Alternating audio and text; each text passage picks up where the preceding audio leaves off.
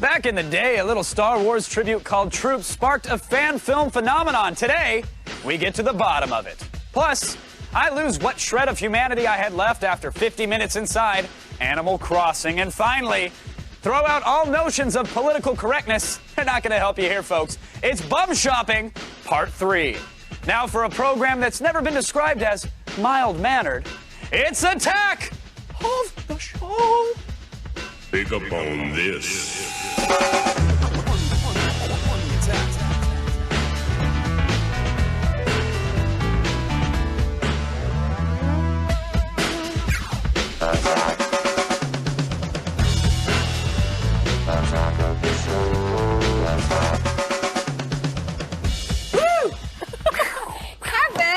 What kind of Monday? I thought you were going to say, hey, welcome to the show, so I was woo. But you think after 559 shows? Oh, I know. Actually, 560 today. Happy anniversary, Sarah. Thanks, Kev. You too. Is anybody counting? No. Big stuff. It is Monday. We just had an exciting weekend. I went to game in San Francisco. You did? How was that? Good times, great games. Meet Beat Manifesto, by the way, perhaps my new favorite live act. Well, Kevin, speaking of games, there was a big game this weekend. You know the one I'm talking about. Yes, I do. USC versus UCLA. Oh, hockey's back. Boom! No. Kevin, this is college football. Oh. UCLA, yes, USC, right. both LA. The Trojans. The Trojans, yeah. Ultra ribbed. There's a lot of talk, actually, last week about UCLA being the team to end USC's winning streak. USC has been winning a lot of games. I mean, they're incredible. Yes. They were going into this game number 1. UCLA was like 11th before the game. Which apparently, and I'm told this by my jock buddies in the gym locker room, that there's not a whole lot of losses that separate first from 11th. Exactly. So people are expecting a very close game. A first place and an 11th place team could be a really good game. Didn't really turn out that way. Well, it was only like 2 touchdown difference, right? USC won 66-19. That is pretty lopsided. I'm not good with the math. That's a big win. So USC now has a 34-game, count 'em, winning streak and will compete for its 3rd straight national title at the Rose Bowl. All right. Plus, USC running back Reggie Bush, will be most likely to win the Heisman Trophy. Very big honor for Reggie. Now the Heisman Big Trophy, deal. that's for participation, right? That's what they get if they show up a lot. Kevin, let me think. Let me put this into terms that you'd understand. Look, I don't know if this is a big deal or not, so if you can explain it, that'd be great. It's a really big deal. You know, while you're playing your video games, men are fighting for their lives No, that out sounded there. like that. That was the old crotchety woman going, you kids and your hula hoops. Listen, like, football. You're playing your football damn is video underrated games. around these parts. Okay, so beating UCLA 66-19 was like, I don't know, like the RIAA taking that elderly woman into court. It's a no contest display of power, Kevin. Oh, I get it now. It's clearly one-sided. She's defenseless. Why don't you just say that? I get that. Well, I guess I should have, Yeah. but I'm kind of on a roll now. USC running back Reggie Bush has over 200 yards rushing in the first half of this game alone. So that's like leveling up to 60 in 3 days of World of Warcraft. Now that's impressive. That's a big deal. Now see, if Reggie would have done that, I'd have given him the damn trophy. Well, I don't think he needs you. Oh. Finally, USC has won 34 consecutive games, so that's like you, Kevin, getting utterly defeated by the last 34 word jumbles in Highlights Magazine. Those are hard. Those are tough. The last one was a grocery shopping Highlights list. Magazine is something, in the dentist's office for like 12-year-olds. GGSE? What is that? I don't know. It's hard to scramble. I used pen and I scratched it out. So anyway, football. Big weekend. You should try it out. All right, I understand you're enthralled with what happened this weekend. I'm all about what's happening now, Sarah. Okay. I like to get it before it gets out. I I like to be of the moment, of the essence, if you will. And today, ladies and gentlemen, X3 Day. I don't know the cool way to do it. You should work on your X3. Well, it's hard. X3? I don't know. Whatever. I don't know. Today's X-Men 3 Day, and I'll tell you why. Okay. It's because the trailer is supposedly going to be available today from Apple.com and through iTunes. Okay. So the trailer to the much-anticipated movie will be out, and thanks to USA Today, they've kind of teased us. They've released some exclusive pictures of the new characters set to appear in X-Men 3, and those characters are... Beast and Angel. I was going to say it, but I was busy doing the drum roll. Wow, you stole my thunder. Sorry, Kev. Thanks, Sarah. First up, yes. You set me up. Kelsey Grammer as fan favorite Beast. Oh wait, no, that's... Wait. That's Michelle Rodriguez from Live. Oh, God, I was she got like, arrested gosh, for doing this thing. Beast-like. That was her mugshot. Oh, there's 4 pineapples Poor in a row. Michelle, just be a little nicer. Yeah. Going to jail. Here's the real Beast. Kelsey Grammer. There he is. Oh, yeah. Doesn't look much like Frasier there, Yeah. Kev, does he? You think he's reaching for something? What do you think he's reaching for? A pastry. Pastry. If you pan down, or boobies. there's a Dunkin' Donut. Oh, it could be a breast. Even wolves like boobies. They do. Some people are saying that he should be more beastly. They're saying that he's not quite beast enough. This is from the amazing, the astonishing X-Men. Here it is right there. I mean, he's kind of like a puma there. That one is much more big cat-like. Very furry. You just want to like scratch under his little chin, don't you? He looks a little bit like the Grinch who stole Christmas, beast. but he's blue. Little beast. He's cute, right? I don't know if he's cute. Well, it's a monster. All right, so anyway, that's the Beast. I think he looks like the Beast. I think they did a good job. And what are you going to do? You dye his skin blue, give him a little hair. Fine, done. He's a good actor. The other character, Angel, played by Ben Foster, you probably don't know him from 6 Feet Under and The Punisher? Nope, exactly. never heard of him. Well, he's a guy with wings. Ah! Kind of a no-brainer. You know, you could pull that off at the Spirit store with $40. You're gonna knock somebody over with those things. Apparently. It's a wide spread on them You know what wings. they say about guys with big wings. What, Sarah? Big wingspan. What? They're 40 times more absorbent? Always. Oh my. Now, as a special treat, we will be debuting the X3 trailer later in today's show. Believe it or not, I know. Our Attack of the Show? Well, here's the deal. That's awesome. 20th Century Fox is going to be beaming it to us live via satellite. Okay. So they're going to shoot it on down using ones and zeros and satellites and crazy space alien things. So barring any technical glitches, we're going to have it here for you the second it's released. Sometime before In this show, the hour is over? In this show, we are getting the trailer and In broadcasting this it show? to the world. The Oh, that's show you're awesome. watching right now. If not, we'll have it tomorrow. Oh, don't say that. Well, I'm just don't saying. set yourself up for failure. We're going to have it today, Kev. Believe in yourself. Our satellite is a guy with a dish covered in tinfoil in the backyard. That's just true. rotating That's true. around. It's So satellite. we're gonna have it. You We're never gonna have know. it. And then something else that I want to talk about real quickly. Not a big story, but I thought it was kind of cute. Police dogs in Northumbria, UK, they're being outfit with cameras. They're putting cameras on the. Like video cameras? Yeah, actually, they're actual video cameras that they're going to be strapped either to their head or to their harnesses, so that when there's buildings that are in trouble, or they might collapse, or there's a hostage situation. Who knows? You just slap Lassie on the rear and send him in there. Send the dog in, so the killer will kill the dog, and you'll get the footage, and you know where they are, and you don't have to die. And you'll have some sweet Kill your footage. best friend before you kill your fellow man. Hey, let him hide behind their riot shield. Send the pooch on in. He'll take some shrapnel. He'll be fine. Give him a Pooches. piece of pepperoni. Well, he'll be happy. humans first, right? Dogs have also been trained to drop mobile phones at like front doors in case there's a hostage situation. So really cool stuff. Dogs are so smart. But what I got upset about was that like the UK is getting this cool tech, not us. So I figured we'd have a little fun with you know who. Batman? Batman, yeah. Oh. We have our own drug-sniffing dog, actually. His We name do. His name is Batman. We put a little video camera on him. There he is. Hey, Batman! Aw, Batman. Batman. Come here, Batman. No, Batman. Batman. Hey, buddy. Hi, Batman. Hey, Batman. Come here. Come here, buddy. Come here. Batman. All right. Listen, we might want to. We might want to talk to Gary. Yeah. I mean, he is sniffing for drugs. He was. He's been known to smuggle in the area. Wow. All right, go ahead, ask us anything. I was telling them. Oh. Go ahead and ask us anything. Oh, ask us anything. Yes, us. Oh, yeah. Look, via phone. We're ready. Not via We're satellite. emotionally stable enough to handle it. The well, number's 800. Speak for yourself. 800-839. I may cry. 7880. You were sniffing Batman. Crocodile earlier. It's weird. tears. You can email us through our web form at attackoftheshow.com/ask us. And you can also chat with us in our IRC chat room as well. Just go to chat.g4tv.com.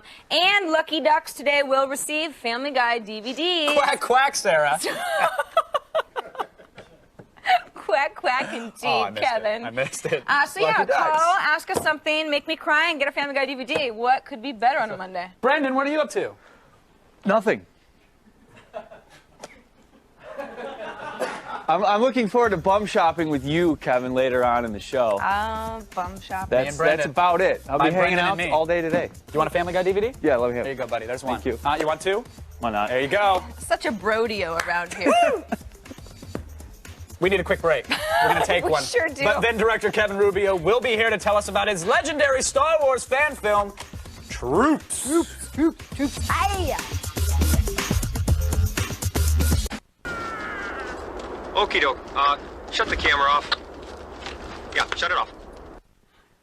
All right, can you imagine a time before Star Wars prequels? All right, well, how about a time before Star Wars fan films? Well, 1997 happened to be a year devoid of both until Kevin Rubio put some stormtrooper costumes, some DIY special effects, and a great sense of humor to good use with the world's first fan film, Troops. Ladies and gentlemen, it's an excellent name. Welcome, Kevin, to the show. Kevin, thank you for joining us. Thank you for having me.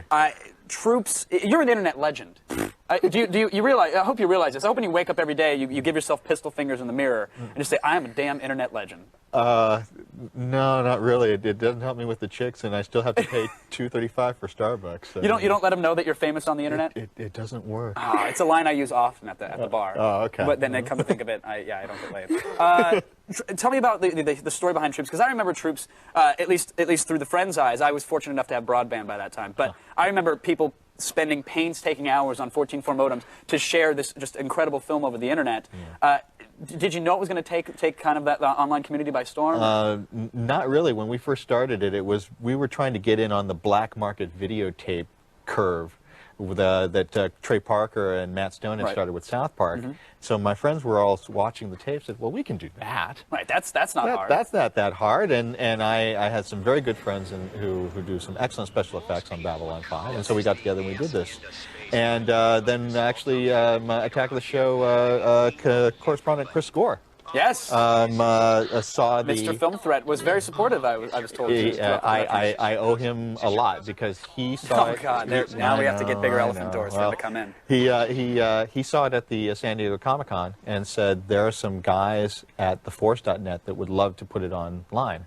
Oh sure. Oh, so you originally online distribution? No. Not in your head. I basically decided to do that because I wanted to stop people from pirating it, and I thought that if they could get it for free.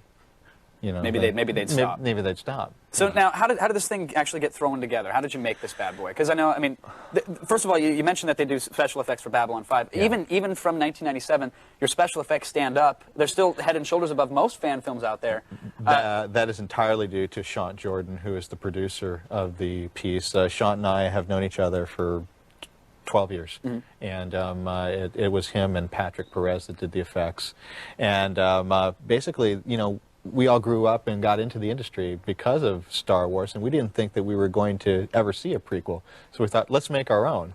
And so you go to friends who work in the business and say, sure. Hey, I'm making a Star Wars film. And now, where do you even find stormtroopers at this point? That was the hardest thing. And they actually were on the front cover of the Los Angeles Times the day of the Star Wars premiere. Ah. And I asked a friend of mine who was at the premiere, I said, who are those people? He says, I don't know, but 2 of them are girls. They're twins, and they go to the Art Center. That sounds like a setup for a pizza delivery guy. Yeah, music, by the way. My roommate was head of admissions at the Art Center. And so I said, find me 2 girls that know vacuform that are twins, and that's how I met these guys. That does sound like an odd fetish, by the way. You realize the story's only getting worse as you go. I need 2 hot twins that are in a vacuum form to dress as stormtroopers. But we want to bring them out to the desert and film them. It's for black market tapes. Pretty much, yeah. But that's how I pitched it to their professors, and I met with all of the troopers, and they said, we get a lot of these, but yours is the first one that we laughed at, and so we want to do it. That's fantastic. Now, Troops stands the test of time. Some still, I'm one of those, firmly believe it's one of the best fan films ever made. Thanks. Do you have that cult status, amongst the Star Wars fans still to this day? Oh yeah, no, it's nice. I mean, if I go to a convention and stuff, there's people, oh my God. Sure. Well, and you're going to conventions. I'm assuming you're rolling up in a stretch H2 limo, because clearly, thanks to Troops, you've made how many billions of dollars? Absolutely none. Well, it has. I'm hoping it's furthered your career a little bit. I mean, that's a good calling card. No. It was an excellent calling card. I became Flavor of the Month in Hollywood for at least 3 months. Congrats on that. That spawned TV stuff. I did a couple of pilots. I'm still working right now in television today, and I have also comic books coming out. Now, tell me a little bit about that. You're writing for Dark Horse now? Yeah, I'm writing for Dark Horse Comics. I did some shorts for them that they really liked, and they offered me a series, and I created it called Tag and Bink Are Dead, which had some success. And then just 3 months ago, they said, hey, we want to bring them back out again. Do you have any more stories? And so I do, and they're coming out in March and April, and it's The Return of Tag and Bink Special Edition, and Tag and Bink Episode 1, Revenge of the Clone Menace. Very nice. Well, Kevin, thank you again for coming by. We sincerely appreciate it. Huge fans around the office, and I know there's countless other ones online, so we appreciate it. Well, if you want to see the full version of Troops, it is, as always, up on theforce.net. Do not buy it from your sleazy friend who burnt it on CDR. Go get it for free online. And don't hit that hyperdrive just yet. No, we're doing some bum shopping as advertised next.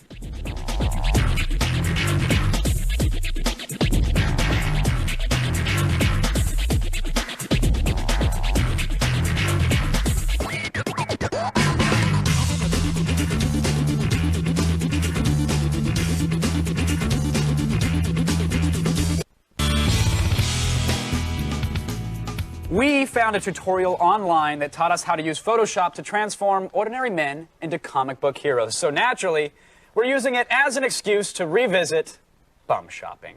Yep, that's right. We went there again. Still no bum shop graphic. That would be so brilliant. What? That requires Photoshop skills. I don't have those. Can you imagine the bum shop graphic? It's just like a guy like falling down or something. Is that it? Yeah, Is that would be. That was a drunken what I man would do. falling on a paintbrush. Yeah. All right, we can do that. But right now, let's do some bum shopping, Okay. shall we? Yes, Kevin, I'm here. All right. Here's the image that we started with. Here he is, right there. That is a bum, Brennan. He's it's kind of posing. Yeah, you're right. It's a little Sears catalog, but he wears it nicely. Yeah. Normally they have the little letters next to him, like A is his hat. Do one of these. That's good. Oh, no, it's Brendan. Yep. Nice. Well. Casual, cool. Yeah, I'm going to be there in 5 years. So. It's clearly. So that's what we started with, and here's what we had to do. Essentially, we used filters and built the comic effect using several different layers. So the first layer holds the comic book shading. The next one is for the color. On top of that, we have 3 different ink layers, each one adding more and more and more detail. So finally, to finish it all off, we used a halftone pattern, which recreates those tiny little colored dots that you see like in the comic book. You are really fast with all this, Kevin. I majored in this, actually. That's amazing how fast you're and moving. graphic design. Yeah. So, should I slow it down for the viewers at home, or should I keep going? No, I'm just, you know. All right. Well, if what I'm doing is a little too fast for you, you're having trouble, don't worry about TiVoing and playing it back in slow-mo, because we've created an automated action script. So all you have to do is download that from our website, load up the image that you want to superhero-ize or comic-ize, hit play, boop, done. Is that on our website? That will be on our website, yeah. That's how easy we've made it for the viewers. That's a great idea. Because we care. We do? About them, not about the homeless. Let's see the before and after, shall we? Here it is before. Boom! There he is. We saw this. Yep. Yep, he's posing. We know him. But wait till we see him when he's in comic book form. Oh, my God. Ba-ba-da! Super bomb! I didn't realize it was windy. Yeah. Changes in phone booths and urinates in them. So here he is up close, strapping-looking young lad. There he is with the logo and, of course, the comic dots as well. That looks pretty good. It's really good, especially considering it's an automated script. Normally these things take a lot of tweaking, but this one does a really good job on its own.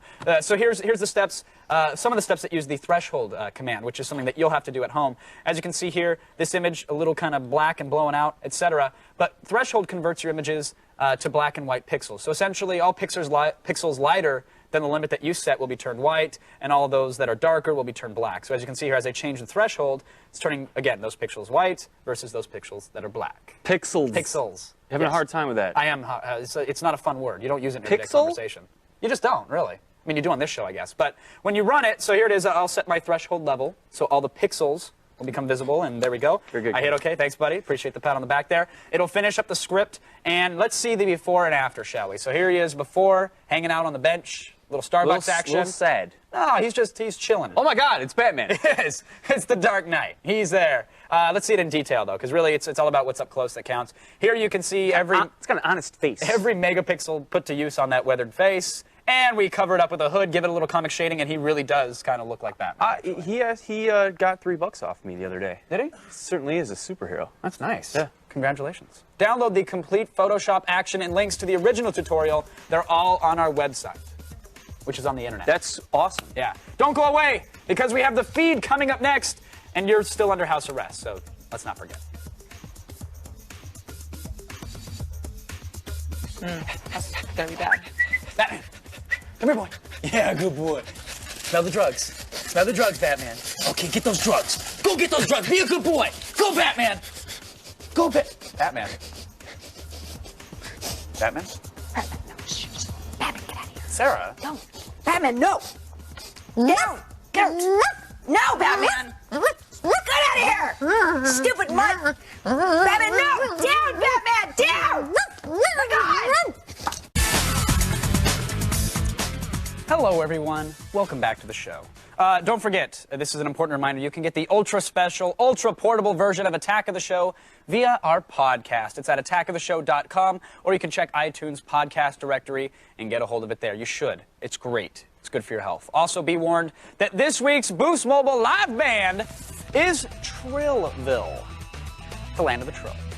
And now, the news stories no one else has the balls to cover. It's the feed.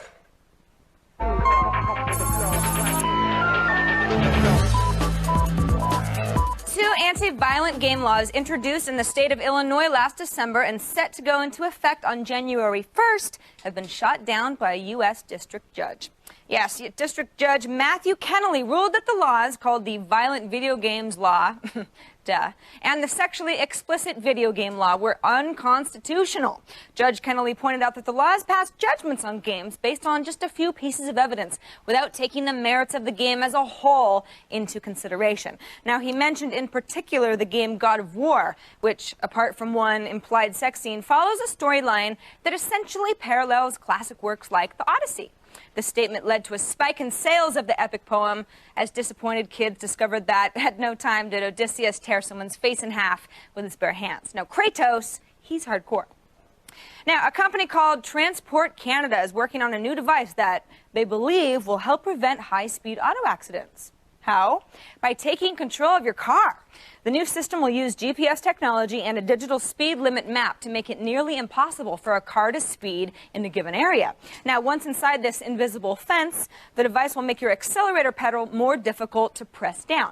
Now, we can't endorse this kind of invisible policing, but we would like to see a device that automatically shuts off elderly drivers' turn signals, or remotely shuts down any car playing bass so loud it rattles your windows, or that uses magnets to pull cell phones out of drivers' hands. Think bigger, Canada. You can do it. Now, according to a story posted on Wired News, Sony is allegedly paying graffiti artists to tag walls with not-so-subtle PlayStation Portable advertising.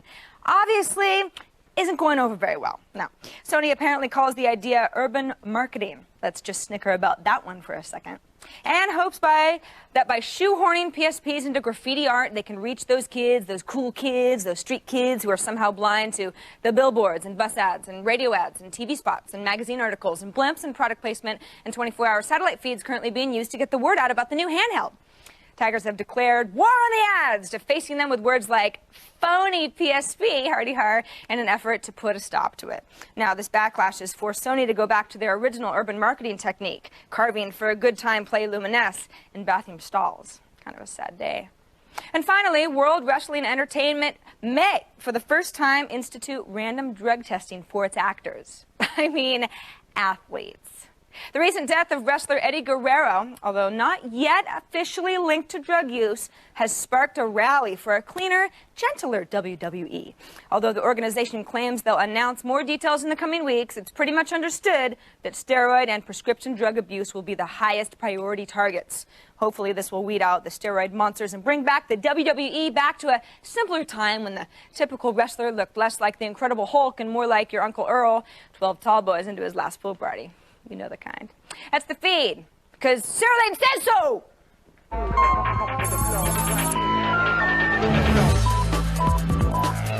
Nice feed, Sarah Lane. I said so. You did. Cold Stone. Time to take some calls. Okay. You want to do it? Yeah. Do it. Louis joins us on the phone from Scott City, Missouri. That'd be it. Yeah, we'll take it for 10 points. That was a good guess. You had 50 possibilities there. M.O. Missouri, Montana. I wasn't even going to throw it in the bus that much. I was just saying you pulled it out of the hat. I need to play more Carmen Sandiego. What's your question? Hello, Kevin. Hi, Louis. Hi. How are you? Why don't you ever answer my MySpace messages, Kevin? Oh, wow. That's... A stalker got through, Kevin. Yeah. How awkward. Yeah, can you... Well, you can tell by his voice probably why I don't. He's like, hey, you never answer me anymore. What happened? I get about 1,000 messages a minute on that thing, Oh, Kevin, which are stop crazy. lying. And it's nothing... No, I'm saying... And it's all from men. And that's the problem. Over 40. That's the problem. And it's nothing, Louis. It's nothing against you. You know I love you. I miss our walks. I miss our late-night talks over Skype. But I'm telling you, with the MySpaceage, if the thumbnail pic is not a hot chick, not replying. Just not checking it. Well, and I'm Louis. skimming and deleting. Occasionally. Louis doesn't try to contact me on MySpace, but whatever. Nobody does. You have to have friends for that. Essentially, if it has a witty subject line, I'll read it, so work on that. That's about it. Okay, get creative, Louis. Dustin, on the phone from Port St. Lucia, FL. Florida. All right. Dustin, you there? FL is a little more obvious than MO. I am sorry. So we can't all be so perfect All like right, you, Kevin. Dustin, are you there? Yeah. How's it going, man? Pretty good. Good. You have a question for Sarah or I? Yeah, I got a question for both of you guys. What is your favorite song to get freaky to? What do you get Well, freaky to? Like I can answer for Sarah if you know what I mean. Freaky? You can? How would you know? Actually, no, I would like to hear this very much. What kind of music do I want to get busy to, Kevin? I don't know. No, seriously. I don't know. I really don't know. You're so funny, though. Can't you come up with something on the fly? No, I don't, because I really don't want the. the forum rumors to start. Like, I just don't want to hear it. What do you like? I don't know. What do you like? Come on. I don't know. I've already said the Soma.fm. Go there, listen to Groove Salad. I like some old Bobby Brown, Johnny Gill, Keith Sweat. Old Bobby Brown. Oh, my God. Ain't no... I can't even sing it. It's my prerogative. It is, isn't it? Sure is. Keith is on the phone from Sacramento, California. Keith, CA. you there, buddy? KP, Elite Lane, what's up? What's up? Lane. Leeds Lane. What's going on, man? How you Hey doing? guys, What do you, I have a Keith, question. what do you Mostly get for freaky Kevin, to? But Leet, feel free to pitch in. Wait, no, what do you like to get freaky to, Keith? What kind of music? What is the games that you're looking forward to most for your holiday wish list? Oh, Keith, holiday wish list. What music do you like to get freaky to? You're not going to let you go. I'm really with 311 Incubus. Ah, all right. Incubus, huh? So you like the tatted women with like 40 tongue piercings and weird Yeah, lip that's stuff? good too. That's it. That's my boy. 311 Incubus, huh? Yeah, I should try that. you should. Kind of angry. You should. I'll Angry pop it in the 11. player. The holiday game I'm looking forward to, I've said it 1,000 times, so I hate to say it again, but of course it's Guitar Hero. It's the one that everybody in your family, regardless of whether or not they hate video games or hate music or hate social gatherings in general, they'll enjoy it nonetheless. It might be kind of interesting. See, I would think that a lot of our viewers probably think, oh, Kevin probably has like 5 editions of this game already for free that he got. You're still looking for someone to give this to you for Christmas. Yeah, it won't be me. Clearly it won't. No. I'm going to We're put a not doing 311 gifts album this in your year. little stocking, though, if you know what I'm saying. Well, I know what you're saying, and I like it. When we come back, gems of the internet are a little bit Sarah, and First 50 is a little bit Kevin. Next.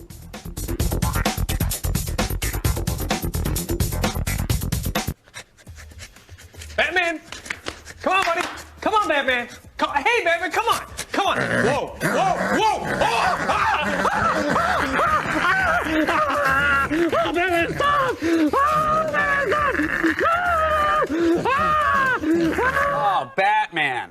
Oh, he's so tough to train. But don't get confused. What you just saw, that was Batman, our drug-sniffing dog. It was not the X-Men 3 trailer. But I have it on good authority that at the end of today's show, you will be seeing it. That's right. The satellite worked. God peeked through the cloud and said, Attack of the Show audience, we'd like you to view the X-Men 3 trailer. So we're going to have it for you. But if you need something to motivate you to stay alive until Thursday and not just the end of the show, well, you know, perhaps a little Verizon broadband battle will do the trick, huh? Brendan? Yes? Brendan? No. Yes. Yes, we're playing Quake 4, a game that, much to my embarrassment, has nothing to do with the religious order founded by George Fox in 1650. That was a good reference. Come on, it's an easy mistake to make, Brendan. Very easy. To register, just go to our website and click on Join Our LAN Party. Who wrote that? A writer. Yeah, that's where you'll get all the details and the links to get started. That was all ad-lib, folks. We'll see you Thursday for the LAN Party. Now, if you want to walk with the animals, talk with the animals, and fish with the animals, then come on in to My First 50.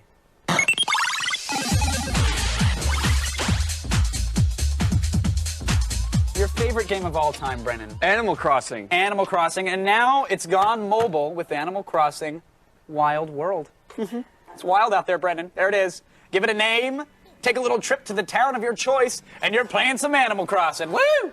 Now, why do you love Animal Crossing so much, Brendan?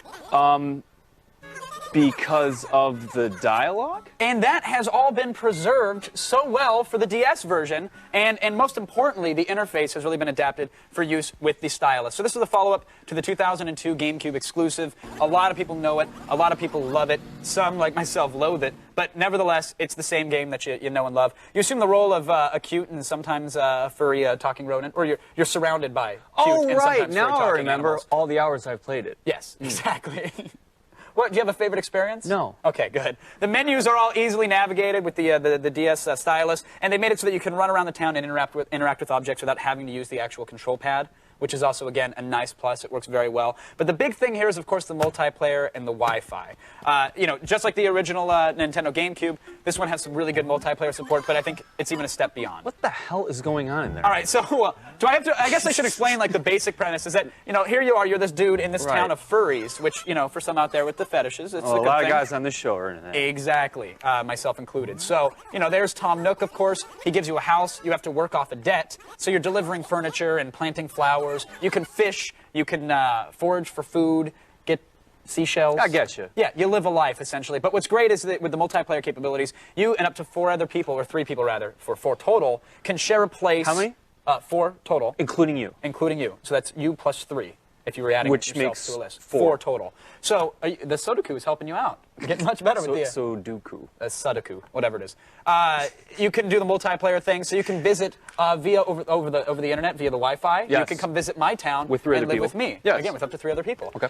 You can send messages, and a really cool feature is that, let's say my town is really popular and happy and cool. Your town is like just Slumsville, as we accept it will be. If I go to your town, your residents may see me and say, wow, Kevin, you're amazing, you're sexy, you're hot, you're together, and leave your town and come to mine. And now I can read all the emails that you've written, the residents of your town, and I get the conversation history from your town. So a really cool little feature that's in there for the multiplayer side of things. But you're so on it. Yes. Okay. Yeah, I'm so just because it's Animal Crossing. I never got into it. So if you are a fan of Animal Crossing, there's nothing you won't miss here. I mean, it's incredible. It's been DS-sized, so you're gonna love it. The game is in stores now. It's Animal Crossing Wild World. It's great. You should pick it up. I will. In some cultures, gems of the internet are traded for goods and services. Here, they're just admired.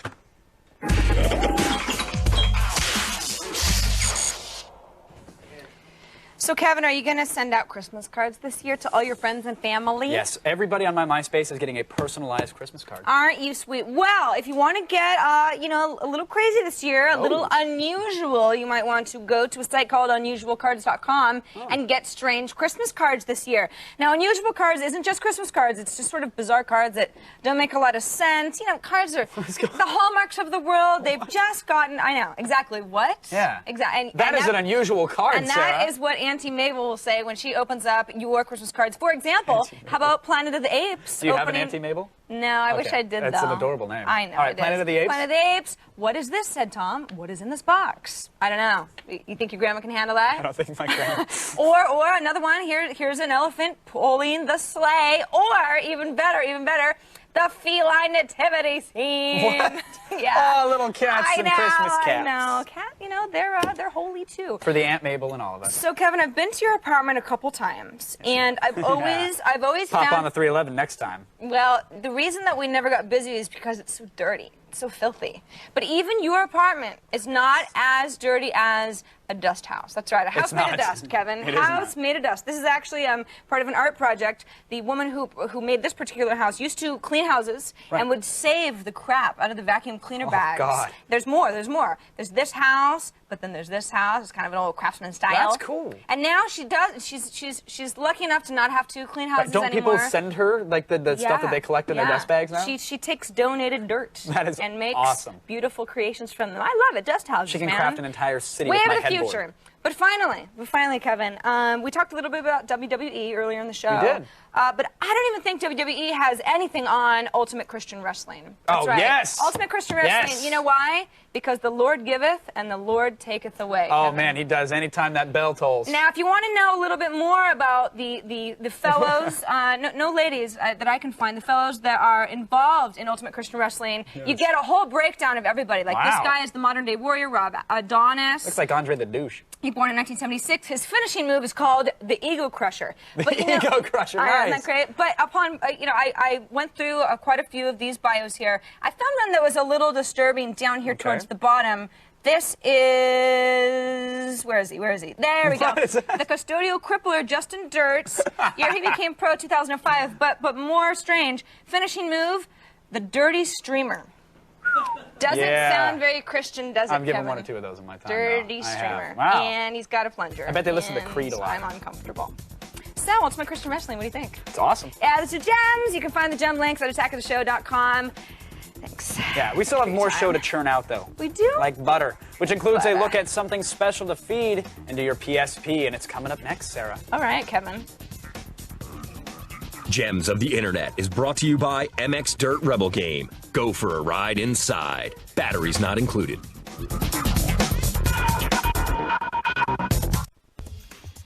On the next attack of the show, you think Johnny Storm flamed on all by himself? No! Special Effects House Giant Killer Robots lets us in on their little secret. Plus, you know her, you love her. She's Anna Wainscoat, the living embodiment of EverQuest 2's Antonia.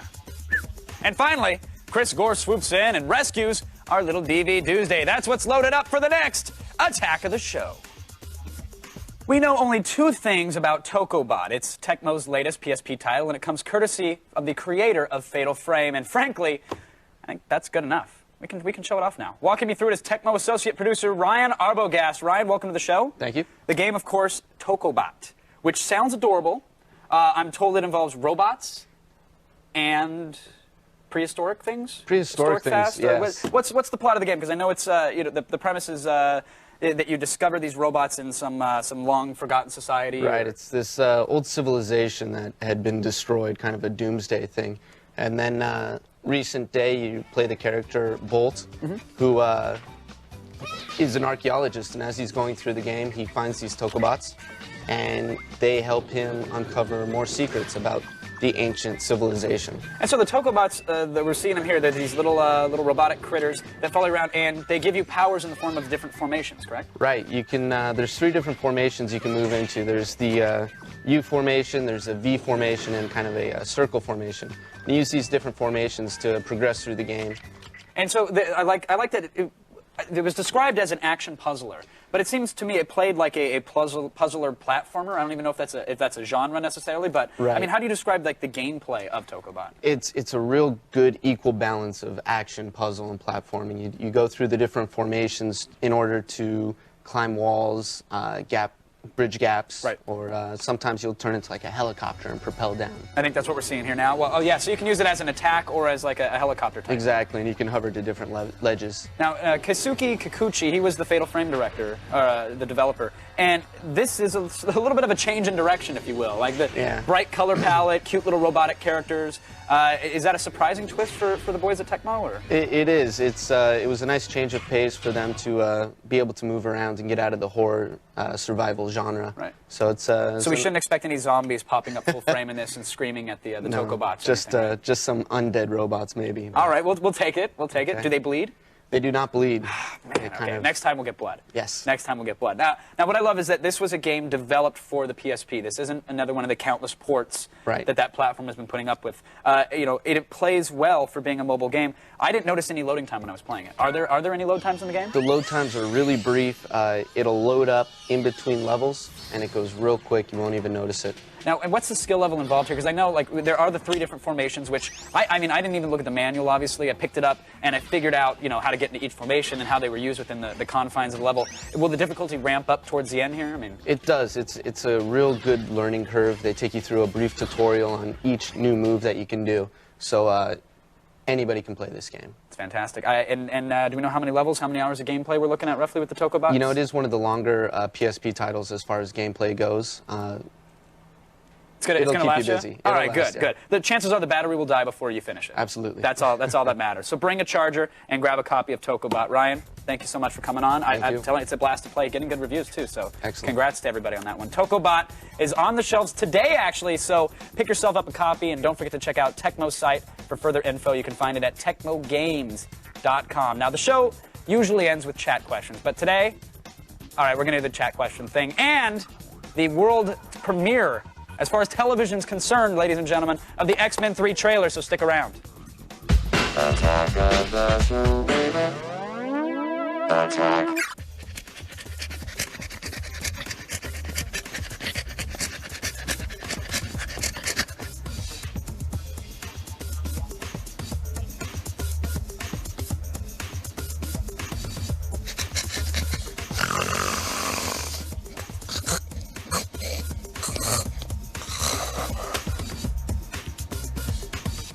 Batman.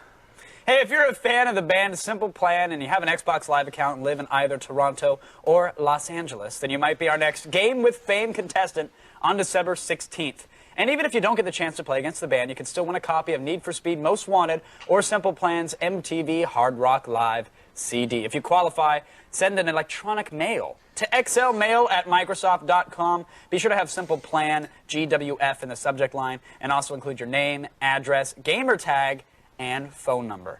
And now, that X-Men 3 trailer that we promised. Are you ready? I'm ready. All right. Ready. I'm ready. Here it is. Soak up its mutantness.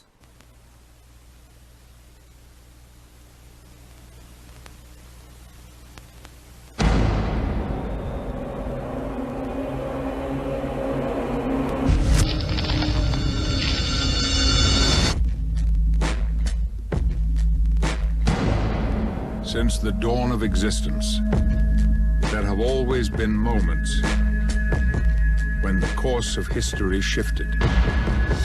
Such a turning point is upon us now. They wish to cure us, but I say we are the cure. A conflict between the better and worse angels of our very nature, whose outcome will change our world so greatly, there will be no going back. I do not know if victory is possible. I only know that great sacrifice will be required. And because the fate of many will depend on a few, we must make a last stand.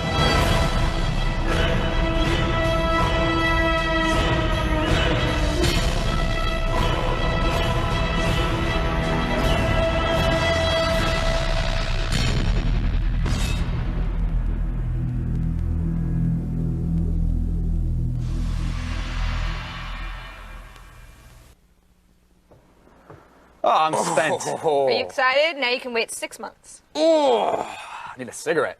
Ew. Oh, yeah, that was good. Oh my God. Let's see what's going on in the chat room. I thought you were kidding. I'm sorry. Kenneth Pereira wants to know if you could have any mutant ability, what would it be? Ooh. Anybody? The ability to cut my own hair. Ah.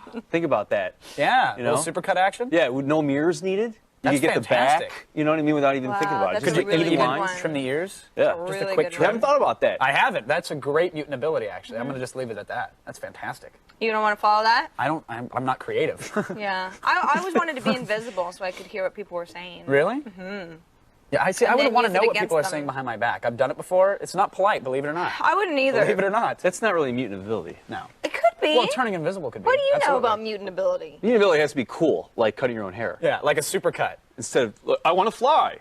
Oh, That's a okay. superhero. Whatever. Okay, Wolverine. That's so cool. All right. Okay, Dangan Move on. wants to know, have you ever submitted content to Wikipedia? And if yes, what? Ah, I have. I have too. Okay, what have you done? Well, my own bio has had a variety. Well, see, I'm going to say this, and I'm going to really regret it, but whatever. Has had a variety. Self-serving. What? I'm just saying. Go ahead. Don't even try to tell me you haven't gone to your own bio and fixed things. It's the here and only thing there. I've done. My middle name was Belvedere on the thing, so I had to change it. It wasn't. Yeah, It's not yeah, Belvedere. yeah. I've had a variety of different ages. I'm anywhere from 18 to 35 Yes, on any nice. given day, depending on what fan. I like to think that you're 14 and a half, for what it's worth. It's wrong. It's wrong. Brendan, have you ever done the I'm Wikipedia? 15. You know, no, I haven't. I've No? never added anything to it. I've been on it, but you know, You should add. everything there seems to be correct. Oh, well, I'm glad they got you pegged. That's another week started, ladies and gentlemen. Thanks, our guests, Kevin Rubio and Ryan Arbogast. See you tomorrow. Quick, Brendan, cut your hair. Cut your hair. I don't have the Mutants. power. Computers on Attack of the Show provided by Intel. Game on. Power up. Take control with the Intel Pentium Processor Extreme Edition.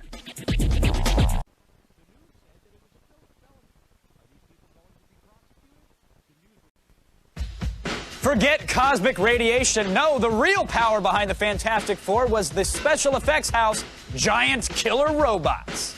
Plus, Mr. and Mrs. Smith meets Mr. Gore. It's a DV Doomsday guaranteed to destroy your marriage. And finally, Anna Wainscoat is the flesh and blood embodiment of EverQuest 2's Antonia. So what else do you want for Christmas, huh? Now, where we're going, we don't need roads. Because it's Attack of the Show! Pick up on this.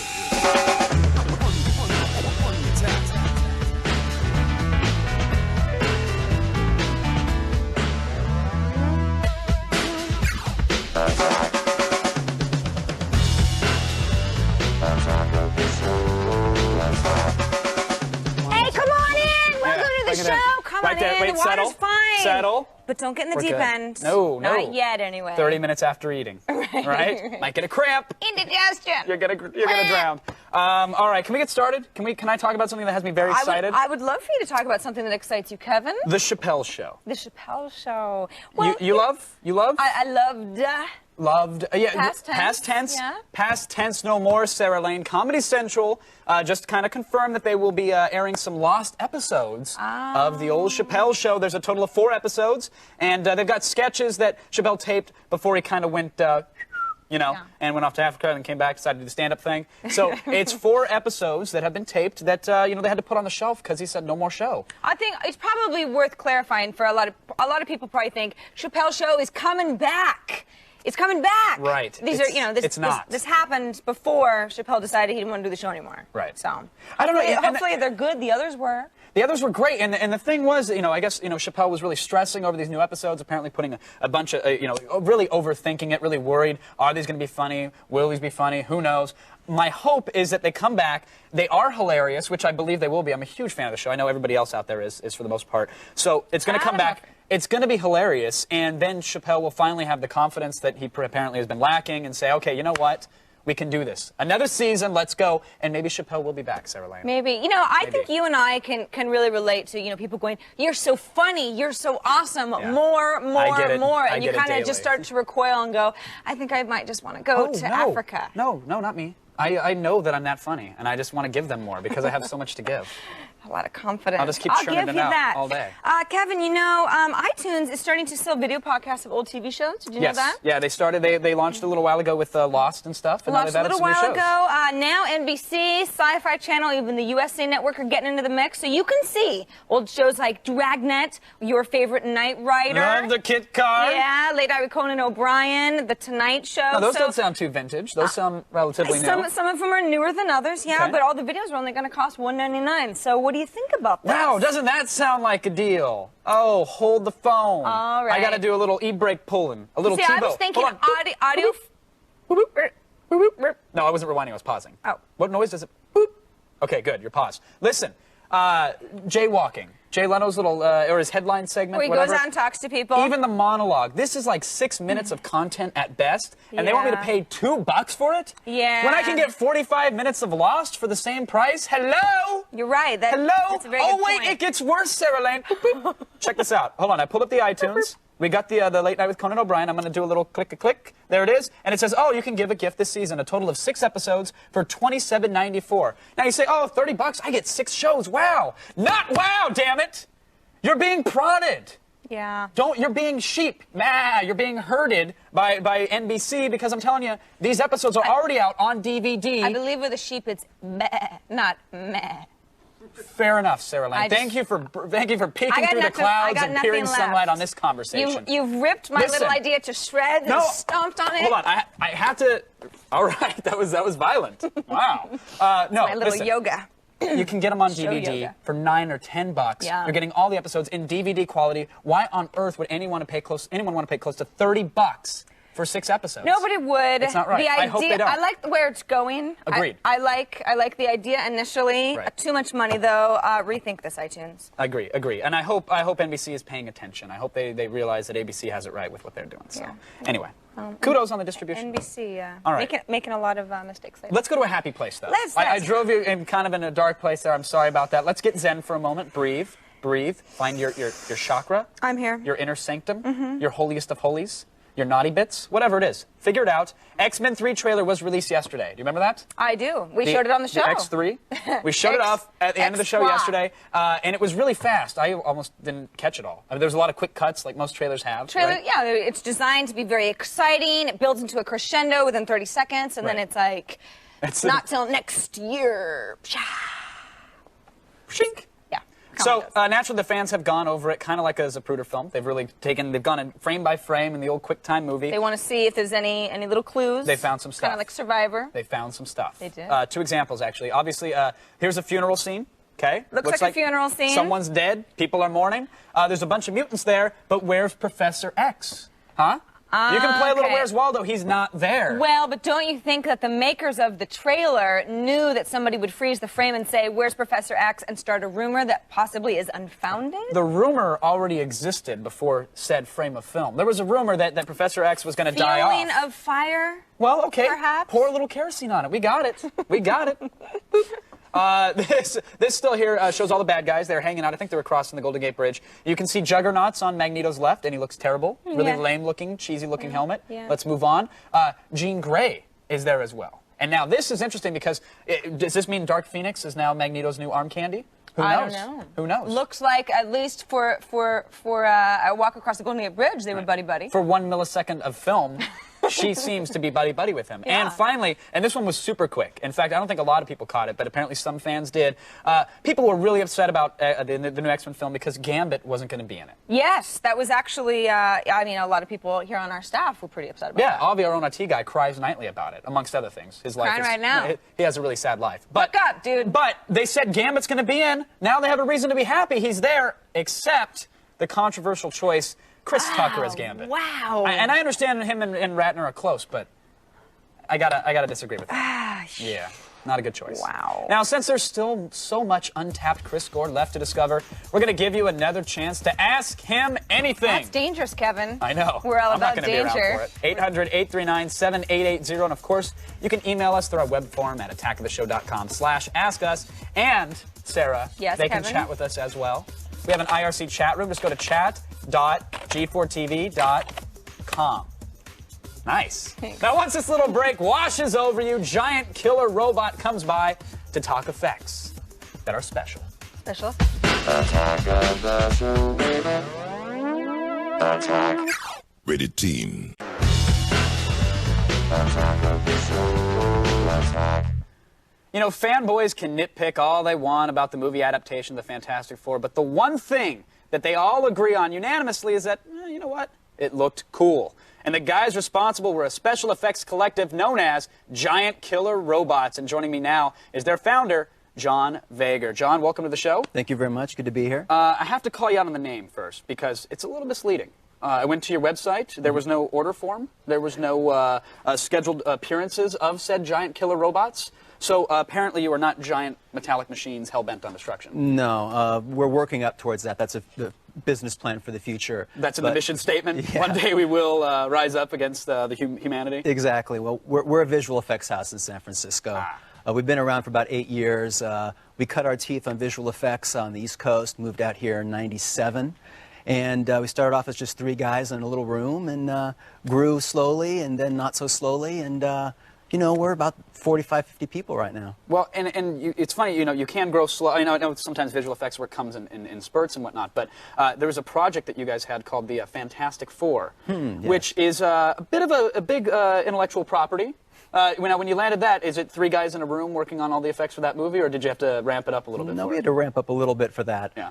We about doubled our size, and we did over 200 shots for the flick. I mean, it was a real big responsibility because we had a lot of fanboys at work, and the visual effects supervisor for the film, Peter Oberdorfer, who's one of my partners in the company, was a huge fan from his childhood.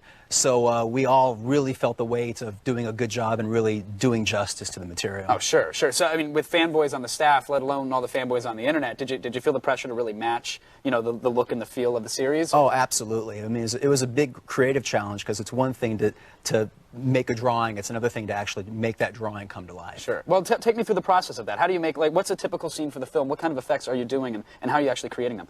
Well, what we do is, you know, we go on set and see what's going on, and sometimes you plan things one way and they don't really turn out that way for one reason or another. Sure. So you sit there and you work on it on set and plan things out.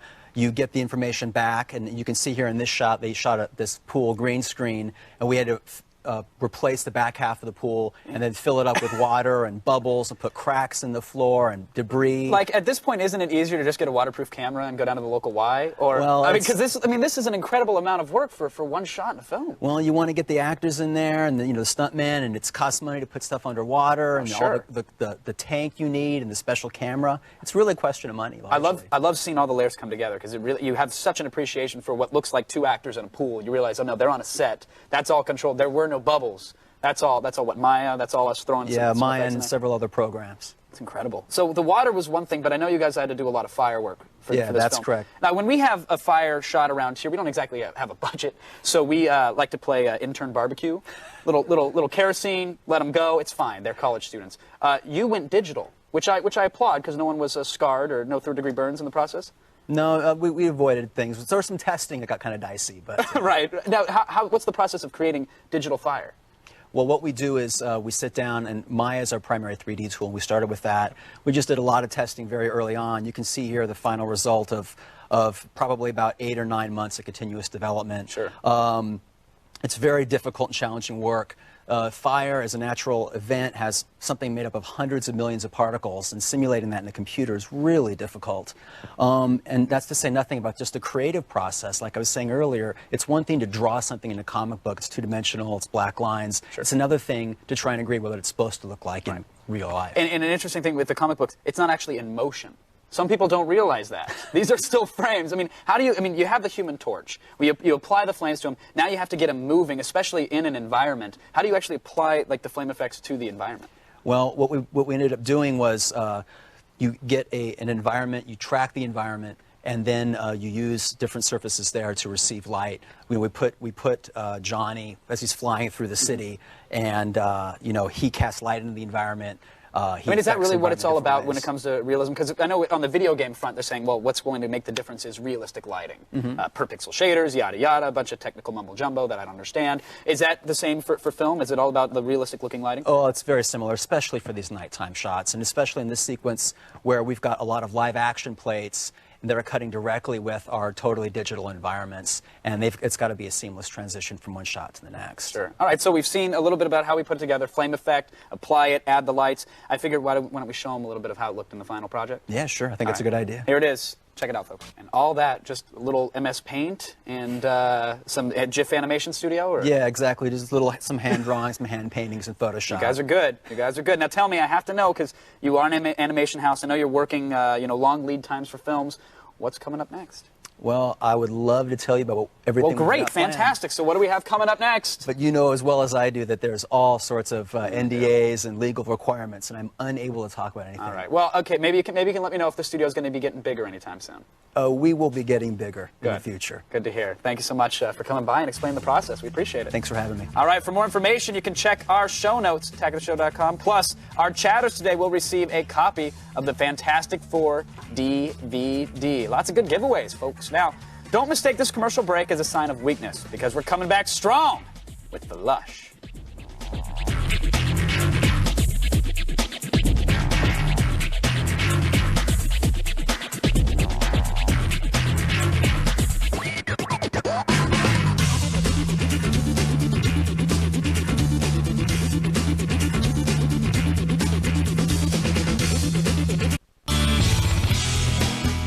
Ah, yes, the holidays are here, and who better to surf the Yuletide of alcohol than our very own Sarah Lane. She's the Lush. Surfing the Yuletide, Kevin. Wow, and Yeah, she that's right. hasn't even started knocking them back, folks. We do have a great drink, even greater drinking game. But first, Kevin, we actually today have a product. Oh, we're mixing it up. We're jumping off the web Nice. and onto the bar, and I'm going to tell you a little bit about it. It's actually from beersuds.com. Nice. It's called the Jellyfish. So you inflate and you chug.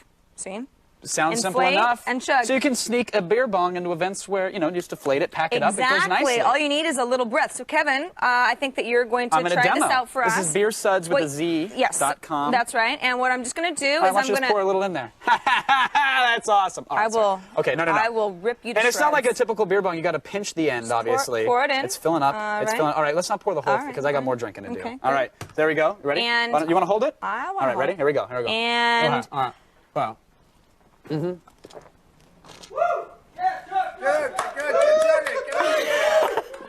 Yeah, there we go. that was sort of anticlimactic.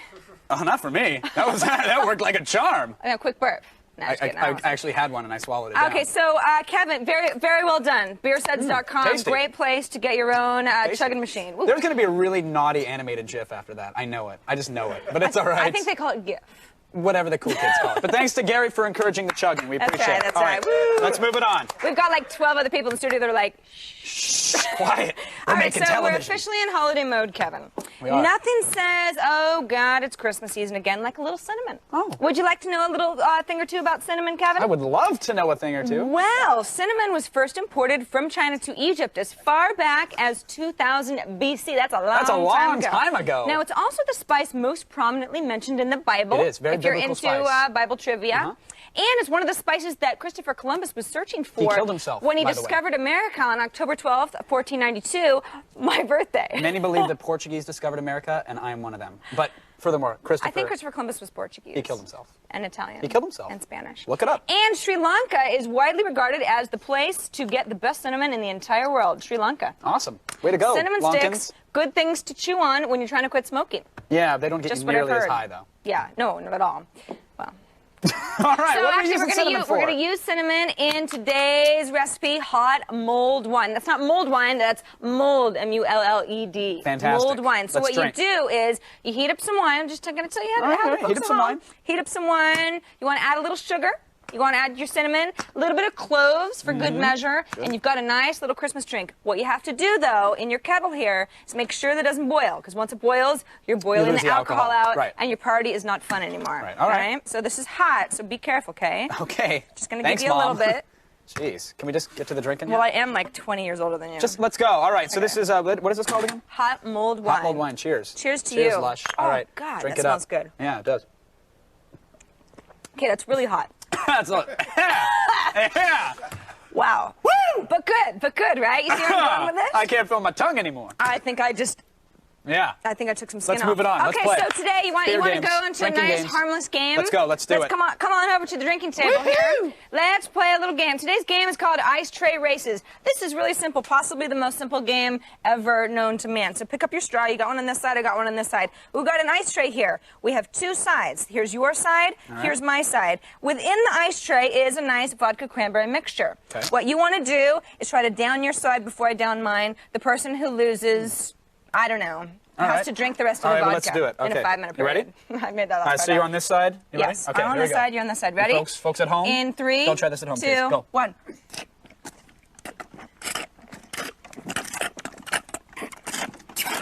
Oh! What's up, Sarah Lane? Ow! No, let's polish off the tray. Let's polish it off.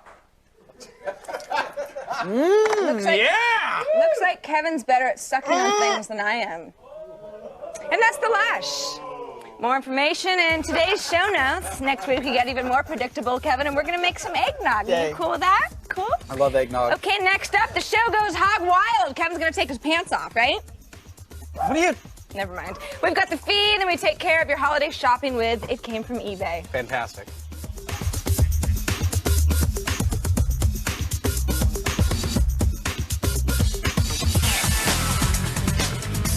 Hello, welcome back to the show. Now, I've heard that some of you still don't realize that you can actually get the special portable version of Attack of the Show via our podcast. Well, you can. On attackoftheshow.com, or, of course, you can check iTunes podcast directory to get a hold of it. It's there as well. I hope that helps. And by the way, we don't charge you $2 to see this. No, we don't. Also, let me point out that this week's Boost Mobile live band is Trillville. Trillville. Now, if it's been embroiled in more bitter divorces than Elizabeth Taylor, well, the odds are that it came from eBay!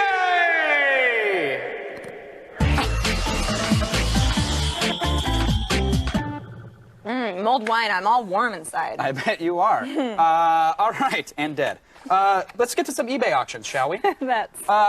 Wear my nuts around your neck, Sarah. What? That's the name of this auction, a genuine nut necklace. Now, these are not, I need to qualify, these are not actual human testicles. These are like a replacement, if you will. But you're bidding on a genuine nut necklace. I know, it would have been funny if it was a pearl necklace, admittedly, but it's still there nonetheless. Pearl You can get necklace, it. very obvious. Nut necklace, much more subtle. Well, I mean, they're one and the same, really, aren't they? No. All you right. can have the nuts without the pearls, I Kevin. bet you can. 8 bids, $20.51. So get in on it. That's pretty cheap for a pair of nuts. Hey. Moving right along, Male Chauvinist Magazine. Issue number 1, 0 bids, going for $100. Now, this is a fantastic magazine. Is she kissing his foot? Is that Of what's course she going on? is. Okay. That's as they should, for allowing them to breathe. Issue number 1. Some of the featured articles: how to cheat on your wife and or girlfriend, living with 2 or more females, it can be fun, why younger women are better, I agree, and finally, 10 ways to keep a woman in her place. That's a magazine I want a subscription to. 16 bids on this next auction. We're moving right along. It's going for $4. Tonight while you sleep.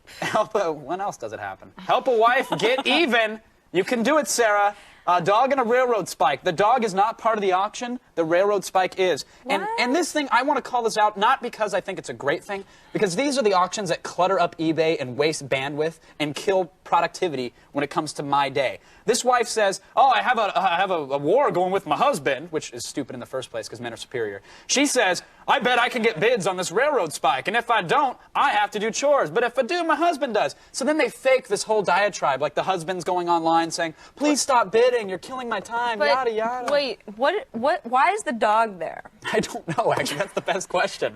I don't know. But he's kind of cute. Because the dog's really cute. He's and kind of cute, right? I'm like, do I get the dog maybe? They're smart. They put sold the dog separately? in there to get your attention, and then they put a bunch of words like Xbox 360 in the auction. Anyway, if you ever stumble across a pathetic auction like this, pay no mind to it. Close the window. But now this auction, I know you can get behind. It's the Stud Spud, Sarah Lane. 3 bids, $6.50. Oh. How about that? Well, I don't know if I want to get behind it. Well, I think you do. It's a comically shaped. I thought you were setting it up. I thought the pun was intended, but I guess not.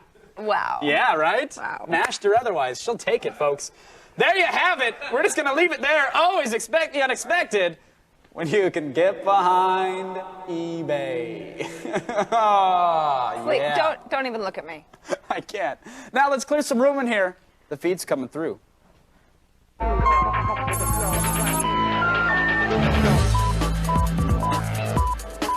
Did you hear about that killer new Xbox 360 game called Russian Roulette? Yeah, you plug it into your console, you play for a minute, and if it doesn't freeze up and die, you win! Now, although Microsoft has acknowledged isolated problems with some new Xbox 360s, a Chicago man has filed the first class action lawsuit against the company. Now, he's claiming that Microsoft is knowingly selling defective products in order to stay ahead of their competitors. The lawsuit is seeking unspecified damages and recall of the console. Now, per their company policy, Microsoft is not commenting on the lawsuit. Per the Chicago man's personal policy, he's telling everybody who will listen exactly what he plans on doing once he collects his quote-unquote buttloads of Microsoft cash. Yeah. Now, yesterday we made fun of Canada for testing a GPS-based speed limit device. Sort of taking that back now because the U.S. is working on something much, much stupider. The U.S. Bureau of Transportation is kicking around the idea of mileage-based road user fees. Now, essentially, that will use GPS technology to monitor when and where you drive and then tax you accordingly. So, if you drive during peak rush hour times, like, 90% of America has to, you'll be charged more than somebody who drives during off-peak times because, those people are either unemployed or very, very wealthy. So that means not only do you have to commute 2 hours to work because you can't afford to live any closer, you now have to leave at 3 in the morning instead of 6 if you harbor any illusions of feeding your family. So bend over, working class, got something coming. Now, I don't know if you've been paying attention or not, but the career of actress Charlize Theron has been taking an interesting turn lately. Now, first she wins an Academy Award for Best Actress, and then she slips into a leotard to play a superhero in a movie that got shot down by critics and disappeared at the box office. Now she's rumored to be the next Bond girl in the remake of Casino Royale. Oscar, superhero, Bond film. Why does this sound familiar? Oh, no! Say it isn't so, Charlize. Please tell us you haven't been talking to Halle Berry. Put down the phone and walk away. You'll be better off. Trust me. And finally, the Wichita Eagle is reporting that a University of Kansas professor who planned an anti-intelligent design course as a, quote, nice slap in the big fat face of fundamentalist Christians, sparked a passionate and intelligent debate about education and religion. Just kidding. He actually got his ass kicked. The professor claims he was followed in his car by two men in a pickup. When he pulled over to let them pass, the two men pulled him out of his car and beat him, the whole time making reference to his anti-creationism course. Now, police know that the assailants definitely used their fists in the attack, but evidence also suggests that they may have learned to use a metal object as a tool and seem to communicate with each other in a sophisticated series of grunts and growls. Remarkable. And that's the feed. Go in peace.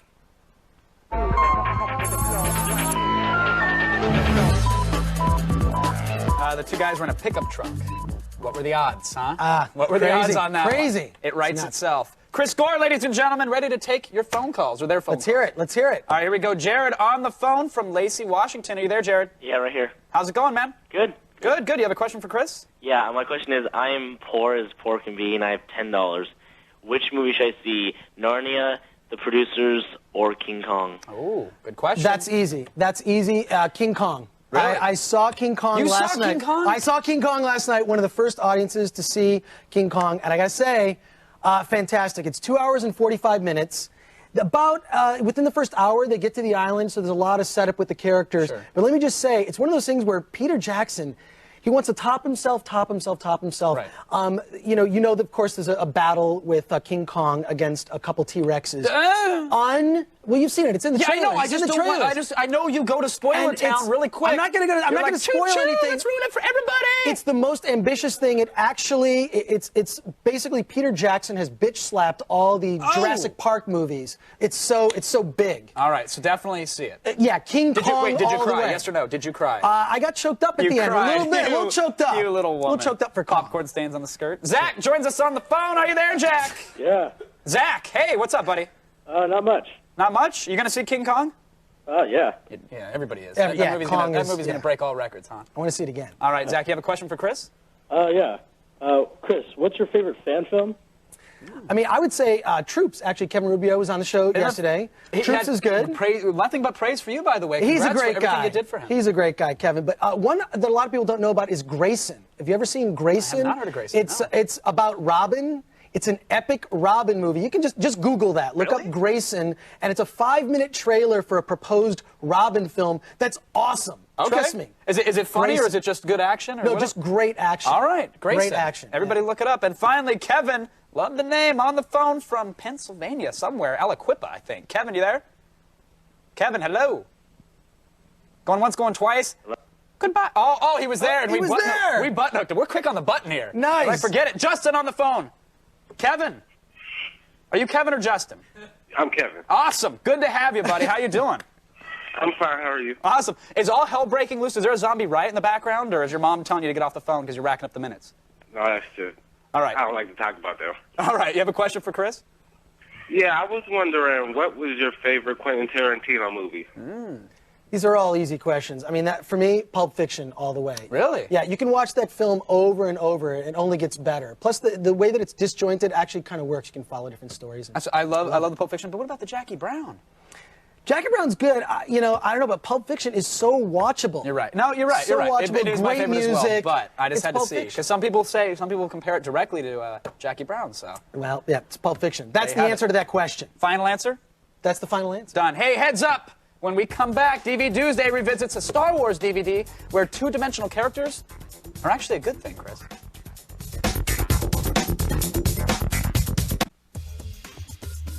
On the next attack of the show, taking the idea of role-playing to ridiculous extremes, we check out the 2005 Machinima Film Festival. Plus, we spent the weekend at the Game Conference in San Francisco, and all we got was this lousy T-shirt. And finally, we once again hand the show over to you because, well, we're idiots. That's the next attack of the show, ready to pop. Now admit it, between X-Men, King Kong, and Superman, your head is about to explode with movie excitement. Well, this isn't going to help because it's DVD Tuesday.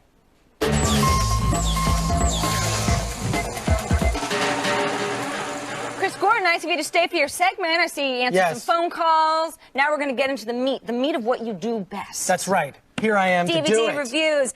We'll start off with Mr. and Mrs. Smith. Okay, now Also known as the Homewreckers. That's right. I'm just kidding. If you've ever been in a relationship, you've probably wanted to kill someone. Yeah, and that's what I think. specifically your partner. Yes, that's the subtext of this film. You know, for a lot of people that missed it, I mean, this is cool. For me, it's like a romantic comedy with action. So in a way, it satisfies both men and women. It's well, and everybody in the movie is so pretty. Yeah, that it's easy to watch. And with all the gunplay and whatnot, they still actually take the time for those character moments. One of the things I'm kind of surprised about with this DVD is there are 3 commentary tracks. There's a director commentary track, Doug Liman, and the screenwriter. There's a producer commentary track with Akiva Goldsman, and an editor's commentary track. There's kind of a lame making of from the Fox Movie Channel. Do you think they were overcompensating for not having anything from Brad and Angie? Yeah, there's really nothing from them on it, so I don't know why they packed all this stuff on.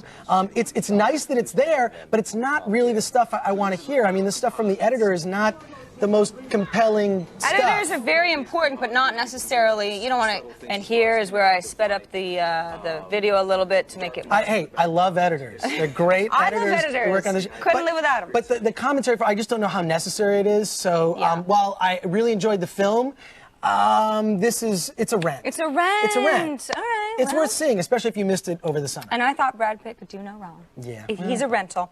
Moving on now, Star Wars Clone Wars Volume 2. Okay, now, if you've been following the Cartoon Network series, you've already seen this. The DVD has commentary, behind-the-scenes making-of called Connecting the Dots, in which they talk about how they wanted this series to be, in effect, kind of a prequel to Revenge of the Sith, kind of setting up story elements and things that happen, like General Grievous getting choked by Mace Windu, which is why he has that cough throughout the movie. I bet you didn't know that. I bet you didn't know that. It's because I'm a nerd. I certainly did I'm a not. nerd, that's why I know that.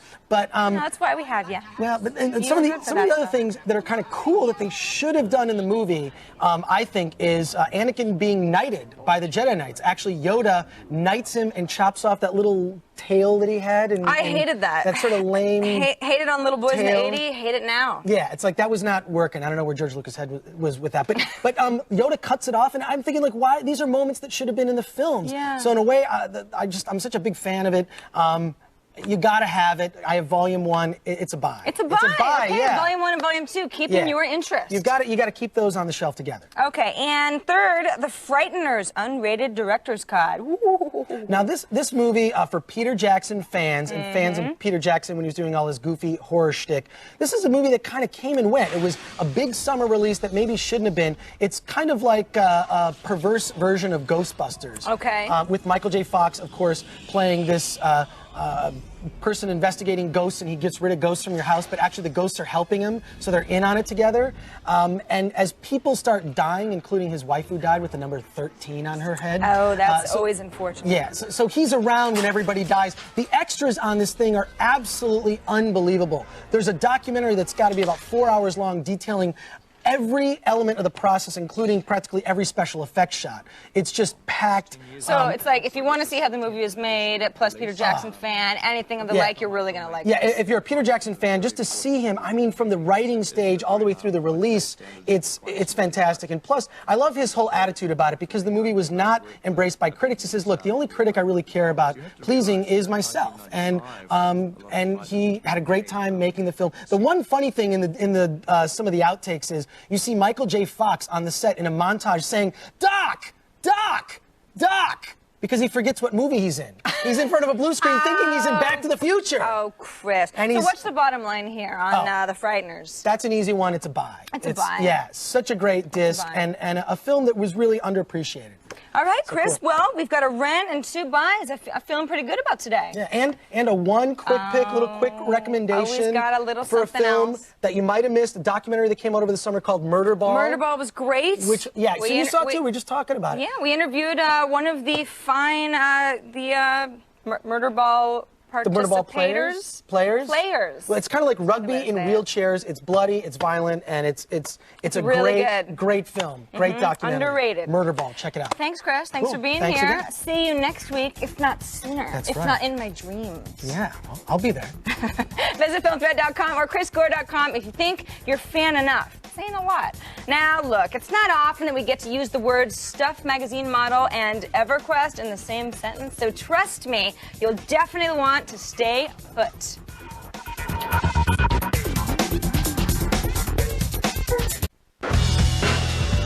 Attack of the Show. Attack. The day I let a week go by without a Verizon broadband battle is the day I'm 6 feet under, soldier! Now, when you've got a game as big as Quake 4 loaded up and ready to go, what more do I have to say? Just sign up, log on, and bring multicolored hurt to friends and strangers. They'll appreciate it. To register, just go to our website and click on Join Our LAN Party. That's where you'll get all the details and the links to get started. And we will see you Thursday for the LAN Party. It's 2 days, folks.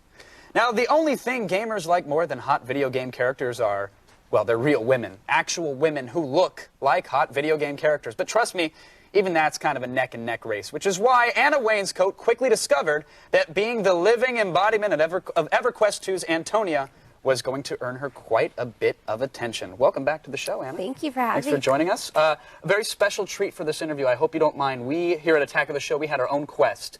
Not for Antonia, of course, but for Antonia's biggest fan. And we found him. I don't know if you've met him yet. I have not. Anna, this is Lucian Pixie Bottom? Lucian? Yeah. Lucian, Anna? Hi. Anna, Lucian. Nice to meet you. It's fantastic. How are you doing? Fantastic. He's been very excited. He plays EverQuest 2 religiously, and he knows that you won this contest. Tell me about it. How did this all come about? Well, I found out there's an online contest for EverQuest 2. Right. And Lucian, can you put the camera phone away for 5 seconds? Thanks. Sorry, continue. A friend of mine told me about it, and I checked it out. I started researching, and I started playing the game, actually. And I got into it, and I thought, hey, I look like her. I could win. And I got to go to Vegas, and it was an awesome time, and I won. Now, you did all this research. Did it ever come into play? Did they quiz you on the backstory of Antonia? Did you create your own kind of backstory? There was definitely questions about EverQuest 2 for the contest because they want to make sure someone knows about the game to represent EverQuest 2. Sure. You know, so I know what I'm talking about. And so now you started playing for the contest, and now do you continue to play the EverQuest 2? Yes, I do. Really? Yeah. So this was was this like a foray into PC games for you? Was this? Exactly. Yeah, this is the first PC game that I played. I'm really enjoying it, and hopefully start playing more. You should ask her about that. Sorry, Anna. I'm sorry. What, Lucian? There's bracelets. Bracelets, fishbone question. Okay, Anna, Lucian has a question for you. I'll ask it, though. Lucian's he's a little quiet, a little nervous, of course, in your presence. I mean, who can blame him? You're stunning. He wants to know how many Everling sisters you have to kill, apparently, in Nectropos, or in the Nectropos castle? Right. Well, that'd be 6, 1 in each castle. Okay. To get the fishbone earrings. For the fishbone earrings. There you go, Lucian. Are you satisfied with that answer? Thank you. Great. Oh, yeah, very, very sweet. Again, I'm so sorry for that. He was a guy on the internet. That's okay. Tend to be a little creepy. So now you've been playing as Antonia, or you're trying to play as Antonia? No, I have a personal character that I go on, and it is possible for me to play. We're trying to figure out if I can play Antonia, because that'd be really cool, and play with all the fans. Go around as in character as her. Mm-hmm. That's yeah. nice. And pretend that you're interested in the people that are playing. And well, I am interested. It's fun. It's actually, you can actually talk to people who are across the United States, and it's pretty cool. And having fun. And this has led to this is the old Stuff magazine. I hear you're familiar with it. I am. You had a photo shoot in it recently on account of this. I did. Yeah. It just came out, the December issue, and that's the picture. That is the picture, right? That's a shot. Okay, Lucian. Lucian. Give me like 3 minutes, buddy. We have an interview. All right, just look over there. Just look over there, Lucian. I'll get that signed for you after, I promise. All right, yeah. So that is the picture, and so the photo shoot came about because of that, and Stuff was asking questions about EverQuest. Right. Well, it was actually Stuff Casino Weekend, and Stuff Magazine and Sony Online Entertainment kind of combined and helped each other out, and I won a year contract with Sony Online. Congratulations! Thank you. And what does that contract mean? That you're officially you're it? I am Antonia for this year. And what does that entitle? Does that mean you show up to conventions, or you go to cyber cafes and surprise nerds, or? Haven't done that yet. Okay. But I went to Digital Life in New York, and it was pretty cool. It was the first convention that I got to go to as Antonia and meet the fans, and I got to tell everyone about the website, which is updated. You should check it out. Will do. QuestForAntonia.com. Are you enjoying yourself? That's the question. Oh, I'm having a blast. Great. And are most of your fans like Lucian here, or a little more together? All the fans are great. Okay, good, good. Even Lucian, you're great, Lucian. You're great, Lucian. We love you, buddy. Thanks. Thank you. Thanks again for coming, Lucian. It was a pleasure. Anna, as always. Thank you. Fantastic to see you. All right. I'm sorry, Lucian's To learn more about Anna in this month's Stuff magazine and get links to see more of Anna in our show notes. Now, we've reached the peak. It's time for the long road back. But hey, we'll have chat questions. Don't worry about it. We'll be occupied. Attack of the Show Baby. Attack.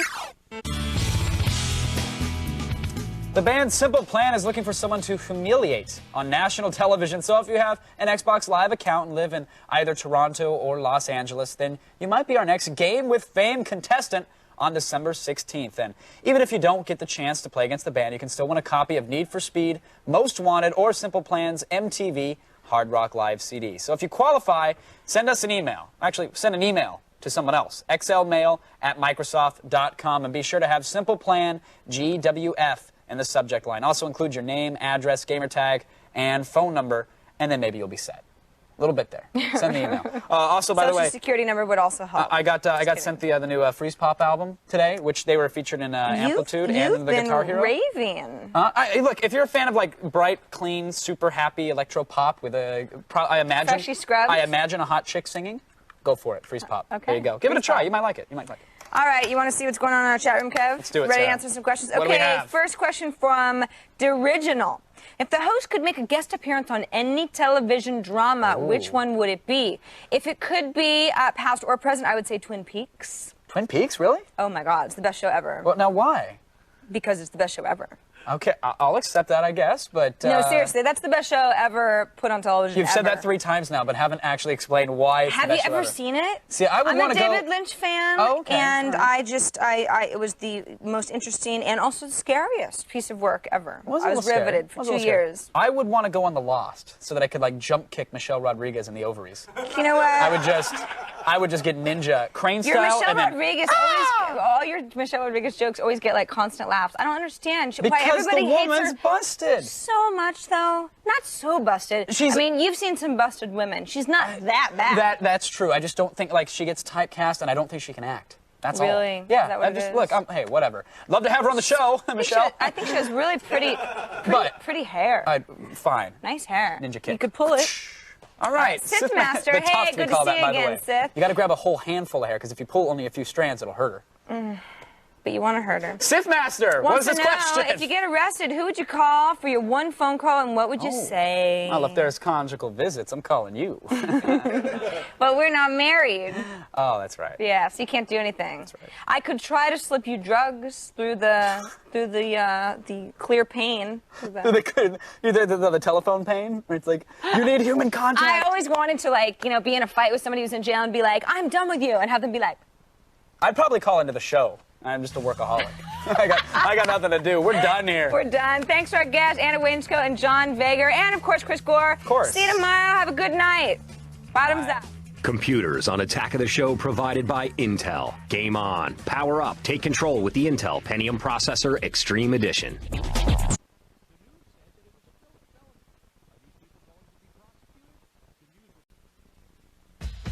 The most geek-tastic movie you'll see this year has nothing to do with the giant ape. No, we check out the winners of the 2005 Machinima Film Festival. Plus, forget games and music. We walked around the game conference in San Francisco because, well, that's what we find entertaining.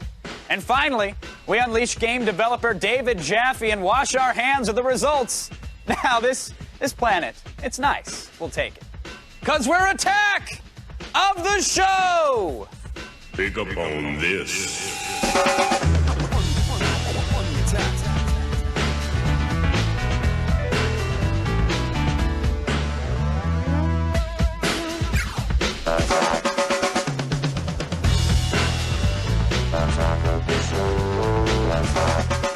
Ah, yeah, you like that? I love that jam. That's good stuff. That's one of my favorite jams. Welcome to Attack of the Show. Kevin Pereira. I'm joined. Sarah Lane. Sarah Lane. And we're also joined by you. We're live. Live. Live people, live television. I don't think we say it enough. People don't realize it. We are live. We're live. This is happening right now. If something terrible happens, there's nothing anyone can do about it. And it usually does. It's a real feeling of power, isn't it? It really I is. could take down the show single-handedly right now. You tend to, actually. You just derail us right into the gutter. But I'm not letting it happen today Thanks, because I have Garrett. important things I want to talk about. Okay, All right? let's get to 'em. Starting with, where's Saddam? Saddam Hussein. Saddam Hussein. Evil dictator guy? Yeah. Yeah, Of course. beard, Yeah. bushy. Iraqi. Yeah. I don't know. Where is he? He didn't show up today to court. Just he didn't? No, he's like, yeah, you know what? I don't really feel like it. I want to play some PlayStation. He just chilled. In his cell. He's working through God of War right now. So Saddam, I mean, what happened was that he's Whiny. not happy with the way that things are going for him. Very right? whiny. He said, I might not come, and then he didn't. He's got a lot of issues. First of all, he complained about the elevators not working. Oh, I had to walk up the stairs to get to the trial, and of course. And stairs are hard. Yeah, of course, on his knees. He's old, Sure. Hey, so he had a problem with the stairs, and then he says, "Oh, they haven't let me change underwear in 3 days." That's sort of a valid complaint. Oh, come on. Underwear for 3 days, Kevin. Think about how you'd feel. I wear mine pretty much all week. Yeah. In the name of luck. In the name of luck. So he has some complaints, and he said, "You know what? You're not listening to my complaints, so I'm just not going to show up." How you like that? Hey, I wish we could do that. When we get signed up for jury duty. You know what? Your jury duty office is too far. Yeah, just don't think I'm going to show up. That court is not in my neighborhood. I'm not going. Yeah, I got to walk upstairs. We would get dragged by the tuft of hair into the courtroom, whereas Saddam just says he's not going to go. And the question is, well, where is he? Isn't he in his cell? Yeah, Can't I mean, they isn't the guy locked up for mass genocide on Iraqi people? You'd think. He's not, though. Oh. He's not. Just go home. We'll see you tomorrow, Saddam. No, we wanted to know where he was at. He wasn't in his cell, so we had our research team go and keep close tabs on him, and they came back with some very startling photos. I haven't even actually seen these yet. I know this, all right, it looks like he's shopping for underwear at the Gap or something. That's not... he had mentioned that's what he might want to do. He is a tighty-whitey kind of guy, apparently. And those are giant, too. I didn't even see. Would you expect in proportion to the less? shopping cart, his underwear be huge. So that was photo number 1. There are 2 more, I'm told, believe it or not. Okay. 3 photos. All right. So, that's a gingerbread latte at Starbucks. I love those. But you know how long they take to prepare. A whole day of court. They're festive. No, not a whole day. And that's the thing. Between underwear shopping and a gingerbread latte, I think he could have still showed up. I do believe so. But he was very busy, of course. He's torturing some Kurds. That's what he's... Well, that's what happens for the other few hours. Oh, Saddam! You're such a crazy kid. Up to your old tricks again and the torture. Man. See you in court on Monday, Saddam. He won't be there. Yeah. Now, Kevin, my mailbox is starting to fill up with Christmas cards for my friends and family. Oh, I'm sorry, Sarah. You mean holiday cards. Oh, that's right. Oopsie, I meant holiday cards for my friends and family. Christmas is dirty word. Don't say it. Don't say it. FCC, the button, and the whip. And in fact, everybody seems to be getting in on this holiday action. In fact, the White House even released their annual holiday video starring none other than Barney and Miss Beasley. Those are Bush's Scottish Terriers. Yeah, they're adorable. It's called A Very Beasley Christmas. I'm not kidding here. In fact, why don't you just take a look for yourself? I hear you've been hiding Beasley's gift all around the White House. Uh-oh. What is it we have here? Now, Miss Beasley, I understand you've been a media hound. Perhaps this is a case of sibling rivalry. Both of you are an important part of our family, and you have to remember the true meaning of the holiday season. Now, you two run on. I've got a lot of work to do. Hey, I'm talking about dogs. I love that video. I mean, yeah, President's got some work to do, apparently. Apparently he does, and that includes bad 1980s quality video production type stuff. It's funny, I talk to my dog like this. Yeah. He talks to his dog like he talks to the people of the United States. Like we're talking to each other right now. You got to stay the course. Miss Beasley, I've got some work to do. If you could just run along, that'd be great. Beasley, there's terror. It's like, just relax, dude. The dog's hiding gifts. It's not a big deal. But the bigger issue for me is that these are my tax dollars at work. Yeah, Kevin. A 10-minute production of dogs hiding presents, and it's like if anybody's heart is warmed by this, they're the real terrorists. And really, why is the Bush family getting on the holiday bandwagon anyway? They're Christians. Oh yeah. Christmas. Yeah. Christians. True. I don't know. Everybody's PC. It happens. Hard to know what's going on with him every once in a while. But one bandwagon I think we can all get on, Sarah, is the wishing well of others. Well-wishing, if you will. Well-wishing? Yes. Okay. And one person we forgot to wish well, or to well wish upon. I'm going to drop that whole thing. Listen, it was Elian Gonzalez's birthday yesterday, and we missed it. You remember Cuban's favorite castaway? Look at him. He's so handsome in his old age. At 13, he's probably quite a dashing young fellow. Yeah, but we missed it, though. It was a little belated. I'm sorry, Elian. But don't apologize, because our good country took care of it. You didn't know? Leave it to the U.S. No, they sent him a very, very special birthday wish. Oh, that's great.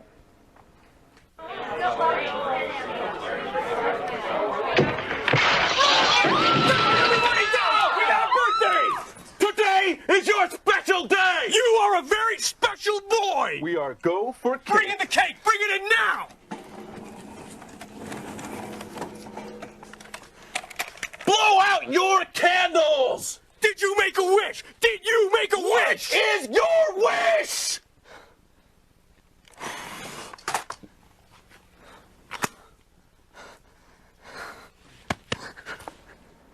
Happy birthday, little alien. traumatic. Well, they just wanted to make their point clear. Happy They're birthday, soldiers. buddy. Now, are you gamer enough to face off with industry heavyweight David Jaffe? He's, of course, the mind behind Twisted Metal and God of War. You're not selling the punch. Yeah, well, bring it. Yeah, bring it. Ask him whatever. The number, 800-839-7880. He's going to be taking your calls. Yes, he is. He is. And you can email us through our web form at attackoftheshow.com/askus, and they can chat with us as well. Sarah, how can they do that? Oh, in our IRC chat room, go to chat.g4tv.com. And Happy Campers today are going to receive 24 Season 4 DVDs. They're right there. Yeah. Can I... Yeah, no. It's for the chatters. It's for the chatters. It's for the chatters, Sarah! Now, when we return, I went to the game conference this past weekend, and I got you a little something. I know I didn't have to, Sarah, but I wanted to. Happy birthday! Happy birthday, hey! Happy birthday! Have a happy day! Happy birthday! Happy birthday, hey! Happy birthday! Have a happy day!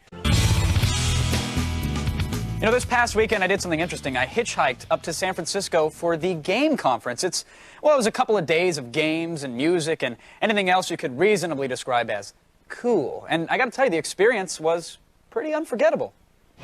We're here in San Francisco at the Moscone Center for GameSpot's game event. It's the games and music experience. Well, we see the games.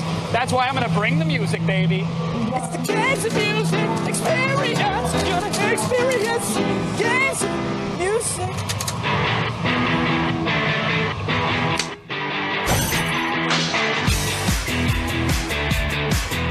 The games and music experience. It's like E3 for the people. Am I right, Jeff Gertzman? You got that right, Kevin Pereira. Good thumbs up. What we wanted to do is to end the year with a bang and get as many of the great games together as we could and have people come in and play them and just put together a big 3-day full weekend party. So you're handing out flyers and ecstasy at the front door and people are just raving like crazy. Exactly, just rolling all night, baby. Your jacket feels amazing. I know. Your hand feels amazing.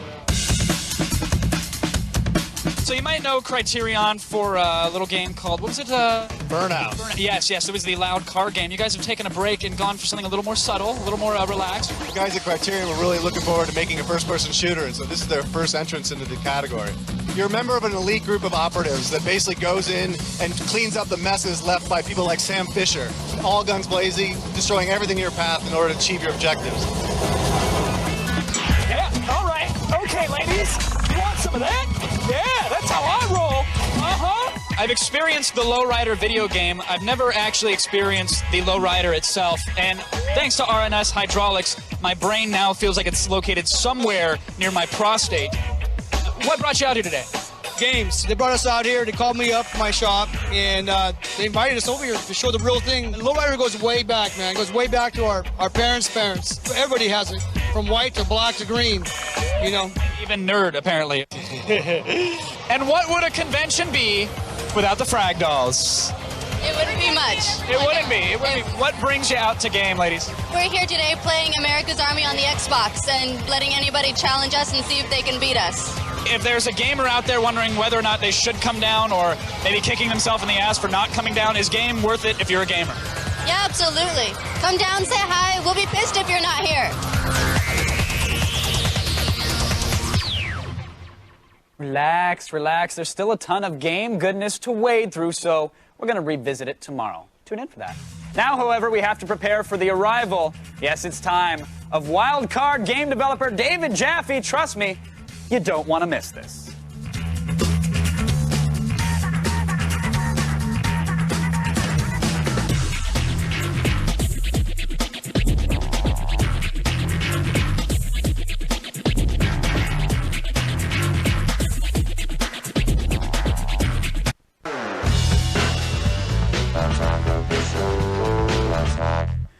You know, I feel like I need to say a little something like, the opinions of our next guest don't necessarily reflect those of Attack of the Show.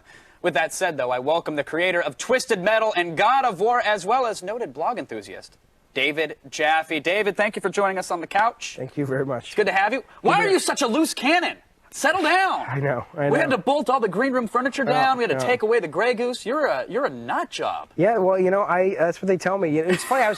I was thinking about it though. I think actually what it is that because I don't say anything that your average internet poster doesn't say. Sure. I just say it with But they're 12 and have limited brain cells. They have like the IQ of a houseplant. Yeah, I know, but you have a little bit more going for you. Very little, but I think it's just I'm passionate about games and I'm passionate about the industry. I love the industry and. I get out there and I think I don't want to post behind an anonymous name. I want to kind of say, look, this is what I feel about the business. I love the business. I love games, and sometimes I get a little bit more riled up than I should. I can't stand the fact that people think of me as this like industry ranter. I mean, I'd really rather be known for the work that me and the teams that I work with do, but it's kind of hard when you're going off on subjects that people are like, why did he say that? Well, I'd like to think that the majority out there do know and love you for the work that you do. I mean, there's I hope so. Mickey Mania. Yeah. I mean, come on. Does he? Oh, and God of War. God of War. By the way, one of the single best games of all time. And I know, nice. I know you've heard that a lot, but it's true. It's I wouldn't say it, and it's just such a phenomenal game. And my problem with it though is that there's no art there. Why can't you make a game that looks like art? Because I know.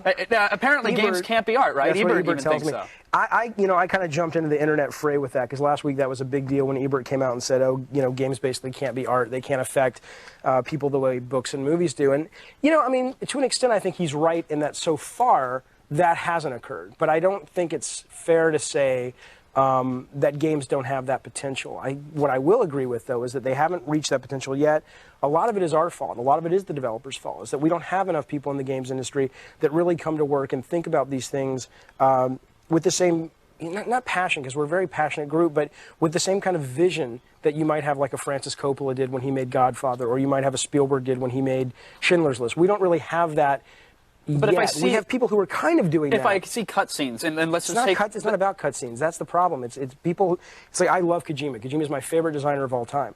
But the art is not in the cutscene. People who are like, oh, I cried at the end of Final Fantasy. It's like you cried when you saw the movie at the end of Final Fantasy. Sure, I'm not going to say what happened. But now, should games be slighted, though, for having an interactive element?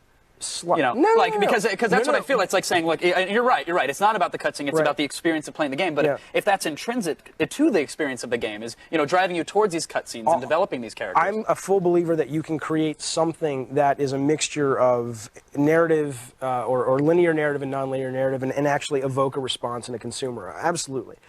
But ultimately, when you look at the real work that's being done in the potential for art in games, it's from the guys who made Ico, it's from Warren Spector when he made Deus Ex, it's the actual interactive experience itself. That's what's evoking the emotions, and that's where we should be digging. But instead, a lot of us, myself included, where it's kind of like, in Raiders Lost Ark, it's like when they're like, you're digging in the wrong place. It's like, we're totally digging in the wrong place. We're looking for other things to evoke emotion, and we really should be looking at the interactive experience. Dave, I'm just going to quickly say this, and then we'll move on to the next topic. When the vase fell off of the dresser in God of War, I shed a tear.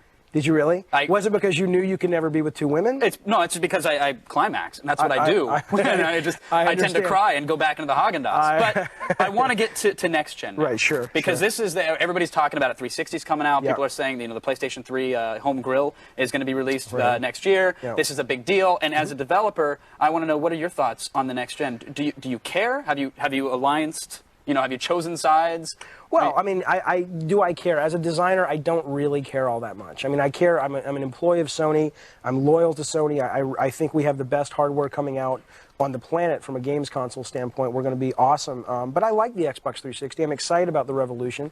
But ultimately, as a designer, the challenges that we deal with to evoke emotion, like you were talking about, or to make great gameplay, for the most part, those are the same challenges that we were struggling with on PS1 and back when I was working on 16-bit games on Mickey Mania. So as a designer and as a game director, it's neat. It's neat to have a bigger canvas, a more colorful canvas, but I really don't care. I care from a standpoint of, I hope the industry stays healthy. I want people to enjoy their games, but end of the day, what I do, it's the same.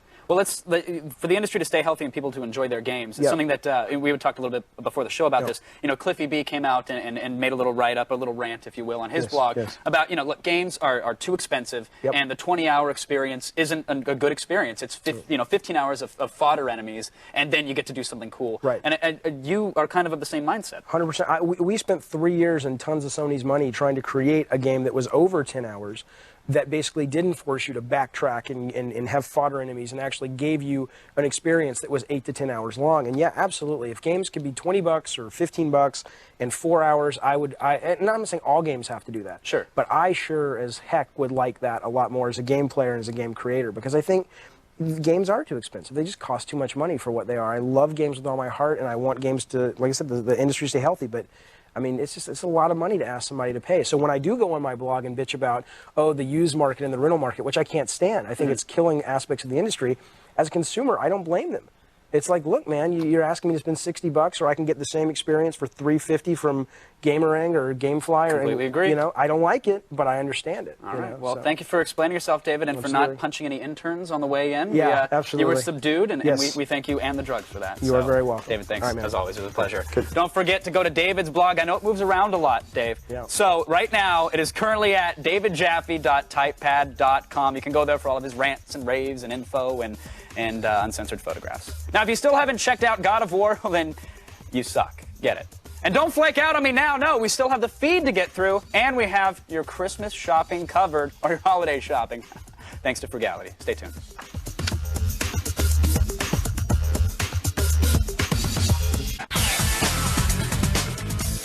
Welcome back to the show. Once again, let me remind you that you can get more Attack of the Show via our podcast. It's on attackoftheshow.com, or you can just go to the iTunes podcast directory and get a hold of it there. We make it easy on you. Also, this week's Boost Mobile live band is Trillville. Say it, Sarah. Trillville. So tune in for that. I'm sorry, are you still clipping coupons? Oh, grasshopper. You still have so much to learn. Frugality. You ready to save some cash, Sarah Lane? I was born ready to save some cash, For Mr. your, Herrera. for your holiday shopping? For my holiday shopping. Let's get in on it. Who doesn't need a cell phone? Well, who doesn't need another cell phone? Me. How about that one? No. Sony Ericsson. This is a good one. Sony Ericsson W600 phone from Singular. We talked about the phone on the show. I thought the form factor was a lot and the little antenna was wonky. But considering everything it does, and consider these deals, okay? Okay. $249.99 when you purchase with the new service plan, yada, yada. You're going to save a lot of money there. And there's a bunch of special offers. There's like a $100 mail-in rebate and then like another $50 mail-in rebate. So essentially, after you activate, you're going to get this phone, which 256 megs of memory. It's got a whole bunch of colors. You can get it in the orange, blue, etc. FM radio, so you Walkman. might have your small gripes, but for a deal, pretty good phone. Includes a 1.3 megapixel camera. Thank you. I like those. And better it's than... going to be free. Okay. After all your deals. I love that. That's not bad, right? I mean, it's like a $250 phone or a $400 phone, depending upon where you're getting. I still have my crappy VGA camera on my phone. Oh yeah. Oh, I wonder what life would be like. My for Trio, vlog, my Trio like takes like a vague like impression of what the picture should look like. Mhm. So I'm right there with you. Yeah, and mine's worse than yours. Die Hard. 6 discs. Good times. 5-star collection here, Sarah Lane. Die Hard 2, and Die Hard with a Vengeance. Awesome, man. What else is it? I was going to actually say yippee-ki-yay, and then I realized the rest of the quote was like, It was weird. I was wondering where you. I don't know what I was going to do. I was right there with it, and then I'm like, no, I'll save that for Jaffe. Were you thinking you might single-handedly take down the show right here, Exactly right now? what I was thinking. I was ready for Dave to drop the F-bomb. But anyway, you can get it. Essentially, there's a whole bunch of deals. $29.99 when you're done using a coupon code. It'll take $4.50 off immediately during checkout.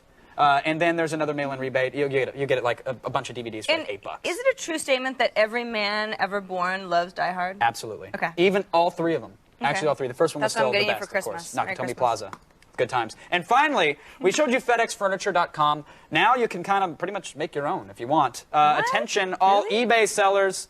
Here it is. We don't want to leave anybody out, so here it is. Co-branded eBay and USPS priority mailboxes. That will come in handy. Yeah, they're free for shipping all your gifts, etc. You have 5 different box sizes to choose from. The only requirement is that you must be an eBay user and you must have sold something within the last 30 days. If you've done that, you can get a bunch of boxes for free. And that's amazing. I mean, you can use the boxes for anything you want, right? Yeah, totally. Last time I moved, I spent like $100 on boxes. Yeah. I would just go and round up like neighborhood cats and stuff them in there and then shake them like they're presents. Take that back. For all of today's links, bring your card on over to attackoftheshow.com. And now, feed? Anyone? Feed sound okay to you? All right, let's do some feed.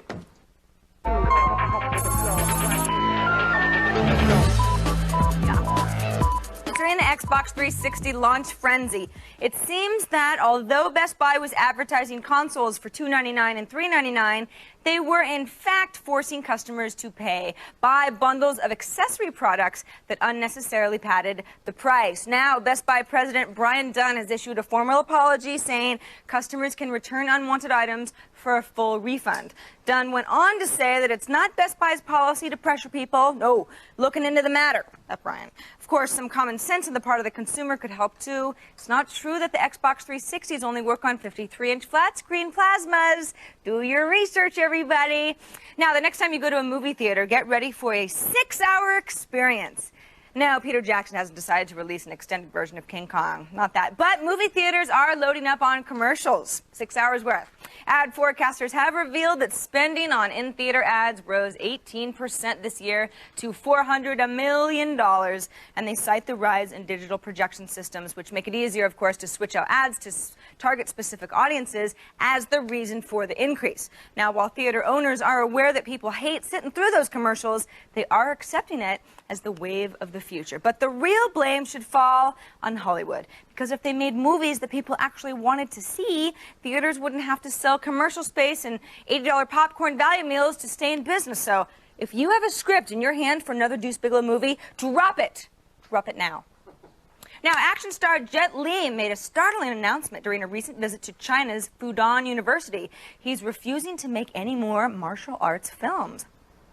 That's right. The 42-year-old actor claims that his next movie, called Fearless, will be his last martial arts outing, and that he's seeking to go in a new direction with his career.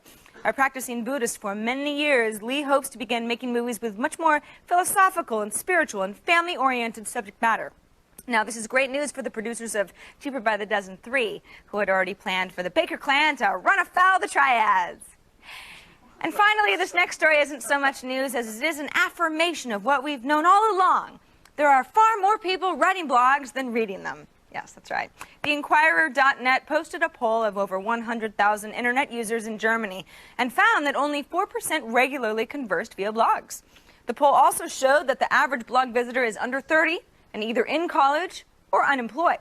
But again, this is kind of what we expected. A handful of people who feel the need to document the painful details of their mind-numbingly tedious existences, and about 60,000 people who couldn't be less interested if the blog posts were written in Esperanto.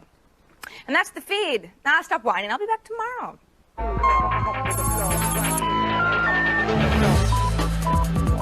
I'm sure a lot of people read your blog, David. I promise. I promise. Yeah. They're all unemployed, but they still read. Sure. At least they know how.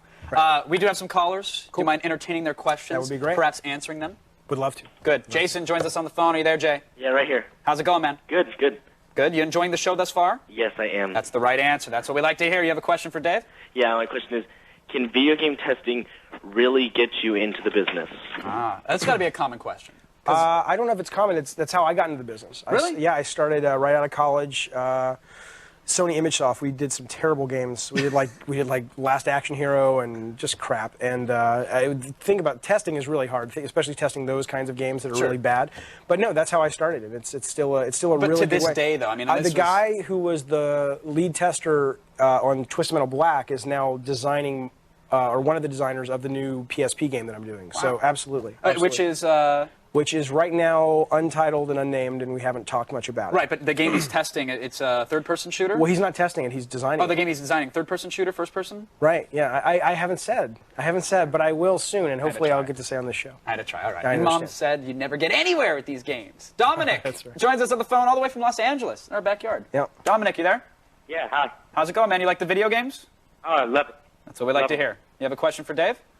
Yeah. I really want to be a game director just like you when I get my career started, and I just wanted to know if you could give any advice or anything like that for me, or what did you do to get to where you are today?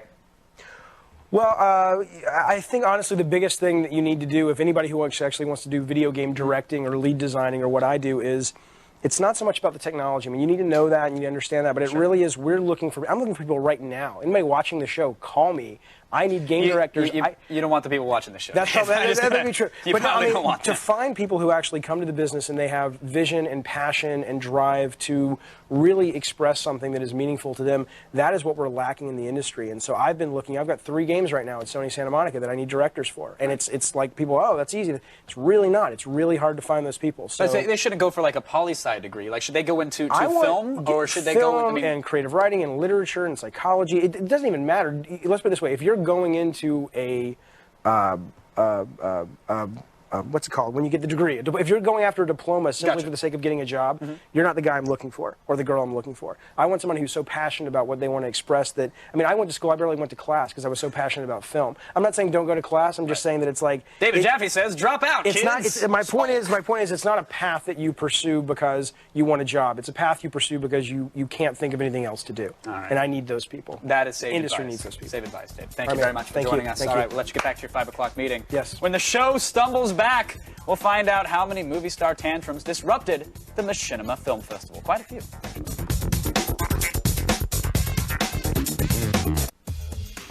On the next attack of the show, why decorate your cubicle with Star Wars figures when you can have tiny plastic versions of yourself? It's a good question.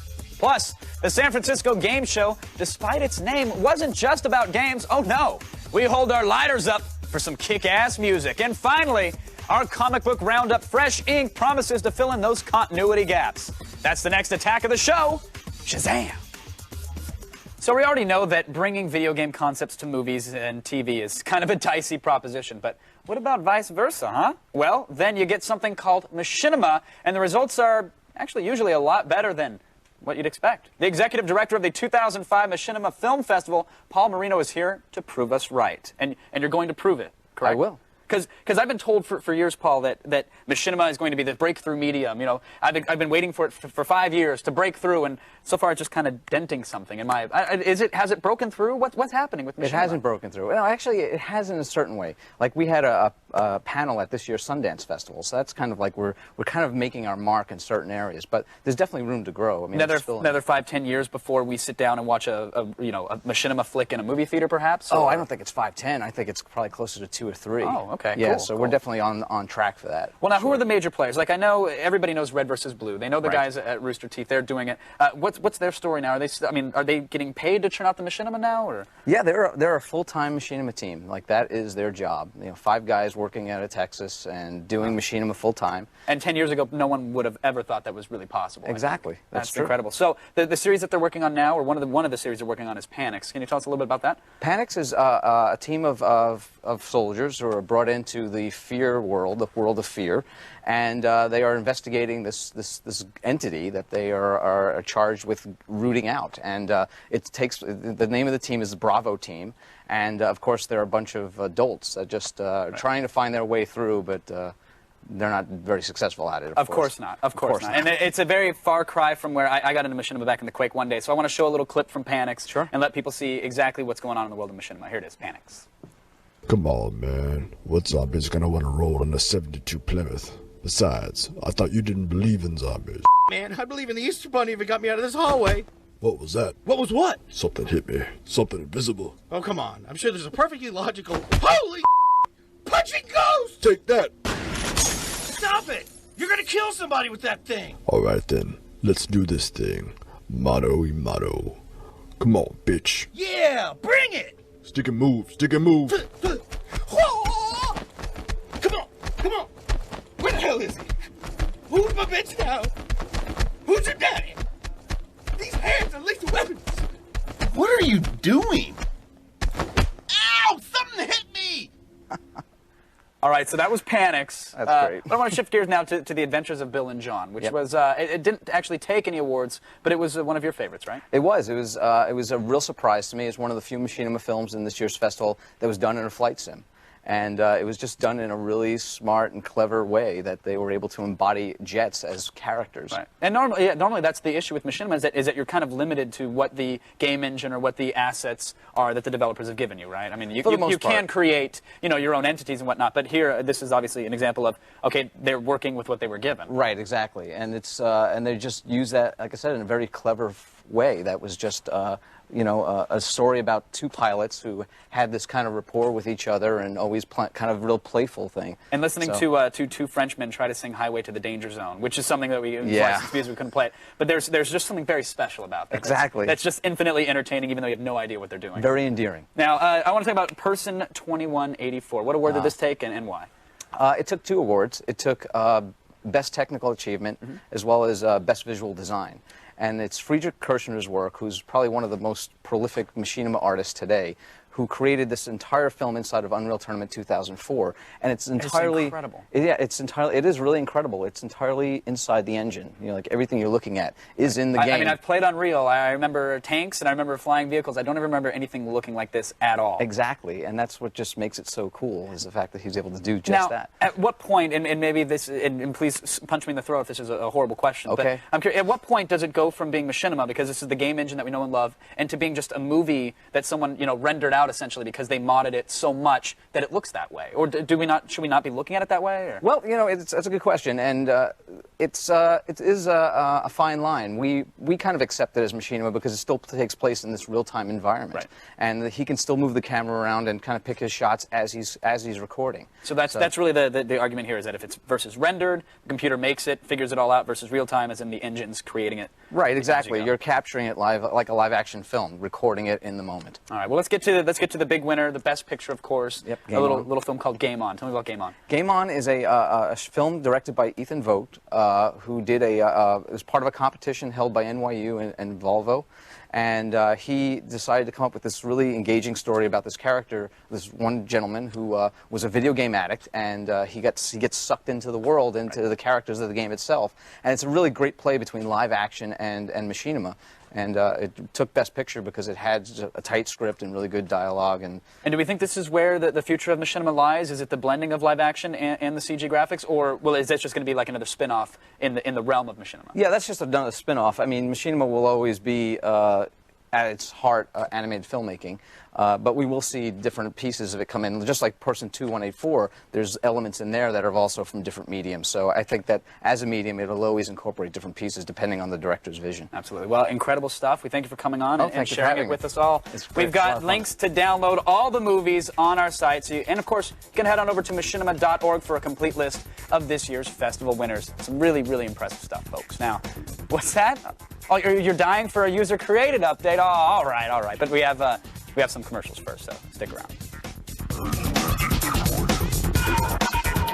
Mutilated animals. Tune in tonight at midnight for Happy Tree Friends and Friends. It's part of G4's late night block. You know it, you love it. It's the barbed wire biscuit. That's weeknights at midnight, right, Chaw, on the G4.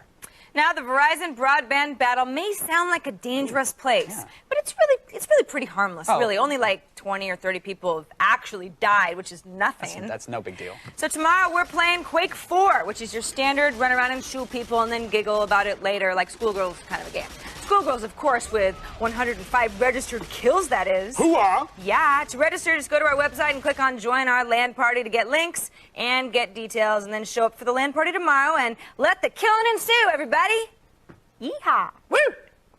Now, we would like to announce that we are not responsible for the following 3 minutes of television. Why? Well, it's user-created. This is your fault!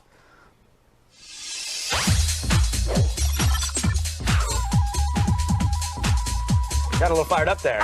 You know, Kevin, a few weeks ago, we barely got any user-created submissions. But last week, we asked for Jinx t-shirt designs, and we offered a prize, and wouldn't you know it, we were flooded with them. Hey, do something for us, and this time we'll reward you. We'll give you free crap. Exactly. So, user-created is all about money now, apparently. Yeah. You people disgust me. I know. Except that, the submissions actually were really good. They were. So remember, the contest is still going on, but here are some of the favorites that we've gotten thus far. We'll start off with Every Goody Two Shoes, who went through elementary school and graduated from the DARE program and got a nice T-shirt. David Sologaistoa. Hope I said your name right there, Dave. Shows us what it might look like if Jinx had a school program. So, way to go. Keep kids indoors, essentially. The kids love the Buffy. They really do love the Buffy. The kids love the Buffy. They were sorry to see her go. But Kyle Hendrickson reminds us who the real vampire slayer is. Simon Belmont was whipping candles back when Buffy was still... Well, she was probably playing Castlevania then. Simon Belmont? Is that a bad question? The guy from Castlevania. Oh, right. David Jaffe just died. He actually just died. Oh. Yeah. Ivan Kander sent us a strange yet oddly compelling vision of the magic of the interweb. I wish I could explain why we like this, and I can't, but we just do. It's magical that way. I love it. And Chris Elliott's submission shows us that he's not afraid to tell us how large his disc is, which is great, but I don't think floppy is the best choice of storage media. I mean, if you want to brag about it, that's fine. The ladies seem to like it. I mean, T-shirts don't lie. Floppies are rather stiff these days. True. So there's that. Our favorite submission, though, so far is Travis Mullany's combination of the Jinx skull and known badass Mr. T. This design indeed pities the noob, Kevin. It does pity the noob. Pity the noob. I think he actually said it on the back of the shirt, which was kind of clever. Yeah. And like we said, we're still accepting submissions for this user-created contest. So if you saw a design you know you can beat, there is still time for you. Or to if you want win. to rip off somebody's design that you just saw but make it look a little bit nicer. No. You can do that. Okay, don't do that. All right, don't do that. We'll be accepting designs until 8 p.m. this Sunday. So fire up your Photoshop and get to work. Remember that there are a lot of rules for this contest because hundreds, we're thousands, given millions. Even. So be sure to read them over before you send us your brilliant designs. And we'll announce the winners and hand out the Skrilla on December 14th. So good luck. Skrilla. There's more you coming up, assuming, of course, you sent in chat questions. If you didn't, then just ignore what I just said, I guess. Go to bed now. Attack of the show, baby. Attack. Oh, just so you're aware and you don't panic because we know how you get in a frenzy. In about a week and a half, we're going to celebrate our respective holidays with our respective families and our respective states of denial. That means no new shows, but we do have a bunch of best of shows lined up to make sure your fancies are tickled and are absent. So keep an eye out for Attack of the VIP, a collection of our favorite guests, or Attack of the Sith, our show's nerdiest Star Wars moments. Best of Attack of the Show. No longer an oxymoron. Not going to happen. Now, we apologize, but our chat software has been down for the entire show, so we don't actually have new chat questions. But since Dead Air rarely wins us new viewers, we've dug up some past questions we didn't have time to get to earlier, and everybody wins this way. Win-win. Win-win. That's what we like to do. Dig it on up, Attack of the Show. Sarah. All right, first question from Red Channel, who asks, do the AOTS hosts like their peanut butter chunky or smooth? That is an excellent question. That I know is- the answer. I do too. Yeah? Chunky. Smooth. What? Smooth. Oh, please tell me why I'm wrong on this one. Because it's peanut butter that's made from peanuts, and I want to be able to taste my peanuts while I'm eating my peanut butter and jelly sandwich. I need to know that it's real peanuts. Smooth is for, well, I'm not even going to say. Look, if I wanted peanuts, I'd eat peanuts. I want peanut butter, therefore, extract the butter from the peanut and let me just have that. You're a misguided young man, You Kevin are a Ferreira. filthy skank. I'm going to... Next question. Exactly. I'm not driving wants to know, my ex dumped me, and now she's kicking me out of our apartment. Does Sarah have a pull-out couch? Do you? No, but I do have a guest bedroom. Oh, nice. So you can just have your own bed there. I don't know. Yeah. You just Whatever invited your name is. invited a viewer to sleep with you. Yeah, come on over. I got room. Nobody's in the guest bed. Bring a Chunky or friend. smooth, she'll take it. It'll be awesome. Demon Speeding wants to know, what are some of Kevin's favorite games from the 16-bit days? those Let's are- go back, Kevin. Man, let's say I barely Way remember back. that. That was like, 10 years ago. So, what's some of your favorite games? I Let's know see. you remember. I had the Genesis. I was a Genesis boy. I know that explains a lot. I love the Shinobi series. Okay. Absolutely love it. Mickey Mouse, Castle of Illusion. Telling you, the best Mickey Mouse game ever. Actually called the tip line to figure out how to beat the queen at the end. You're starting to Little nerdy. salivate a I know. little bit. I'm sorry. Yeah. Let me get that right there. Okay. Is that good? Is it Yeah. good? Sadly enough, I ended up getting the Master System cartridge converter and playing like a lot of my old 8-bit games on my Genesis, but I had so many. It's so hard. So, are you done Zoom. reminiscing? I like Zoom, No. by the way. Zoom was great, where you connect square tiles All and you right. can jump over All enemies. right. It was really All obscure, right. but it's great. Pipe Altered down there. Beast, you gotta love it right out of the Shadows box. wants Super to Thunderblade, know, too. why do you think movies based on games have a hard time living up to their expectations? Because of really, really crappy directors. Yeah, or producers, And, or both. Yeah, and talent. And actors. And the list Yeah. goes on and on. The Yeah. problem is that they bank Bad sets, bad costumes, one more. bad dialogue. Bad dialogue, poorly written. Yeah. The problem is they bank on the fact that it's a game franchise, and they say, okay, well, people love Resident Evil. The game sold X amount of copies, so we know the movie's going to do well. At least all the people who bought the game are going to go see it. And it's not true. You churn out a crap movie, we're not going to see it. They're interactive and passive. It's like they don't always just mix. No, they don't. You know? They don't at all. Okay. I'm serious. Ever? They may. Here's hoping for the Halo Rarely movie. do they mix. Very rarely. May it's they like never it's like meet. smooth peanut butter. It's the best. Kevin, say goodnight. Good night. Thanks to our guests, David Jaffe and Paul Marino. See you guys tomorrow. Bye.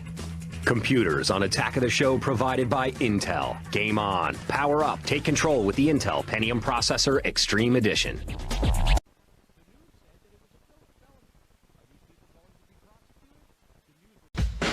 Don't wait for Mezco or McFarlane Toys to make your favorite heroes. Do it yourself. In fact, we know a guy who can help you out. Plus, we check out the music end of the San Francisco Game Conference and find it to be surprisingly tidy. Who'd have thought? And finally, you like the comics, we like the comics, but more importantly, Blair Butler likes the comics. She's back with more fresh ink. Now for a program that's neither the disease nor the cure. It's simply Attack of the Show! Pick up on this.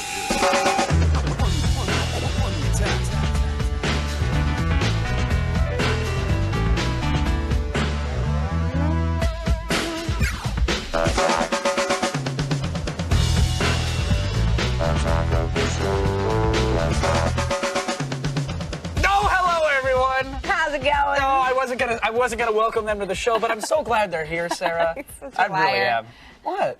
I look forward to it the entire day. It's the one thing I look forward to saying, hi, welcome to our little television show. This is why we exist, Kevin. Pretty much. For this hour of television. We have are zero glad lives, to have you. no social lives, no interests outside of this wonderful hour of television. What's an interest? Exactly. Now, some people do have interests in other realms, in other areas, one of them being politics, and that's why I would like to talk for a second about Arnold Schwarzenegger. Oh, this should be rich. Our beloved governor. There, look at Arnie, the governor. He's cute, right? He was endearing. He did good.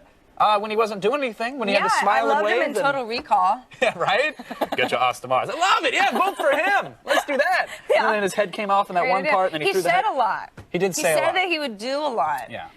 The doing and the saying have not matched up on all accounts. He did anger a lot of people. Yeah. He angered a lot of teachers. He angered conservatives for his appointment of Susan Kennedy as a chief of staff, Democrat. Right. What are you doing, Arnie? And, his last bout of initiatives, they all got, denied. Yeah. People voted against him pretty much unanimously. So now, the California Republicans, they're freaking out a little bit. Freaking out. Right. They're a little worried. They're freaking out! Well, no, okay, not that much, though. Okay. But maybe they are. Maybe they are. Maybe it's a calm under the surface thing because they're thinking of nominating, and I kid you not, Mel Gibson. Okay. Mel Gibson for governor, ladies and gentlemen. Stop yeah. clapping, Kevin, and explain to me what's going on with the world. Okay, people are saying perhaps Mel Gibson should run if Arnold Schwarzenegger decides to not go for a second Passion term. of the Christ, Mel Gibson. Big scary crazy beard these days, Mel Gibson. Nut job. Woo! Yeah. Yeah, exactly. Is he a Scientologist? It'd only be better if he was. No. Because that would really complete the trifecta of crazy. But he's been accused of other things. Yeah. No, so the push was started by the California Republican Assembly, right? Okay. And they said that, this is a group of people, by the way, that Reagan once called the conscience of the Republican Party. So this isn't just like some crazy right-wing group. This is apparently a big deal. Well, they're saying, that's remains to be seen. They're saying he should be the governor, and I say, look, like having an actor once was cute. It was a great idea. We're in California, Right. Hollywood. Yeah, great T-shirts. Let's just see what happens. If you go through LAX, great T-shirts. Totally Black and white cool. of the governor. The governor. Good coffee mugs as Yeah. well, and it was good for a photo op or three. Great slogan. Getting a little ridiculous now. Yeah. Like just because the Passion of the Christ did well at the box office doesn't mean he would be a good politician. It really doesn't. It really doesn't, folks. Like, and I can't believe I would ever ask for an actual politician to be governor, but I think we're getting to the point where we've come full circle. Yeah. Bring back the politicians. Please. Let's bring the state back to the great state it once was. Please. All right, so Kevin, I don't know how much you like music. I'm gonna guess, I've dabbled. You've dabbled in a little music. I've dabbled. Makes me a little nauseous, a little gassy. Well, you'll be happy to know that the Grammy nominations for the 48th annual Grammys were announced this morning. Wow. Yeah. So. Hold on. Wait. Let me put on the pretend to care face.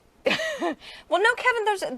There's some decent acts. Okay. For example, for Record of the Year, we actually went out and bought some. We want to stay up. We actually bought music. Wow. We bought music. Who does that? Well, we want to make sure Mariah that Carey. So we've got Mariah Carey. We Belong Together. That's one of them. That is Photoshopped. Well, she's a little porkier in real life. I think. What are you doing? Gorillaz, Feel Good Inc. Another song. We like that one. Yeah. Okay. It's kind of a danceable we type like of a it, track. Sure. There's also Green Day, Gwen Stefani, Kanye West. Fantastic. Those are all nominees for. All right, I don't know where you're driving this crazy Grammy train, but I want to hop out and do a barrel roll onto the side of the road because I just don't care. And the reason I think it's so hard for people to care is that it's hard for anyone to understand who's picking them. Nobody really knows who Sure. has decided that Mariah Well, I Carey know is who's one of the picking it. 5 It's like the best. TRL, 15, 14-year-old somethings that go to the Best Buys and they buy the CDs or whatever. But when was the last Well, I time? don't think they're really nominating it. When was the last? No, but they are because it's the popular artist. It's And the when was the last popular time you went to download or purchase a CD and went, oh, you know what? They're not Grammy nominated. They haven't won an award. I don't think this is quality The only music. people who say I'm that sorry. are like PR executives. Exactly. Like, And cut it when's the out. last time you flipped on the TV and there wasn't another award show on already? Wasn't the Billboard Awards, 2 nights ago? They're the, was it? the We Wore Green Shirts Awards. Is that It was what it on is? last Saturday. You were nominated, by the way. You were dressed like an elf 2 days ago. That was nuts. I won. That was nuts. Record of the year. But with that said, apparently some people do care. Some people do care, and maybe we're missing something. Yeah. So we want to get your opinion. So we've created a poll, Kevin. Ooh. I don't know when's the last time we created a poll. It's been a while. We said So- we'd never do a last one after that kid got set on fire. Well, we're doing it. So the poll today is who should win Record of the Year? A, Mariah Carey. B, Gorillaz. C, Kanye West. D, Gwen Stefani. Yep. E, Green Day. And F, don't give a rat's ass. Ooh, I wonder which is going to win on our poll, Sarah. I don't know. I think we set them up for that. Well, we shouldn't have. But if one of the artists is your favorite, then please vote for them. We want to know. We want to see if we can I got to predict tell the you, future. and I don't mean to sway the vote any further, but I'm a bit of a holler back girl. I've been around the track a few times. It's I not know going to that- go on like that. I know the stomp routine. I've performed it before. I kid you not. You know why? Because it's 'Cause I love- bananas. It is BANANAS. Okay, let's stop. All right, moving on. What else is bananas? Keep going. Well, that's not a good segue, but we'll take it anyways. All Today right. is the 25th year anniversary of John Lennon's murder. Wow, that's bananas, Kevin. It is a little on the fruity side. Look, no disrespect at all to fans of John Lennon or to his family whatsoever. He was gunned down by a fan Sure. back in 1980 in front of his apartment, or in front of his home. People still have moments of silence for it. The problem is that I just can't relate. And it's hard for me. People are talking about it all around the office. Of course they're upset. I mean, they have every reason to be upset, but I wasn't even born when it happened. Whoa. And I have to imagine that a Yeah, lot that of our was audience 1980. either wasn't born or was too young to really have a big impact. And so the question is, how do you relate? How can you share in this? Well, you could, listen to a wealth of Beatles and John Lennon music. Sure, and I do. Okay. Have. Still can't relate? Not really. It's like, well, I'm glad the music was there, but how do you cope? How do you deal with it? How can you? How do I cope? Help me help others, Sarah. Well, I know a lot of the people in the office were calling their parents to comfort them. Sure, I wanted to. Because for a lot of people, it's the parents. Yes. The parents that were really devastated when That's this what I'm happened. saying, but I don't know what to do. Well, maybe we can take some tips from those guys. Oh. For example, a few of them told their parents to, look on the bright side. Oh. Well, at least he didn't live long enough to, embarrass himself like the Stones. True. That got a groan and a half from back there somewhere. Wow, all right. Yeah. Anything Some else? encourage them to appreciate what they still have, Kev. Oh. Yeah. Well, you still got Paul and Ringo. Well, Paul, anyway. All And right. finally, others tried to find, some common ground. Mom, I know just how you feel. I went through exactly the same thing when Michael Hutchins died, when he hanged himself, while masturbating. Mom? Yeah. So, I'm hope you just can gonna- relate, Kev.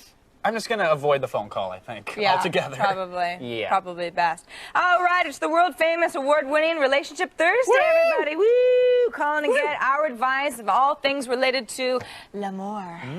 Kevin. Okay, the number is 800-839-78. Fritos? Fritos. It was Fritos, wasn't Oh it? my gosh, you're amazing. Hey, all right.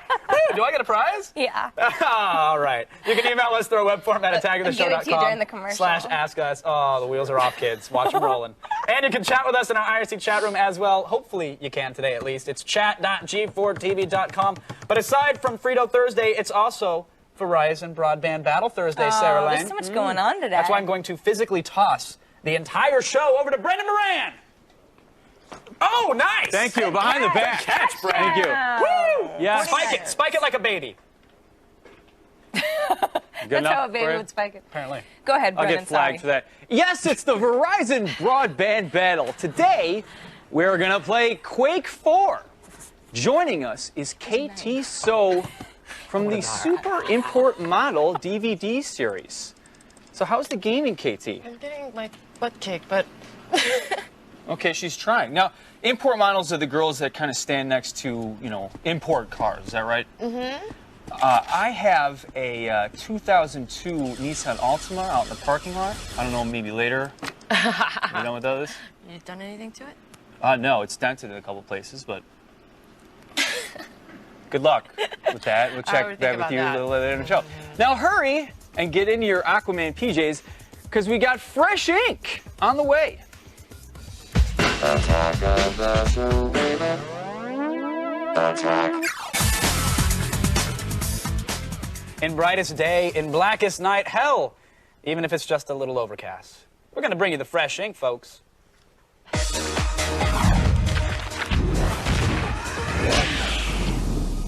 I'm Kevin Pereira. You know you love her. It's Blair Butler. Hey. And there's hundreds of thousands of fanboys right now dying to see what you have chosen this week. It's a great week for comics, actually. Just really quick off the top, new issue of Gotham Central came out, which just talk about it really, really fast. You guys should pick this up because if you're a longtime fan of the series, one of the biggest characters in the series, huge shocker ending. So Ooh, that's like literally like a huge, like a like giant, dead, like gone Magneto-sized forever. shocker, or well, I mean, it's a series Sentinel about cops, but oh, all right, yeah, fair yeah. enough. All right, let's get to the Ultimates. The because Ultimates. The Ultimates 2. yes, pick of the week, hands down. Hands down. This is, if the Avengers, if Marvel's sort of preeminent superhero team had a gritty documentary made by HBO about them, this is what you'd get. This is one of my favorite comics on the market, hands down. It is so... it's basically taking iconic characters, Captain America. Yeah, there's like armies of Captain Americae. Right. Or Americas. Right, right. How you pluralize a Captain American, but... Yeah, no, this is all part of Marvel's relaunching all its series and sort of making them very edgy. And I mean, like, in this comic, Iron Man is a drunken womanizer. Giant Man / Ant-Man beats the Wasp, who's his wife. Awkward little domestic Well, hey, he abuse. asked for a sandwich twice, Blair. I know, and she's tiny. She can't carry it. It so happens. yeah, this A little issue political too, though. There's like it's a very anti-American in this issue. Well, it is a little bit. I mean, a lot of people have a problem with the Ultimates, which I love because they feel like the story arcs take a long time coming, but when you hit the action, and this is one of those big This action issue is issues, it's just so great. But basically what's been happening is the team has been decimated, and the Avengers has always sort of been the world's superhero team. The Ultimates has turned it into very much being America's corporate superhero team. Sure. And the big story arc here, the resolution, is that we're finding out that everyone else in the world has assembled their own version of the International Avengers to And the take out backlash America. is happening. So the backlash verdict, is I think happening. we don't even need to ask, but for the sake of fun, this Yeah. is a buy, I'm assuming. It's a buy. There are super soldiers busting through like Giant Man's rib cage. It's awesome. And they're like superhero Q-tips as well. They are. Bursting out of ears. It's awesome. Actually, it's quite brilliant. Yeah. Now I want to move on to something that you don't think is as brilliant, Jonah Hex. Right. I thought the issue was all right. Yeah, It was all right. it's all right. I don't mean to be Leno about it, but... Here's the thing. Last week, I was talking about Loveless and about how I was just like, oh, my God, that's so gnarly and so brutal. Right. And Jonah Hex, for me, Jonah Hex #1 was just such a great issue. But now we're in Jonah Hex #2. And this issue, it's basically a bounty hunter that DC invented in the 70s. His face was horribly scarred by a tomahawk. It's a Happens. Western series. You know how it happens. Superheated tomahawk. You're playing around and, oh, little there's skin. my face is gone. take That's it. awkward. Anyway, this is the relaunch of the series. I really like the art a lot. Some people don't care for it. I think it's perfectly in keeping with the Western theme. I agree. I thought the art style was fine, but now what was your problem with it? I mean, look, there's a All right. kaboom. There's obviously there's an explosion. I'll tell you what my problem was with it. The first issue of this series was great, and it features small children fighting pit bulls. That's hard to top. The second issue is a real letdown because it's very generic. It's weirdly It is really generic. All right. So are we buying? Are we browsing? Or are Browse we it, burning? browse it, but buy the first issue. Buy that one. Okay. Keep Maybe it in its they'll little pick it back slipcase. up with #3. Right, All exactly. And gruesome cover on the first one. So. Now, this next one, I still don't understand. I'm not sure what I read, I have to be honest. Marvel Zombies. Right. This. I mean, what is going on in this thing? You know, sometimes comic book companies have concepts that they're like, hey, wouldn't it be great if Spider-Man was a zombie? Sure. I mean, it's the argument against medicinal marijuana, essentially. I mean, Spider-Man eats his aunt. Right, exactly. What the hell is going on in this? What, do we know why all of a sudden these heroes, these Marvel heroes, are zombies? Do we know? Or Yeah, mutants? I'll tell you why. There was the Ultimate Fantastic Four, another comic book. They had one issue where the Fantastic Four went to an alternate dimension where all the superheroes were zombies, which is was fine for one issue, and then Marvel was like, I like this idea of the Hulk eating people's heads. Right, let's spin make this bad a boy series. off. Right, and the one thing that they did right was they got Robert Kirkman to write it, who writes The Walking Dead, which we all know is my favorite comic. Not all zombie comics are created equal. I discovered this week. It's not so good. I still had fun with it, but, Yeah. but I need to have your verdict, of course. Buy, browse, or burn. Well, it's kind of a novelty comic. I'm going to have to say, if you like your heroes decomposing, buy it. Everybody else, browse it. Although I will say, there's a great scene where Spider-Man breaks down and says, I got hungry and ate my wife and my aunt. Yeah. Ooh, awkward. Look, it happens. He's going through a rough time. He is. It is. And then finally, of course, an indie pick as well. You always have something Yes, good for us. right. Tell me about Icehaven. Icehaven. Okay, this is by Daniel Clowes. He's like, he and Chris Ware and a couple other people are really the pinnacles of the indie comics scene. And this is a collected, it's a collected volume of his story, Icehaven, which appeared originally in 8-Ball issue number 22. I'll talk more about that later. But basically, the premise of this, it's like a misanthropic R-Town. There's a child that's kidnapped, and it's every point of view of like all these different people in the town sort of reacting to it.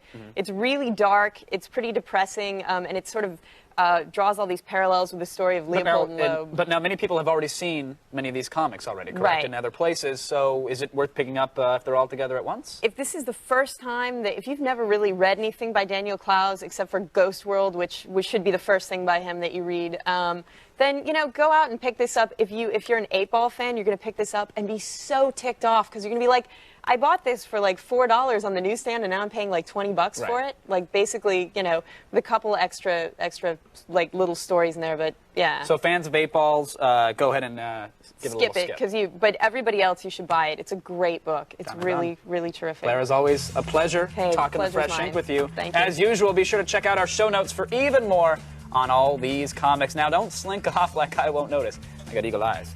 Because Sarah risked arrest and a body cavity search just to bring you a damn good website. It's coming up next.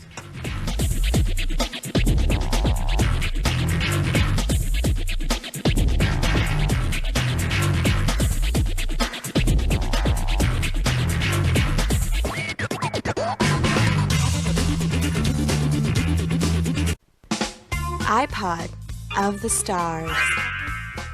Kevin Federline's iPod. Baby Daddy, Wyclef Jean. Nah Work, Prince Malachi. Redneck Gigolo, Terrell. Living the Life, The Notorious B.I.G. Grifter, Overcast. The Bitch Just Kicked Me Out, Nashville Pussy. Search your favorites list. Sure, those are good and all, but how many would qualify as a damn good website?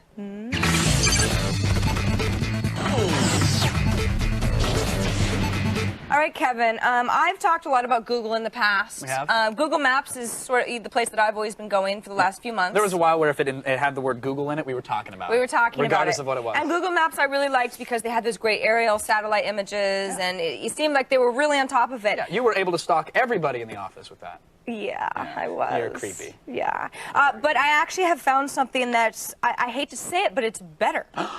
Windows Live Local. Wait. Microsoft? Are we talking about a Microsoft thing being better than Google? Which is so embarrassing. You just opened the portal to another dimension of fanboy. But you know what? I'm not gonna do this without backing it up. All right, let's hear it. Let's hear it. So here we go. You're looking at what we've brought up as a map of our office. This is where we are at this moment. Okay, well that's a map. That's Google can do that, Sarah. Right. Google can do that. Google can do that. And then you switch to an aerial mode, and you kind of go, okay, that's neat. Well, Google can do that too. Google can do that But can Google give you a bird's eye view that looks something like this? Oh, Google don't do that. Google don't do that, Kevin. Google don't play that. Google don't do that at all. That's weird. And if you want to even closer bird's eye view, you just click on sort of a what? Yeah, whoa. Are you whoa-whoing me? Oh, sure, Google don't do that at all. Google don't do that either. And and at this point, it's like this is not only our offices, but you can see the dents in Brendan's Maxima. Yeah, Ultima, Kevin. Ultima. Oh, I'm sorry. Yeah, he would never be caught in a Maxima. My God, get it right. So anyway, this is really cool. Now, once you have the bird's eye view, we're looking north. What if we want to look south? Well, Why you don't we can't just because you click only see south? one angle on the satellite, right? Au contraire, my friend. Look, we just well, if you want to look at it. Whoa! Okay, and now stay with us. Stay Hold on the page. We'll just go west. Anyway, it's really cool. It's like a bird's eye view that's not so aerial, because aerial can be, I don't know, a little deceiving sometimes. Sure. I mean, it's so, I guess aerial is the complete bird's eye view. Right. This one is sort It's of also like, a great sans serif font. isn't it? So not only have we looked at our own offices, but we've gone into Manhattan. You know, we've got a bird's eye view of, you know, down by, at 1600 Broadway. And I thought, okay, and by the way, it's worth mentioning that at this point, it's only in major cities. So you can't just do this for, you know, if you live in Podunk, Iowa, or something like that. It's okay. Sorry, viewers. I'm from a podunk town myself. I'm sure Sebastopol is not on Windows Live Local yet. Probably but not. I did pull up an old address in San Francisco, my old apartment on Turk Street, and there it is. And if I want to get even closer, it is super cool. I mean, that is literally my old apartment building. I loved it. I used to throw rocks at that window. I missed that. No, you never lived there, Kat. I don't think you were alive when I lived in that apartment. Probably wasn't. Anyway, if you want today's website link, this is fun. It's really cool. It's at attackoftheshow.com, which happens to be, like, so itchy. It's like the itchiest place on earth. They have creams for that. Can you tell me about that later? Yeah, totally. Good. I got some on my desk. All right, stay put, little elves. We unwrap the feed after this. Plus, we're going to lend our ears to the music side of the game conference.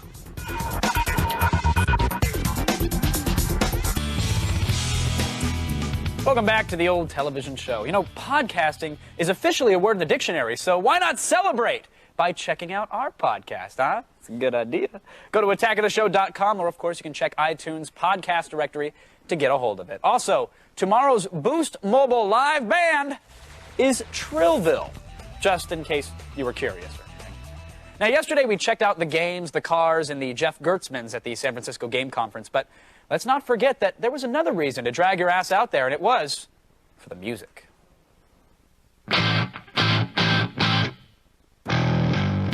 Game is a convention designed to show people the importance of video games and music and how they're related, but if you just walk around and ask anybody that's attending, they'll tell you they already know that music is an integral part of the gaming experience. Smoke on the water.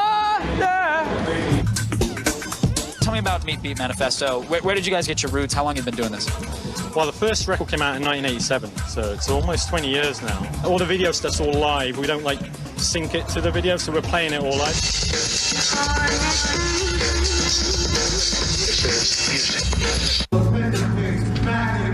How do you describe the music of Colossus? Well, you know, I would say that it's a pure form of music, but it's not just one form. There is really no one sound or one genre that we're dealing with. Sir, this is our stage, man. We're putting on a live show here. Oh, nice. Where's the camera? Music is always really important to the video game experience. And with Guitar Hero, our game that we worked on in particular, the music is the game. Here at the Games and Music Experience, you can experience games, you can experience music, and you can also experience street culture via a graffiti wall. Now, what I learned from an HBO documentary once was that if I sign my name somewhere on this guy's tag, a mother is gonna get shot tonight. Watch. Boom! Goes the shotgun shells, bitch. Well, everybody who was expecting E3 for the people got exactly what they wanted. A chance to show up, play some games, maybe gawk at a few booth babes. I could use some arm candy, I'm just saying. Well, I'm just glad I finally found a nice, quiet place to rest my head. So I'm going to sign off from the Games and Music Experience. Take care, everyone. Very, very, very successful first outing for the game conference, and I must say, not only was it great to see people getting their hands on stuff that they normally couldn't or didn't get a chance to anywhere else, but Meat Beat Manifesto, I can't say it enough, some of the best stuff I've seen ever. These guys are video jockeys that know what they're doing, so if you ever get a chance to see them, please do. But now, in the meantime, pay attention, or at least have the decency to fake it. Here's the feed.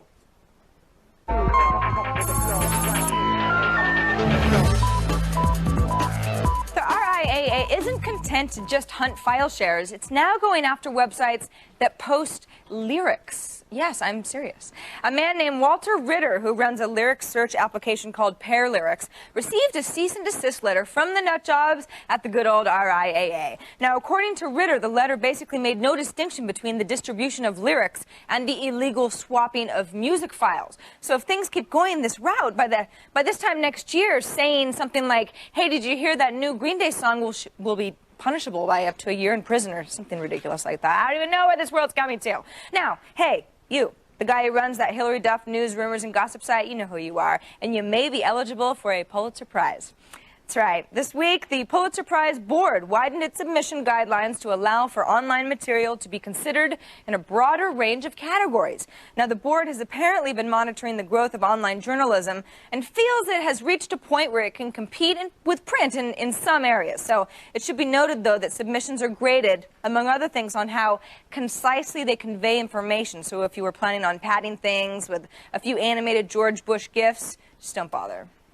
Now, we pretty much knew that Nintendo wasn't even going to compete with the Xbox 360 and the PlayStation 3, but new rumors suggest this might not be a bad thing.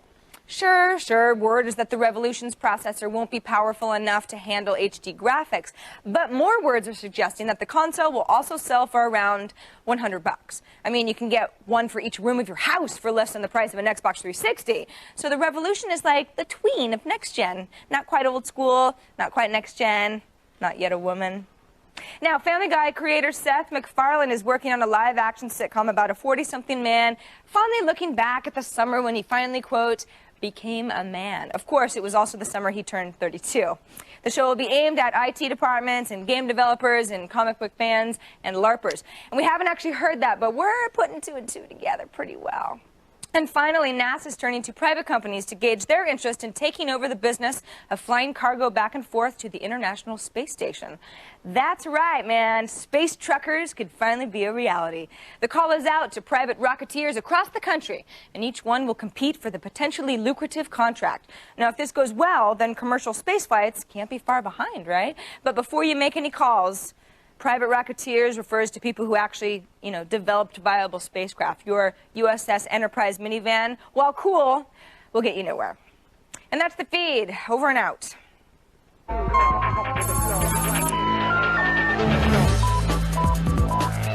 It's your very special day, Sarah Lane. Why? Because it's Relationship Call Thursday. Bring him in. Who do we got? Brendan joins us on the phone from Denver, Colorado. Thanks for joining us, Brendan. Hey there. Unfortunate name. What up? What's up, Brendan? Oh, not much. Just sitting around reading a book. Reading a book? Reading a book, yeah. Calling Attack of the Show. Yeah. It's my kind of guy. Boy, that's two kinds of excitement, ain't it? Yeah. What do you got for us? You got a question? Yeah. I was dating a girl for 6 years, and at that point, it's a kind big of, mistake right off the bat. You start to, you kind of ponder marriage and things like that, and you kind of get spooked certain things, Yeah. So I thought I'd invite her into the world of good television. Oh, I thought you were going to say S&M or something like that. This is the world of I thought I'd invite her into my world. I just wanted to put a collar on her. So you wanted to show her some of the shows that you like, for example. So, I wanted her to sit down and maybe watch an episode of Firefly, because we got the box set. Thought, hey, let's pop that Serenity in. fan. Yeah, maybe. Calling in. Yeah. We wonder where you were. And so what? Did she like it? Did she hate it? See, that's the problem. She said it was the dumbest show ever, and it was enough to spook me into the point of we broke up, and I was wow. I think I'm in the right. Dumped a woman for having taste. You can't blame her. Well, some people like Firefly. People that I respect like Firefly. Oh, it's true. Wow. It's true. People you respect even. Yeah, no, I know. Perhaps. And not you, sir. Brendan, sometimes people can't agree on things like what's a good television show. No, I can't. That's just the way the cookie crumbles. I mean... It's true. Poor girlfriend, 6 years, man. She gave you 6 years. You broke up with her because she doesn't like Firefly? What the F? I can't imagine they never saw TiVo in 6 years. They just never got on the couch together. But it happens. I say, hey, look, if she obviously wasn't the one for you. Period. Good move. Katie, tragedy. join us on the phone from Canton, Ohio. Are you there, Katie? Hi, Katie. Yes, I am. How are you? Good. How are you guys? Doing very well. We're really great. Good. So what's your question? My boyfriend is a hardcore Halo player. He's into first-person shooters, and I was wondering, what should I get him for Christmas? Because he's super picky about the games he plays. And is he like the gamer who already has everything kind of a guy? Yeah. Sort of, but not really. He's got the 360, he's got the Xbox, but he just still plays Halo. I always find the perfect stocking stuffer is Oral. But, I mean, how long have you been with them? Did we lose? Hello? Oh, I guess we lost her, unfortunately. I don't know. I mean, if he likes first-person shooters, he's probably got a lot of them. I guess the question is, does he have a... Did you sorry? say what I thought you said? Probably. How do you get that into a stocking? Well, if she's a talented woman, she'll figure it out. All right. You know what I'm saying? And then you could throw in a candy cane You or could two. use a sock or something that kind of works. Anyway, look, if he doesn't have a next-gen system, I'd say that's the way to go. If he's playing Halo, get him the 360. It'll look a little bit nicer. She said he had? He can take it online. No. Did she say that he had a 360? I think that's what she said. Oh, I tuned out. If he's got a 360, I think he's got everything. Answers oral. When the show finishes powdering its nose, you'll find out why today's LAN party is hot enough to melt Brendan's veneer. That's of cool. That's hot. It is hot.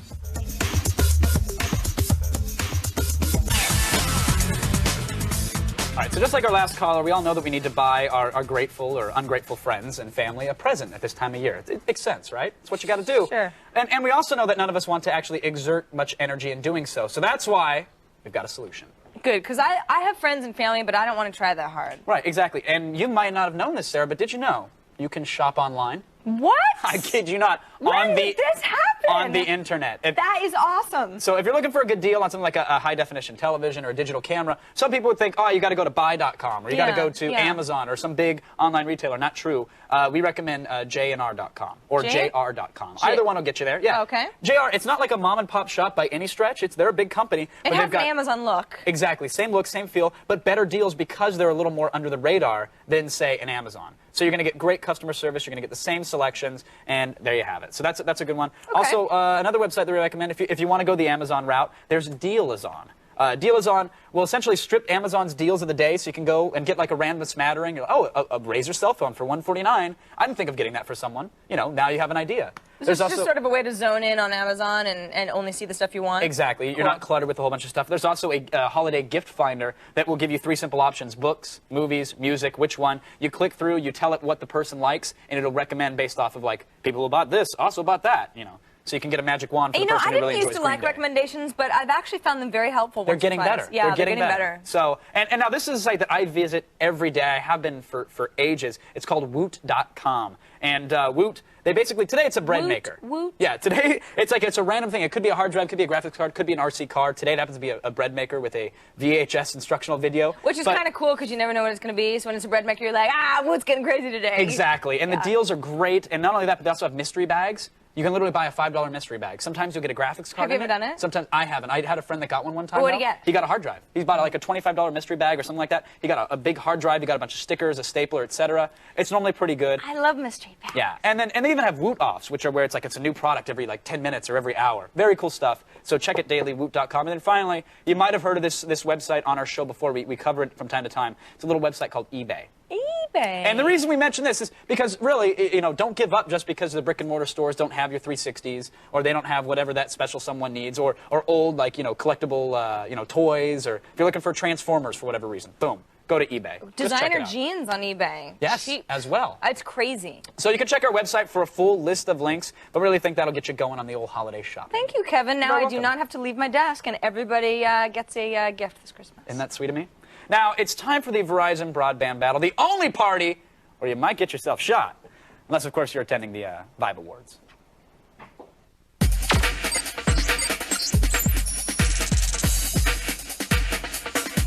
The game is Quake 4, locked and loaded by our RX-based server. And joining us today is the very lovely KT So from the Super Import Models DVD series. How are you? Good, how are you? Now, last week, we had Kylie Yu on the show. She was also a super import model, and she was from Korea. Where are you imported from? I was made in Hong Kong. Oh, really? Mm-hmm. Well, we've never had a Hong Kong model on before. This is very exciting. So then, when you're not posing with cars, oh, look at those pictures right there. That looks something else. What do you do in your spare time when you're not taking risque pictures and bikinis? Sorry, I lost my focus there. I do a lot of different things. I like out driving. I like checking out cars. That's kind of one of the reasons why I got into the whole import scene to begin with. I like to hang out with my friends, go to the beach and all that stuff. It sounds like a personal ad. Okay, well, and as a LAN party guest, we've got a special thing we're going to start doing. It's a quiz. Okay. Okay, you ready? It's called Bitch or Mutt. Now, I'm going to show you a couple different things, and you've got to guess whether it's a bitch or a mutt. You ready? I'm ready. All right, so we can put the first thing up. I think we're going to look at Shannon Doherty. Do we see Shannon Doherty? There's Shannon Doherty. Bitch or mutt? Bitch. Actually, that's wrong. She's both a bitch and a mutt. She's actually Irish-German descent to a little Italian thrown in there. Okay, we're gonna switch up the way we play the game. I'm gonna ask you, bitch or mutt, and you have to tell me what we're gonna see. What? Just give me one, bitch or mutt. Wrong. It's mutt. It's my dog. His name is Pretzels. Okay. Do we see Pretzels? This is all falling apart, isn't it? KT, thanks for being a good sport. Sure thing. Well, you want to come back next week and we can do this again? Maybe a different game, Malcolm. Somehow I think this is all my fault. Anyway, all right, thanks for playing. You can check out KT on MySpace at myspace.com/KTSO or on the Super Import Models website at superimportmodels, that's hard to say, .com. Now, when we come back, impress your friends and thwart your enemies with custom action figures. Computers on Attack of the Show provided by Intel. Game on. Power up. Take control with the Intel Pentium Processor Extreme Edition. On the next Attack of the Show, comedian Aziz Ansari explains why it's funny to yell at babies. Plus, lions, tigers, and Christ imagery. Oh my! We wander through the Chronicles of Narnia. And finally, my Free Play Friday asks for nothing in exchange for hours and hours of pure joy. It's like Santa Claus or a prostitute. That's the next Attack of the Show. Stay tuned.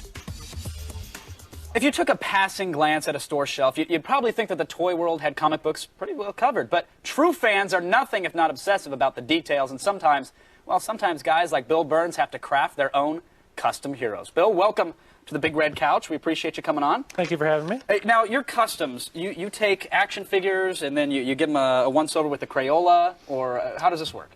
Well, what is you take a base figure.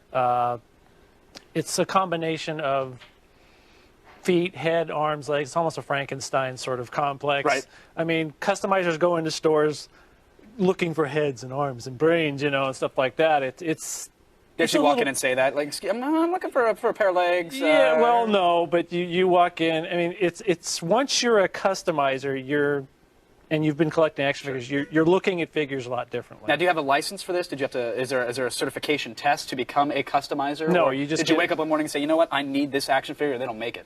Actually, yes. That's how it works. The first that I did was actually the Golden Age Justice Society, and they weren't making it. I wanted to have my own, so I made the entire team. That's great. That was my whole goal of getting into customizing, was to have that. And you got into it a couple years back. How many toys would you say that you've actually customized? Probably about 150, maybe 200. Wow. I haven't really counted. You gave up at some point around 100 something. Yeah. And that's about it. Now, do you have like bins? I'm imagining you must have tons of like action figures in your place, and you say, okay, well, literally, I need the hat off this character, and you just lance it off with Bill Dremel. Mm-hmm. That's great. So now, what are you using to actually customize these? It's putty, milliput. It's a air drying clay. So not the silly variety. No. Okay. All right. You don't press it on the newspaper. I was going to say, because that would be a good tactic. So you have a special kind of modeling clay that you use? Yes, it's air drying putty. You have like a half-hour window to work with it, so you better know what you're doing ahead of time. Sure. I like it because it sands pretty smooth, and you can also hard sculpt it pretty well. Yeah. Now you brought a bunch of different toys for us here. I just wanted to kind of go through a couple. Like, for instance, this guy right here. First of all, who are we looking at? What's this character? This is Zor-El. He's from the Justice League, the comic book. He's probably been kicked off the team since then. This is what you call a comic book style, more realistic looking custom. And what's his base character? Because I know he has his own action figure normally, right? Yes, this is from the Total Justice line. They don't make it anymore. In fact, they don't really make comic book style figures in that size anymore. Right. And then so that's the more classic style. Now, what about this girl here? This is the animated style. This is from the Justice League Unlimited from the Cartoon Network, and it's based on the Bruce Timm designs. Very clean. It's my favorite one to work in. Very smooth lines, very clean, very streamlined. If you customize in this style, you can't allow for any mistakes. Sure. It's, your lines have got to be straight, your paint applications have to be smooth.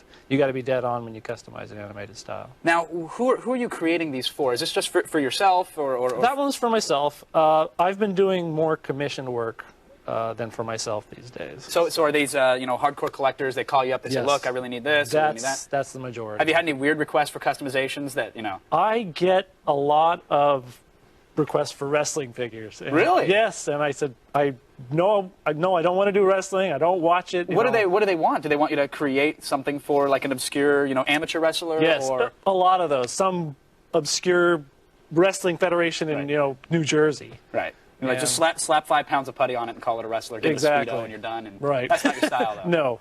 Now, have you gotten into any trouble with with the brands? Has DC called you up and said, "Hey, we appreciate it, but you can't make our characters. It's our license." No, Or? never. Maybe after the show they'll come after me. Yeah, now that they're aware, Yes. they're knocking on your door. I've already. actually, some DC artists and writers actually own some of my figures. Oh, that's great. Like Grant Morrison, I think, has one, and they've given gifts to each other with my customs. So what's next for you? What's the next figure that you're going after? Right now, I'm negotiating with a lot of independent comic book companies, which is really cool because there's no licensing problem there. Right. So, but that's what I'm doing, and I'm probably going to be doing a lot more of the larger DC Direct Marvel Legends scale. Oh, great. So, Very kind of nice. moving into that. I have a request for a Bret the Hitman Hart with 3 asses, and we'll talk after. But if you think you can make that happen, I would be forever in your debt, sir. No. Okay. All right. We'll talk. We'll talk. Thank you again for coming on. Thank you for and sharing having your me. work with us. For more info on Bill's Customs, you can check out the links in our show notes. Now, assuming that our software is back up and running, which is probably not working, we'll have a chat question for you too next. Stick around. Attack of the show, baby. Attack. Just so you're aware, in about a week, we're going to take a break, from you, and fill the air with our best of clip shows. Woo! Yeah, so be on the lookout for shows like Attack of the Nerd, a collection of our techiest segments, and Attack of the Soul, a hodgepodge of our greatest Brendan Moran moments. So, so spend the holidays with us. Kinda, I guess. All right, so let's check in with our poll real quick. Let's do it. Let's Ready? do it. We did the What poll at the beginning of the wins? show. Well, that picture wins. I can't Is even that see our the poll, poll? but I don't give a crap. Oh, there it is. Mariah Oh. Carey is not winning. 2%. Gorillaz, Gorillaz, 17. 17. Kanye West, we got 8. Gwen Stefani's at 5. Looks like Gorillaz might be Green walking away with it. Day, Don't give a rat's ass. with over half of the votes. There's no way that adds up to 100, by the way. I don't think it's it- like 108. Yeah. There is a margin of error. Right, Plus or okay. minus I don't 23. think anybody really gives a rat's ass. That's the moral of the story. Want to see what's going on in our chat room? Fellas? Yes. All right, yeah, let's do it. All right, Fifth Dream wants to know, what's a good name for a brand new baby pet ferret? Oh, I love ferrets. I like Butterfield. Lunch? Pretzels? Pretzels? Was pretty brilliant. You always win with pretzels, Calvin. Pretzels is pretty good. Lunch? Lunch Who is eats good. pretzels? Oh, We're talking about a ferret. Easy, yeah, it's a ferret. never mind. All right, next question. Jedi Knight wants to know, if made by Lucas, would you watch a Star Wars Episode 7? Of course. Yeah. Of course. Would I pay for it? No. Exactly. No. I would download it. Would you Per watch se. it if it wasn't made by Lucas? I don't really know Well- why that was part of the question, but Yeah, I guess I would. You would I guess, watch well, it maybe, either maybe way? maybe Spielberg's gonna make 7. Who knows? You never know. He's I don't not think gonna anyone's going to make I'd watch 7. it. Well, next question. Let's go. All right, Sunbun wants to know, would the host want to be a giant version or a mini version of themselves? Ooh. I would like to be a giant version. I've never been giant. It would be really cool. If I was a mini version, I'd go away. Tough to shop for clothes. Being so small? Being so huge. Yeah. Oh, yeah. I would Either like way. to. I would like to be my regular sized, but I would like to have a mini me, like a guy like maybe like this tall that you could kind of put Like in a your pocket sidekick and walk that you can- around. yeah. Yeah, exactly. You go spy on people, and you could be like Well, your angel. And That's be like, not. That's not the question. Yeah, that wasn't the question. The question was, You want would to be this guy? Oh, or I do you know wanna that wasn't be the twice question. the I'm just saying this is what you're, I want. You're just going off on a tangent. I don't care what the question is. Oh, I wrote it. I'm not having a good day today. Again. Could you not break the entire show today, Brendan? That'd be great. All right, G4 Vosh wants to know, what's your favorite type of junk food to eat when gaming? I know what mine is. What is it? I like Almond Joy or Mounds. Oh God, coconuts? Mm-hmm. Yeah, that's not bad. Disgusting. I like the Almond Joy better than the good. Mounds, though. I like Almond Joy better too because almonds and chocolate are so good together. Give me something with nougat. Brendan, sometimes Ew, she feels like a nougat nut. is for babies. Sometimes you don't. Sometimes you don't. I don't eat while gaming. I'm against it. I am against it. Number one, if you're You playing lie. the PC, I'm serious. If you're playing the You PC lie. games and you get food or potato chip grease on your fingers, you don't want that on your keyboard and mouse. You just don't want it. I mean, that's where I masturbate. I don't need like potato chips and Kevin. stuff on there. I don't want to ruin my work area.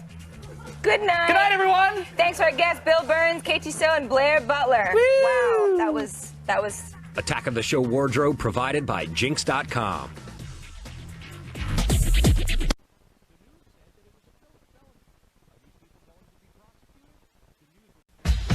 frankly, you look like you could use a good laugh. And lucky for us, we can lean on comedian and actor Aziz Ansari. Plus, Brendan traveled to Narnia in the hopes of finding elves that look like Liv Tyler. He's in for some bad news. And finally, you won't find Trillville on any map, but you'll find him right here in our studio, live. Now get ready to be spanked with moon rocks by Attack of the Show! Pick up on this.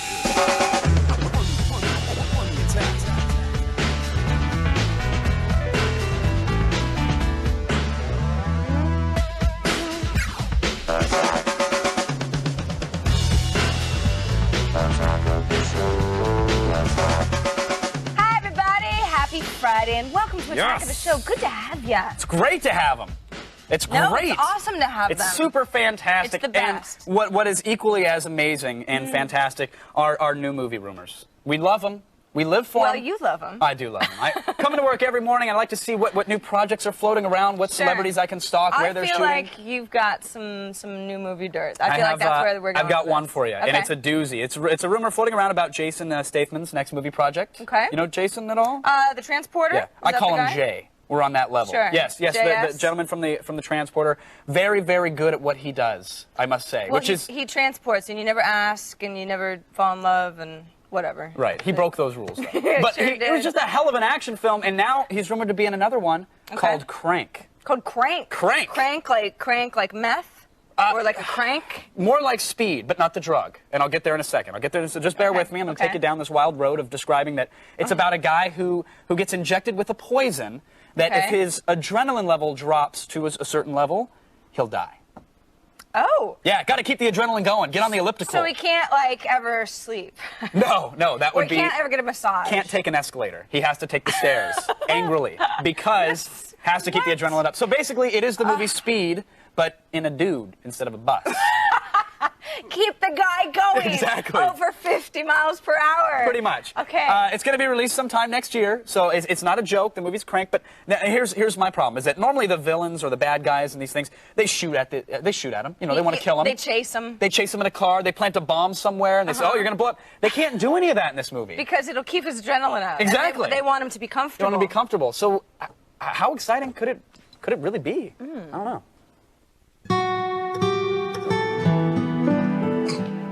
There. Drink the tea and relax. Bah! Chamomile! You'll relax if you know what's good for you. Never! Don't make us get the sleepy time. You'll never break me. You hear? Never! I know. Just take it easy. Yes, keep massaging. Work the knots out. Think of candles and fjords. Relaxing environments. Waterfalls, perhaps? You know? That could really work. Actually, I'm excited. Yeah. I'm going to start a line now. I'm going to check Fandango, actually, if you don't mind. No, who knows? It could be good. I'm a big fan of Jason's work, so it could be interesting. But I feel like Hollywood is really letting us down. You do? They have been, well, look, they have been for a while. I haven't been interested in anything they have, motion picture-wise. So when I want to see images that are in motion, I turn to the internet, Sarah. Well, I know you do. I go online. So what fantastic video have you found this time, You just Kevin? put the ball right on the tee for me, don't you? Oh! Google Video has a 2-hour-long epic of ping pong. What? Ping pong. Yeah, the game with the paddle and the balls and the net 2 hours? on the table. Oh, yeah. A rally going back and forth for 2 hours? It's a match between a table tennis coach and his student. You have to see this. Watch. Sounds riveting.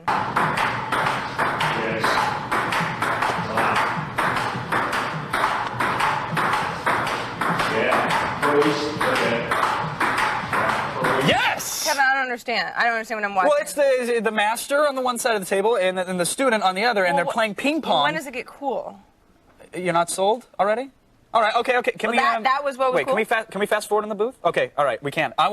Let's go like an hour and 50 minutes into the video. Okay. Watch this. All right.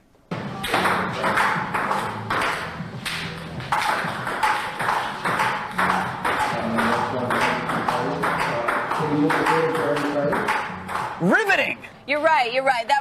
That got way better. See how the guy's on the other side of the table now, and they're still playing the same game? What's the matter with you? It's exhilarating, This is Sarah. ping pong. This is the it's best. It's not even like playing ping pong, which is also like really boring, even if you're playing it. This is the Watch. miracle that Google. God has bestowed upon us in the form of Google Video. And if you don't recognize You feeling it, all right? no, You not sick? really. Actually, I'm a little ill. Actually. You seem sick. It's a little Tylenol cold and sinus up there. I like ping pong. I understand that interesting videos can be found on the internet. In Yeah. fact, Why I can't actually, you find any? well, I have actually. I have found. Before you speak ill of me over here, thank you. Weathermen, you know weathermen. They talk about the weather. The on green local screen about news. the cold front. Sure, and or the weather coastal women or winds. whatever. But there's a different kind of weatherman on the streets now. Oh. This one is from Queens, New York, and every day he goes outside at 6 a.m. right on the dot and video blogs about the weather. I'm running for my life. For the barometer. It's 25 degrees. Feels like 15.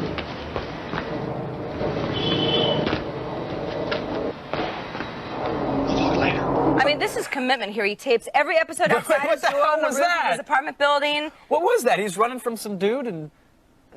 Just go with it. Oh, okay. He's in All right. Queens. It's cold there this time of Yes, year. it is. You got to give it to him. 6 a.m. That's awesome. And he doesn't always talk about the weather, Kevin. No, if you're apparently thinking, not. gee, that would get old. No, actually today, a little tidbit, his camera broke because it wasn't weatherproof. I love this guy. No, I've been watching all the videos on his blog, amazing. and it did start out with him at some point telling you the barometric pressure and the wind chill factor. Then there was another video where he came out and like kind of stared awkwardly at the camera for a good 20 seconds and said, you might need a coat. He's an acquired taste. I think it's brilliant. I really like that. But we sort of like the He's no weatherman ping around pong here. on Google. Now, Kevin, do you have any last-minute gift shopping questions? No, I wonder if our viewers I do think those, our Sarah. viewers probably do. So don't ask the idiot store greeter. Ask us. The number is 800-839-7880. You can also email us through our web form at attackoftheshow.com/askus. Yeah. I'm a little sick. And if you can chat with us in our IRC chat room, it's at chat.g4tv.com. We take your call, maybe even a chat question. Who knows? I'm feeling saucy. We're going to send you one of these Jinx t-shirts. Why, you like that one? I like that one. It's a good one. Yeah, it's good. Now, of course, Brendan's on the old couch today. Brendan? Well, it's Brendan Moran. What's going on? Putting in some couch time, guys. Don't go away, folks, because I've discovered the magical element of the Chronicles of Narnia was missing. Me. And comedian Aziz Ansari will be here to ask how many people in our stage crew are from out of town, huh? Attack of the show, baby. Attack. Rated M for mature. Attack of the show. Attack. New York Magazine calls him one of the 10 funniest New Yorkers you've never heard of. So we felt like, well, we should do our small part to help rectify that. He's stand-up comic and actor Aziz Ansari, and here he is in the clip from the online series, The Shutterbugs.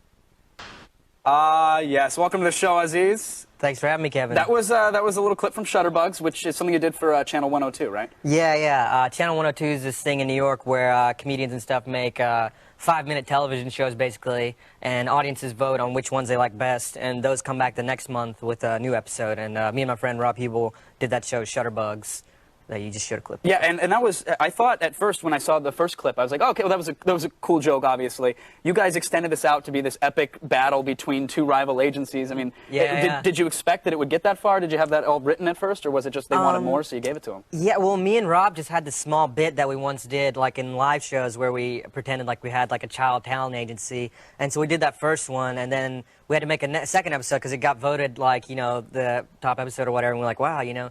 So for the second episode, we thought we'd come up with this like rival agency that like was stealing our clients or whatever, Right. And Those damn sugar plums. Yeah, the sugar plums, and you know, it just went from there and just evolved into this crazy thing, you know. Now Rob looks really familiar. There's some actually very familiar faces in Shutterbugs. Who are you doing work with there? Rob is probably best known as the Inconsiderate Cell Phone Man. He does the Inconsiderate Cell Phone Man character before movie previews and stuff. And he was also just on Curb Your Enthusiasm. He did a couple episodes on there, and that was really funny. And Paul Scheer, he plays one of the rival agents, the Sugar Plums, and he's probably recognizable from Best Week Ever. And Ali Faranakian, he's one of the other Sugar Plums, and he's been on Conan a lot and stuff. And, yeah. Fantastic stuff. And people can still get that online, right? They can Yeah, still you download can download them on azizboard.com. There's links to all 3 episodes of the Bugs. Now I know you're no stranger to the online scape, because the first clip I ever saw of you, when a producer showed it to me, was you talking about someone that I know our audience is very familiar with, a gentleman by the name of Tommy Tallarico. Yeah. I actually stumbled upon Mr. Tallarico pretty strangely. Like it was like around last year, this time actually. I was in India and I was there during the tsunami that happened, and you know, luckily, like none of my relatives, my family, none of us were hurt. Good. And you know, when it happened, I was expecting like some emails of concern, you know, from my friends back here, but I didn't get any. But I did notice that my website started getting a bunch of hits from Tallarico.com, and I didn't know what it was, so I went there, and you know, it's a message board for kids that are fans of this guy, Tommy Tallarico, that composes music for video games, which is, I'm sorry to say, one of the nerdiest things I've ever heard of. And apparently my brother posts on there all the time. So, like, there are all these threads on the message board, like, has anyone heard from Iron Man GLC? Like, you know, he went to India, and there's, like, all these posts where there's, like, these frowny face emoticons, like, those emoticons. Right, and, right. You know, so that's how I Big found out about giant animated Tallarico. teardrops. And Yeah. So that's how I found out about Mr. Tallarico. Yeah, and so you incorporated him into one of your routines. Does he know this? Have you heard from him at all? Well, what I did was I started telling this story when I got back, and you know, I recorded it and posted an MP3 on my website, and Tallarico heard it and he thought it was funny, and you know, yeah, they're all really good sports about it, you know, and they're all really cool guys. So yeah. And I was on your website earlier today, and you mentioned that Dane Cook's MySpace has a couple 100,000 friends or so. Yeah, it's like 300,000 friends. Yours, and I don't mean to derail into the MySpace discussion, but what's going on, Aziz? Oh man, Dane Cook's very popular. You have what, 1,060 friends? Yeah, now? I got 1,000 something. I put up like a little plea, like, oh come on, help me out with some MySpace friends. Have you customized the look of your page yet? Have you? Yeah, I mean, I got links to Shutterbugs and stuff like that on there. Big sparkly text. There's a lot going on my MySpace page, people. All right, I'm telling you, and my Facebook page, listen, for that matter. If Aziz doesn't have over 10,000 friends by the end of the show today, I'm going to be very upset. We're going to post your MySpace link in the show notes. Yeah, We're it's gonna on get you Aziz's some board. friends. Yeah. All right, good. So we'll get it up there. I want to talk a little bit about UCB, Upright Citizens Brigade. What's some of the work you've been doing with them? The Upright Citizens Brigade Theater is this theater in New York, and they have one in LA right now too. And it was founded by the Upright Citizens Brigade sketch group, which is Amy Poehler, Matt Walsh, Matt Besser, and Ian Roberts. And it's just this really cool theater where, you know, a lot of cool people like Rob and Paul and myself, we perform there.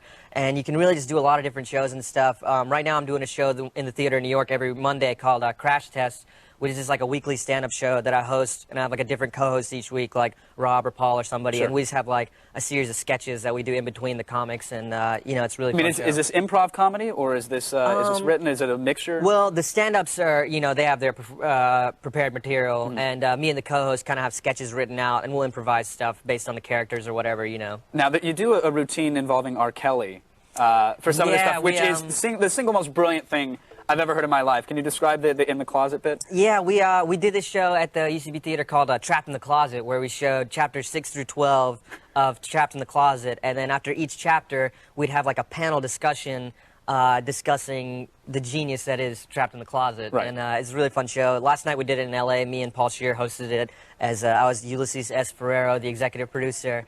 And yeah, it's just like Trapped in the Closet is so insane. Like, you know, people are getting shot, and instead of going to the hospital, they're just wiping it off in the bathroom and going. Sometimes you got to brush it off and and continue with your day. Exactly. You can't, yeah. You know, you learn that living on the mean streets of Yeah, LA. yeah. Which, and I'm told this is your first trip to LA, right? Yeah. Just got to LA this week, and yeah, it's been literally your first time, though. Yeah, pretty much. Yeah. Wow. Yeah. And any parallels to New York? Are you noticing anything? I don't know. It's different, you know.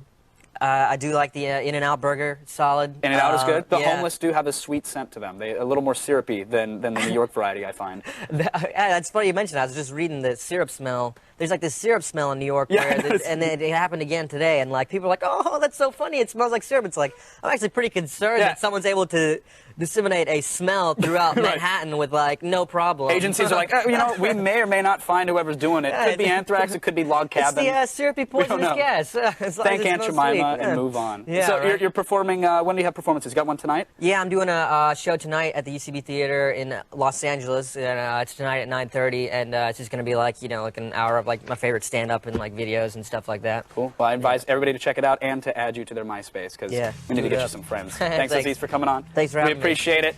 Again, you can head to Aziz's site. It's azizisboard.com for more info, and check out Shutterbugs. It's great. Now stay put, because Brendan talks to fairy queens. I'm serious. Next.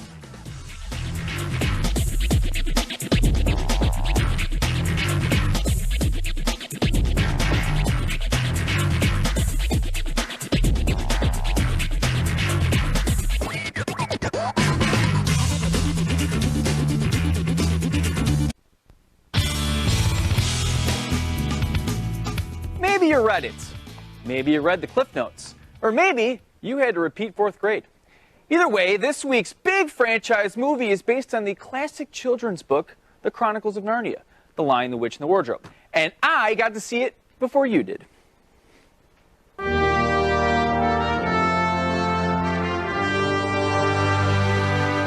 How close is your film to the original book? I think it's close. I grew up with the book. I loved the book. I wanted to set out to make a film that was true to the book. C.S. Lewis's The Lion, the Witch, and the Wardrobe is one of 6 books in the series, featuring a family of 4 British kids, a big coat closet, and a lion.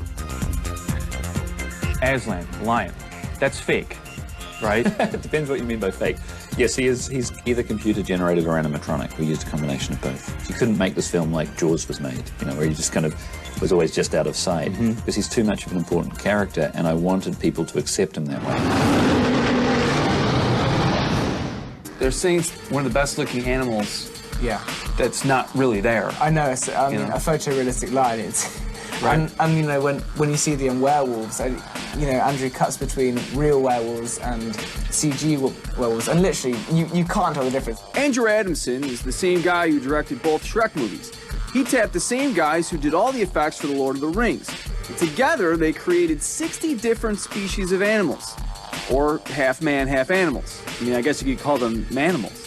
The thing about this film that's really interesting is that there's less CGI than there has been in almost any big fantasy film for the last 10 years. Partly because it's directed by Andrew Adamson, who's Mr. Special Effects. Tilda Swinton plays the freaky white witch, one of the only real characters in Narnia. But she looks good, let's face it. She looks damn good. The witch gets her clutches on poor young Edmund, and all hell breaks loose. Couldn't I have some more now? No! On set, when the cameras weren't rolling, did she ever freak you out? No, we had fun. It was cool. Is that the wrong answer? No, that was the right answer. In come the talking wolves, the talking fawn, that's your manimal there, and the talking beavers. And the CG really does look good. I ain't gonna smell it if that's what you want. Not only was I convinced by them as kind of animals, but also as characters. The beavers are so funny, and just you totally believe in them as a married couple. You got a great line, too, when you say He's a beaver, he shouldn't be saying anything. He's a beaver.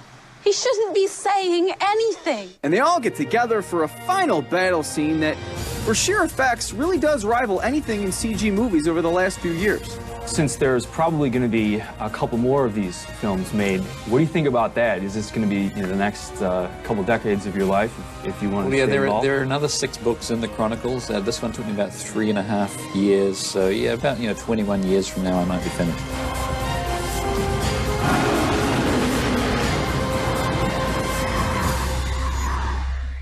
Adamson says he'll actually only probably do 1 more instead of all 6, which aren't guaranteed either. I guess it depends on if you go and see it. It opens today, so help the guy out. Now, the show will continue to work hard for you after this. We have an installment of the feed that's so good, you'll smack your mama.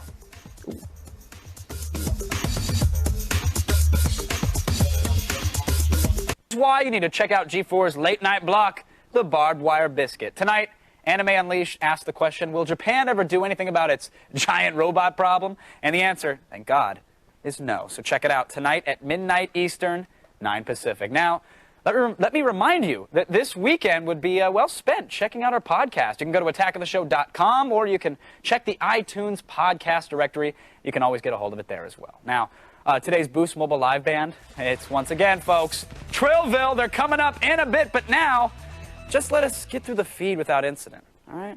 Thanks.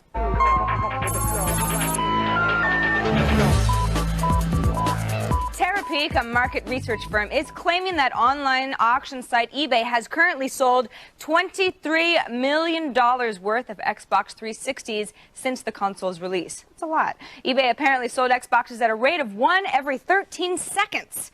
Isn't that like faster than children are born worldwide? Even more shocking is the fact that the average sale price was $702. Now, that's nearly double the price of a single console, or exactly the price of a single console plus accessories if you were to buy at Best Buy on launch day. Just kidding, guys. Now, we're just waiting for the follow-up report when it's revealed that of the 23 million worth of units sold, 2 million were empty boxes and another 5 million were toaster parts duct taped inside hollowed-out Dreamcasts. Buyer beware. Now, in other survey news, a firm called Scientific Atlanta has concluded that by year's end, 16 million households will have high-definition televisions, but only 7 million will actually have high-def signals. Strange? Well, not really when you consider this. Most of the people who own high-def TVs think they're watching shows in HD, even though they're not. The survey showed that 49% of HD TV owners were not taking advantage of the technology, and a great percentage of them just thought that owning the TV alone meant that they were now magically watching everything in HD. Wouldn't that be fun? And this is why we don't have robot manservants and flying cars yet. The tech learning curve is completely out of whack. Get on the ball, people. Come on. Now, the online virtual world Second Life, which is funny since it assumes its users have a first life, is starting to become a haven for political protest. Ooh. Large billboards emblazoned with slogans such as "Support our troops," "End the illegal war in Iraq," and "Restore U.S. credibility," "Impeach Bush" have begun popping up all over the virtual landscape. Now, the website secondlife.blogs.com is reporting that even people who agree with the sentiment are annoyed by the intrusion of politics. One enraged member posted in the forum that they came to Second Life to get away from such nonsense. When asked what his friends thought, he said, "I come to Second Life to get away from such nonsense."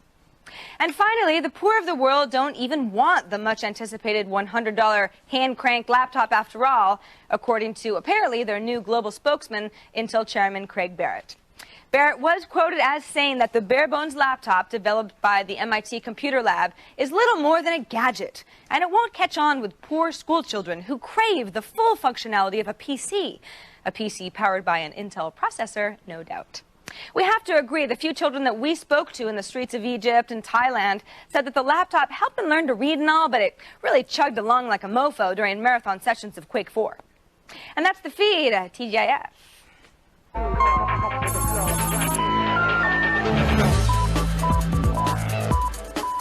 TGIF indeed, Sarah Lane. Operation 5 p.m., man. Yeah. We're halfway But thank there. good, it's time for phone calls right now. Thank good. Yeah, let's do it. Janie joined us on the phone from Roanoke, Virginia. Hi, Janie. Hi, what's up? Not much, just chilling. What Hanging about you? out, making some television. You? Not much. Good. Cool. You have a question for us? Yeah, I was just wondering, what do you buy someone that you really don't like? Oh, for Christmas? That's good. Yeah. Oh. Now, do you dislike them because they did something mean to you, or just Is it general like hatred? a family member that drinks too much and embarrasses you? He's just annoying. Oh. Well, why do you have to get him a gift? He's my ex, and I know he's buying me something, so I'm You don't have to get him anything. Get him a restraining He's order your at that point. ex-boyfriend and he's buying you something and he's really annoying. Stalker. Don't buy him anything. You are off the hook, girl. You know, there are websites that literally you can send like animal excrement anonymously. I kid you not. You order it, they send it in a Kevin. box. I'm dead serious. It's like the ultimate revenge. There are like multiple websites that offer that service. So if you definitely want to send them something, Message loud and clear. I'm just saying it works. Excrement. I have Merry a friend who Christmas. actually used one of those services. They deliver. A friend? A friend, a guy I know. Someone once. I know? Daniel joins us on the phone from Houston, Texas. Daniel, you there, bud? Hi, Daniel. Yeah, I'm here. I was wondering because I have a girlfriend, and she Good. says she doesn't want anything, but She lies. I know she wants something. She so I absolutely don't know what does. to get. Yeah, I bet she does want something. Now, does she not say anything because she's inflatable, or because she just genuinely doesn't want any material No, goods? no, no. Girls do things like this. Yeah, she's not really materialistic. That's also Now, a have you lie. asked her for something? Yeah, I've told her. I mean, Daniel, your girlfriend says things like that because she wants to seem like the best kind of girl ever. Because, of course, the best kind of girl would not care. They just want a nice card, which she does, by the way. She really wants a nice card, and you got to write a lot of stuff in there. But besides that, if you didn't get her something, she would drag this out for at least another 6 months, if not a year. I always say, like, you know, get her something that will benefit both of you, like a high-quality webcam if it's a long-distance thing, because that'll end up paying off for both of you in the long term. True. If you know what I'm saying? That's true. Yeah. That's actually very good advice, Kevin. Yeah. Get something that'll help Get her you. something. You don't have to spend a lot of money. Get her some but sexy don't just not lingerie. get her something because she said not to, because it's all a ruse. Yeah. Head games. That's Women all we are do. dumb. All They we lie. do. Yeah. Yeah. Next call. No. Jason joins us on the phone from Grand Rapids, Michigan. Hi, Jason. Hi. I want to ask what your favorite PSP game is? What's your favorite PSP? Honestly, I'm not playing a lot of the PSP, man. I'm really not. There's no, like, other than Lumines, which is like a launch title, there's really nothing that's grabbing my attention. Tokobots was kind of fun for a few minutes. You know, Grand Theft Auto, again, you know. You're just not a PSP guy. There's really nothing. You can admit it. Most people are using it for, you know, like MAME-compatible games. I'd recommend using an older firmware and getting some of the emulators on it, because right now, there's no real games worth playing. There just aren't. Ouch. Sorry. Strong words. Sorry, folks. You heard it here. Now, stick around, my little ADD monkeys. You too, Sarah. I reheat your Friday with some free playingness. Next. Cool.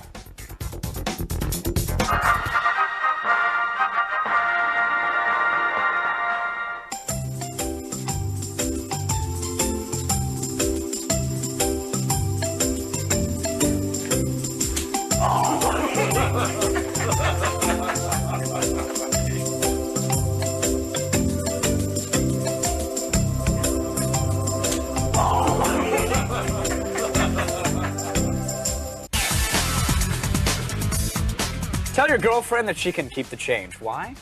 Because it's Free Play Friday!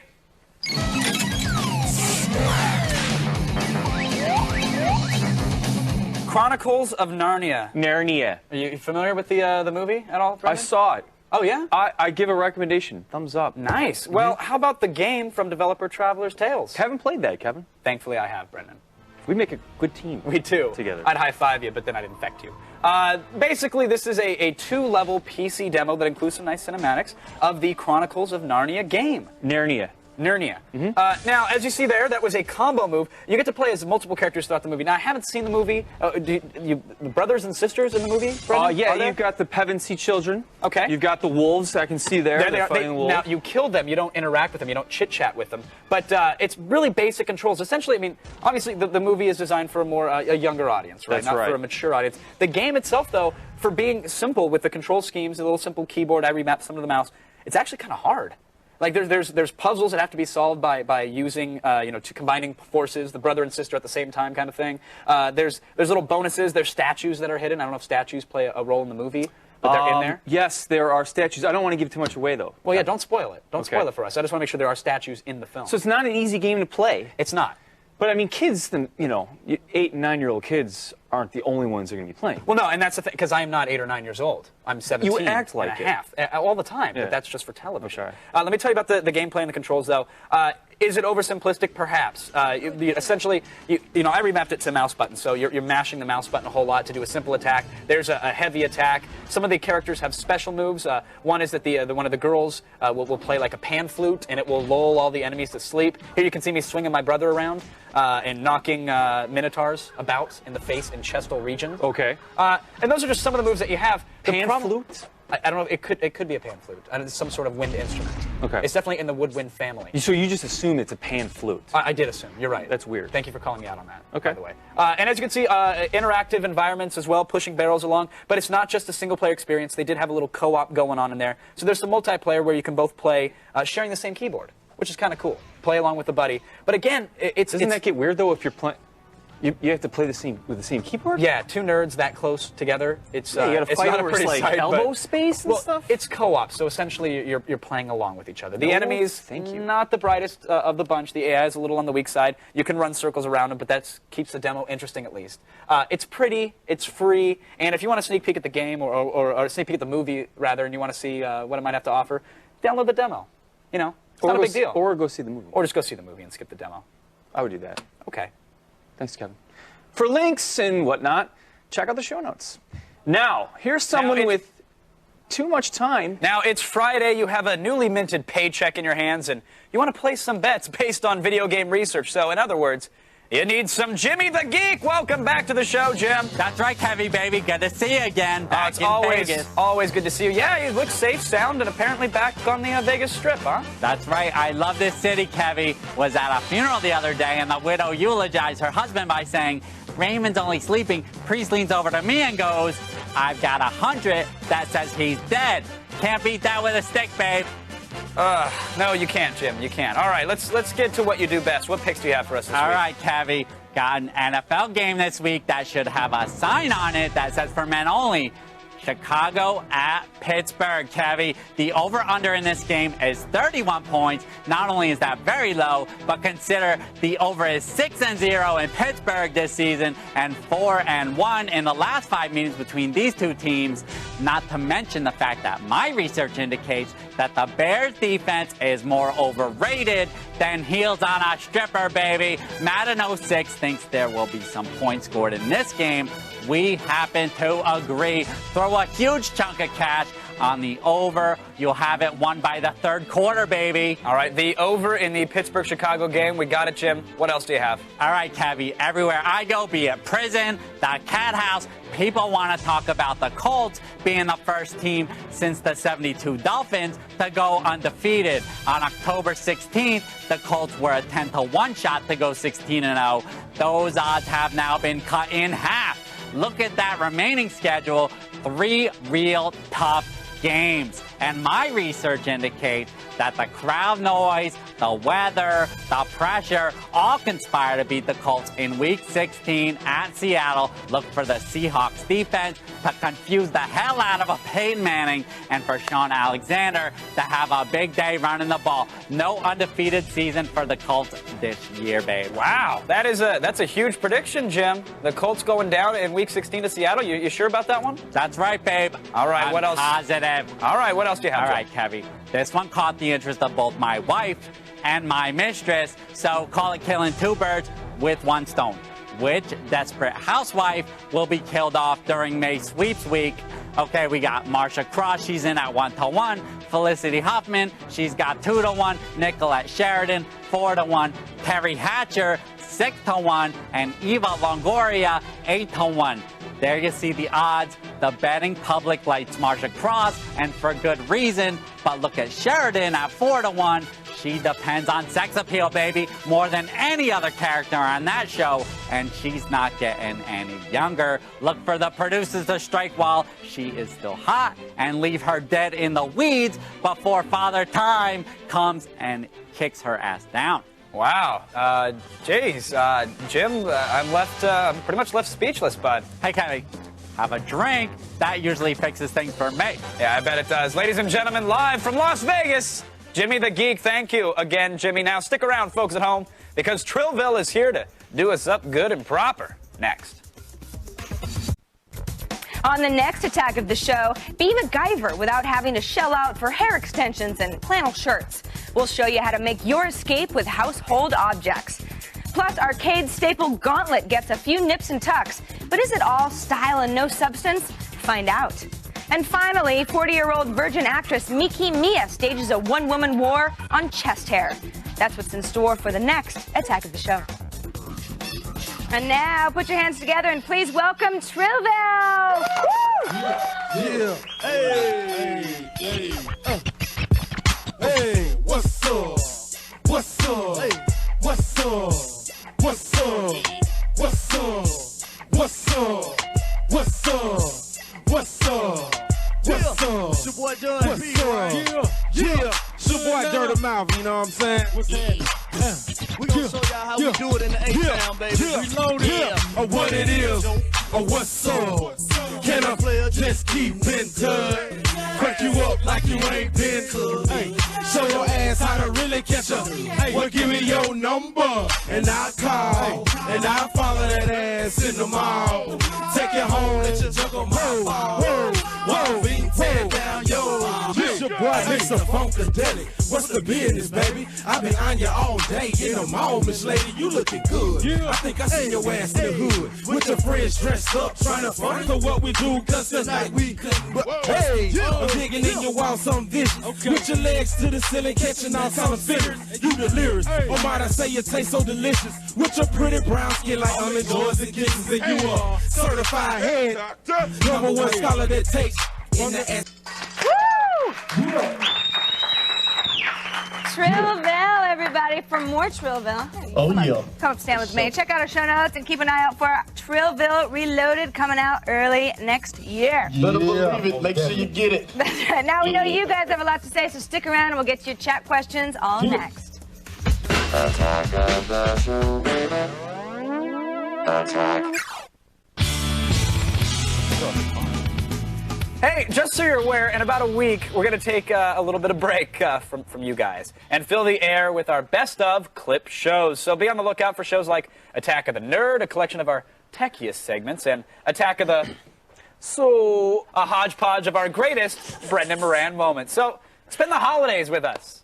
Kinda. We won't really be here, but, you know, we'll be watching ourselves. Hibernating for 14 days. Deep, deep slumber. Deep We have slumber. an IRC chat room, and Brendan really wants to see what's going on in it. Yeah, so we're going to take a question. What do you guys say? Dark All right. Blue Tornado wants to know, does Kevin prefer modern WW2 or future combat in FPS games? I've been meaning to ask you this very same Me question too. This for is something so that's long. kept me up at night for some Well, time now, Kevin. I'm glad. Let's put him to rest. I'm glad you finally asked. I have to say it's the future. Future and or modern. And I'll tell you why. Well, first of all, it depends on the style of gameplay. Because I'm a fan of the arcadey first-person shooters. I don't like the realistic stuff because I kind of suck at them. So when you run into a room, you hear a pop and you're dead because it's realistic damage. No, that means boring as hell to me. So I'm a fan of the modern and the future stuff because the old stuff, like, I don't need to run around with the old musket, you know, or whatever these weapons were. These were boring and No, slow. you absolutely don't, Kevin. I want lasers. Don't sell yourself short. I want spaceships, you know? I want light Sharks swords. with laser beams on their freaking heads. Thank you. That's what I want. Point taken. All Thank right, you. Running Man wants to know who would win in a fight between the flying spaghetti monster and the Roboraptor. You know, Brendan, I've been meaning to ask you that question. Well, Necrata broke the Roboraptor pretty easily, so maybe that means something. That's Corrado. Corrado could take on a plate of spaghetti anytime. We could always buy another Roboraptor. Exactly. Yeah. I say Flying Spaghetti Monster wins hands down. Really? Roboraptor, it's all Plastic- talk. plastic It's got child's those play thing. alligator arms, can't do much. Roboraptor's a Actually, toy. they're raptor arms. The flying spaghetti monster is a 'Cause it's, monster. well, Well, Yeah, but they're all from the spaghetti. same genus. Yes, they are. Yes, they That was good. That was good. Unoriginal wants to know, what's your favorite midnight snack? Ooh, Oh. I know what mine is. What is it? Okay, I take a scoop of peanut butter and a spoon, and then I smash chocolate chips. Has to be semi-sweet chocolate chips on it, and I eat it really slow. It's like peanut butter and chocolate, but better. Mine's methadone. Yeah, it does. It keeps you going, though. It slows you down. Well, Yeah. one of the makes me You should see it able to without sleep. methadone. Exactly. Oh, really? Shakes, entertaining? shaking, I, puking, the whole nine. What I'm about pretty you? boring. I'm a Pop-Tart kind of guy, and I'll go In the for middle of the night? Oh yeah, at midnight for sure. Big Ah, glass you're of water. disgusting. No. Sometimes I even put butter on the strawberry Pop-Tarts after they've been toasted, just a little bit. It melts it nice and I'm nice and gonna good. yak. But the strawberry, Do the that. fudge, and the what's the other one? The s'mores. Very good. Don't put butter on the s'mores though. They That's, make s'mores that's just wrong. Pop-Tart? Oh, Yeah. wake up, hon. Go to Albertsons for once. No way. Yeah? Whole Foods all the way. Yeah, Rob hippie. Beef wants to know, what's Hippie Sarah's favorite Pop-Tarts. site for online shopping? I like Bluefly. Bluefly is really good. Why is that? You get designer stuff for cheap. Why don't we talk about it yesterday when we were showing off cool websites? Because, I don't know. Oh, all right. That's it, folks. Have a good weekend. Thanks to our guests, Aziz Ansari and Trillville. See you Monday. Follow that ass to the mall, folks. Oh. Computers on Attack of the Show provided by Intel. Game on. Power up. Take control with the Intel Pentium Processor Extreme Edition.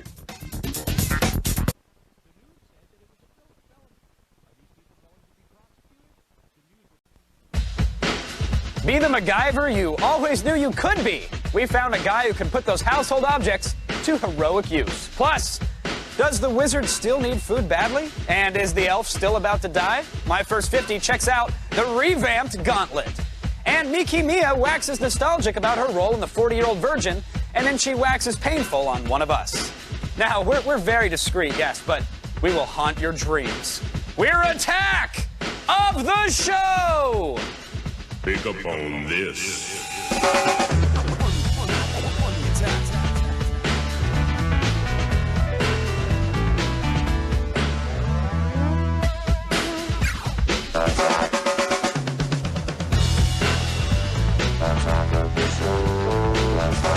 Everybody, welcome to the show and happy Monday. Yes, happy Monday indeed, Sarah. It's How are Attack you, of the Kevin? Show. I'm great. Good. I'm psyched. I got a concert tonight. I'm going to see Panic at the Disco at the You Troubadour. didn't invite me to go. Of course, I didn't. Oh. Well, I hope you have a really good time. I will. we're all glad to have you guys here as well. You know, Kevin, I was thinking about we're coming into the holidays. We've only got 1 week left until a couple weeks of best of shows. So for us around here, this is kind of our final stretch. This is the light at the end of the tunnel, which we all thought was a train, but it turns out it's a break. Very nice. Exactly. And I've been going to a lot of movies lately, and I've been really liking them. But what's kind of weird is that it seems like we're having our big summer blockbuster time of movies now, rather than in the summer. We didn't have any blockbusters in the summer, none of which did very well. We had complete flops, and that was about it. We had a lot of hype. And there was a lot of talk about, that Hollywood is really hurting, the DVD industry and pirated movies. You BitTorrent kids are ruining us. Nobody's even going to the theater anymore. Popcorn is dead, blah, blah, blah, blah, blah, and so on and so forth. Now we've got, the Harry Potter movie just opened a few weeks ago, did very well. Well, and it was a good movie. Maybe that's why. It was a good movie, but it wasn't, released in July. It was released in November. Sure. And then, of course, The Chronicles of Narnia released last weekend. Did very well. Lots of hype. Seemed to live up to it. $67 million over the weekend. That's not bad. Pretty good opening. And then, of course, King Kong expected to be the biggest box office smash ever. I don't know. I think, and some people are going back and forth, and I don't want to Jimmy the Geek ya, but what's the over-under? What do you think the odds are? Will this be the highest-grossing movie ever released? I think it has. I certainly think it has potential because King Kong was such a beloved movie back in its original, in the 1930s. Any movie buff will tell you what a wonderful movie, what an absolutely amazing movie it was for its time. Yeah. And Peter Jackson, he's got the hype train going. Have you ever heard anybody say anything bad about Peter Jackson? Except that he was fat and he's not even fat anymore. Right, that's a plus. That's good. It's like worked for Jared. Right. And then of course, if you think about the movies over the summer, Kingdom of Heaven. No. What about Must Love Dogs? Dukes of Hazzard. Dukes of Hazzard. And Stealth. What was Stealth? That was the plane. It was the aircraft. The computer had DNA in it. I don't even recall this movie. A bolt of lightning hit it. And that was a big summer blockbuster. It was a big. So I don't know. I think we're in a new era for Hollywood movies. I think all the Oscar contenders also want to be the big blockbusters. Sure. And things are changing, everybody. Yeah. Definitely. The times, they are changing, Kevin. They do tend to do that, Sarah. I don't really pay attention, though, because I'm not one to go to the movies anymore. There's nothing that there's nothing that tickles my fancy. See, I like interactivity. I like being at home alone. I see where we're going playing with this. video games. Sure. And that's what I'm going to do right now. With Is talk about a video game. Exactly. Tied behind my back. I know you. Honestly. I know you. Promise. This is a very cool game. It was out last year. Some people played the original one called Samaros. Now the sequel is out. This is Samaros 2. And as you can see, aliens are visiting you. And oh no! They're taking your poo. They're dog nappers. They don't know any better. They're just they're hungry. They're just hanging out. So they're making off with your dog, and you're up here sleeping. Oh look, there you are. Oh my God! Wait, no. It's even better. Listen to him. Hold on. Wait. Hey! He just kind of does this half-hearted whimper, but it's by sorry for the guy. Amanita Design. Amanita Design. I'm not quite sure how to pronounce it, but they put out these really great little flash games, and now Samaros 2 is out. Like I said, and what's great is that this is the return of the point-and-click adventure game. Like back in the days of the LucasArts type games, the Sam & Max's, the Day of the Tentacles. You remember? Used to spend all weekend playing full throttle, point-and-click games I've always really liked because it doesn't require a lot of fancy handwork. For those of us who aren't that good with Xboxes of course. and PlayStations. You're horrible with your hands. But with this game, you can literally just hunt around and you're not controlling the main character, which is great. You're more controlling the environment, which is what's fantastic. So your character's sort of reacting. So like this is a puzzle on one of the little chapters. You knock his child off, and then you go and you cork up the pipe, which you need to do in order to get the water to flow. Oh, so instead of trying to get him to do things, it's what you do that influences his action. Right, yeah, exactly. Yeah, sometimes you are driving him, but other times you're driving the environment around him, which is great. And this, it's made by a very small team, which I dig. They did the Polyphonic Spree game, which is nice. They also did the Nike, the little Rocket Boom, or the Rocket Kid Flash game. So it's very good, and plus they're selling it now. So for $10, you can get the part of the game that you can't get online in downloadable form. So I support it. I think everybody should check it out. I like the look of it. Samarost2.net. And then finally, have you heard of the Powerball? Powerball, like the lottery Powerball? No, not the lottery Powerball. This is the fitness craze, the Powerball. The fitness craze called Powerball? I have not. It's been going on for a while, but it's now like really just getting attention. It's like the size of a tennis ball. It's got a gyroscope in it, and so this is the ball itself. This is the Powerball itself. And you spin it, and you get it. Ours broke. I had one here. We had one for the office. It's one of the once the force gets going, then it's kind of and you're just spinning it with your forearms, and you're getting it going great for the point and clickers out there. You get those forearm muscles going, and the harder you shake it, you spin it, the harder it is to hold on to because of some sort of Newton's law of force of gravity or something. To build up your forearms? Yes. So it's an exercise. It is an exercise. And it's a good workout. I've actually used one. But apparently, there's a world champion out at this. Like, I'm not kidding. This isn't a put on. There is like a Powerball. There must be like a league or like an underground ladder. Maybe it's like Mortal Kombat guys get together and, well, here it is. This is Akis. Whoa, yeah, he's a world champ. The problem is, no, this is right. This isn't some dude just rubbing one out in his mom's living room. Oh, this is the Powerball. This is the World Powerball Championship. I know, it looks like he's like, my God. It looks like he's taming the sea cucumber or something, but he's actually working out his forearm. And if you hear that, love it. It looks like he's having a seizure. I'm not supposed to be looking at that. That's what's so wrong about it. That, and again, I've used one of these, so like I respect it. Like it's hard to get going that fast. It sounds like a Hamilton Beach blender on puree. That's actually like the little Powerball making that noise.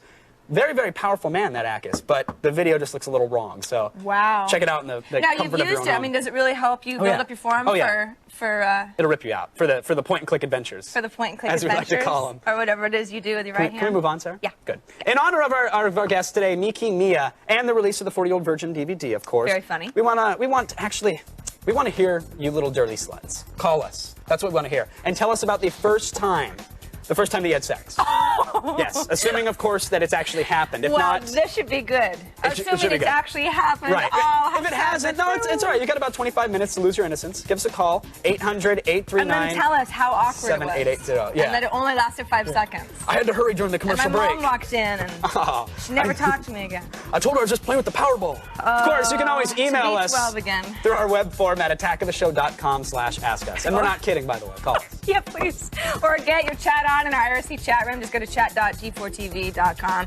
And our callers and chatters today will receive a copy of the 40-Year-Old Virgin DVD. Not bad. Not bad at all. Not bad. All right, Brendan. That's a great idea. I can't wait to hear those. Yeah, it's going to be good.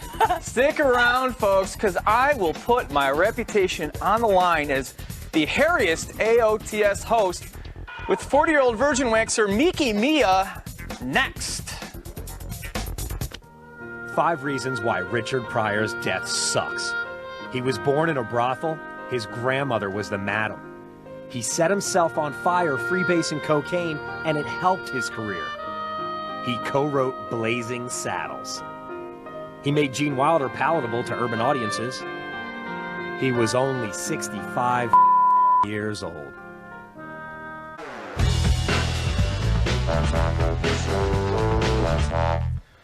Sometimes there are those special scenes that turn good comedies into instant classics. In the 40-Year-Old Virgin, that scene involved obscene amounts of chest hair, strips of wax-coated paper, and our guest, Miki Mia. This is your first time getting body waxed? Yes, it is. Take off your shirt. Okay. Oh, we're gonna need more wax! I'm staying. This is gonna be good. And clear all my appointments in the afternoon. Here we go. Oh, that feels warm. I like your sweater. Does that come in a V-neck? If she starts doing his pubes, I'm out of here. You all look good after this, man. Thanks, man. So ready? Yeah. 1, 2, 3. Oh, you! No. Welcome, Miki. How are you? Thank you for having me. How are you? I'm good. They're a very, very funny scene in that movie. One of the best ones. Thank you. You're an actress. Yes. But you also wax for a living. Is that right? Yes. Tell me about that. I grown up waxing people because my auntie owns a salon in Tokyo. And yeah, that's how I got this job. So you're probably the world's first waxtress. Waxtress, right? That's right. You're the first one named me, right? Well, that's right. You put it on your business cards. We're going to talk after this. Yeah, thanks. So in the movie, that was his real hair. So you guys only had one chance to get it right, right? Oh yeah. And then 2 months to prepare for it, and everybody were nervous and wanted to get over with, and it took about 4 or 5 hours altogether. Oh, really? Yeah. Just to get all that done, looks like it would take 25 seconds. Well, I couldn't make mistakes, so. Oh, really? Yeah. And you do that for a living? You were just nervous when the movie cameras Oh, are there? no, for the camera, because they say, oh, you can pull this way, you gotta go this way. So I had to kind of cheat all over, and I wasn't sure if I could pull them. Did you know he was going to scream when you did it, or did you have a hunch? No, I thought he'll be like much more like Really? quiet. And He calls you some pretty nasty names there, too. You didn't take it personally or anything, did you? No, but yeah, they were quite nasty. some I couldn't even understand much, but Well, maybe later after the show I'll explain what they really mean. That was his real blood, and you only had one chance. And I regret that I'm actually going to say this because they asked me if I wanted to interview yourself, but there was one condition, and that was that I would have to get my own chest waxed. So we're about to do this. I'm going to have you take over, right? Great. I'm going to take off my microphone/shirt here, okay? And then Great. you're going to do your worst. yes. And I don't have as much hair as your average Steve Carell, but, you know, I'm there. I'm of Irish descent, so, you know, we don't have a lot of hair. Well, but it's gonna be pretty. Okay, Yes. so now shirt's off, mic off. Okay. I've got my other microphone here on my other necklace. Oh, okay, that's very funny. All right, I'm going to lay down, and I want you Yes. to kind of do what you got to Could do. you put your head that way, Yes, please? yes, ma'am. Now, Okay. okay. Okay. So I'm gonna wax this part first. Okay, so go Can ahead I and move move the your mic. mic Yes, a little you can. bit? Yeah. Okay. What are you going to do first? I'm gonna put powder first. Okay. So I can make it less pain for you. Sure. Now, can you skip the powder, Miki? Skip the Let's powder. just skip the powder. Let's Don't just listen to go what he right to the says, wax. Miki. Wow, really? Whatever Yeah, happens, don't worry do about not the listen to powder. It's Kevin bad for Pereira. television. Okay. Just so you know, Brendan, this hurts really bad. Is it like the Brazilian I got last week? Yeah. Yeah, it's probably like that? That's okay. too much information. Yeah, that was a little Uh-oh. TMI. I did that for another show. So no powder for sure? Yeah, no, do the powder. No, Please no. No, do something. Do whatever you did to Steve Carell, because I want to see if it really Okay, I'll hurts as put bad. tiny bit. Yeah, just a tiny bit. He doesn't. yeah. He's a big boy. He's good. How's the He has glare? a very high tolerance for pain. Yeah, totally. Okay. Yeah. Remember, hey, That's Brendan, good to remember you're know. like, let's play with this shocking little video game controller. Yeah. Skip the powder. Miki. Payback. Yeah, payback is something else, huh, This Kevin? is going to be bad. That's attractive. All right, so you just put baby powder on me? That was step one? Okay. You ready? Yes. Oh, God, this is so stupid. We're ready. That's for sure. Oh, yeah. That's warm. Yes. Oh my God, it's almost hot. It's hot wax, Brendan. Oh, wow. Wow. Yeah, if it's not hot, I cannot pull the hairs off. Yes. Wait. It's gonna be more painful. Miki, please. So I'll tell you please when don't do I'm this. ready. Please don't do it. Too late. You're big boy. You can God. handle it. Yeah, he's a big boy. Ready? Yeah. Ready? Yeah. It's me. Stop. Oh! Kevin Pereira! What? That stings! Oh. Oh my God! Oh, show that to the camera. I want to sell that on eBay. Disgusting. I want to put that on eBay tomorrow. Oh, 29 years of hair growth. It's all about. Wow. So you know what? Help me out. Get the Yes. rest of them there. You know what? It was like a bumpy area. I couldn't get that stuff. Oh, yeah, well, excuses. This He's is bad. shaking. All right, one more time. Okay. He's shaking he's quaking from fear. All right, one more time. Are you ready? But Go. Oh, happy ending! All right, you can pick up for the old version the unrated edition DVD tomorrow. Miki, thank you so much for being you. here and Thank you, and brother. everything that you did. You're a middleman. You know, speaking of unsightly hair, we have a sneak peek at G4's King Kong special coming up next. All right. Yeah, plus a warrior, a wizard, an elf, and a Valkyrie walk into a bar. The bartender says, "Hey, what is this? The first 50? Get it? Yeah.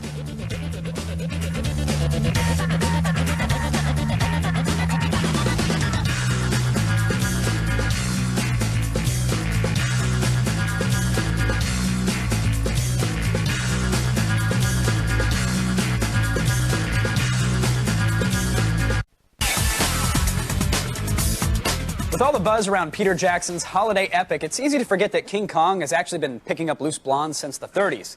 Tonight, Icons traces the history of the mighty beast from the stop-motion puppet to the CGI popper, snagging interviews with the likes of Jackson and Jack Black along the way. In fact, here's a little taste. From the mind of a true adventurer. You want to see Indiana Jones? That is Marion C. Cooper. I think the original movie is like the greatest piece of escapist entertainment ever filmed. It was the most expensive picture that RKO had ever made. Time diminishes his name. People don't really know what the story is anymore. But he is reborn greater than ever. And action! I've been trying it all my life. One way or the other, I've been trying to do this. I finally got it done. This is the life of King Kong.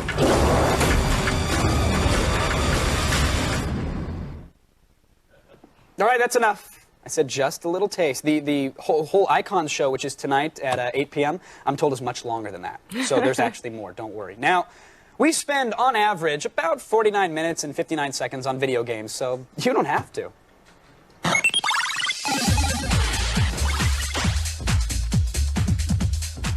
Do you have fond memories of the pizza parlor when you were younger? Oh my gosh, a wee round little table? lad? That's all I did. Right? Now, oh my gosh. Now, for me, the memories are not so much of the pizza, they're of the video games. The arcade in the back. Yes. Did you ever play Gauntlet, Sarah? Did I ever play Gauntlet? Yeah. No, my round table had different games than that. What'd you play? Do you remember? Yeah, Centipede. Okay. And Track and Field. That's right. That's right. And were games in color back then when you were a kid? Gauntlet 7 Sorrows from Midway is an update to the game that you don't remember from the arcades, unfortunately, because it was a great game when it first came out. Well, you're going to tell me about it now. Well, I'm going to tell you about the remake, which unfortunately banks entirely on nostalgia, because while it may look pretty, right? I mean, it looks like it's a solid, competent game. It's not up to par. It just doesn't do it. And the problem is that, you know, back in the day with Gauntlet, you could play up to 4 players. Sure. You're running around in little mazes, collecting keys and killing ghosts and skeletons and what have you. You know, and it would talk to you. It was one of the first games that really would. The wizard needs food. Sure. Wizard is about to die. So this is like a remake of a movie that disappoints because it just doesn't. It's lackluster. Well, right. It's to... like if Peter Jackson's King Kong was doing the same black and white stop motion stuff, you might say, wait a minute, dude. Yeah. Special effects have gotten a little further. Yeah. This game tries to gussy you up with all sorts of crazy stuff going on in the background and big particle effects and explosions and whiz-bang magic stuff. And that's not what you want from the Gauntlet you knew from the back room round table. I'll take it if the game had anything to do with like a modern game. It's mindless button mashing. It's mindless slashing. That's all you do. You choose a character and you button mash your way through level after level. Hey, look at this cutscene. This is all you get, really. It's like a 2D drawing that they occasionally shade in for you. That's pretty much the cinematics that I saw within the first hour. Granted, hour and a half that I actually sat down and played this. So you even gave it another 30 minutes. Yeah, I was like, there's clearly, to prove itself. there's got to be more. And, you know, I got like 3 or 4 levels in. I upgraded my character, which is literally like pressing X at the end of the stage. But you're running from room to room, mashing X or triangle or whatever. That's all a means to an end. You're killing horde after enemy, and that's about it. Granted, Kev, I'm sorry. Well, it's okay. If you're a GameCube user, you're in luck because it's only out on Xbox and PS2. So you don't even have to deal with it. Don't have to bother. It's not like it's not a choice you have to make. However, if you want to sucker a couple friends into it, it's almost a passable experience. There's a multiplayer side of things. Supports up to 4 playable characters, which is nice. And all the classic guys return. But you know, they redo the voice samples so to let you know, the wizard is dangerously low on health, or it should eat food quickly. And there's still giant turkeys and blocks of cheese lying around that you can eat, which is great. But it just doesn't have the same feel. You know, it's like they're going for the same Fast and Furious button-mashing nostalgia gameplay, but they don't take it to the next level. Which they're not retro enough, but they're not modern enough. Exactly. It doesn't quite know where it belongs, in my opinion. And so, normally I advise you try it or buy it, but not this time. I gotta say, unless you really like the button mashers, avoid Gauntlet like it's the bird flu. All right, coming up, we'll serve up news, plain and fancy in the feed. Plus, Kevin and Brendan meet Calvin and Hobbes in our holiday gift guide. It's all next.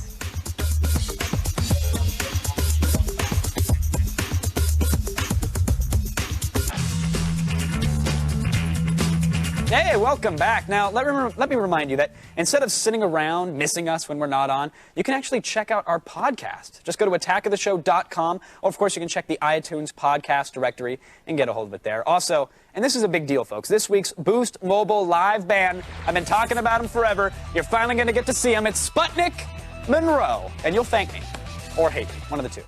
Now, the holiday clock is ticking. You can hear it, right? It's a little bit louder than... holiday clock? Oh, well, you're hearing my biological one. But metaphorically speaking, you're hearing the holiday clock ticking. Yes, I am, metaphorically. And we know that the people out there, they still have several geeks on their list that they need to get presents for. Well, this week, we're going to be your source for the last-minute solutions with our Best of 2005. And we're going to kick things off with a very exciting subject, Brendan.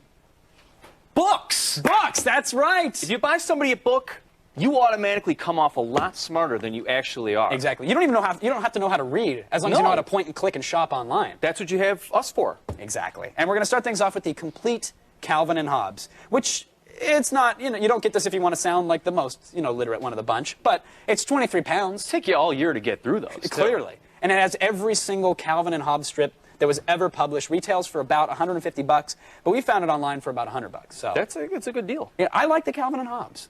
You know, It's been a long time since the last Calvin and Hobbes. yeah, wouldn't it be great to have all of them In one complete package, Kevin? all 23 pounds of it? Merry Xmas to you. Same to you, buddy. Happy holidays. That's the war. We're going to get to the war on the seasons in a little bit. Right now, we're going to go to Everything Bad is Good for You. We had Steven Johnson on the show, and you know, when I was interviewing him, I said, "Look, this is a brilliant read for anybody, whether or not they're into pop culture and whether or not it's actually affecting and rotting our brains, etc." I wasn't lying. It's a fantastic read. If you haven't had a chance to pick it up, you must. It really does a good job of explaining why Aqua Teen Hunger Force and daily trips to FARC.com are good for you. What about eating garbage?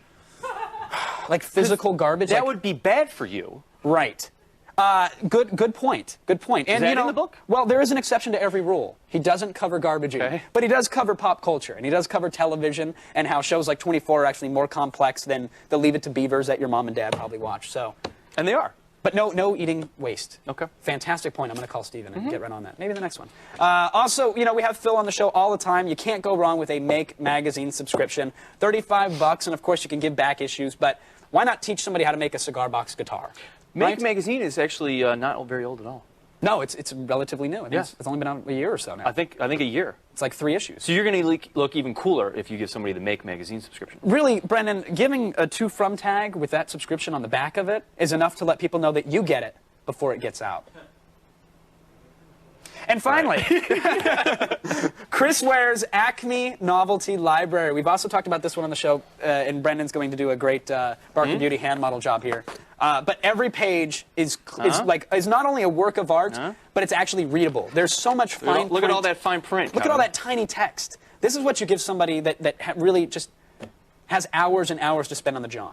Get them a magnifying glass and this book and let them comb through it. The man who is noted as developing the graphic novel masterpiece, Jimmy Corrigan. I recommend that one as well. He was the lead singer of the Smashing Pumpkins? No, that was Billy Corrigan. Oh, his brother. That's right. Uncle? Now, we're not done. One thing that we do want to say, avoid it like the plague. We'd rather get a lump of coal in our stocking than the war on Christmas. And really, it's just for the subtitle alone, how the liberal plot to ban the sacred Christian holiday is worse than you thought. John Gibson, I believe, of Fox News. What were the odds? Let you decide. Fair and balanced, kids. All right, you can head to our website for the links to the books that we just showed you, and stay tuned all week as we tick off the best games and DVDs and whatever else we feel like. Now, Kevin, how's your chest feeling? It's got baby oil all over it now. Oh, gross. If you melted down the news and poured it in a candy cane mold, you'd have the feed. Yum.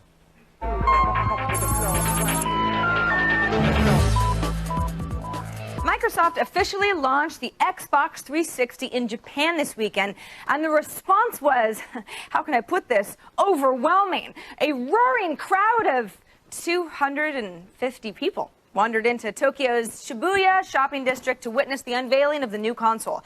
Now, despite a video message from Bill Gates himself, the mood was considerably more low-key than here in the States. In fact, Shibuya store owners quoted on GameSutra.com described the atmosphere as subdued and reported that some stores only sold 50 consoles in the first 2 hours. Now, of course, the exact sales figures have yet to come out, so we'll have to wait and see exactly how well or badly the Xbox 360 sold. But since there have been 0 accounts of trampled store greeters, tough to be optimistic. I don't know. Now, for the most part, the RIAA has been having a pretty rough time making anything of their anti-illegal downloading lawsuits stick. But sometimes even the courts can't ignore a person's inalienable right to kind of be an idiot. Yeah. Chicago woman accused of illegal downloading attempted to convince the court that she only acquired the songs in order to sample them, and that she actually planned on buying them at a later date. Now, the court really wasn't hearing any of that, arguing that the woman kept the songs regardless of whether she liked or disliked them. The woman was ordered to pay the RIAA $22,500. Ouch. Think that's depressing? The defendant in the case immediately following hers was all set to use his "I only bought the weed to tease the undercover cop" argument. He was pissed. Now, the man who posted false information about the Robert Kennedy assassination on Wikipedia has apologized, claiming it was all a joke that got way out of hand. The man, who's a manager at a small delivery service in Nashville, Tennessee, named Brian Chase, claimed he thought Wikipedia was a joke encyclopedia.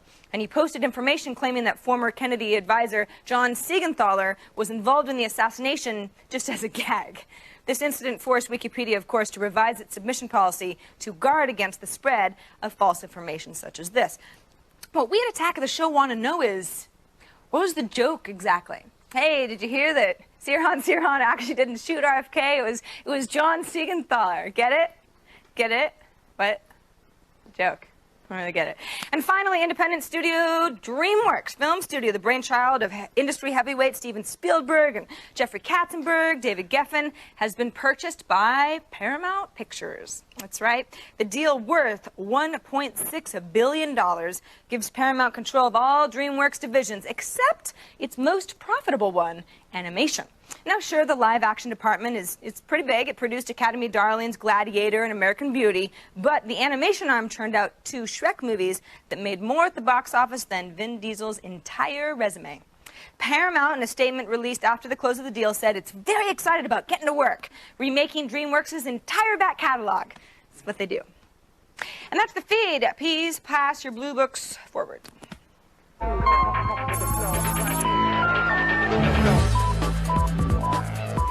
All right, in honor of the 40-year-old virgin DVDs, yes, Kevin, we're going to hear, I'm assuming, some entirely made-up stories about how an audience lost their virginity. How they all have sex. Yeah, let's do it. You talk to him, because I'm a little grossed out. Justin joins us on the phone from Temple, Georgia. Hi, Justin. Hey. You're the very first person who's going to tell us about your first time, so let's have at it.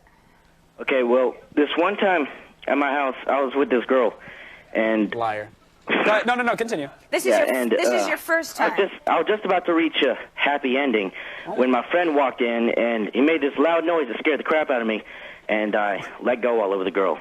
Ah. All right.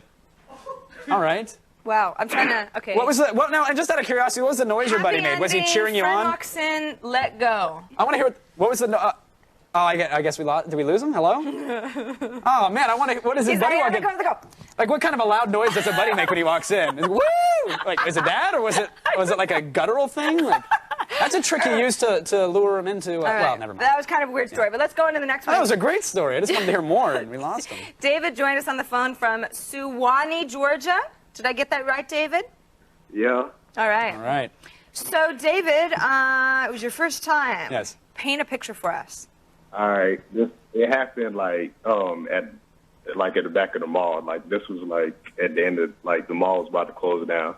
You were in the back of the mall, like where the garbage cans Normally it's like are? the bar's about to close, but for him it's like, no, the Orange Julius was the only stand left, so I had to take her. Everyone's kind of staggering out. Yeah, thinking, so mall's closing. Nah, this was in my mom's car, like at the back your of the mall. mom's car in back of the mall. Right. This is getting better. I'm assuming your mom was shopping, I hope. Nah, it wasn't even like that. It was station wagon, real plush. I took her, out and whatnot, and we came back, and like at the back of we liked each other for a long time. So, like, it was less like... All right, you liked each other, you had sex in the back of the car, I'm assuming that's where that story goes. I think so. Look, I want to hear it. We just don't have 15 minutes to hear about how, she got caught on the stick shift, and we had to fumble around a little bit. We were thinking it was going to be a lot like, never did it. Yeah. We've got these long, complicated stories. We weren't really expecting these. Yeah, wow. We're not really mature enough to handle them, really. Clearly not. That got dirty real fast. Ugh. Can I erase that from my TiVo? Please. Mere moments from now, Sarah Lane emerges from the depths of the internet bearing her usual and unusual gems. When Attack of the Show holla's back. Holla back, holla back.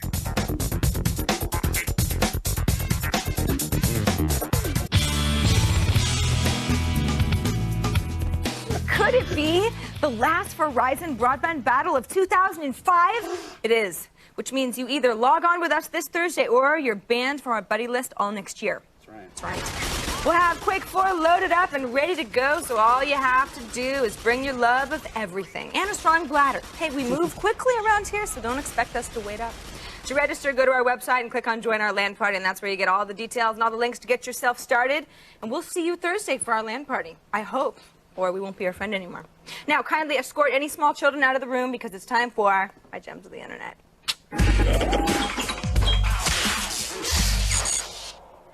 Kevin, yes? I love that we give them a warning for the gems of the internet, but not for the phone calls about... I know. Much more disturbing. Yeah, I'll try to make this as disturbing, but I don't think it's possible.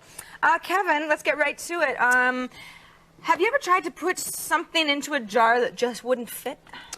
You know, we did a And that's web not a server trick euphemism once. for anything. We did a web server trick once, but it did. worked. It totally worked. But that's because his ass wasn't made of glass. No idea what you're talking These about. bottles are. You- Let's check out impossible objects put into glass containers. For example, Wow. look at a pack of cards, scissors, some keys, and looks like a lock of some kind. How'd you get it in the small opening? One can only guess. Wait, so where's the part where the website does something cool? Like, does something pop out, or? This is cool. No. I mean, look at these. This is They- how would you get a German all right, dictionary I'll give them through that. the small opening? Well, that of looks this like jar? it could fold up and be stuff. Now I know how they do like the sailboats. They collapse the sails and they put it in. But there was one that had a deck of cards, right? That you just showed that one, I think, right? Yeah. You want to see that one again? No, How about, I'm good. baseball in a mail jar. How'd you get the baseball? You can't collapse a baseball. But it looks Kev. like it could fit in there. It does not. But it does too. It does not.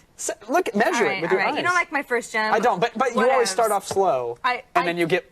Well, I'm That's saying. what you think. Oh. Everybody out there loves my gems. Okay, well, we'll go to the next one. Now, Kevin, when you are buried by me, Not gonna be buried. you probably have an idea of what you want your coffin to look like, right? Sure. Sure, and that's why this next site is going to help you out a lot. You have skinnable coffins here. It's from Australia, and they've got a variety of colors. You know, you've got sort of an island theme. Those look You've like got some 360 flowers. faceplates. That's According awesome. to the site, everything's environmentally sound. Of course. You know, let's take a look at one. You know, here's sort of a story of the EnviroBoard that they use as the coffin. It's I don't know, man. I don't know. Really? Well, you know what one I actually really like, What? though, is let's just say you don't find one you like. Here's one. It's a do-it-yourself canvas. So you get the coffin, you make it all nice and pretty, Sure. and then when you go down into the ground, it's all you. It's all you, know? man. It was all, it all That's came great. from up here. I want one that makes it look like I'm clawing at the top of the box. You know? Because you're buried alive. Yeah, that kind of pose. Yeah. It could be good. I know. We'll ask them not. about this. Maybe I don't not. know if they have that. Maybe that wouldn't be good, Sarah. I don't know. Maybe that wouldn't be a good idea at all. And finally, Kevin, remember Geek Fantasies? Very well. It was, That our was little man. Geek Whoever did that Fantasies. was brilliant. Well, it was by the us. way. It was us. It was sort of our little let's make nerdiness and girls go together and lick PSPs and that whole thing. Now we've got some competition. Girls with networking equipment, Kevin. That's right. These are girls who touch, fondle, and kiss networking equipment. Yes. For example, here's she's sort of holding a server of some kind, and Oh, she's that's pretty, is that a pretty switch? cute. Looks like a switch to me. Set of knockers. Yeah. Next Sorry? one is Is that a technical term? somebody holding something close to Who cares? another region. Yeah, all right. And then it gets even weirder. Looks like she's about to snip some, Oh, wow, yeah. snip a cable. Crimp those cables. There's bra. Whoa. There's bra, and I don't really know what that is. I can't. It sort of looks like some sort of something, heat sink or something. Yeah, like something you wash your clothes on, maybe. And finally, even a little girl-on-girl action. Yeah. And a server. That- I don't know what that third girl's doing. Can I just put it She's out sort of there? posing. The best gem of the internet I've ever seen, Sarah Lane. Really, Kevin? You Is pull that out all all the it stops. takes? That's Is all that it all takes. it takes? Oh wait, was Now it you know cards how in to a make bottle me or happy. 3 chicks in a router? Thank you. You were so difficult with I'm the going first with the one. Cisco. Big things in small bottles. How did they do it? Because if it would involve chicks and hardware, then I'd have been like, yeah, you fit it in there somehow. All right. What? All right. Take a cold shower there, Skippy. Sorry. You can find my gem link plus gems of yesteryear at attackoftheshow.com. All right. Hey, there's still more show left in here somewhere. There is? Yes, author Cy Timoney. He's like a more approachable MacGyver, and he's going to provide us with sneakier uses for everyday things. Think about that during this.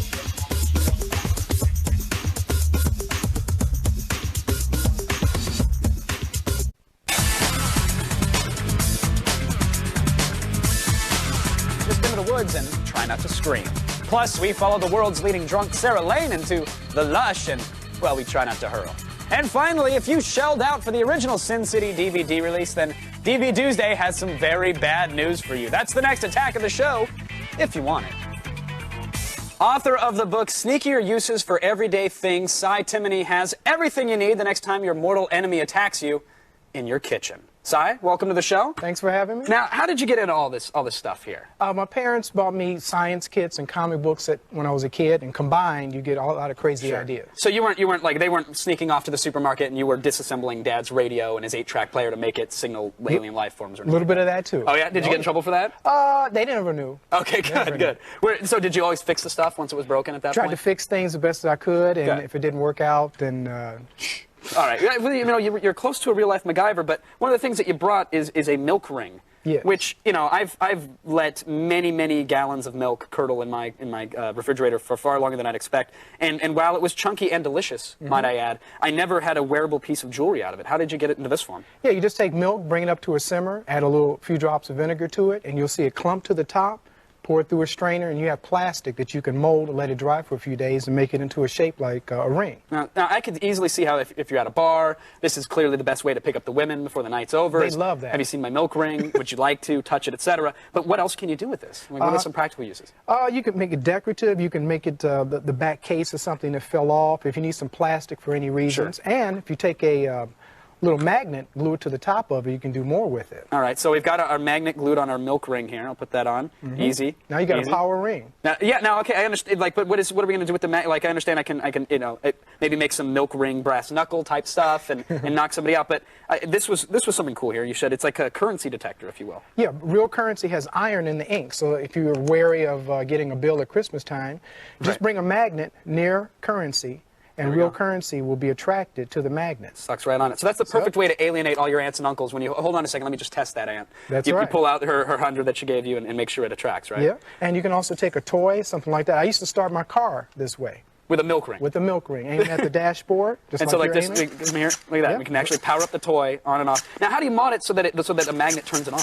Paper clip and aluminum foil. Aluminum foil is not attracted to a magnet. Paper clip is, and it comes right in there and makes a switch, a magnetically sensitive switch. Wow. So this is, other people are out hot wiring cars, you're pouring milk into them and using magnets to get them started. That's right. Fantastic. Everything that you already have around the house. All right. Well, now this is something for when you're out of your house, though, because I understand that this is great. Like if we get trapped in someone's garage sale, we're going to know how to get out and how to kill everybody in the room. But let's say we're on the go, we're now not in our element. You have a survival watch that can pretty much get us through anything, right? Yeah, I just took a 99-cent store watch, and I believe that when you travel, even going from LA to San Francisco or LA to San Diego, why not carry some emergency items with you, like duct tape, a flashlight, dental floss, now you're things saying like that. These are all things that you've got packed away inside of this little watch here. Tiny little 99-cent watch, Band-Aids, Prove me wrong, duct because I don't tape, believe you yet. all the items are right in that watch. Oh, wow, they really You have are. the whole survival kit. You got duct tape, you have Band-Aid under here, you have mints for sugar, your antibacterial tablet. You Some have a cup. MDMA? Yeah, you have a cup made out of a baggie, and you have an antibacterial tablet so you can swish it around with water instead fantastic. of drinking bad water.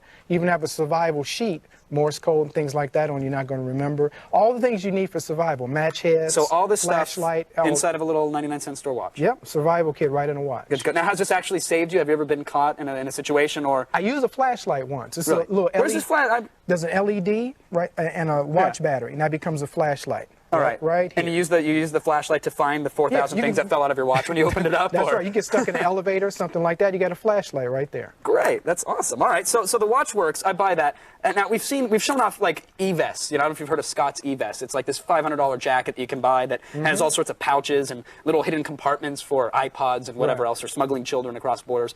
You've got your own jacket. Right. This jacket is a typical jean jacket that everybody has. Sure. It has all sorts of gadgets in it. It has a magnet in there, just like that magnet watch. Right. Built right on a retractable keypad, and it can actually test the So if you money, have a normal fear of dollars and you constantly have to test them when you're using them, wear that. On the other side, you have a mirror, so you can, if you're in an ATM, you can see who's behind you, things Very like nice. that. Or you're on an escalator. On You an just kind of escalator. do one of those. For survival purposes, just have a pull-out pouch like that. It's just jean material with Velcro on it. Okay.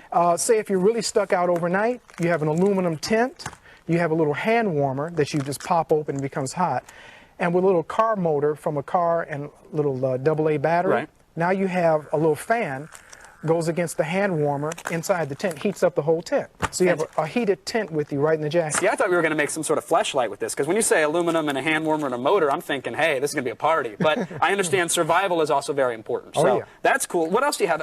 There was something, maybe it's what you have next, but I don't want to. Voice recorder built in case you want to tape your friends. Oh, wow. So blackmail everybody with one little pouch? Even when you take the jacket off and you walk away from the jacket, have a walkie-talkie in the pocket. This is the whole walkie-talkie here. That's great. That way I can listen to what's going on. That's fantastic. You can always hear. So did you hear all the crap that I was talking in the green room when you walked away? Oh, yeah. Oh, hey.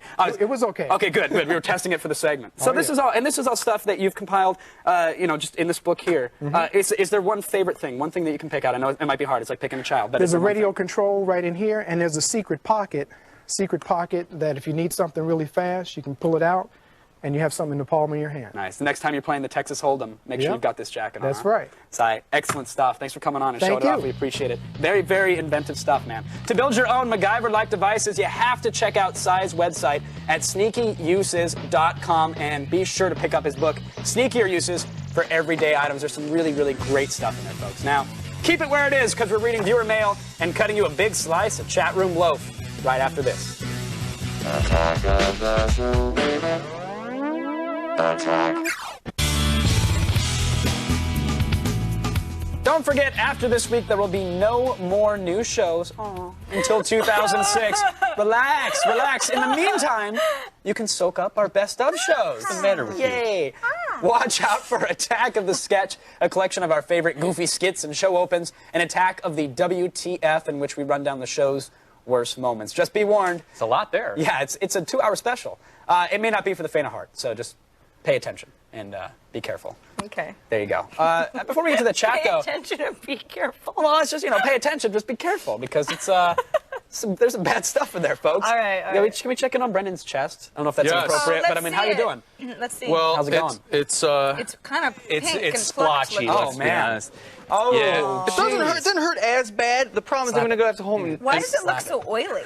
I have baby oil on it. Yeah. After the segment, she's like, "Come here, Baby Brendan," and she oil. rubbed me down. Yeah. It was kind of nice. Nice once over? Yeah. Yeah, I bet. All right, let's see what's going on in the old IRC chat room, shall we? Okay. First question from Duck Soup. Would Kevin or Brendan ever wax their bodies for a woman? I believe it's just common courtesy. You got to keep it groomed. Got to keep it trimmed. Kevin, what are you looking like under there? There's nothing under this hood. Come on, Kevin. I'm a 10-year-old boy under here. Really? But I have been known to do a topiary or two in my time. A what? Not in the chestal region, though. Next question. Wow. What did you just say? A topiary. I don't even know what that is. Like when you trim a hedge into the shape of a goat or a giraffe. Oh, manscaping. Yeah, manscape. Oh, That's sure. all. Yeah, we've see, all of course. manscaped. Come on. All right. Let's move on, really. Just sometimes it doesn't pay to be the only girl. Croesus wants to know, do the hosts prefer kung fu or samurai movies? Oh, I like the kung fu movies. What's the major difference? Swords versus karate? I'm very much more of a samurai kind of a girl. Really? Oh, yeah. Wait, is it for the decapitation or just because you like clean, shining objects? It's not the decapitation so much. I like it better than. All right, fair enough. You know? You gotta go, Hwah! Yeah. You do that. And I'm not good at that, see? I'd much rather have a sword and decapitate. Done. Next question. Striker 10. What will the host miss most about 2005? Oh, there's so much, Striker 10. Where do we start? I'm really I'm gonna miss. Don't look at me. I got nothing. What happened in 05? I don't remember. Did we make television or something? It's hard. All the years seem to run together. By. Yeah. Went by real fast. What's gonna change? Nothing. I mean, you write a different number on your checks. It's no big deal. Nothing ever changes. 2006. I guess that's the. This is kind of a bunk year. It really was. Now that I think about it. 05 sucked. I'm glad to get rid of it. This year was crappy. Bring on 06. All right, we're done. Any resolutions? Resolutions? Yeah. Yeah? They never go anywhere. All right. How about we just end the show? Why don't we put everybody out of their misery? Good night, everyone. Good night, everybody. Thanks to our guests, Mickey Mia and Ty Timoney. Cy Timoney. Sorry, Cy. It's Bye, Monday. everyone.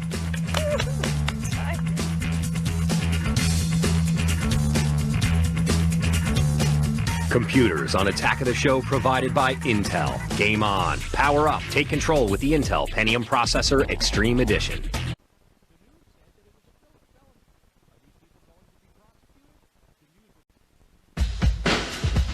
Until they actually build crypto zoos where we can feed Loch Ness monsters, we'll just have to live vicariously through cryptozoologists like Lauren Coleman. Plus, whoever said one man's trash is another man's treasure should have invented eBay when he had the chance, sucker. And finally, TV Tuesday is packed with the most Jessica Alba you can get without a prescription. Now, this is blood for blood and by the gallon. It's Attack of the Show! Pick up on this.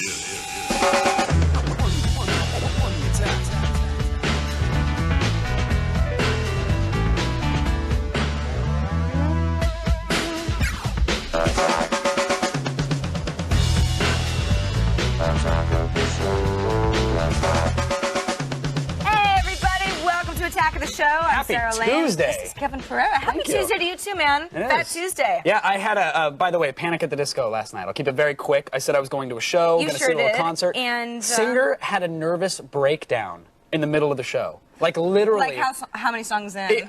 Well, I mean, he got through a good amount. Like, he got through a good 6 songs or so, which was good. And they sound fantastic, by the way. If you've never seen Panic at the Disco, Did go he see start them live. crying? No, he explained that he was sick. He was a little ill. And I know what it's like to try and perform while you're sick. It does. It sucks. But, dude had a nervous breakdown. pretty funny. Sorry. Wow. Anyway. Well, I'm glad you had a good time anyway. I had a great time. Good concert. Love the concerts, but I also love the movies. I know. You know? and I love movies. We never seem to go together. No, But we no. go to Well, I mean, our movies. We dislike each other. We just enjoy the so cinema. why would we go to a movie together? Exactly. But yeah, so what about the cinema? Well, you know, we talk about it from time to time. The talkies, the motion pictures, and The show, my you know, parents call it. we say it often, but it's kind of a joke. But like to me, the best part of the movies are the trailers now. Because I get an idea of what I'm getting. It's in, it's out, it's done. I see the explosions. It's very easy. Exactly. You know, you say like this preview has been rated for all out, so you're like, yes, there's one more. One more. Done. And a couple new trailers have been released and they're viewable online, and we wanted to talk about them. The first one, and this is a very, very sad story, not just because it's Miami Vice, but yes, it is Miami Vice. All right.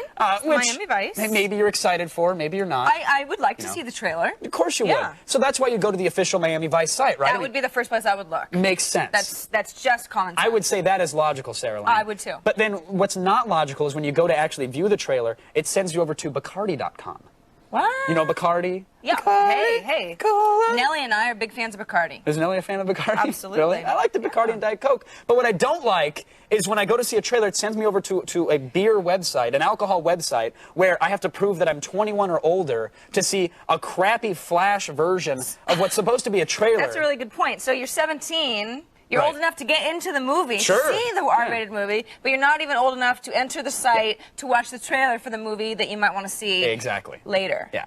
You're basically fuzzy logic. you're viewing marketing for what is essentially an advertisement for a movie. I love how they do this these For days. alcohol. Yeah. So for forget that. alcohol, no less. Forget that, Sarah Shame. Lane. I know. All right, yeah. Alcohol lushes are Forget terrible. it. Well, I guess there's no movie trailers to see. No, there are. Oh. And this is the good thing, because the Mission Impossible 3 trailer just got out today. Yeah. Easy to get to, higher quality, and we're actually kind of excited for it, so we figured, why not show it? Okay, roll it.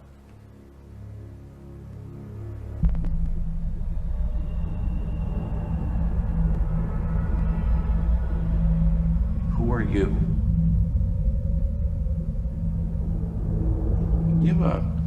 You have a wife, girlfriend?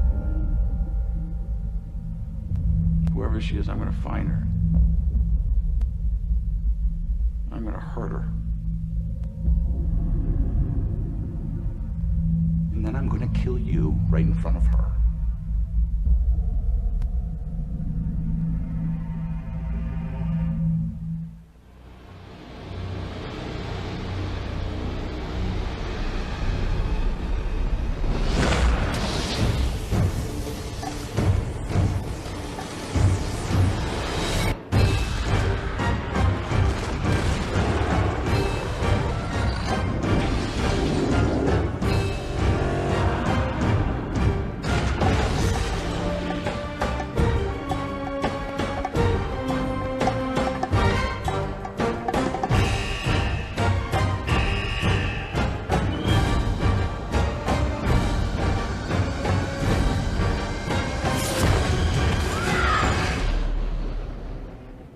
Welcome back, brother.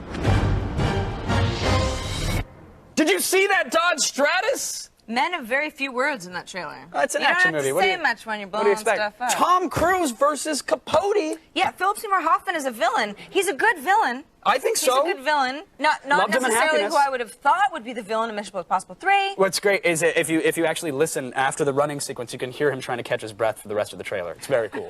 you got to listen for All right. it. Here in the 5.1 So easy mix, to it's, say when it's you're in such incredible. good shape. Oh, Father listen, Sport. I'm Iron Man. No. I'm actually really excited to see it. I do. Yeah, like it. it looks good. It's a fun time. Mission Impossible 3. Tom Cruise is in 11. And I know I talk about the movies a lot, and I'm sorry for that, because it's one of the things that I happen to be into. But there's also something else which you're very into as well, which I don't let you talk about enough, the video game. Yes, it's one of my biggest, greatest passions. Yeah, and that's why I'm really glad that MIT professor Henry Jenkins... That's his cousin, Leroy. Yeah. He has written a very well-informed essay on video games and violence. Okay, Which, so... you know, we hear so much about the crap of, video games are causing violence, and they're they're distorting our youth, So and he's they're kind of poisoning going, our minds. listen, I'm a professor, I know what I'm talking about. Yeah. Here are a bunch of reasons why those don't stand up. Exactly. What he does, he debunks like the top 8 myths that politicians use in their anti-video game arguments. And now this has been around for a while. For example. Well, for example, the article uses statistics. which is a good thing. Other than rhetoric, he's using actual facts and Math. figures. Yeah, numbers than word games. and studies.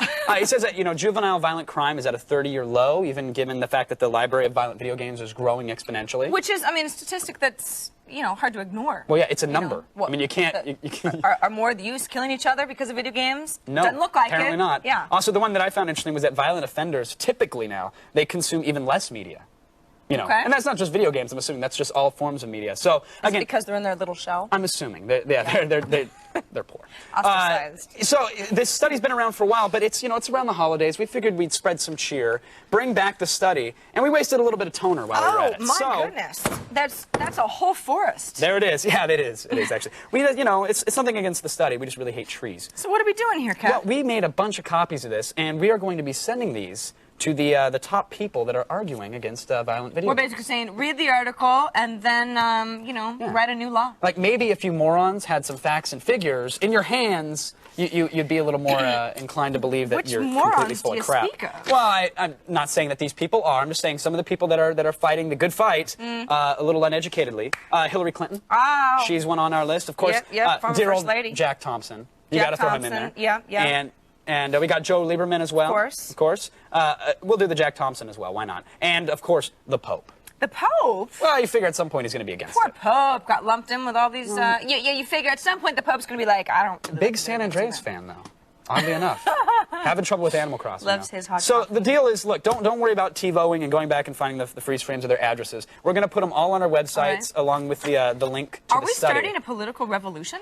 Pretty much. Wow. We're televising the revolution, That is a Sarah. first. I'm really excited. Go, get the links, get the addresses, print these out, lick it, put it in an envelope, done. Yeah. Make us proud, audience. Please. Speaking of exciting, Kevin, you know what opens tomorrow, or actually tonight at midnight, officially? What? King Kong. Oh, that's right. We're That's back talking about movies again. The ape one. Yeah. Yes, King Kong. Lots of people around the office around here have seen it.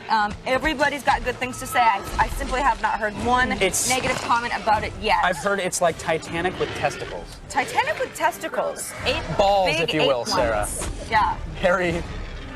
Monkey. All right, yes, we get it. It's testosterone, yes. but it's good. It's Titanic with love balls. story, but action. Love story, yeah. It's lots of.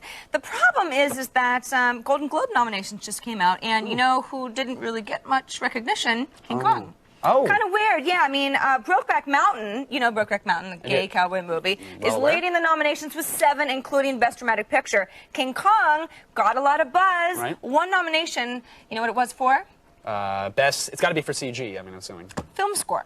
Oh. And I'm sure that the music is very, very good, but that's kind of not what you think of King Kong. You think, wow, no best animation or best actor or actress Sure. or best director. Well, now if you're part of the cast and crew of King Kong, you've got to be really, really ticked off, right? Yeah. Funny you should mention that. Actually, one of the film's stars held a press conference to address this snub. Oh. It's a pretty big deal. Wow.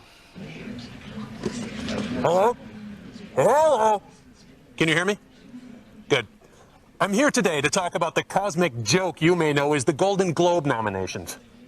Does the Hollywood Foreign Press seriously consider these the best films of the year? I'm sorry, but Mrs. Henderson Presents, if you can name 2 people who saw that movie, I'll give you Naomi Watts' home phone number. Oh, and I see. A woman loving an ape is wrong, but 2 cowboys playing Get Along Little Doggy is perfectly acceptable? Nice double standard. Okay, next time, we'll just shoot a room full of fat guys talking in black and white. Maybe that'll make you happy.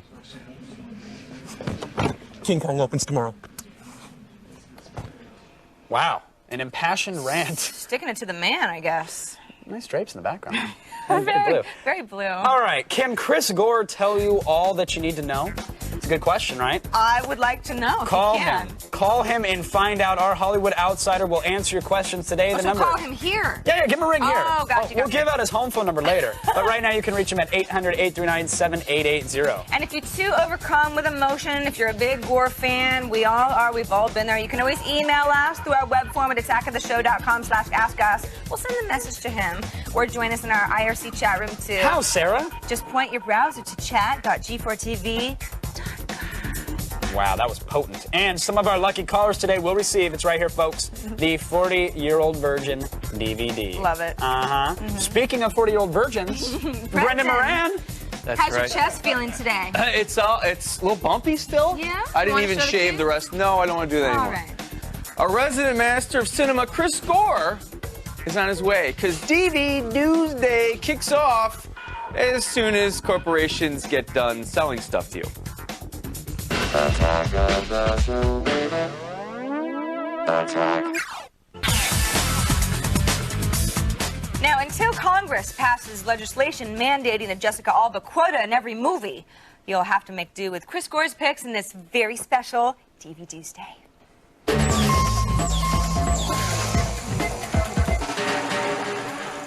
Hey, man. I'm back. Chris Gore's back. I'm back. I'm here. Good. I'm glad. This is our last show together before the holidays. The last of 2005. No. It's okay. It's okay. We'll be back. Okay. We'll be back in Okay, January. good. All right, let's get to it. The final DV Tuesday of the year. Okay. Frank Miller's Sin City recut, extended, unrated. Okay, it's double disc. Okay. One of the discs is the movie with 3 commentaries on it. One with Robert Rodriguez and Frank Miller. Another one with Robert Rodriguez, Bruce Willis, and Quentin Tarantino. The second disc is really cool. What they did was they recut the movie into 4 individual stories, so they're 4 short films. So you see the story of Marv, Yellow Bastard, and whatnot. They just kind of cut them up. What's cool is the extras on this, where it shows Robert Rodriguez shows how he did this stuff. There's a great scene where they show Miho, who's this assassin samurai chopping off people's heads. Loved her. Blood spurts in her face. Now, if I spurted liquid on your face, you would blink, right? So seriously, but the way that Rodriguez, made it so that Miho wouldn't blink is he actually photoshopped her unblinking eyes into her face. So if you ever wanted to keep your eyes open while you're getting liquid spurted in your face, that's how to do it. Just use Photoshop. That's very helpful, but I've heard it hurts. Oh, okay. Anyway, are there any more boobies? I hear unrated, and I think more boobies in Sin City, perhaps? Actually, there are on those 4 individual stories. There's more nudity, more violence, more. There's a funny thing with Marv's mom. Marv goes back home. He goes back to his boyhood room. This is, he's the big hulking. Sure. Yes. Yeah. He goes back and he sees and he gets in an argument with his mom that's really funny. All right. So I'm a big fan of Sin City. I told everyone to buy the single disc edition. Yeah, Sin City was great. You can sell that for used. You can buy the double disc edition. All it's right. so good. Just one of the best of the year. So we're out of the gates with a buy. Out of the gates with a buy. Good. We're buying Sin City. Next one, Fantastic Four. Now, Fantastic Four, kind of a disappointment for me as a big summer movie, also as just a Fantastic Four geek. But you know what? On TV, you watch this on the small screen, the movie kind of works. It's a lot of fun. I feel like the movie was campy enough and not taking itself seriously that it was easy to watch. Yeah. I mean, it's like, as a TV movie, it's kind of fun. Ben Grimm and Sue Storm and Johnny is great. Chris Evans as Johnny is the best. And for a single disc, this thing is loaded. It's got commentary and Jessica Alba's personal diary on the press tour shot with mini DV, which is kind of fun. So, and there's 3 deleted scenes on it, which are neat, where actually you see Mr. Fantastic morph into Wolverine, trying to impress Sue Storm. So this is the kind of behind the scenes stuff I like to see. Right. It's Jessica Alba going around with a mini DV camera, just getting very personal with her cast. And I mean, who doesn't want her to get personal? Yes. I mean, anything personal with Jessica Alba is a good thing. Pretty good. So what's the bottom line here? Bottom line is, look, it's not a great movie, but it's worth seeing. It's a rent. It's a rent to check it out because there's good stuff on there. All right, well, Chris, this is the last DV Tuesday of the season. Last DV Tuesday. Of the season. Of the season, Good. I know. So we might as well go out with a bang. So why don't we do another round of rapid fire? We got rapid fire. We got rapid fire. Here we go. Now remember, last time I had to rein you in. Oh, yeah, I like doing this, so we're going to do it again. Okay, cool. Today, your countdown timer is going to be set at 45. Can I have that, please? And go. Go. Thundercats, it's season 1, volume 2. Grab it. You've got Open House, which is a real estate musical. I know you never heard of it, but this is now. If you're into Roger Corman, these are movies you got to see. Big Bad Mama. This is Death Race 2000, and then you've got Rock and Roll High School. This is Family Guy. You have to own all of these. Family Guy is just so awesome. Then of course you've got Heavy Metal Parking Lot. If you've never heard of Heavy Metal Parking Lot, this is a guy with a video camera going and he's interviewing people at a heavy metal show. And then of course we've got the He-Man and She-Ra Christmas special. Why do I need this? I don't know, but it's Christmas. 10. Then Gothic Movie, an underground thing that you should check out. Bad News Bears with Billy Bob Thornton. 5, very un-PC. 4, 3, kids swearing. 2, Another weird underground Happy Time Christmas. Chris, happy holidays. Thank you. Another Happy DVD holidays to you. under our belts. I worked in as many as I could. You did really well. I don't know how you do it. Under pressure. I try. You're the man, Gore. All right, visit filmthreat.com or chrisgore.com. You can take it. You know you can. Now, do not drive or operate heavy machinery. You know why? Because the Lush blows a 1.6 right after this, and that's illegal.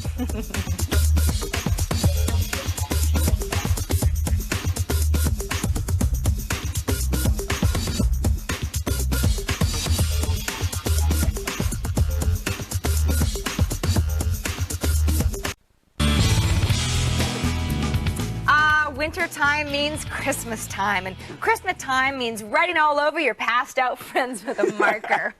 But with so many brands and such festive holiday colors, which one should you buy? Let's find out. Now, Kevin, as you know, the holidays bring countless parties where people are bound to have a little bit too much to drink. You know how it is. So this is a prime time for what we like to call shaming. Now, you know about shaming, right? Know a little too much about shaming. Shaming, essentially, when someone drinks a little too much, they pass out.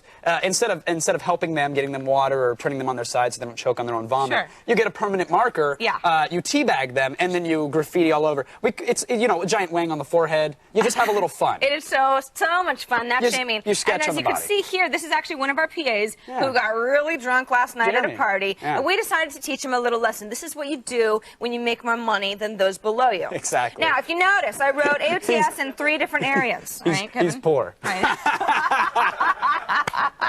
never wish I could told. And with a different marker. Okay, so we got 3 markers here. We'll show you which one we used for which part of the body. I used Sharpie King Size here on his belly. That's a name brand. Yes. Now, up a little higher, the Bic Mark It on the midsection. And then up top, the Avery Marks-a-Lot on his chest. Smells the best of the Now, 3. we didn't stop there, though, Oh, because no? this was actually sort of a scientific experiment. We send him home to shower, and he's actually here today to show off what marker stayed on the vest. So, Jeremy, why don't you come on out here? Come on out, buddy. Come on out here and show everybody your washboard abs. There you go. Let's see it. It's cool. Suck it in.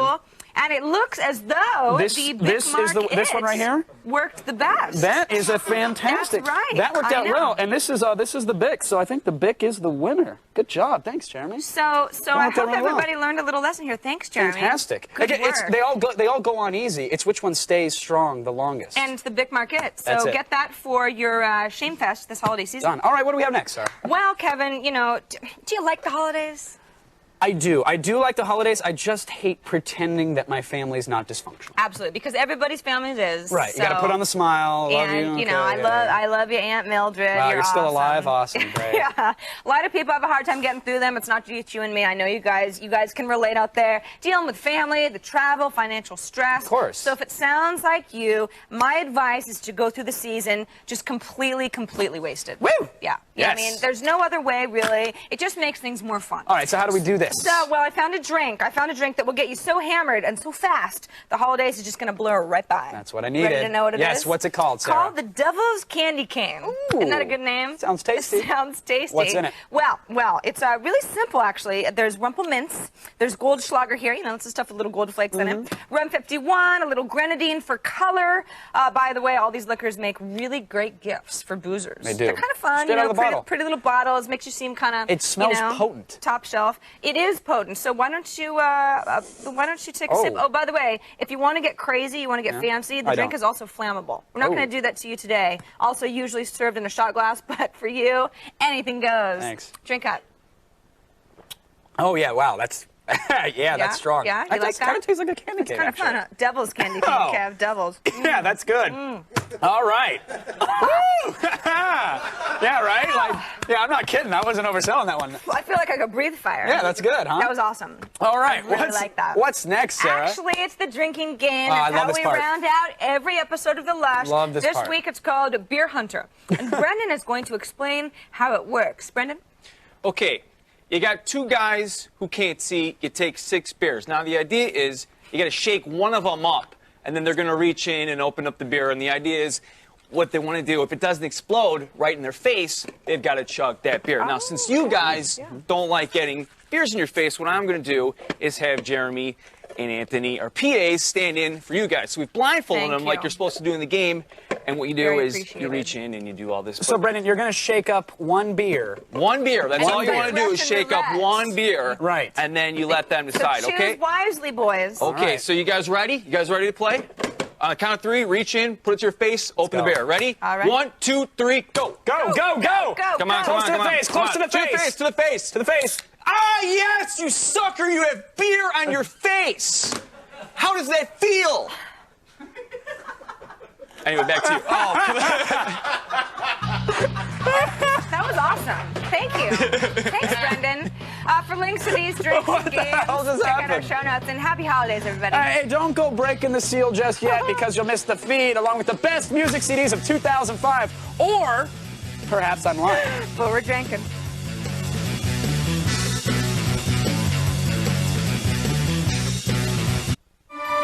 Hey, Sarah. Hey, Kevin. What'll it be? A very John Tesh Christmas or dogs singing Jingle Bells? Don't you have anything else? No. Well, and I thought this year you were going to invite other people. This is just creepy. It's not creepy. She's right, Kevin. It's creepy. This Christmas, you need to megaphone this. Wow! Megaphone this? What's that? Megaphone this. The very first, very official Attack of the Show soundtrack album.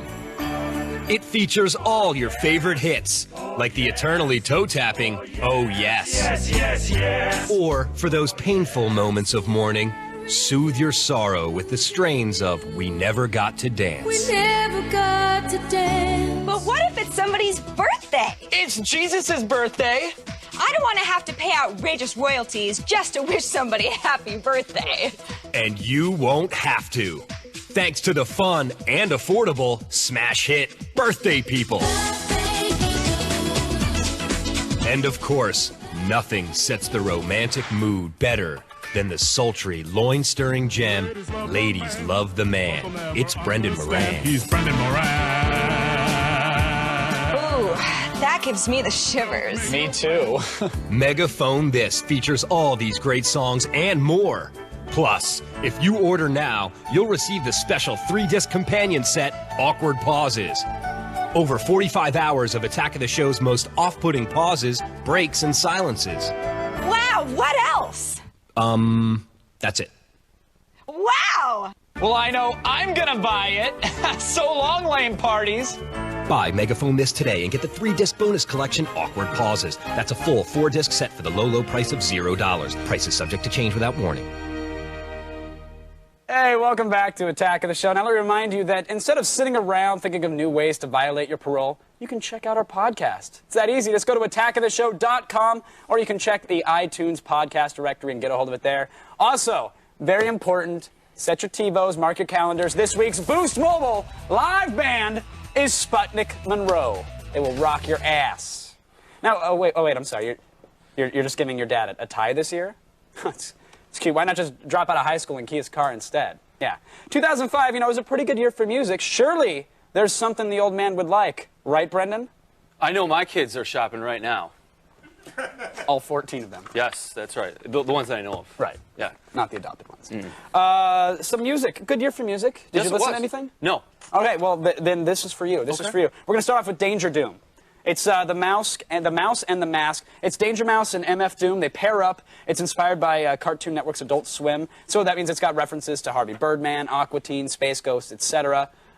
I don't think I need to say anything. How much cooler can you get? I don't think you can get much cooler. Your head would actually explode. Space Ghost references. Yeah. Now, this other one, I don't know if you've heard of a band called Dredge. I might have brought it up throughout the year. If you can't go 5 minutes without mentioning the band Dredge, I'm happy. A little bit of a fanboy. A little bit. This will be the last time I mention them in 05. I promise. That's a lie. Catch Without Arms is their latest album. You can't go wrong with that. Or the album from before, El Cielo. They're also playing on the Roxy. So if people at the Roxy on New Year's. So if you're in town for that, go see that. What else? We have Andrew Bird. Now, it's Andrew Bird's The Mysterious Production of Eggs, which sounds a little weird. Sounds very weird. That sounds very weird. Well, it features professional whistling, and it comes highly recommended by Casey. He's the guy who plays Office Jesus. And everything else. Yeah, and so that should be enough for everybody. The guy with the beard. That's who she's known that as. dude. Yeah. When I go around to conventions, it's like, oh, you're that guy. He is that guy. Good taste in music. Casey. Very good taste. Very good taste. And then we also have the Green Day CD/DVD. If you don't already have it, grab it. Bullet in a Bible. It documents Green Day's American Idiot Tour, and it's one of our favorite concert DVDs of the year. It mixes punk and politics. It's kind of like putting a safety pin through Hillary Clinton's nose. Right. That's of Corrado, as the big guy of Can Corrado Break It? Oh, that's his recommendation? Yes. Very nice of him. Good DVD. And we're not done. We have one more. Today's Lump of Coal is courtesy of, well, Lindsay Lohan and Hilary Duff's new albums, respectively. Speak for yourself there, Kevin. Well, look, I know you're a big fan of the pop, the bubblegum music, but like they're hardly actresses. They're definitely not musicians. Oh, Kevin. I'm just being honest. To rumble about that one. Stick to swimsuit calendar, sweethearts. Head to our website for the links to the CDs, and stay tuned all week if you check out the best video games, toys, DVDs, and whatnot. Whatnot will actually be a category. What about and such? And perhaps. Okay. Perhaps. Including but not limited to. What about a cornucopia? We're done with this one. Okay. Now, there are very few things I can say with any degree of certainty. The fetus here happens to be one of them.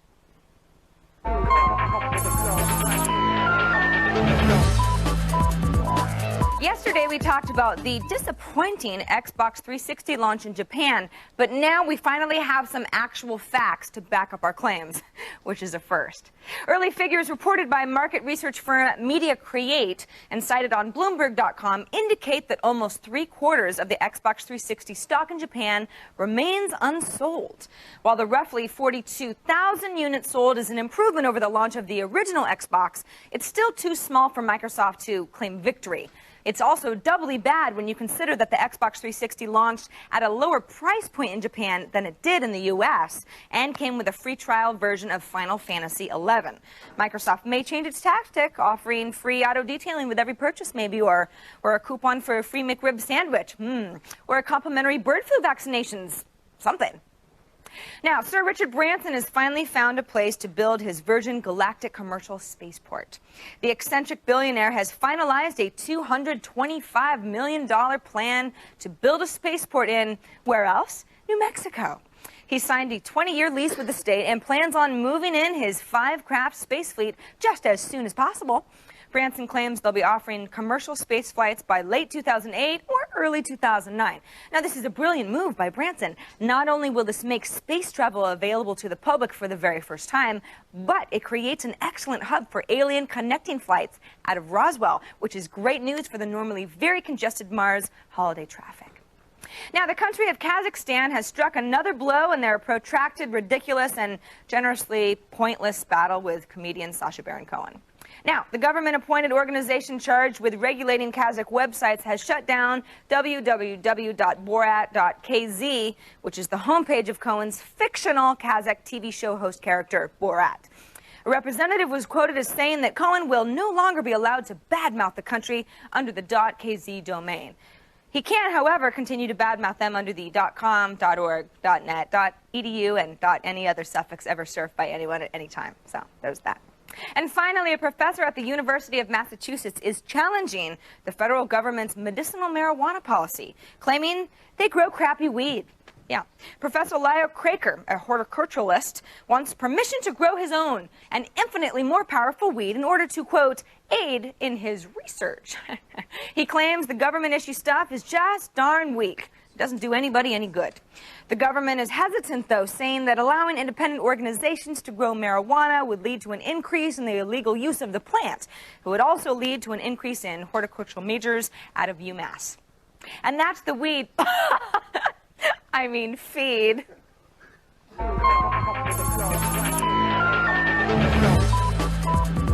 All right, before we get to calls real quick, excuse me, I guess we missed a CD in our Best Of segment. Yes, the best of CDs. I'm alive, I promise. It's the bird flu. What is this bad boy here? This is called, it's High School Reunion. It's covers of 80s teen movie soundtracks like Pretty in Pink and Repo Man. In fact, Frank Black does Repo Man on it, and I wrote the liner notes for it. Nice. So you can see an embarrassing photo of me from the 80s. Chris, did you shut your mic off during the break, by the way? Did I? Yeah, did you? I'm asking you. It's a question. It's a question. I did not. Oh, okay, there we go. Okay, good. Just making sure. Okay, good. All right, because you're standing next to me. I can barely hear you. Really? Yeah, just shout at me. Okay, I'll shout. I'll shout. Josh joins us on the phone from Hillsborough, New Hampshire. You there, Josh? Yeah, I'm here. What's going on, buddy? Nothing much. Not much? Watching the show, calling in, got a question for Chris? Yeah, in your opinion, who do you think is the best film music composer? Oh, that's one of those impossible questions. John Williams is always great. John Barry, one of my favorites, did Dances with Wolves. Right. James Horner, a lot of people like, but to me, his soundtracks tend to sound a lot the same. I go John Williams. Really? I think John Williams is, yeah. Oh, that's the old standby. Cop out. Oh, that's cool. Yeah. All right, Dustin on the phone. You there, Dustin? Hey. Hey, how's it going, man? Good. Good. You got Chris Gore here. He's ready. Ask him anything. What's your question? Okay, my question is, what would be a great DVD for the holidays? I'll tell you my favorite one. It's a Christmas movie that a lot of people forget, starring Bruce Willis. It's Die Hard. Oh, yeah, that's Die right. Hard, It was set in, Nakatomi Plaza, and it was all festive. It's a great Christmas Christmas movie. Yeah, that one. Get that one. Really? Everyone in the family. Now, the Chevy Chase Christmas Vacation, verdict? That's a good one. That's a good one. I mean, would that be a buy it, or? Not at the top of my stack, but it's in the stack. It's somewhere buried in that rapid fire box, right? Yeah. Cool. Near the back. Chris, thank you so much for taking Thanks. the calls. We appreciate it. Good Cool. seeing you as well. I'll see you in 06. I will see that. Up next, it's Bigfoot night. That's right, all accompanied Bigfoots drink freed. We talk to cryptozoologist Lauren Coleman after this soothing break. Stick around.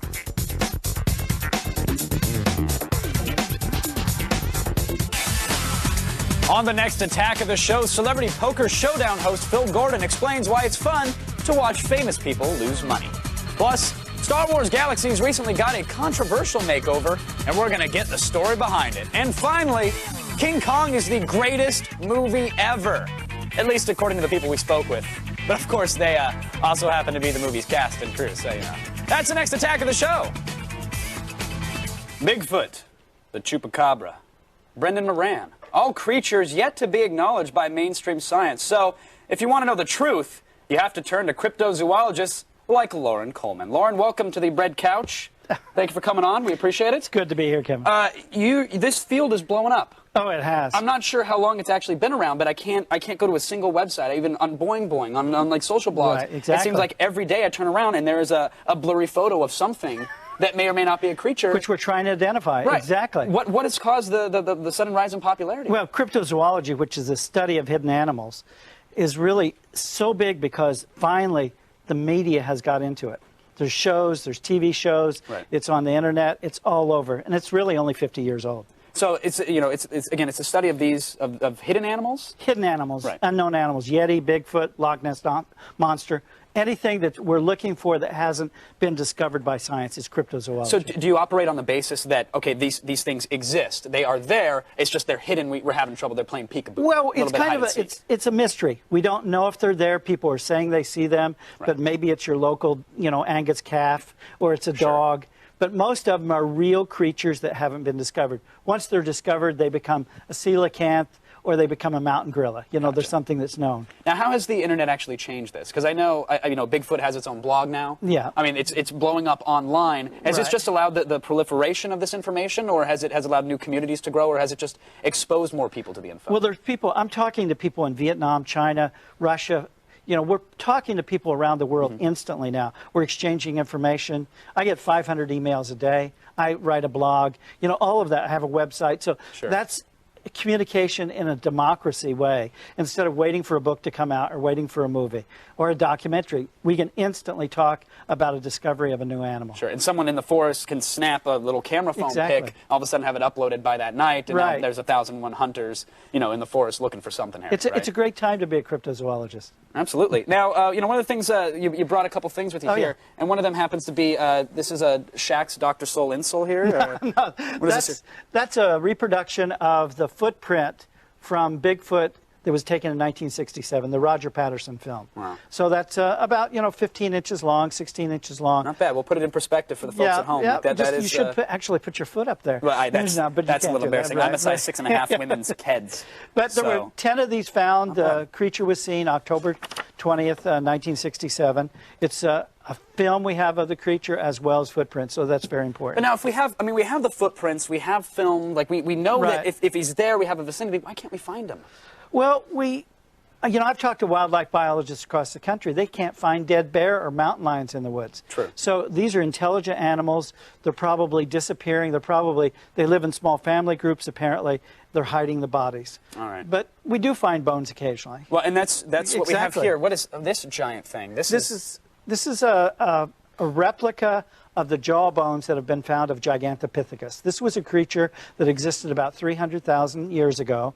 They were 10 feet tall. A lot of cryptozoologists believe that Gigantopithecus was Bigfoot. Other people say that it was King Kong, but that's another thing. Right. Yeah, those are subversive marketing campaign folks. But do they believe that this creature still exists? But maybe there's some left that are currently roaming around. That's what a lot of Bigfoot hunters believe, that there's this creature. They were 10 feet tall. Bigfoot goes up to about 8.5. So we know that there were smaller versions of Gigantopithecus in India, China, Vietnam, and the migration over follows exactly the migration of the native Canadians and Native Americans. So we've got the most popular one out of the way. I mean, he's a monster truck now. Like, we get it. People know Bigfoot, all right. Well, they make fun of it. Yeah, well, it's an unfortunate name. Now, what about the Dover Demon, though? Because this is a relatively new finding, right? In Dover, Massachusetts in 1977, I investigated a case where over 3 days, people saw this little 4 feet tall creature that was all orange. And I gave it the name Dover Demon because it needed a little moniker. Right. But it's become very popular. Was it actually terrorizing anybody like a demon, or was it just kind of hanging out in a tree like, what? What do you want? Take a picture. In 3 different incidents, it was seen near a road or crossing a road, and it blipped in and blipped out. And it's similar to Chupacabra reports in terms of the way and size of it. And in fact, it's become a very popular thing around the world. They make little toys in Japan and everything. So there's new stuff popping up all the time. All the and time. It's just a matter of trying to get the photos, get the research, and get the testimony. New animal found in Borneo last week. That's right. That's right. Yeah, We're going to talk yeah. about that. Well, hey, thanks for coming on and it's sharing great the to stuff be with here. us. We appreciate it. For more on cryptozoology, Lauren Coleman, and his many, many books, they're thick, folks, visit, Cryptomundo.com. Cryptomundo.com. I like the name. Cryptomundo.com. And speaking of freaks of nature, by the way, It Came From eBay is up next, so pretty yourself up and come back.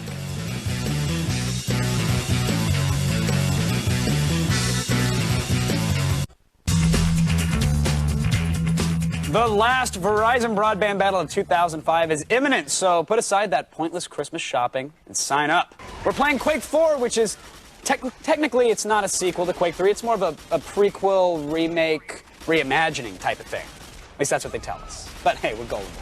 To register, just go to our website and click on Join Our LAN Party. That's where you'll get all the details and links to get started.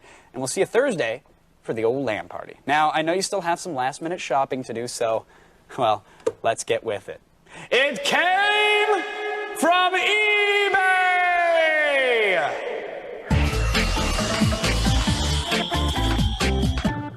Still got it. You love it when I do it, don't you? Yeah, I do. Shivers down the spine. Or the Shivers freshly, somewhere, but not there. the freshly waxed chest. Gross. Enough with that. To be or not to be, Brendan, that is the question. To suffer the minds Whether it's of nobler in the mind or to take arms against a slings sea and of arrows. A taxidermy mouse Hamlet. Ow! Look at that guy. He's holding his skull. Isn't he cute? So that's a dead mouse. Yes, it is dead. It has Kind been of like the Flemish king. Is it? Or prince. We'll take it. I slept through English class. Either way, this is a real mouse that once was a living creature, now dead, has been stuffed and placed to look like a prop from Hamlet. He's holding a little skull. He's got one of those nice little frilly collar things. $65 is the current going rate. 7 bids. Where do you put that if not your refrigerator? It's a mantelpiece, really. Oh, okay. Yeah, the kids love it. Kids love it. Love the Hamlet. How about a smiling pork chop dog? Huh? That's disgusting. No, it's part of it was like a deep fried pork chop of some sort. Before you take the picture, take it out of the frying pan. No, that's what it makes it look authentic. You can see it clear. There's an eye, there's a little ear going on, there's a nose. It's just a puppy dog pork chop, Brendan. 0 bids, and maybe that's because the starting price, $1,998. A little steep for a pork chop. See, I would cut it up into Jesus Christ. Sell it. Then you'll get your 2 grand. Once was a dog pork chop, is now just fake it. All right. How about, this is an interesting one. This is a combo auction, Brendan, so stay with me. This is a 2-parter. You ready? I'm lost. Part 1, bear with me. Part 1, 1,715 DVDs. Part 2, my God, an Xbox 360. They go hand in hand. You can watch DVDs on the 360, Brendan. What, is he just throwing the 360 in just, as an It's not an attention gift? grabber. He actually has, look, and he's including some of the receipts, apparently. This guy's a little OCD. This guy clearly just lost his job. He will deliver you all the DVDs naked with a shotgun. He's one of those guys. But he'll include a pre-order of a 360. He says that all the DVDs are in mint condition, not even nail scratches from removing the little security stickers. Literally, that detailed. Is it you, Kevin? It is me. $5,310. I'm saying it's a great deal. It's like less than $1 a DVD, folks. Help me out. I'm really poor. Finally, be part of my family this Christmas. Not mine. Not mine, Brendan. Don't get too excited. Not everybody can be a Pereira. That was last year. Price. That was last year. This gentleman will actually shoot video from a first-person perspective that makes you feel like you were part of his family. He will give you presents. Really? He'll feed you dinner. He'll have like the family sing you songs, and it's all going to be shot like you are that person. That's a great idea. It's really actually quite sad and pathetic. No, it's not. We should bid on that and have him. on our show. Let's do it. Well, it's the 0 bids right now, so we have a chance of getting in. $199.99 is the asking price. So maybe we'll let Golden Palace be a part of this. Very inventive young man. It's good stuff. You know, you can really always expect the unexpected, you know, or at least always expect the Christmas goodness when it came from eBay. Bay. We'll be reading your emails, including a proposal from a Nigerian businessman that actually sounds really promising. Next.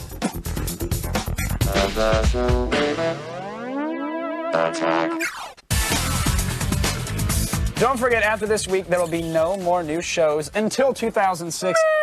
Relax. In the meantime, you can fill the void inside with our best of shows. Oh, man. So watch out for Attack of the Commentary, where the show's cast and crew give you a behind-the-scenes scoop, DVD commentary style, which is nice. And Attack of the Con, our favorite convention moments. There were at least 3 this year. Enjoy them with friends or with your family. IRC chat room, let's go.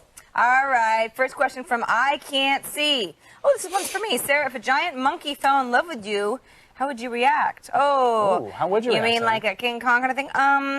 Well, I like monkeys a lot. I especially like gorillas, which King Kong kind of reminds me of. Not in a sexual way. Don't look at me like that. So I think that I would love it back platonically, and we would be friends. And he could take me places like the top of the Empire State Building, and we could have fun. Do you ever see a monkey get really upset when he beats his chest and he throws up into his own hand and he throws it at people? What? Next question, please. Sexy Ninja wants to know, what would you say is the worst thing about the holidays? I hate the fake well-wishing. And, I don't like that song, Jingle Bell Rock. That's No? what I don't like. No, I hate that song. I hate it so much. Oh, I wish I could sing it right now. The moment the show is over, that's all I'm doing is singing that for the rest of the day. Crazy. Brendan, anything for you? Chipmunks Christmas. Really? What? What's wrong with that? Worst part. The voices are too high. Yeah, they're a little high pitched. They're annoying. You're right. The chipmunk thing, I guess. Yeah. Right Kitschus wants to know, is there any piece of technology that's made the host lives more miserable? Brendan, you're pretty miserable with technology, right? You're miserable in general. The cell phone. Just an angry actually man. has The made electronic it a lot leash? worse. Yes. Hey, Brendan, where are you? We need you on set, and so forth. Brendan, we need you to do your job, Brendan. You know what? I'm with you. I hate the cell phone, too. I agree. Just get rid of the cell phone, because when you were out, you were out. The worst is now, now you can get your work email on your cell phones. They expect you to, you're on the weekend. I sent you an email on Saturday at noon. What the hell? Bye. Good night. Thanks to our guests, Lauren Coleman and Chris Gore. We'll be back here tomorrow, same time, same place. Help me. Computers on Attack of the Show provided by Intel. Game on. Power up. Take control with the Intel Pentium Processor Extreme Edition.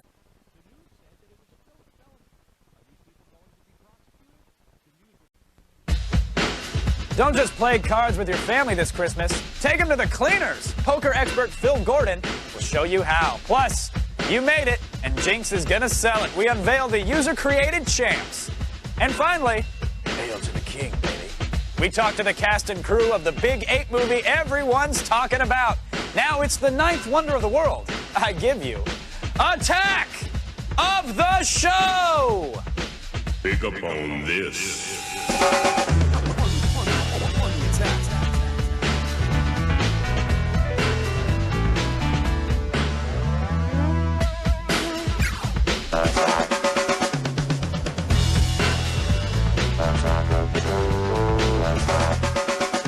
Hey, everybody, welcome to the show. Hey, Kevin. What's up, Sarah Lane? How are you? I'm fantastic. Good.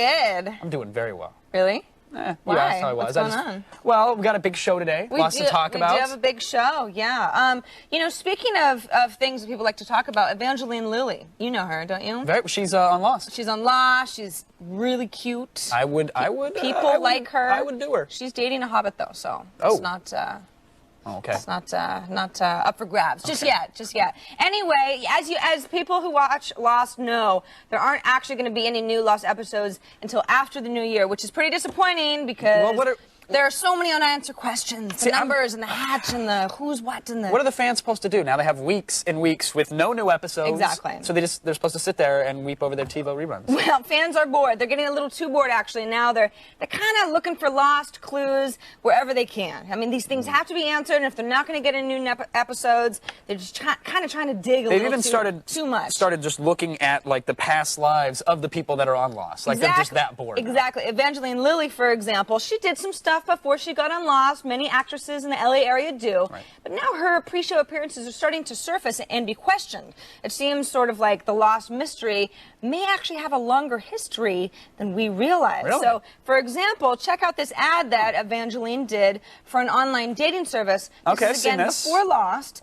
There was actually a TV version too. Sometimes you even see it still running sort of on late night television. That's one of those like conference call, Dateline, party chat kind of things. Exactly, but if you look closely at the number sequence of the number that you call for a girl like that. I've actually called the number. I don't. Well, I mean, but you never really thought about the numbers that. Hello, Lost numbers. That's little Easter egg. That is not a coincidence. There's no way that was a coincidence. So I think the producers of Lost were kind of setting us up for something. They're tricky. But it doesn't end here, Kevin. Brenda, by the way, turned out to be a dude. Brenda. That was just who I got when I called the number. Was it? Yeah. Was it Brenda? It was Brendan. Yeah. Some of you may not know, but actually Evangeline was also a product girl on G4's Own Judgment Day. Yes, she was, even before that. Yeah, take a look. The Nintendo GameCube pack-in controller, and I gotta admit I'm one of them. I think Nintendo did a good job with that device. But there is third-party companies out there now that are developing peripherals for the new machine, and we're taking a look at one of them today. It's called the Thrustmaster Firestorm PowerShock controller. She is good. No. Did you see that? No. That was fantastic. She did one of these. No. Did you catch it? Yeah, she went like this, and then she did like this. In the She modeled well. You didn't see it? Oh my gosh. No, we have to run it back. See? All right, see? There she is. Look!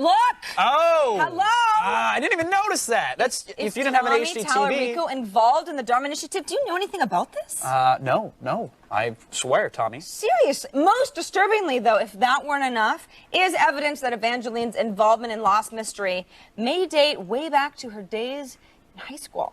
Yeah, we came across her high school we went and got her yearbook. Oh, she's there hot. She is. Yeah, nice. Beautiful back in high school. But hold on a second. Oh, wait a minute. Is that Hurley? That is Did Hurley. Hurley go to Evangeline's high school? He aged well. A lot of hair back in the day. A little bit. Ladies love the beard. Wow. Lost Easter eggs everywhere. You just got to look, apparently. We're on to you. Lost. Don't think we're not. All right, today our guest is Star Wars Galaxy's producer, Julio Torres. Yes. The fans are very excited about I'm very excited to talk to him. Very excited about it. We want you to call and ask him about the game's very controversial new gameplay.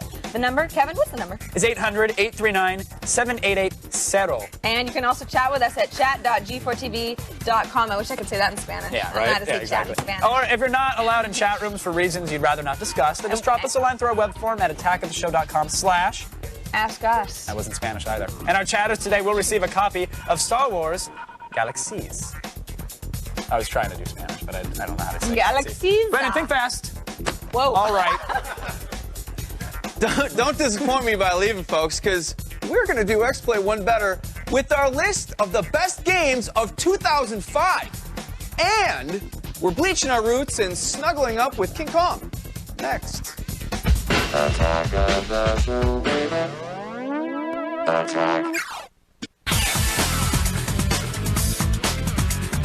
Back in the day, he was a chubby and unruly creature, but these days he's sporting a sharp new look, and that's just director Peter Jackson. King Kong himself has undergone quite a makeover since the 30s, and he and his co-stars are anxious to show it off. I've come into possession of a map. An uncharted island. A place that was thought to exist only in myth. Until now. I've always thought what a great idea it would be to do a remake that tried to capture that feeling of the original film. It's got, lost islands, hidden in fog, dinosaurs, all this great stuff culminating to New York and the Empire State Building. It was a long process, but it was exciting. It was physically challenging for all of us. We've done nothing but try to make a piece of escapist entertainment that will sweep you away, excite you.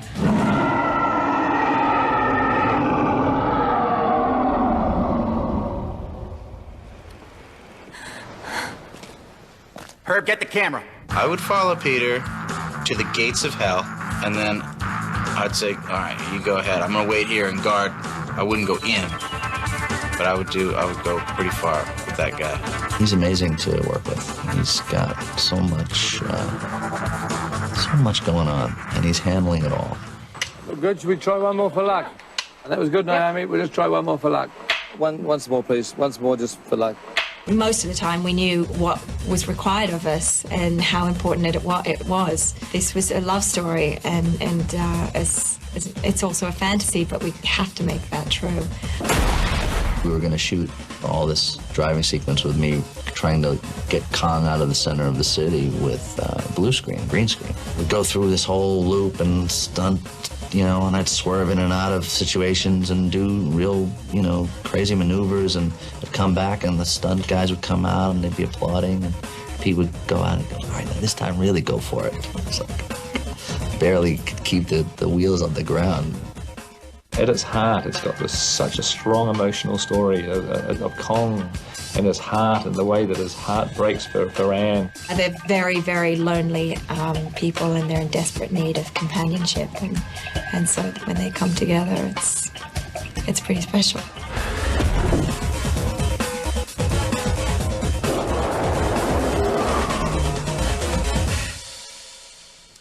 King Kong is in theaters everywhere today. You need to see it. End of story. Get your ass to the theater. So it's out now? Yeah, as of midnight this morning. Oh, okay. Just our viewers may have missed that throughout the week. You never know. Actually, it opened today, Kevin. Wow! Buying gifts for gamers is tough, right? They're fickle, they're notoriously difficult to read, but luckily... So hard to talk to. We have some gamers in our office. I'm serious. They've been raised in captivity, and they helped us compile this list of the best of 2K5. Good, because I need to buy Christmas gifts for the gamers in my life. Of course Help you do. me! What do you get for the gamer on the go? It's got to be a mobile game, right? Yeah? A gamer on the go. That's just so cute. That's what they do. They're mobile. We're going to recommend Meteos. Okay. It was tough between this and Lumines, but we're addicted to this DS game, and there's really nothing else for the PSP, so you might as well get a DS. Grab your Animal Crossing. But who doesn't like a puzzle? Nobody does. Puzzle games. Everybody loves them. Yeah. Brendan is playing Sudoku or Suda, whatever he calls it right now. Well, that's much more, he's a... It's not as action-packed. No, he really is playing it. Look, we got some light on him. I'm not kidding. That's what he does. I'm off the clock right now. Sorry about that. All right, let's keep it moving. Psychonauts. Revealed. Psychonauts from the twisted mind of Tim Schafer. Grim Fandango, Day of the Tentacle. Beautiful game that I think sold 4 or 5 copies. So chances are you can get it for the PC or the Xbox. So not only is it a good game, but chances are the gamer doesn't already have it because nobody bought it. Right, exactly. It's very sad, actually, but it's a great game. They should get it. Right. Also, Battlefield 2. We talk about it a lot. It was a Call of Duty 2 and Battlefield 2 was very close. But, I mean, this one, the online play is unparalleled. Great maps, good vehicles, yada, yada. Kill your friends, right? They're going to love it. Yeah, it's fun for LAN party folks everywhere. Everywhere. Far and wide. Yes. Hot import models really enjoy it. And this one, we've talked about it enough to the point where I feel like I should get paid every time I say it. I feel like you're just trying to sneak Guitar Hero in wherever you can now, I'm telling you, I have, actually. I've actually tried to get it past, security at the airport, even. This is no mistake. They caught it in the search. It's great for parties. Chicks love it. Chicks love nothing about me. They come over, they see the guitar, immediately they want to have sex with me. Kevin has had a girlfriend ever since Guitar Hero came out. Pretty much. And a different one every day. Like there's a rotating. Oh yeah, clearly. I mean, there's Bambi. They're called there's groupies Fifi. now. Who was that other one? Ginger. Ginger was hot. So groupies because of Guitar Hero. And today's lump of coal, because we have to have one, it's courtesy of 187 Ride or Die. The game is such a steaming pile that it hurts me to even mention it. But, like, literally, the street slang that they throw at you will have you embarrassed. I was in a room full of Caucasians, mind you, but we literally were embarrassed to be playing the game to the point where we had to eject it and laugh at it. What are you saying about Caucasians? They can't be hard? The game? No, we can roll hard. We're hip and we're with it. I can understand. Ride or die, dude. Listen, 187. I was wearing a Mark Echo headband, but literally, it was embarrassing. So stay away from it. It's laughable. That's our big giant lump of coal. Get the links to all the games on our blog at attackoftheshow.com. And speaking of great things in 05, tune in on Friday to see the results of our Game with Fame contest featuring the band Simple Plan. You can find out who won, how they did, and who was the first to pass out and have their forehead covered in shaving cream. Remember that. Not going to spoil it. It's right here, though, Friday. Now, what is in the cards for us next? Only Poker Pro Phil Gordon knows for sure, Kevin, so we all better stay tuned. I'm all in on that one, Sarah.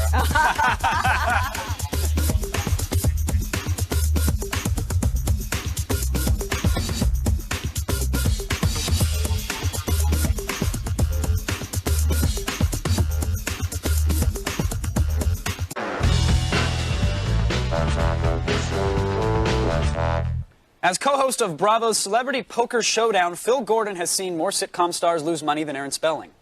Oh, sorry. Now he's here to show us how to make this holiday season a little extra profitable. Phil, thank you for joining us. My pleasure, thank you. So you've seen a lot of celebs do the poker thing.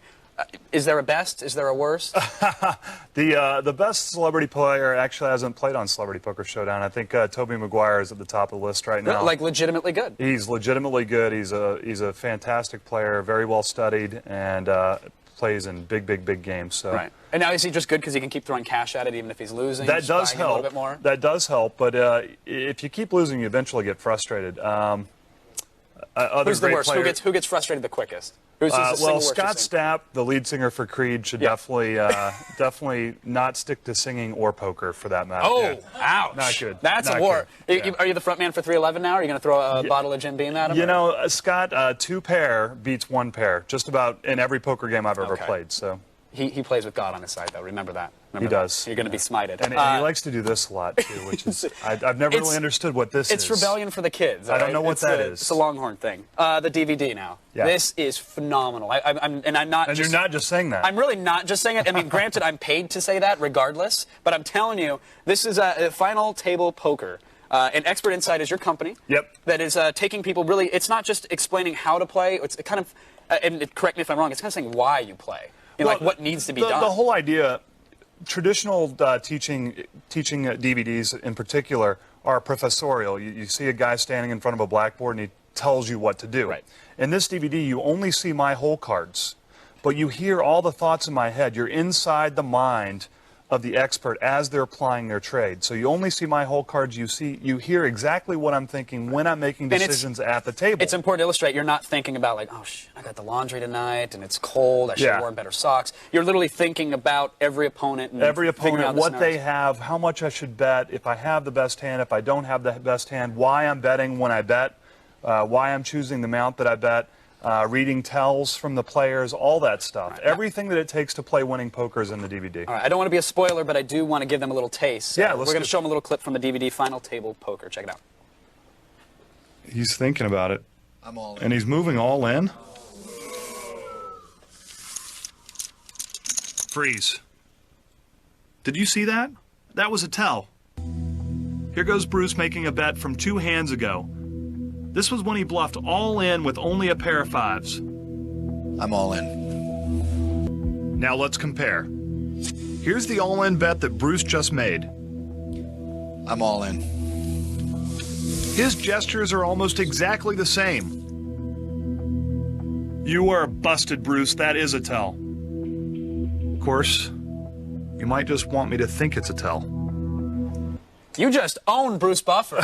You just whooped his ass psychologically because of this. Yeah, well, psychologically is the only way I could whip his ass. He is a world-famous kickboxer, so yes. I didn't want a piece of him there, but at the poker table, he's pretty easy money. Wow. But now, I'm not going to spoil the end of the DVD, but it's your DVD, man. You could have gone out in a blaze of glory. Well, you know, sometimes you win, sometimes you lose. Well, I actually know, and I appreciate. I don't want to spoil too much, but I will appreciate the ending because you're right. Sometimes you do lose, but we don't want our audience clearly not made up of losers. No, I mean, yes, they're on the couch overweight eating Cheetos right now. We get that, but this is a very difficult game to play well, and there are hundreds of thousands, millions of people out there that see the players on Celebrity Poker playing badly. You can absolutely play better, and it's not rocket science. All you got to do is be shown how to make the winning decisions, and the DVD does just that. Well, can we do that here live in studio? Yeah. Do you mind? Can you get? Let's say we're a beginner player. We've played a couple hands against our aunts and uncles. It's the holidays. You're sitting down. It's going to happen. So what are some instant tips to really rock the house? One of the most important principles of poker, all forms of poker, no matter what form you're playing, is to play aggressively. Okay, when you play aggressively, you're the person that bets and raises. You're always going to be putting pressure on your opponents. So before you even get a card, you should just push it all in. Selective aggression. You want to be very selective about the hands that you choose to play, but once you've chosen to play a hand, you're always going to be the person betting and raising. When you bet and raise, you've got 2 ways to win. Either you can have the best hand, or you can convince your opponent to fold. Right? If you just check and call and play in a very passive form, the only way to win is to have the best hand. So I try to give myself 2 ways to win. I'm very selective about the hands that I choose to play, But once I've chosen to play that hand, my chips are going in the pot. Now, the other thing that I know, like, you can tell how seasoned a poker player is by the chip tricks that they know, right? Isn't that another thing? Like, you know, I tend to build castles because I can't even do anything. I mean, is there a cool chip trick? The coolest chip trick that I can do is to take these chips, which are yours, and put them in my stack. Ah, all right. Yeah. Okay. I haven't mastered that one yet. Yeah, well, I haven't got that down. Watch the DVD a few more times, and you'll have a shot. I'll get there. Now, I play. That really is chip tricks don't mean anything. All you want to do is take those chips and put them over here. That's what it's all about. I'm all show. I don't even know what a flush is still. So I play against my grandmother, Lizette Pereira, and God bless her soul. She doesn't know she's playing cards half the time. I don't even, you know, she barely speaks English. But she'll go all in on a pair of nothing. She'll go all in. Can you give me her address? And yes. I'd be happy she is a high roller, I'm telling you. She doesn't know it, but she is. But literally, I mean, how do you play against someone whose style is, I'm just going to go all in and try to scare you every time? Because it seems that that's whenever... aggressive. Right. She's forcing you to make decisions, and occasionally you're going to make the wrong decision and fold. Against people who just play every hand and play it balls to the wall, wait for a hand that you think's the best hand and you call them. Right. Is that easy? You may lose. Sure. You may lose. And it always happens that one time I do call them, oh, it just happened to be a king and an ace. Winning the pot is not really the important thing. The important thing in poker is making winning decisions. Okay? You may call your chips, or you may bet and get called with a better hand. The real key is to make the correct decision every single time. You want to get your chips into the pot with the best hand. That's what poker's all about. It's not winning money from your grandma. It's not winning the pot. It's not reading tells. I want to take that old bag for all she's worth. It's just making the right decision every single time. All right, I'll give you that. Expert Insight. Okay, we started off with the Texas Hold'em. Yeah. What do we have coming out next? Yeah, Expert Insight's next title comes out January 25th. It's Andy Block, and he's bringing down the house in blackjack. Andy was a member of the MIT blackjack team. And this teaches how to play perfect basic strategy at the blackjack table, how to count cards, and the real mother lode. The mother lode that Ben Mesrick wrote about in Bringing Down the House is team play. Right. And that is having one guy at the table counting in disguise and signaling the other people on the team when to come in and make that big bet. If you can master those three principles, probably a lot easier to understand when it's presented to you in the DVD. Yeah, as well. absolutely. And you're inside the mind of Andy Block as he's applying all these things at the blackjack table. And when you can master that, you actually have a significant advantage over the house in Las Vegas, and you can win. Phil, thank you so much for coming on. We appreciate it. My pleasure. Thank you. And really, everybody at home, seriously, head on over to expertinsight.com to pick up Final Table Poker with Phil Gordon. I kid you not, everybody needs to watch this before you start playing your families for the holidays. You will feel like you know everything, and that's what's important. Sarah, meanwhile, she's slapping on her newsboy cap to bring you the feed right after this, and then Frugality gets a little more Christmassy. No less violent, don't worry, just a little more Christmassy. Stick around.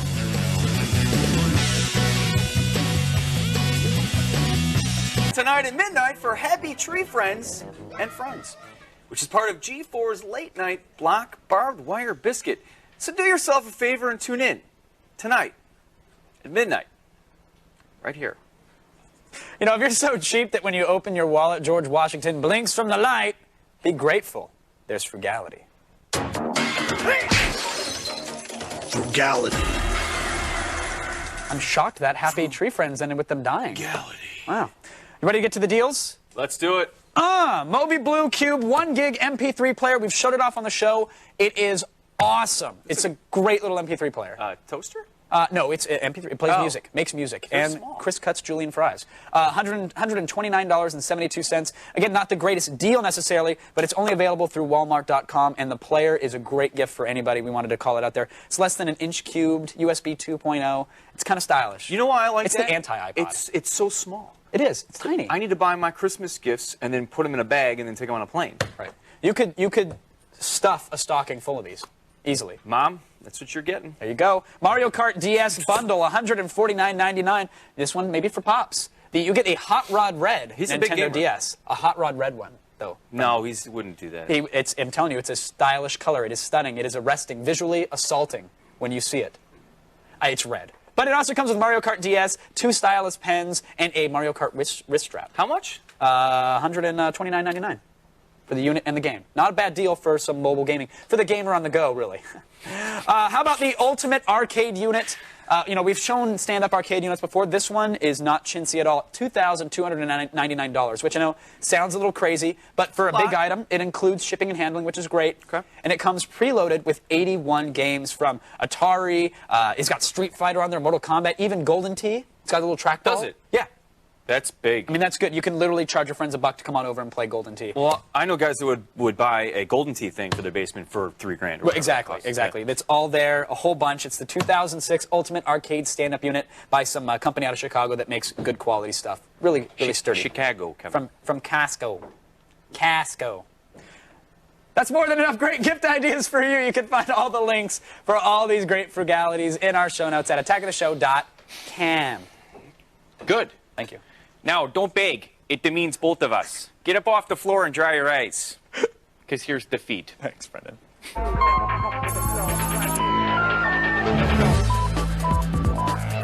To everyone out there who thinks they're being screwed over by their cell phone service, you're absolutely right. Yeah, 5 appeals courts have apparently ruled that the government's 3% tax on cell phone bills is illegal. This means that the government owes the American people, somewhere in the vicinity of $9 billion or so.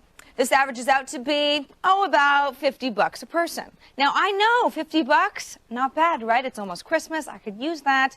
That would keep your, Jamster ringtones active for months. All you have to do is claim it by filling out dozens of forms and triplicates and have documented evidence of all your cell phone-related charges for the past 3 years. It's so easy. Let's get right on that. The Emmy-winning but audience-losing Fox show Arrested Development may avoid turning into a DVD relic thanks to either ABC or Showtime. Variety's reporting that both networks are in talks with Fox to pick up the series once it officially gets the old axe. The article claimed that Showtime was particularly anxious to get their little hands on Arrested Development, most likely to give them another episodic show with which to compete with rival HBO. Now, obviously, there are benefits to both. Going with ABC means the show remains on a major network. Going with Showtime means it will be right at home with all the other shows that people allegedly love, but nobody watches. Come on, Huff? Seriously. Come on. Now, with rumors of console meltdowns and poor sales figures overseas, the last thing that exasperated Xbox executives want to hear is something messing with their big 360 holiday title, King Kong. And yet, BBC News is running a story alleging that Ubisoft president Yves Guillemot is urging people not to buy King Kong for the 360, claiming that the color settings in this version of the game make it too dark to play on standard TVs. Since this kind of thing could make the already edgy Xbox team reach for the liquid Drano-spiked eggnog, we contacted Ubisoft for comment. Now, they replied that the quote was taken out of context. The company stands behind the quality of the game on all platforms. The ensuing sigh of relief blew out store windows for miles. And finally, the Walt Disney Company isn't planning on stopping with Hong Kong Disneyland. Oh no, they want a greater paw hold on Red China. The company announced that they're starting work on their first film produced entirely in China and entirely in Chinese. The movie, called The Secret of the Magic Gourd, is based on a popular series of children's books by late Chinese novelist Zhang Tianyi. Disney's partnered with Hong Kong's Centro Digital Pictures Company. That's the special effects house that did work on Quentin Tarantino's Kill Bill. Disney has asked Centro to keep the beheadings under 200, or else they're going to get some letters. And that's the feed. That's the second happiest place on earth, right here.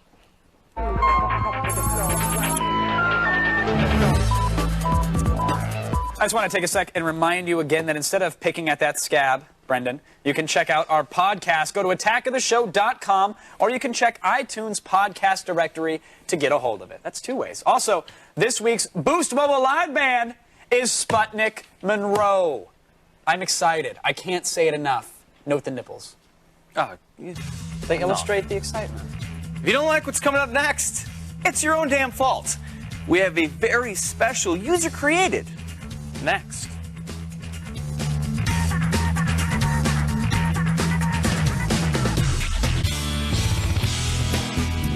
You got big dreams? You want fame? Well, guess what, honey? Fame costs. And right here is where you start paying on user created.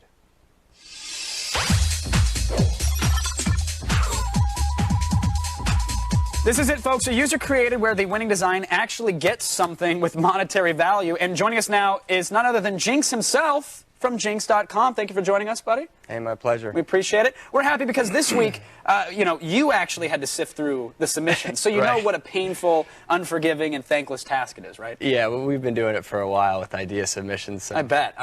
Now, how were the submissions for our little contest in comparison to your normal submissions? They were great. They were, got weren't a they, lot of James? good stuff. Good, Yeah. okay, good. You could have gone very, very negative with that. So No, I'm glad you no, didn't. they were good. All right, so first we're going to look at a few designs that win what you guys called the WTF award. Right. So what are we seeing? Let's get started. We have an entry from John McNulty. Tell me about this one.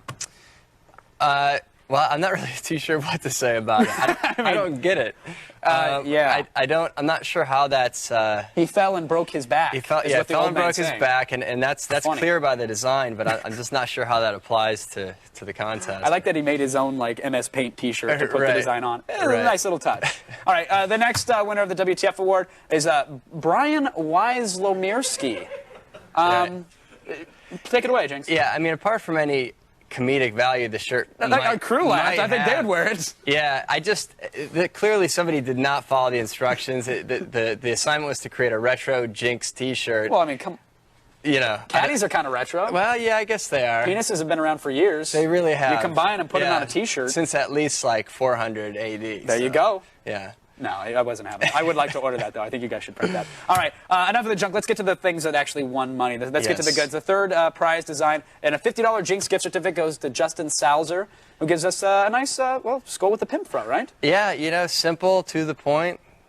We all loved it. It just really struck home. The hair pick is a nice addition as well. It is a nice touch. All right, our second prize winner gets a $100 Jinx gift certificate, and it's none other than someone known as Sexy Pixels. Yeah, we really like this design. I dug this one. Yeah, I love the colors. Really professionally well done shirt there. It was a tough. Apparently not professional enough. No, just short. Well, yeah, and you'll see why with the winner. All right, I think we've actually seen the winner before, but let's say this is the first place award. It's a $350 Jinx gift certificate. That's right. And it's and it actually the produced T-shirt goes to Travis Mullaney. For his Mr. T design, and I guess that's why he won, right? I mean, it's and Mr. funny T. goes a long way. This guy's got some funny. Yeah, definitely. And got the biggest laugh at the office, and it was kind of a no-brainer. Was it really close between him and the Sexy Pixels? It was really close. I really especially liked that second place design. Yeah. But there can only be one. To the victor goes the spoils. That's and right. This is the actual shirt right here, printed up. Yeah. So we have Mr. Jinx right there.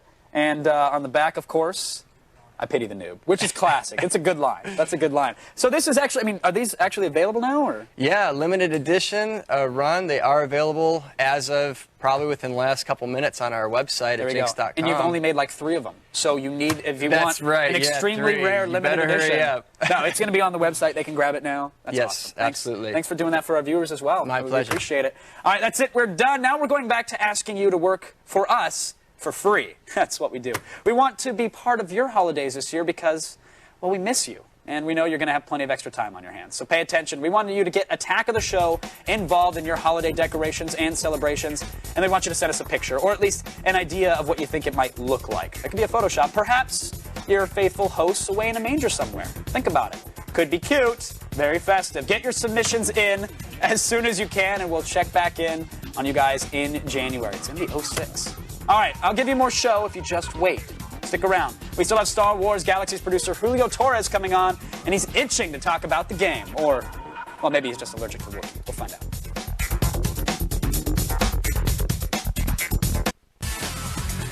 On the next Attack of the Show, don't neglect the comic book fan in your family. We have a special holiday gift edition of Fresh Ink. Plus, Brendan matches wits and athleticism with the cast of The Ringer. And Ain't It Cool News insider Moriarty has seen the future, well, at least early 2006, and he lets us all know what's in store. That's the next Attack of the Show on a silver platter.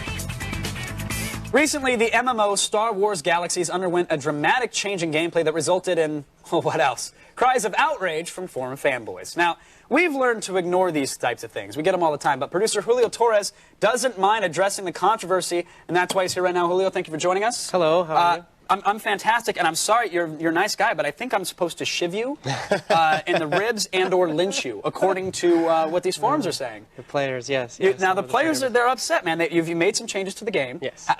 I guess let's get out there real quickly. What were, like, give me an overview of what changes you made to Star Wars Galaxies. So the biggest changes we made to Star Wars Galaxies is the combat system. We made it a lot more interactive and faster to play, which obviously was the goal, to make it much more Star Wars. Another big change we made is we grabbed all of the professions that were there. We had like 36 professions. I think in the actually past. 416 professions, I think, was the final count. We had so many, and we condensed them into the 9 most iconic Star Wars professions that we felt were going to represent the game. So. And you did this only to completely screw consumers? That was the one goal, right? Oh, absolutely not. No.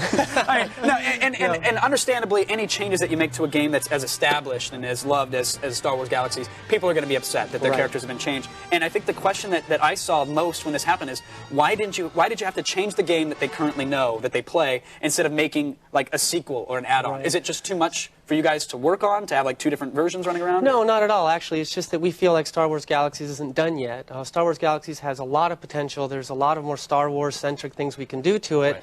And even though making another game is a total option, we're not going to leave it alone until we're satisfied with the fantasy. And right now we feel like some of these enhancements will take us closer to that goal. It's like these MMOs are always works in progress, and this is the next step of progress for you That's guys, correct. Right? All right. Now, there was a rumor that in one of the cantinas there was a big bowl of punch. Everybody's drinking from it. All their characters are dropping. There's a mass exodus. What is it like? I've read reports that cities are barren, that the user base is now revolting. Is this true? Is this really happening to the game? There's a segment of players that obviously are going to be resistant to change, and we experienced that in the past when we make enhancements like these. In general, what's really interesting about that is that a lot of them come back after they feel like, okay, they vented their concerns. They've proven they're the uber nerd that they want their friends to believe they are, and now they're ready to play a fun game. And so once they try the actual enhancements, a lot of them decide that, yes, it is an improvement, and they stick with us. So, sure. It's like I understand that you worked X amount of hours to become this profession, but that doesn't mean you won't have just as much fun playing as. That's right. I mean, the professions that are in there right now are kind of a condensation of everything that was in the past. It's just much more iconic and much more Star Wars. All right. And then the final thing, which I have to get to, because this was another big one, even on our boards, which normally is just giant JPEGs of animals, making out. And they actually asked pertinent question, which involves becoming a Jedi. Right. Which is one of those things that, and I'm not even into the MMO scene as much as I should be, but even I knew that if someone's a Jedi in Star Wars Galaxies, man, they are it. Right. Like, they have not seen daylight in years. They are that committed. But now anybody can be a Jedi. Right. Which now to some sounds like, well, great, I want to be a Jedi. I like Star Wars. Why shouldn't I be? To others, it feels like a slight because they spent years. Right. How do you justify and or explain something like that? Okay, so there's 2 things. One is that it's always been possible to be a Jedi no matter what kind of player you were. In the past, it was just a lot more hardcore and more difficult. And we have made it a little bit more accessible, but that's not to say that you can just start the game and be a Jedi. You still must go through this content path and go through a lot of quests and become a high-level game player before you can get there. So I think the misconception is that one of the options is to become to go to the path to Jedi. Sure. It's not just click the a button moment I get it off the shelf Jedi. at Walmart, I got my lightsaber and I'm You still must earn the right to become a Jedi. Good. The difference now is it's just a lot more fun to get there. Good, and that's good. Well, let's talk about some of the new stuff. I'm done. I'm sorry. I'll take the gloves off. Not at all. But I appreciate you taking the questions because it's important. I know to a lot of the fans out there. Absolutely. But show me some of the new stuff. What's exciting and new for new players that haven't played before? So if you haven't tried Galaxies before, if you've heard about it, the new stuff is really all about allowing you to get into a game in a much more simpler way. So in other words, you can actually enter the game and know exactly what you're doing all of the time instead of being into a huge sandbox where you don't know exactly what to do and you have to explore a lot. So if you want to jump in and play for an hour, you will learn the basics and have a great time. That necessarily wasn't the case about a year ago. Sure. So you launch it now, and yeah, I mean, I remember when I first got in, it was actually right when you guys were beta testing. There were mission kiosks everywhere, and I was kind of spinning around going, all right, I don't want to choose the wrong screen here. But now you're greeted by a familiar face right away, aren't you? Yes, you are. You're greeted by Han Solo and Chewie and R2-D2, and they take you through a complete directed experience. It's very Star Wars and very iconic. So as long as you follow the screen, you will definitely have a good time. Good stuff. Good stuff. And what else? I know, like you said, the fight sequences now more action paced. Yes. You can't just click a button and walk away, kind of thing. That is correct. We went into a system that's much more interactive, a point-and-click system. So you basically need to line up your crosshairs, and if you click the mouse, immediately you'll get a reaction. A much more interactive, action-based game, like a Star Wars game should be. It used to be much more turn-based, where you basically pressed a button and watched things happen. Now you're much more in the action and having a lot more fun. And I'm told we've got, I mean, we're playing the game now, we've got it loaded up, and I'm told we have Obi-Wan standing by? Yes, actually we do. One of the high-level quests that we have for our veteran players is to enjoy the experience in a planet called Mustafar. And right now we have a character in the game that is actually trying to find, there we go. I think he's trying to get into the experience itself, so he might take a second to do that. But in essence, what he's going to do, he's going to go in there, and Obi-Wan, as a ghost, is there, and you can interact with him, and he's going to give you choices between the dark side and the light side, and the choices that you make underground are going to define you as a Jedi. Very nice. So these are the types of branching paths that we're going to experience now. Which is very Star Wars, dark side, light side, Imperial, Rebel, and that's the experience that I want people to enjoy. And I hate to do this to you, Julio, but I'm turning this interview over to the dark side. We're going to take some calls. Okay, no problem. You've opened yourself to it, and we appreciate it. Sebastian's on the phone. Are you there, Sebastian? Yes, I am. All right, you have a question for Julio? Yes, I did. Julio, thanks for coming on the show. Appreciate you taking these questions. Thank you for calling. What's the biggest deciding factor when it comes to implementing game changes? Is it user feedback, marketing research? Is it a Sony entertainment decision? Sure. So it's a combination of all, but the most important thing is, no matter where it comes from, the first decision that I have to make as a producer and as a representative of this game is it fun, and is it going to represent what Star Wars fun is? So once we get past that layer, we obviously use our current player base, because they obviously are very vocal and they want us to adapt the game to their liking. We also use actual players that have actually quit. We want to find out why they quit, and what it would take to alleviate whatever concerns they had and the reasons why they quit, and also future players that are going to come also. So I was wrong with my giant gameplay edition dartboard assumption. It's not just that random. It's not that random at all. Good. We really have to go through a rigorous process, starting with, is it fun? Right. All right. Well, let's take another call. We have time for one more. Michael on the phone from I think Colorado. Are you there, Michael? Yeah. How's it going? Going very well. Yourself? Doing all right. All right. Yeah, Julio's here. He's ready. Grill him. All right. As we all know, World of Warcraft came out about a year ago, and it's collected a huge player base. And I was just wondering what your strategy is to maybe compete with World of Warcraft, or maybe pull players away from that to Star Wars. I'm told World of Warcraft is another massively multiplayer game. Oh yes, I'm not huge. familiar. Yes, but do you have some sort of plan for this, or is this all part of your plan? Hey, look, we're making changes. This is all part of that plan. These enhancements are obviously going to take the game to a much higher level.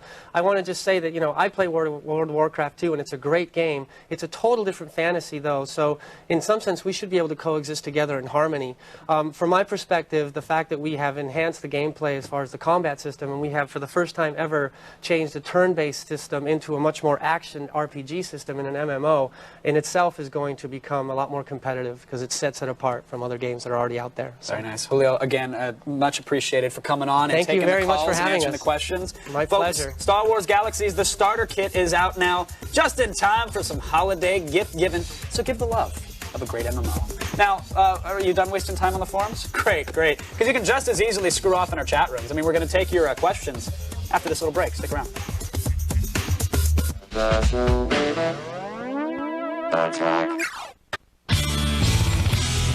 Yeah. Woo. Don't forget, after this week, there will be no more new shows until 2006. In the meantime, you can fill the void inside with our best of shows, and be sure to catch the best of marathon. Oh, that's a lot of Attack of the Show. On January 1st, we've got shows like Attack of the Underground, where we reminisce about cool hipster guests, or Attack of the 6 Degrees, which is a concept really too complicated to even get into right now. But you can enjoy nonetheless.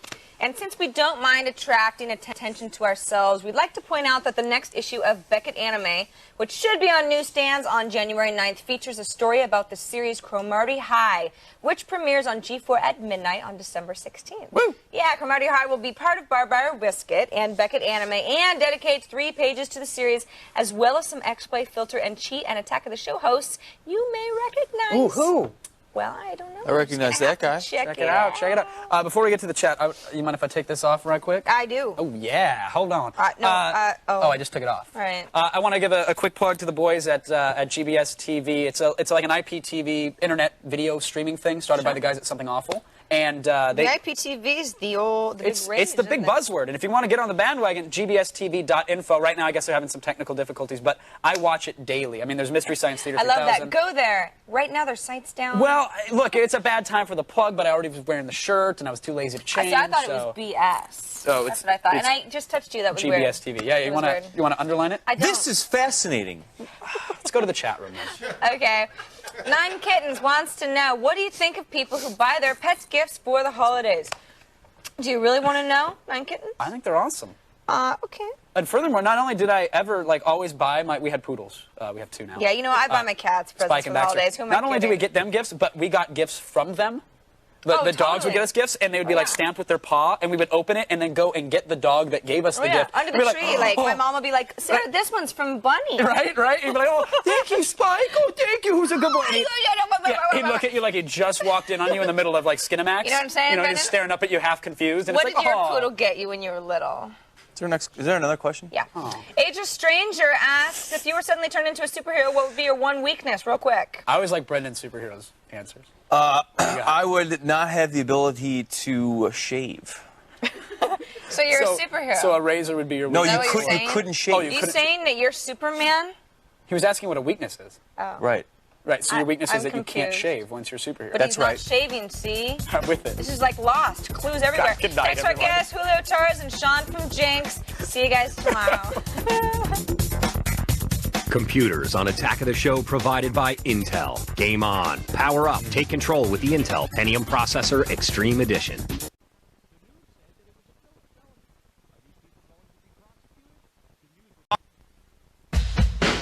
Do you know someone on your gift list who likes ancient warfare, bloodthirsty raptors, and barely contained boobies? Well, Fresh Ink has exactly what you need. Plus, Johnny Knoxville pretends to be mentally handicapped in the upcoming movie The Ringer.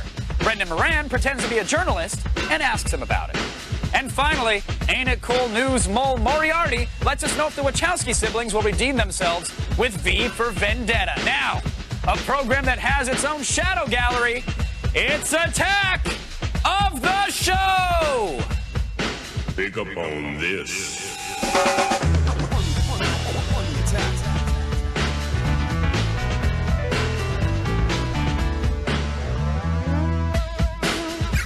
Come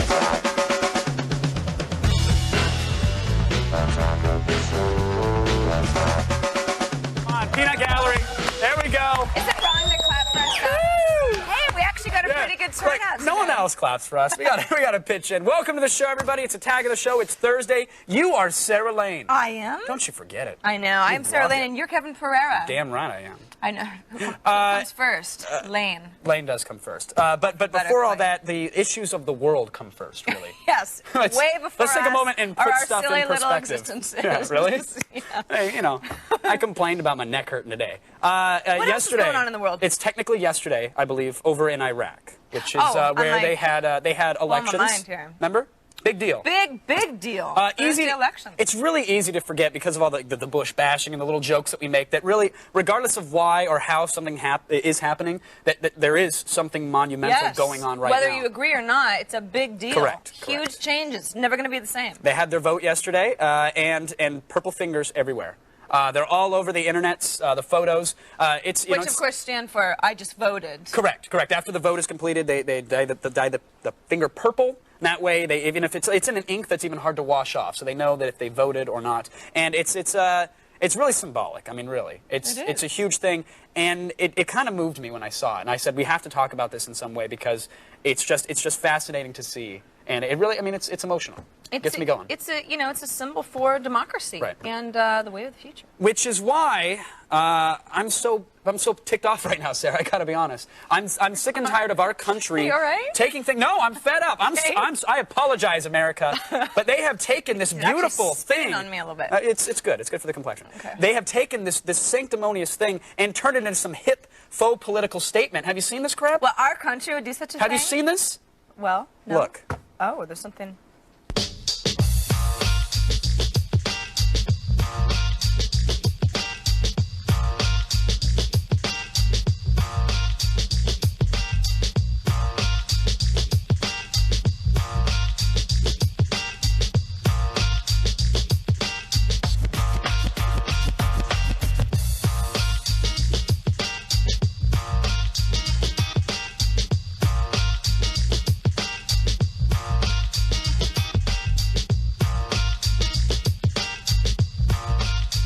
unacceptable. I want one of those T-shirts. Vote and die, man. Vote and Extra die. small. It's ridiculous. You know, you don't make up a hip sling. What's it? Oh, what freedom sheaths for your finger that are purple, and I know. then there's 1,000 knockoffs. It's nothing and sacred anymore. just stop it. Enough with the stop catchy it. slogans. You know, I bet if they put the right kind of makeup on their finger, they could still hide the die and vote twice. Could be. The system I'm is just obviously saying. flawed. I'm just saying. It's no hanging Chad, but who knows? So now, if parts of your body are purple, you've either voted or you've got an STD, oh, right? I was going to say hickey, but STD. No. It's true. clearly an Also STD true. at this point. And what? There's no easy way to tell somebody, hey, I've got one. Chances are I've tried. you It's might. so embarrassing. Yeah, it's really tough, Very isn't it? awkward. I end up laughing, and then I'm like, sorry, dude. I'm sorry, It was a you're joke. really in bad Yeah, shape. You've got to go to the told you not to play Twister with us. But now it's in the form of an e-card. Have you ever got an e-card, received one? Yeah, and I rarely open them. Yeah, they're annoying as hell. They've got happy good MIDI music. intentions, but you know, they're Exactly. Happy birthday, and then there's that birthday. dancing hamster, and then there's MIDI music. It's crap. But now InSpot has e-cards to help you tell your partners that, hey, sorry, my bad, might have given you an STD. Oh well, that. Not only is it a card, but you know, you're doing something good. It's delivering a message that you probably should know. You know, it's absolutely, like, and you don't want to be doing it in person. Right. Yeah. Hey, where the e-card comes in. Sorry, I thought we were playing Pokemon. We were collecting them all. I was just trying to trade up. You know, didn't work. Here's the thing: you probably don't want to see my face again, so let me tell you, you've got gonorrhea. Let me see what you're going to be seeing on yourself. First, you pick a card, then you add a personal message. You know, like, hey, really sorry about the herpes. I love it. After that, you can preview your message, send it on the way. But what's great is there's actually a drop-down box that you can select the STD that you think you've given them, so that when they get the e-card, they can click it, and it will take them to testing centers and give them treatment advice.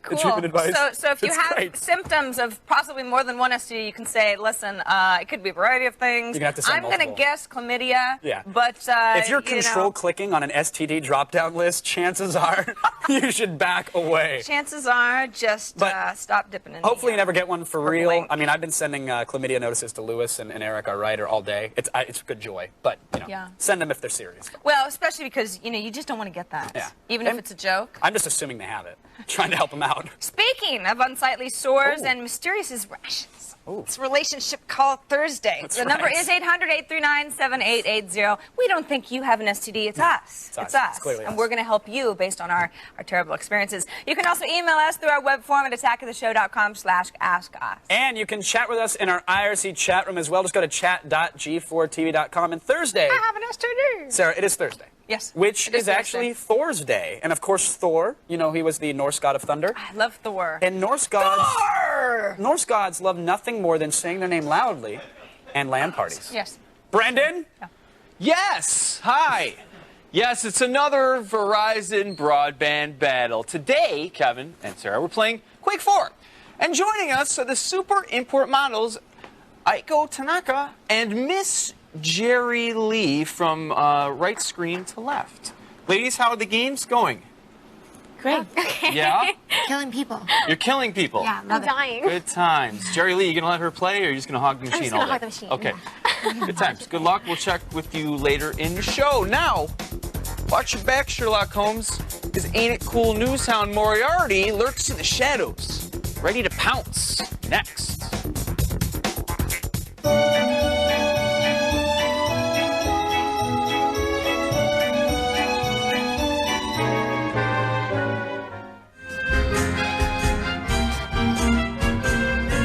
You're not afraid of the dark, are you?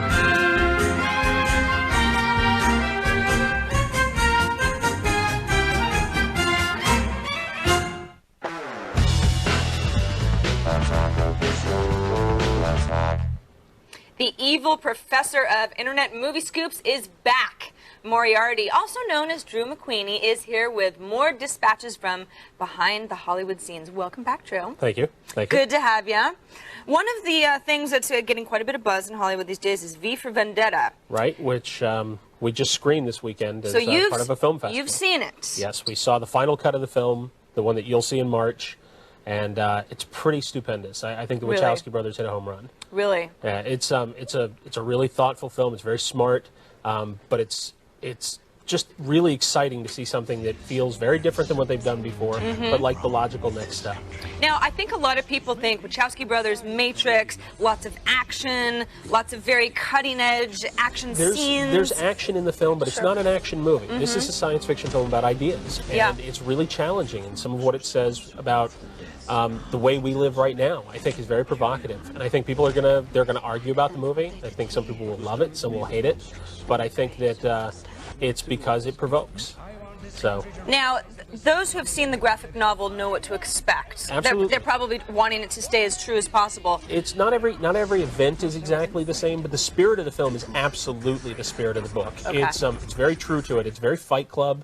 It's Mhm. very subversive, and I think that it's brave of Warner Brothers to have made this. And I think Alan Moore should be very happy with it. I really do. Now, I have heard by some accounts that Alan Moore isn't that happy with V for Vendetta. Is there I think any Alan truth Moore to that? actually is just disinterested in film in general. I Okay. think as a creator, his whole stance is that he'd rather not comment on the films being made about his work and not have an opinion about them and just not see them. Sure. Because he wrote the book. Yeah. So he's had the experience. He doesn't really give sort of any attention to the movie one way or another. Might as well just stay consistent. Exactly. You know. Do you really think that he's not seeing these movies? I don't know. I bet if he does, I bet he's pleased with this one. Sure. So. Now, this is sort of a spoiler, but I've got to ask because people want to know: does the mask come off? Nope. V is, as in the book, V remains an enigma throughout the entire film. Well, you heard it here, so that's good. It's I mean, great. if that would have happened, it would have just been the typical Yeah. Hollywood ruined this Yeah, again. no, I think that they stay very brave in the choices they make in the movie. All right, now speaking of comic adaptations, you got a little scoop on Stardust. Well, What's going on with that? Well, Neil Gaiman, who wrote Stardust, is finally talking about the fact that he and Matthew Vaughn are making the movie this April, and they're going to do it in England. And the script is...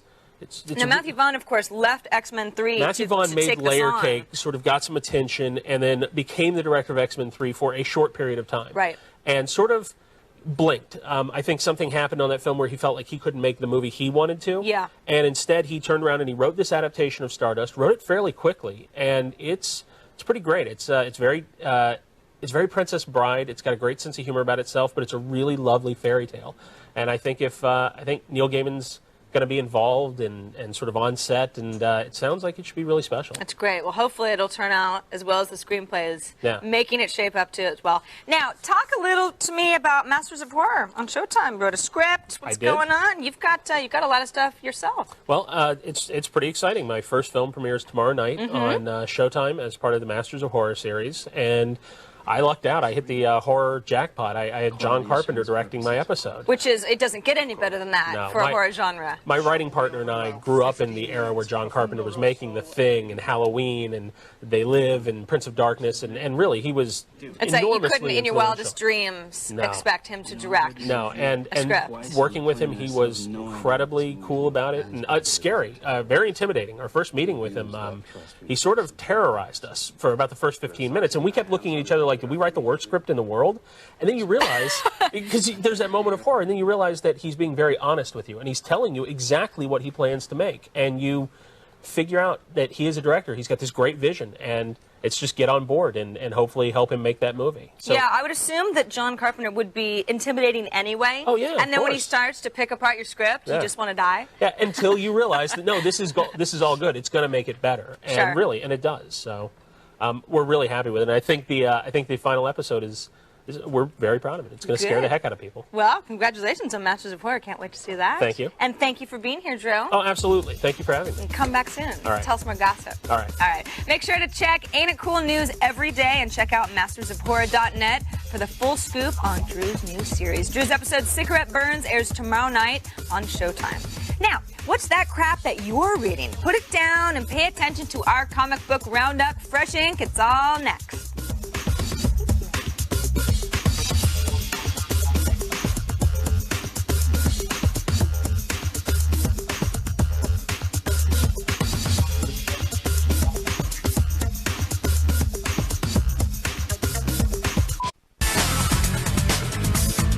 Can't decide between the fruitcake or the fuzzy slippers? Well, maybe what you're really looking for is some fresh ink.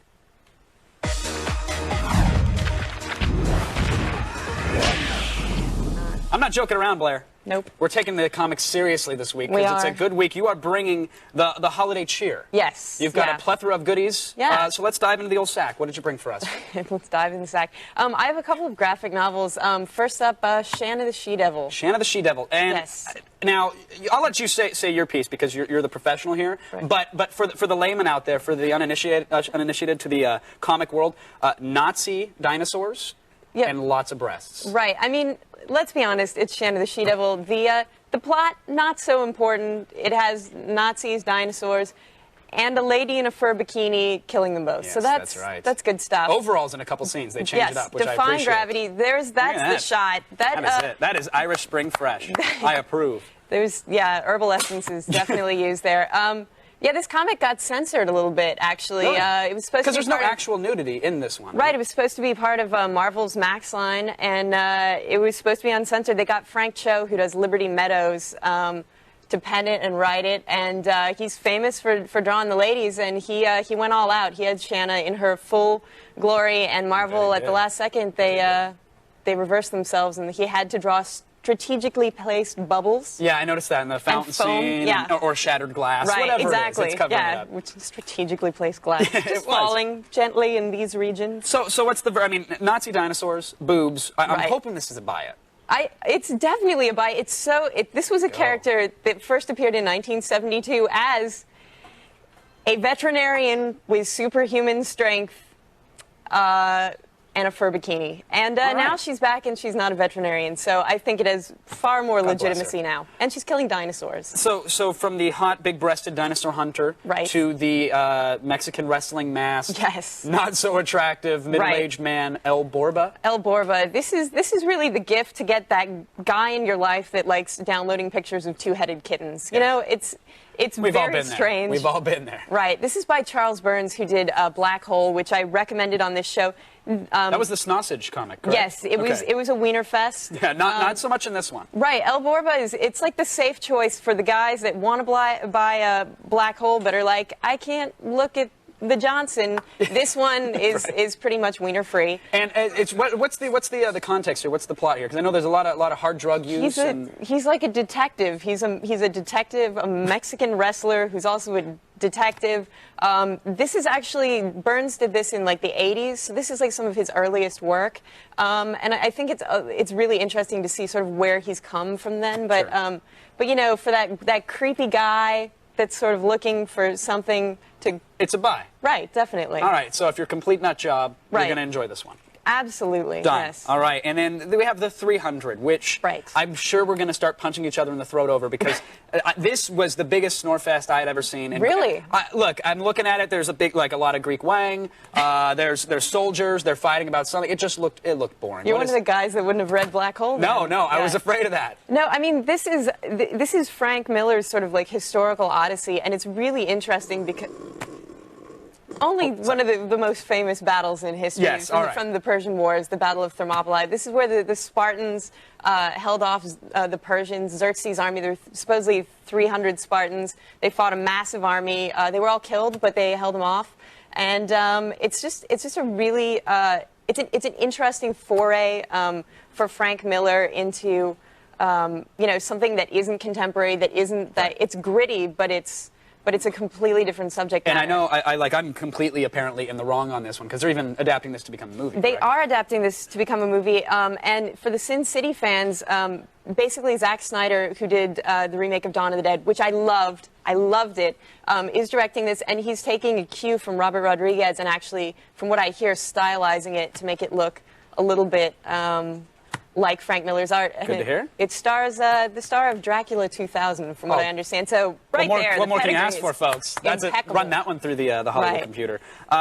So I guess this is a buy for you then? It's a buy. I mean, it's really interesting, too, because comic books, I think we all sort of have them being really vertically oriented. This is like a very long, I like the layout. I mean, there's a lot to like about this. Plenty to sleep on is what Right, you're saying. definitely. All right, and finally, Summer Blonde. Is this an indie pick? Summer Blonde, this is an indie pick. El Borba is kind of an indie pick, too. But Summer Blonde, this is Adrian Tomine. He does Optic Nerve. We've talked about this before. Yeah. This is This is the comic to get the depressed hipster in your life. Like this is a live journal like emo goth's like wet dream. Right, exactly. Like for the guy that sits around listening to Bright Eyes and Slow Reader in an ironic T-shirt while he's Xeroxing his zine about his girlfriends that dumped him. This is a great comic. I love the art. Some people really hate his stuff because they find it so whiny and self-indulgent. I love it. I mean, I wear ironic T-shirts. You've worn a few from time to time. I mean, it's one of those things where it's like comics, while not inherently boring, when they're about inherently boring subjects, they may be for some people. Right. I mean, I think it's great. I think these stories really resonate. I think the art that's a buzzword. Is glorious. That's a buzzword. They resonate on the zeitgeist or something, right? Yeah. They resonate all the way to the... Tell me, what's the verdict on the Summer Blonde? I think buy it. Really? Buy it, for everybody? Well, no. I mean, no. For Mr. Emo. For the internal emo goth and all of us. Right. If you're feeling lonely and sinister, this one's for you. Perfect. I'm picking it up. Thank you, Blair, for coming Thanks, on. Kevin. As always, as usual, you can be sure to check out our show notes for more info on these comics. attackoftheshow.com. Now, you look kind of confused, but don't be, because the feed is on the way, and a stranger is just a friend that you haven't met yet. We'll show you what we're talking about next.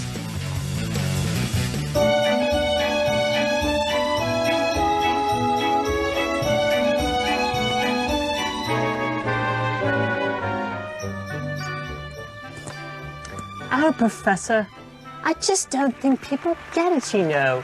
That crazy holiday spirit. Oh, what can we do? Harry, I can think of no greater spell than the one woven by song. Oh, I think I know what you mean. I think you do. Oh, Christmas tree, oh, Christmas tree. Professor Snape, come sing with us. No, I don't sing. Oh, Professor, come on, it's Christmas. Ow! Enough! Who could that be? I hope it's the sweet release of death. It's Rip Taylor! Hello! Hello! Hey!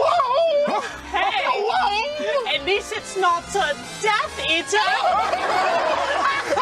Harry Potter and the 8 Tiny Reindeer will be right back with a special appearance by Sirius Black and comedian Joey Bishop. iPod of the Stars. Jenna Bush's iPod. Lost and Found, Brooks and Dunn. ID, No Effects. Snowblind, Black Sabbath. Into the Drink, Mudhoney. Party All Night, Quiet Riot. Sorry, Daddy, The Sweethearts. You know, our next guest, well, actually, you know her already, actually, because you read her name almost every Wednesday during our user-created segment. She actually puts more work into the show than we do. Ladies and gentlemen, user-created's own Kat Hinsman. Kat, welcome to the show. Thanks. Hi. You've been hanging out during the show in the IRC chat room. Anything interesting back there? Or? Apparently, I'm not a girl. I don't exist. Right. You're supposed to be like a 37-year-old IT professional living in his mother's basement. You're supposed to be a dude, essentially. Exactly. But you're not. You're an actual living woman. I was surprised, too. It's shocking. Shocking. And you head up AOTSuserCreated.com. Right. What is this website all about? It's a one-stop shop for everything you need, user-created. A whole bunch of source pictures, embarrassing pictures of you and Sarah and You Brendan. managed to catch me in the awkward, like, it's not even the O face at some point, it's just it's like a mid-sentence snarl. You managed to make a lot of awkward faces. Yeah.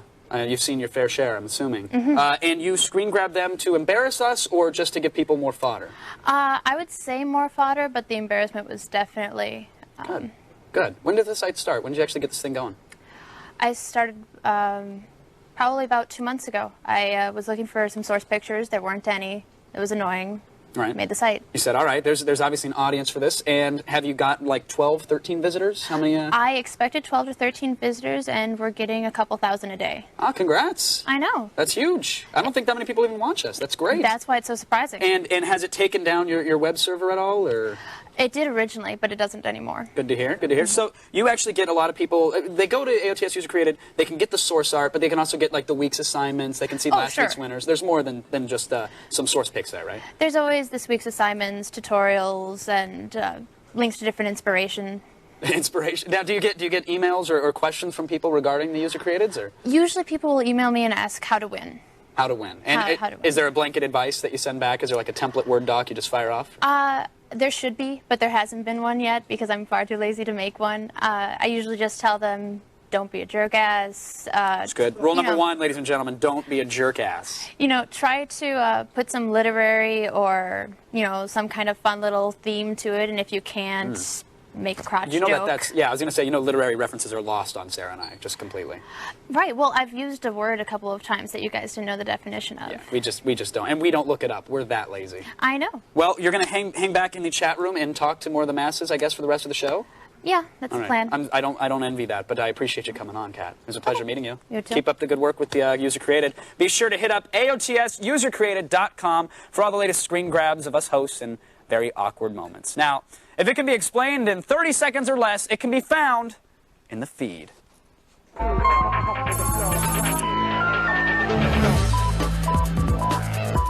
You know those ads that say things like free iPod, and then you realize in the fine print that it's not really that simple or free? Well, Blockbuster Video isn't going to try to slip fine print past their customers. No, they're just going to lie to them. Yeah. Blockbuster chains in Alabama, Mississippi, and Tennessee, despite huge no late fees signs on the front windows, yeah, they were there, have begun charging late fees and not telling anybody. A Blockbuster spokesman said that customers were not returning rentals, making it difficult to keep movies in stock. Now they say they have a fair system where people pay based on how long they keep the movie, which, if I understand correctly, is exactly how things worked before the no late fees policy. So who's really at fault here? Face it, Blockbuster. Netflix is eating your lunch. Deal with it.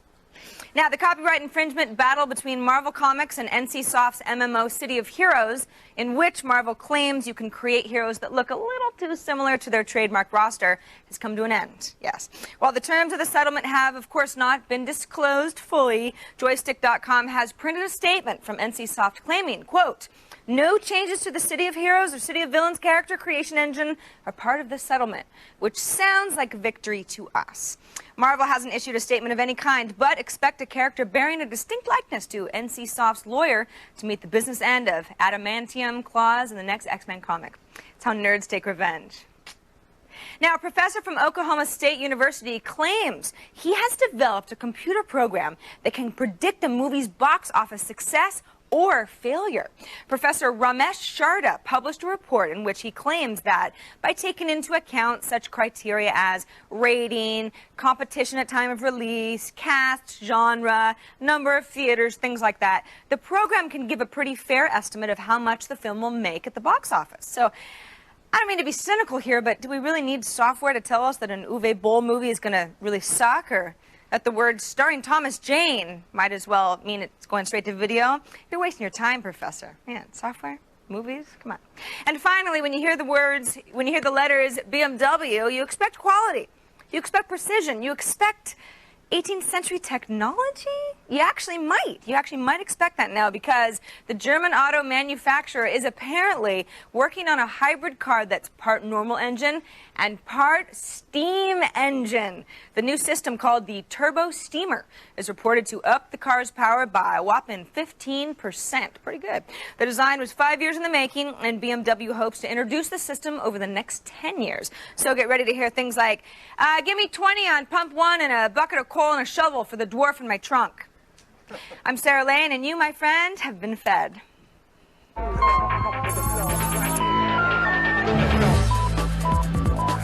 Can I take a second? Real quick? I think you're going to. Good. Well, while we have a second here, just me and you and Sarah now, I guess. Let me remind you that tomorrow our Boost Mobile Live Band is who, Sarah? Sputnik Monroe! Oh, closing out 05. And I hear the word on the street, the kids are talking, Sarah Lane. They play music. What? Loudly. Oh, Oh! Just That's saying. different. Get excited. That's quite a way to round out our Get year. excited. I'm very excited about Nick Monroe. Kevin right. never stops talking about them. I know, so I know. He's. If I'm wrong about this band, I am screwed. Yeah. But I'm not. He might run on the stage with a They're good. soy bomb. Wah!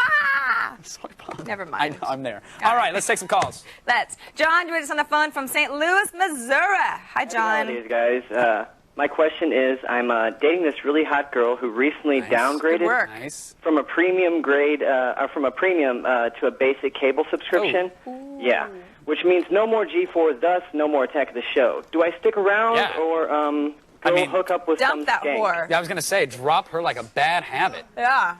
Shovel to the face. Yeah, Listen, this is a sign of bad things to come. She may be hot, but we are an aphrodisiac and a half. You ain't getting any without us. That's all I'm saying. No so, G4, no fun. Thank you. And if she was really hot, she could seduce the cable guy and get the premium anyway. So. Yeah, what's the matter with her? Tell her Does to she, role what, does she play. want to read books? What is she, a Wall Street Journal Women kind of a can't girl? read. I mean, come on. That's so funny. That was funny, Just to Sarah. think about it. I know, right? All right, Words. Lewis joins us on the phone from St. Louis, Missouri.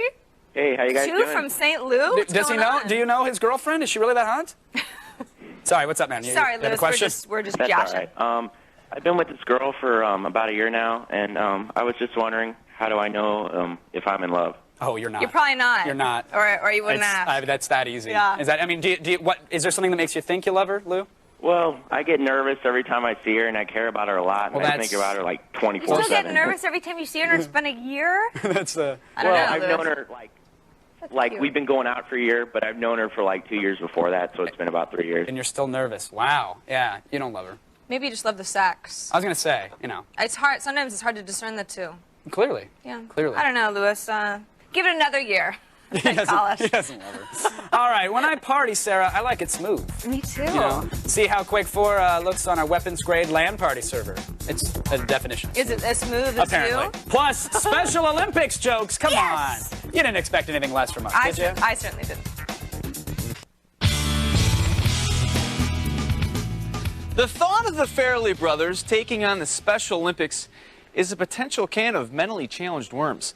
But then again, we never thought we'd see semen in the hair of an A-list actress. So maybe they were born to make the ringer. My name is Lance, and I like nuts. My name is Fossil, and I can count the potato. Hi, my name is Jerome. Can I have a slice of your duty?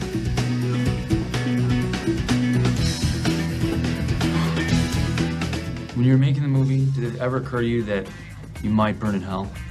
No, I'm burning in hell for Jackass and A Dirty Shame, and my place is secure in hell. In The Ringer, Johnny Knoxville is Jeffy. He's challenged. Hello, my name is Jeffy, and I like to eat apples. This one might, get me into, what is it, purgatory or? Yeah, the in-between. Yeah, the gooch between heaven and hell. I can't park here. It's a handicapped spot. Well, you're handicapped. It's for people who are physically handicapped. No, I don't think so. We are concerned that we would not like to burn in hell. So that's something we do consider when we're making movies. See, The Ringer isn't as, oh my God, how could they do that, as you might think. No one's setting out to make a mean-spirited film. Like, all the jokes in the film are on me.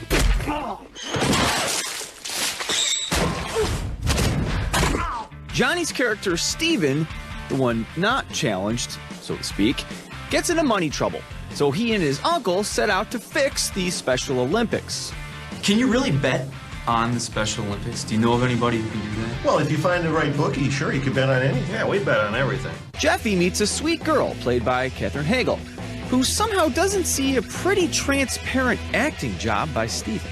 I purposely had Steve play him as kind of not... I wasn't going for Dustin Hoffman in Rain Man. Steve, not that good of an actor, so he's kind of half-assing it a lot. I don't know you! Please stop! But of course, there's a hitch. Jeffy's legs ain't what they used to be. Johnny, are you a good athlete, or are you good at getting hit in the balls? You know what I mean? Good at that. Yeah. Anything with one fold, two balls, or three stooges, I'm decent at. No, I'm not great with, I'm not really coordinated. So yes, the movie breaks the Hollywood taboo of no intellectually challenged people jokes. But you won't feel bad for laughing. We've seen too many movies where it's all sadness and tears when you do a movie about people with intellectual disabilities, and it's not that way. It's really exciting and fun. It's an amazing event, and it was really fun to recreate it.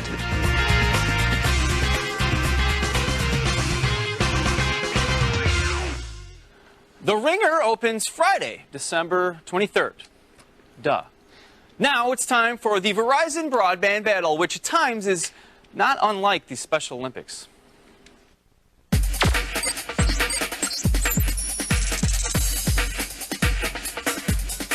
The game is Quake 4, smoothed out by our Rackspace server.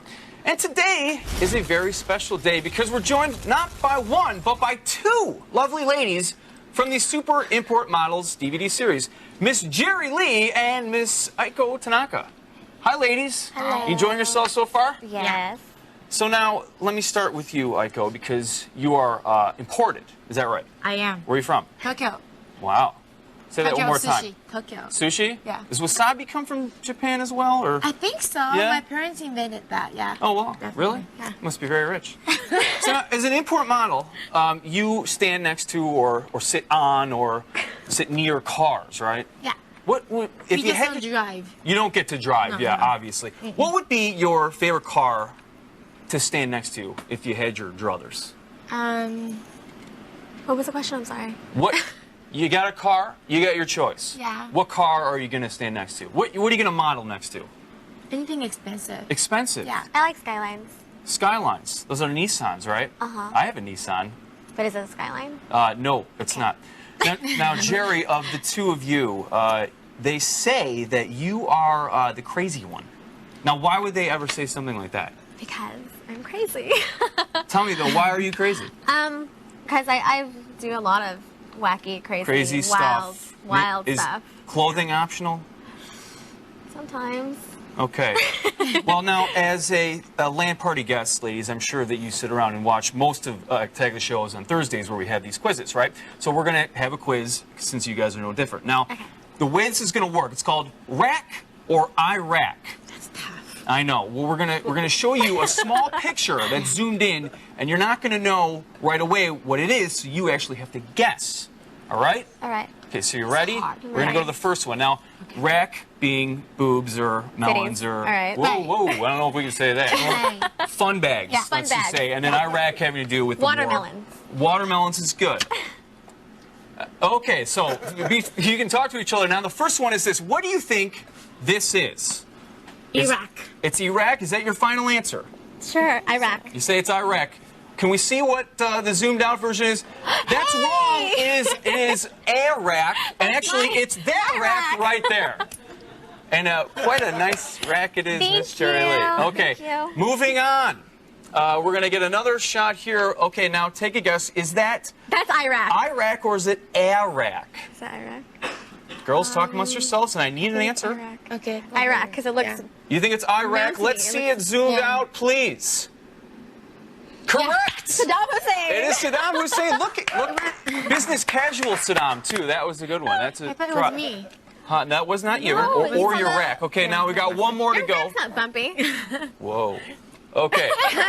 Well, what's going on here? All right, you ready? You got one more shot at it. Is it Iraq or Iraq? Let's see. What do you girls think it is? That's Iraq. You think that is I think it's Iraq. Like I see some Iraq. Iraq as in what?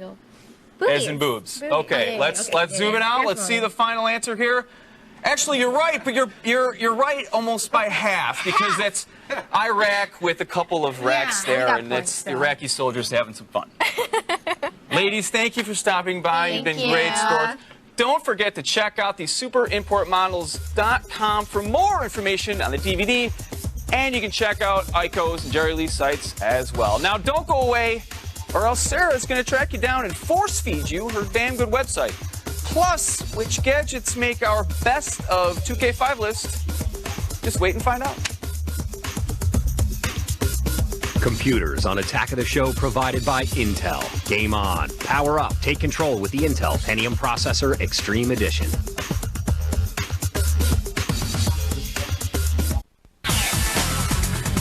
On the next Attack of the Show, Tiki Bar TV shows us the one thing that's been missing from the video podcast. Of course, it's Polynesian decor. Plus, we pit fan against ban in Game with Fame. Canadian rockers Simple Plan put their Xbox cred on the line. And finally, Sputnik Monroe has the distinction of being our final live band performance of 2005. That's the next attack of the show, almost here. Listen, money can't buy you love, at least not for more than like an hour or so. But it can actually buy you lots of cool stuff, so why not look at our favorite and least favorite toys and gadgets of 2005. I'm ready, Kevin. You ready for this? I'm ready. We start off with handheld gaming. It was a great year for mobile gaming, and I know I talk a lot of trash about the PlayStation Portable, but I got to recommend it, and here's why. Not only does it do the gaming, which, again, it's arguable whether or not there's anything worth playing on it that is licensed games, but it handles the music, the movies, etc. But the reason we like it, and the reason Sarah can't put hers down, is for all the classic homebrew hacks and emulated gameplay, right, Sarah? Yeah, I sleep with it. I actually don't sleep. No. It's with me at night. You lay in bed and it keeps you up at night. It has its own little pillow. Like crackers and wine. Yeah. Well, it's a gift. It's a good gift. It's a great gift. Just don't advise them to not upgrade their firmware. Okay. Okay. Now we come to the music space. If you don't want to use the PSP as your little MP3 player, that's fine. We're recommending the iPod Nano. We absolutely are. Yeah. I want one. Now the downside is that you can't do the movies on it, right? You can't do the video. You can't watch the Attack of the Show, which is available at AttackOfTheShow.com. And that's really all anybody talks about with iPods now these days. Right, is watching Attack of the Show on the video little iPod. tiny reasons. Girls love little things like the iPod Nano. Absolutely. Trust me. Believe me, they do. And you'll think that they don't, but they're not lying. They really like it that small. Size doesn't. Pay the extra $50 and you can get the 4 That's gig. just what they tell you, darling. It is, isn't it, right? Yeah. Lying. You can pay the extra $50 to get the 4 gig instead of the 2 gig. That's what we recommend. Nice and tiny. It works. 50 more bucks. It's sleek. For twice the, yeah. Exactly. Get the How about the Fly pen top computer? Remember this? We had Philip on the show. How about it? He was talking about this this little device here. Great for kids and for the adults, even the tweens, Sarah. This hits every demographic. Nice and hard. I hate that word. I do too. That's why I had to drop Tween? it. But it's basically a computer and a pen. You draw a calculator and it becomes a working calculator. You draw a piano, you can play music. You draw manga and it does some moaning noises. What if you draw me? What does it do? Oh, it calls you a skank. How about some Lord of the Rings collectibles, Sarah? Okay. I like Lord of the Rings and I like collectibles. LOTR was a big movie, and now why not get your favorite movie geek collectibles from their favorite movie, Sarah? Well, there's one here. I've got a statue. Gosh, Apparently it weighs 500 pounds. It's quite heavy. It's more than a paperweight, actually. But I love it. Look Really at this. high quality stuff from New Line maybe Shop. not for your mother, but I have a handful of friends that would die to have something like that. Easily. And this is the small statuesque type stuff, but why not get some really, let's bring in the heavy artillery. Oh my God! They have full-size movie props, weapons. You got the Trick or treat! Oh, that's funny, Brendan. Oh my God, that's Brendan. That is Brendan, yeah. Check out this sword. Yeah, let's not wave the sharp thing around. You We can't should even see through the always mask. wear that. You should. Can you wear that during... It would be hard to drive around in, probably, but beyond that, this thing's heavy. It is, right? Can you wear that during Final Chat, Brendan? You know what? I think I just broke my neck. Okay, hang on. And today's lump of coal is the Motorola Rocker. Huh? You know, that thing stunk. It was a horrible bomb. Stay away from it. It didn't was. deliver. It promised iPod and a cell phone, and you got crap. It just wasn't what it... Crap with a dial pad. And I don't like Rocker either. It's a lame name. It only holds Razor, 100 songs. okay, Yeah. Rocker. You want to be a hipster rocker? You can wear a fake hoodie jacket. No, I mean, it'll stop work. insulting me. It is a fake hoodie, I'm not by the buying way. your Rocker. All right. Don't worry if your pencil broke during this segment. You'll find all the links to these products on our blog, attackoftheshow.com. Thanks, Kevin. You're welcome, Whoa, Sarah. hey, let's took my eye out. Park it, That was pal. You have to read your chat questions. Then you have to listen to them. That's how it works, right? It's a good system. That's how we do it.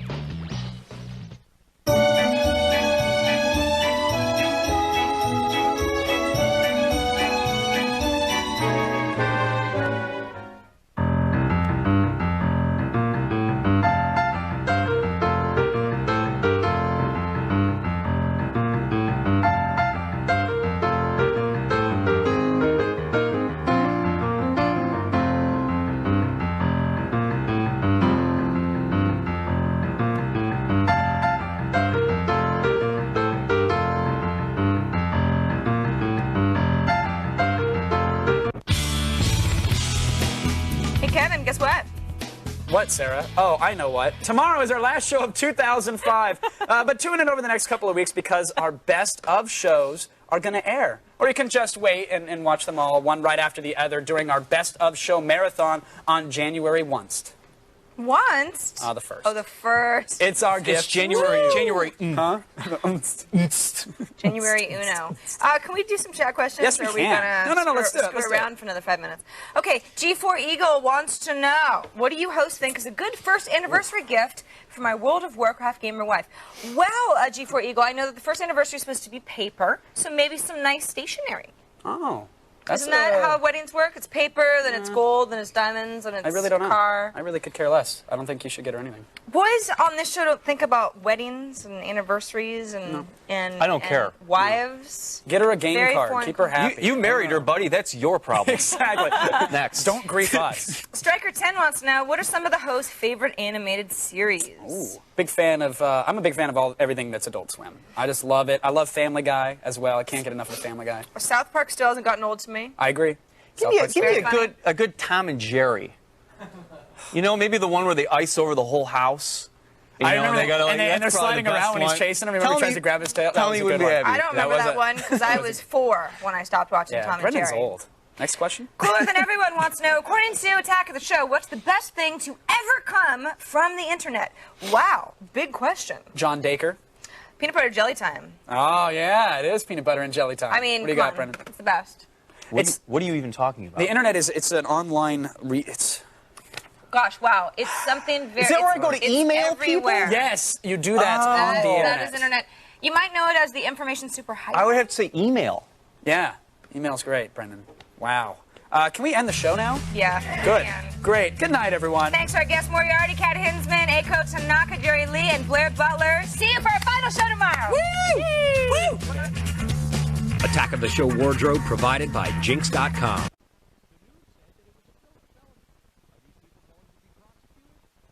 With fame. And finally, we take our protein pills and put on our helmets for a little Sputnik Monroe live now. A program that actually did shoot its eye out with a Red Ryder BB gun. It's Attack of the...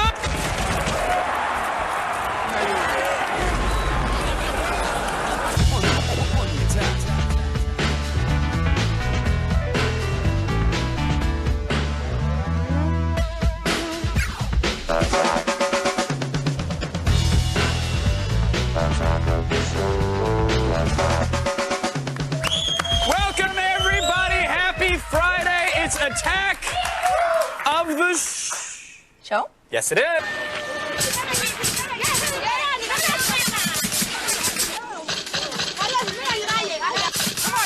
She's high, and then it hits me. I've known for weeks this is going to happen. I turn on the old radio. I turn it up. It was on Sputnik and Row. I went to FM. They're rocking the studio today, by the way. I went back to the FM radio, the frequency modulated. Howard Stern's last show today. Oh, right. Cheer. That was today. Are you kidding me? Everybody, this was a huge deal. Everybody knew it. Everybody was covering it. They had a giant We've been party. talking about it for 12 years. Well, no, for like the last year or so. But they had a big party in Manhattan. People were out there. Even the bloggers were getting in on it. There was a Flickr pools everywhere. People with their little camera phones snapping photos. Howard went out there. He did speeches, of course. Of course. You know, a little. And well, he promised he'd go out with a bang. So I guess for all the fans of the show, it wasn't a disappointing experience. He Not really at all. did go out with quite a bang. Sheryl Crow played. Hello. Yeah, all right. Yeah, I mean, I was kind of surprised by that as well. But he did a victory lap around Times Square, and it was cool. And he's not coming back unless you're on Sirius until January. But see, that's the thing. That's the thing, Kevin, is that it's as if Howard Stern is going away, and really he's just he's switching mediums. Now you can still listen to Howard Stern, but you just have to pay. And I don't know. I'm tired of people acting like he's going somewhere. He's not. He's just going to get money from you and me. He's going away. To listen. Well, see, we're just going to pay to listen. I'm not giving the money, so as far as I'm concerned, he's gone. Sorry, Howard. It's true, but it isn't that big a deal. You know why? I mean, you know what is a big deal, Kevin? What is that? If you really want to put things into perspective, this is our last show of 2005 today. That's right, it is. This is our last show. How dare we let something like Howard Stern overshadow our last show? 2005, I mean, when you think of the things that are really important, Attack of the Show is right up there. I mean, it this should is the be last one. show you're going to see from us all year. It's okay. And like Stern, we too actually have a rally going on outside the building. Oh, yeah, that was very noisy. Lots of flash bulbs going off. Ours is featuring, all the people who've made Attack of the Show so special, to us and you. A little goodbye rally? Yeah. Nice. All right. Sorry, Right here. This is where we do this. All right, let's get this over with. Wow. I can't believe it's the last attack of the show. I'm sorry to see everyone go, but... What? They're coming back in January? Really? That is the biggest load of bullshit I've ever heard in my life. That show is not funny. That show is juvenile. There's no reason that show should be coming back on the air. It's despicable.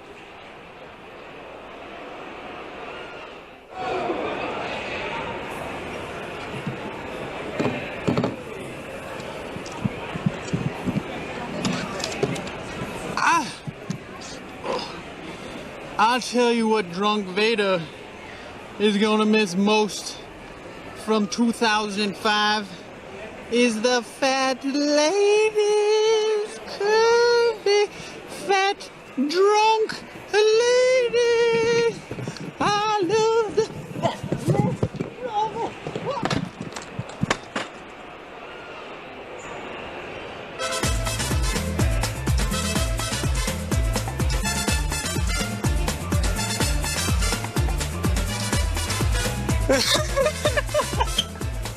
Oh man, Enrique. You know, was very moved. Hey, it did get very emotional outside. Mr. I mean, Office Iglesias. Jesus even broke down in solitude in the men's bathroom. How dare he call us juvenile? I know. We are not juvenile. Yeah, Office Jesus, why don't you look at yourself? Serious. Everything that you've done over history. All right, so speaking of Attack of the Show, it being our last show. This is our last live show for the year. We're being very dramatic about it. Of course, as we should be. As we should be. But it doesn't mean that you're not going to see us until No. January, because we actually have 10 best of shows, which are airing over the next 2 weeks. So even though we won't be standing here live, you'll be seeing shows put together that you've never actually seen before. It would be- so it's as if we're here anyway. It would be inhumane to deprive you of me. So we're not going to do that, right? Yeah. Luckily, I won't be near you for 2 weeks. It's amazing. All right, let's I know how you're doing keep stuff. going. We've been mentioning these shows a lot lately. You've heard us talk about them. We haven't really showed anything from these shows, and you guys might not know what to expect. So we thought, maybe how about a couple of highlights? Let's highlight it up. We actually have a clip from our commentary show, and that's sort of, think of it as, it's sort of like the Attack of the Show director's commentary on past segments, so you know what we were thinking when we put them together. Our stage manager has a black eye almost every single day. It's terrible. He deserves it. He's an old man. He's angry. Andy, come here, Andy can't hold. Andy's off to the side. Andy, just just run by the green screen and wave your arms above your head at least. Let him see it. Do a good run. Yeah! He is a true showman. Can we ask Andy to run now? Is that Come on, is Andy, that do a not? little Come on, bit. Andy, come on and run on by. Yeah, there he goes. Wow. That is Andy Kenchel. I'm sorry. That was a lot more exciting for us than it was for the viewers at home. I know, but what? Who? thanks. What is that? Is that a man? Andy's been working in the industry. He has a MySpace, by the way. He does? He does. Yeah, we'll give it out later. He really does. Yeah. He looks drunk All and right, depressed on it. All right. Back on track Yes. here. Now, once or twice you may have watched the show and thought, what are they doing? You know, well, we too. I often ask think that ourselves. while I'm standing here. And it's not really once or twice. It's regularly. It's daily. Weekly at least. So here's a clip from our best of worst show, or what we like to call Attack of the What the F show. What the F? He's a pink prime-time primate, and he's naked. I know a monkey, funky, smelling junky TV. He's a primate, pink prime-time, and he's naked. It's so good. It's really got like a mythology of its own now, which is phenomenal. I think it's like taking on a whole different world. And the pink ape, I think, really you see it again, it brings out a whole new world to everybody. Shut up, Gavin. Yeah, seriously. What are you doing? Take it easy, hippie. It's a whole new world. It's a real revolution, It isn't is. it? I love the video ape. That was horrible. Bring back the video ape. That was horrible. All right, so here's a clip now from our sketch show. So it's sort of, the Batmans and the Office Jesuses and the Drunk Vaders Yes. and The what funny- have yous. the funny that we bring to the you. The funny parts of our show. Now, the northernmost battle site of the American Civil War is St. Albans, Vermont, where a small band of escaped Confederates raided the town and robbed its banks. Now that you've learned something, let's erase that knowledge with some television, shall we? Oh, God. Oh, no, don't. Oh! Please don't. Yeah, buddy. Way to do your homework. How does it feel? That's my blammy. Ah, the blammies.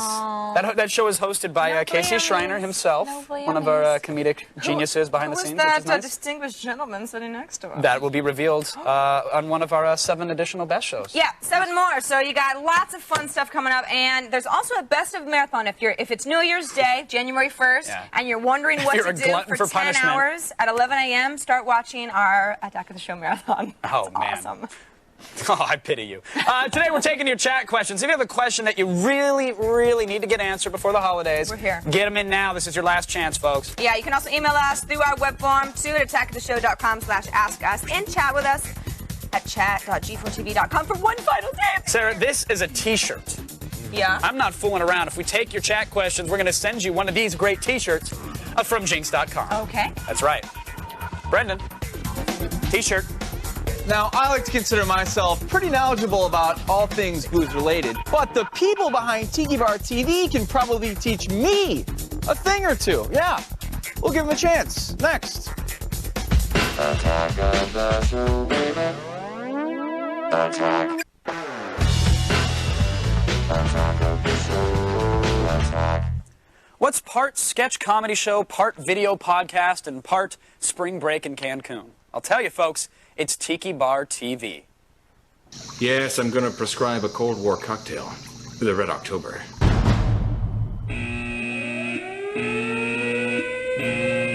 I can't fill this prescription. Fill that prescription, Johnny. I cannot fill this prescription. Fill that prescription. I will not fill this prescription. Johnny, I'm a PhD, MD, USB for a reason. You fill that prescription. I cannot fill this prescription. Listen to the doctor, Johnny. Here to explain himself and perhaps drop the word infotainment. Wait for it, folks. It's Dr. Tiki himself, Jeff McPherson. Jeff, welcome to the show.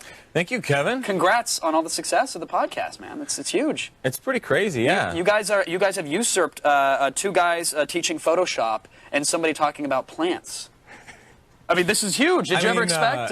No, I mean, in all seriousness, you guys. I certainly never expected to see that clip or any part of Tiki Bar TV on traditional television. There you have it. I may have cleaned up my act, but it's pretty crazy to be here. You know, sitting with you right now. Our show really did rocket up the charts, and we are. Oh, I thought it was because of me, not because of the show's success. No, I mean that's the amazing part. Right. Yes, you can feel the aura in the presence. I do. Yes. Good, yes, you. And you like the show. Honest to God, I really, really enjoy it, and it's shocking to me because when I view a podcast, I don't ever expect to be entertained. And yours is not only entertaining, there is a bit of, and I'm going to say it for you, infotainment there, because not only am I learning about new drinks and new shots, I mean, explain the premise for those who haven't seen it. I mean, I think it's phenomenal. Sure. Well, I mean, we call it Forbidden Cocktails in a Swank Pad, and the Swank Pad is my apartment. Yeah, swank is an old term. You know, it's not just, some... Oh, no, the kids are bringing it back. It's all over the MySpace. Oh, sweet. Absolutely, is it? yeah. Oh, it's very swank. Tasty little piece there. So what we have in our show is, some people have called it, I guess, booze porn, maybe. I would go with that. And it's my pad, it's my apartment, and it's a couple of basically consumer cameras, a couple of guys with some time and some leftover Halloween costumes, and we put together the show, and we had to have some kind of an excuse as to why we existed and the show existed. Sure. So we decided we were going to give people a drink recipe, and that kind of justifies the tomfoolery, I guess. And so you already had the Tiki Bar in your apartment. And so now it's a matter of, okay, well, we've got the set, and we've got the props, obviously. We find a drink and make some sort of show around the drink, or do you guys have plot lines that you go for and try to shoehorn a drink into? Well, I guess it's a combination of all 3. Did you have 3 points there or not? Perhaps. Okay. Let's go with 3. We'll go with Let's that. say that there were. It's okay. That'll be an edit later. So what happens is, we have some kind of, it's usually a drink, like the zombie. We haven't done that yet, but volcano. I'm just in this tiki store. I'm like, look at this. This is great. And this is an actual drink from the old days, right. the lounge barons of the 50s, Trader Vic's and whatnot. And I'm thinking, well, we have to have some kind of storyline. And somehow this thing's going to have to go off or burst into fire. And you have to figure out a way to get Lala in there. Yeah. Which I have to. There was a viewer email that you answered, and it said, "Whoever this chick is, she's the hotness." Oh yeah. I tend in to agree. Leet speak. In Leet speak. I didn't even know what Leet speak was. I had to send that email to Johnny, and I'm going like, "What is this guy geeking out on me about?" And so we decided, this Leet speak was going to have to be some kind of a Russian code, right? Because we are stuck in this 50s. It's a little Cold War. Now, what's the deal with Lala? I mean, how did you? Because you said you're a couple guys in a. That is no man, my friend. No, that is no man, my friend, is it? Lala is, I've come to notice, I'm awfully busy with my science experiments and what, but I've gotten a few emails making mention that she's alluring or Yeah, there's something about her that I appreciate. Yeah. Yeah. Well, she is an engineer, you understand. Yeah, and she builds self-aware robots that do run amok. And she's just a friend of yours that said, hey, why not? Yeah, she is. She is exactly as she seems. She is that wonderful and charming, and she is not attached to either Johnny or myself, the doctor. And that, which is the #1 question, I suppose, on Tiki Bar is. So you're telling me there's a chance, essentially? I'm saying there's a chance. Good, yeah. good. That's for what we you, like to hear. especially for you. Do you want me to put in a word? I'm on television. I don't know if yeah, she knows that's that. true. It's no iTunes. But we're there. We're there as well. Okay. You are. Yeah. We are. But now you've been doing this before iTunes, before podcasting, before RSS. I'm told that you started when you were like 12 years old, making newscasts of some sort. Yeah, that's true. I mean, I didn't start podcasting at 12, but I guess I did something similar to this when I was about 10. I found that the cable feed for my building. Go ahead. Are they running clip? Yeah, adorable. There you go. All right. So I'm doing, I guess, what Rocket Boom is doing there. That's it. That's my bedroom. This a little more production value than the Rocket Boom, though. That is my, believe it or not, that is also my bedroom. I can't seem to get my shows out of my own house. And I have about the same amount of equipment, by the way, now. So you've upgraded the production quality. I mean, especially for a podcast. I wouldn't even call it that. It's television quality. Any plans to take this to the TV? I don't think it belongs on TV. I really don't. I think that I'm not sort of trying to fill the shoes or trying to make a move to something like TV. This really is exploiting the medium that it's in. We're have a direct relationship with our audience at tikibartv.com. There you go. See that? No, we're going to promote it right again. Jeff, thanks for coming on. We appreciate it. Keep exploiting, please. We appreciate that.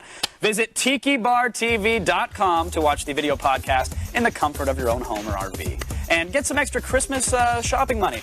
Gather it up, folks, because we're going to slip that wad right on over to Jimmy the Geek. He's up next. And since you're likely to be broke afterwards, you can side scroll your way on over to my Free Play Friday. Stick around.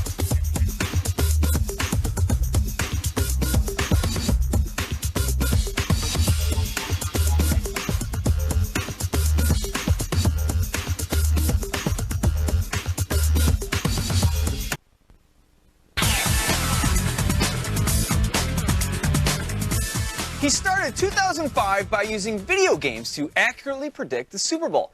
But since then, he's been occasionally accurate, mostly abysmal, frequently assaulted, and finally arrested. He's our resident handicapper, Jimmy the Geek, and he's here with his final picks of 2005. Welcome back, Jimmy. You're the geek, Brennan, babe. Year of the geek. It has been that, my friend. How are you, Jimmy? Right as rain, babe, but no time to rub each other down today. It's a busy week. Let's get right to it. It's my Jimmy the Geek College Bowl Selection Spectacular. This year titled, The Lock Who Loved Me. The Lock Who Loved Me. Gotcha. All right, Jimmy, let's have it. All right, Brennan. It's time to party. Fiesta forever. You know the rest, babe. Notre Dame taking on Ohio State in the Fiesta Bowl. And my research indicates that the Fighting Irish cap off a comeback season by putting a gun in the Buckeyes' mouth and pulling the trigger not just once, but twice, baby. College football 06 sees the Irish winning a close one, and that works just fine for us. Take Notre Dame getting 4 points from Ohio State. It's my Fiesta Bowl special, baby. Take the Irish. Got it, Jimmy. What else you got? All right, 2 coaches who were alive when Hoover was president, Joe Paterno and Bobby Bowden, 160 years and 1,600 wins between these 2 guys. It's Penn State versus Florida State in the Orange Bowl, and my research indicates that both coaches will be wearing ridiculously large eyewear, and that Penn State will drop the hammer on Florida State in a big way, baby. Custer finally gets his revenge on the Seminoles. Penn State over Florida State in the Orange Bowl. Jimmy, your analogy has some striking factual errors. All right, details are for secretaries. Brendan, let's move on, babe. Here's the one everyone's been talking about. Number 1, USC against number 2, Texas in the Rose Bowl, baby. Leinart, Young, Bush, White. I haven't seen this much talent looking to score since the National Strippers Convention back in '83. Look for Texas to really give USC a game, baby. College football 06 has USC winning, but not covering the spread, and that sounds just about right to me. Take Texas and the points in a Rose Bowl to remember. Gonna be bigger than the parade, baby. And it's my final pick of the year, and you know what that means, Brendan. What does that mean, Jimmy? Throw a big old lock on that sucker. That's what I thought. Jimmy, on behalf of everyone here at G4 and the betting public at large, let me just say thank you and have a great new year. You can bet on it, baby. Jimmy the Geek, everybody, isn't he something? And now, if Halo is just a little too advanced for you, check out our Free Play Friday.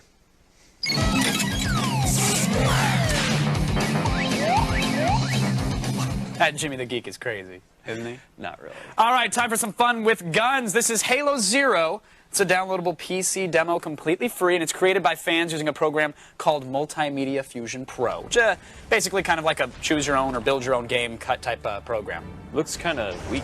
Well, all right, here's the deal. This is a Halo fan game, obviously, so you're playing the role of good old Master Chief. Got all the weapons from Halo 1 in there. Of course, they threw in the frag and the plasma grenades for good measure. Plasma grenades? Yeah, and Brendan, I know what you're thinking. You're thinking, Kevin, wasn't Halo a first-person shooter? What? Kevin, wait a second. Wasn't Halo a first-person shooter? It was, Brendan, but this is a fan game, and what they've done is taken a story that takes place before the first Halo game and thrown it into a 2D side-scrolling adventure, Brendan.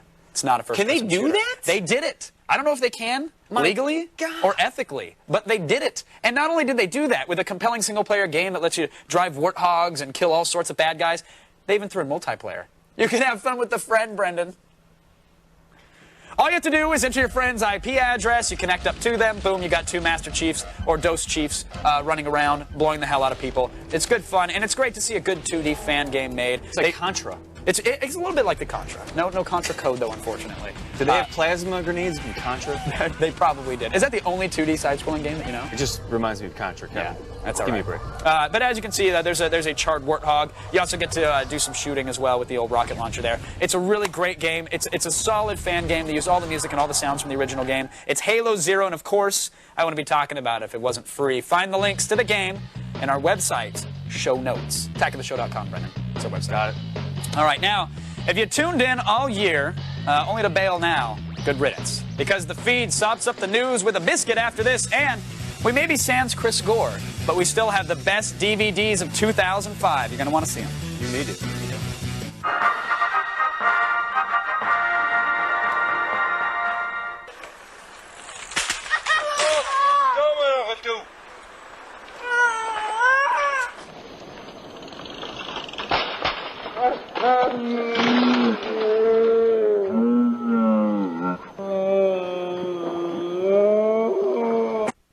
Then tune in to Happy Tree Friends and Friends, part of G4's late night block of no goodness. It's the Barbed Wire Biscuit. Tonight at midnight, Anime Unleashed comes at you, speed lines and all. Those are my speed lines, Brendan.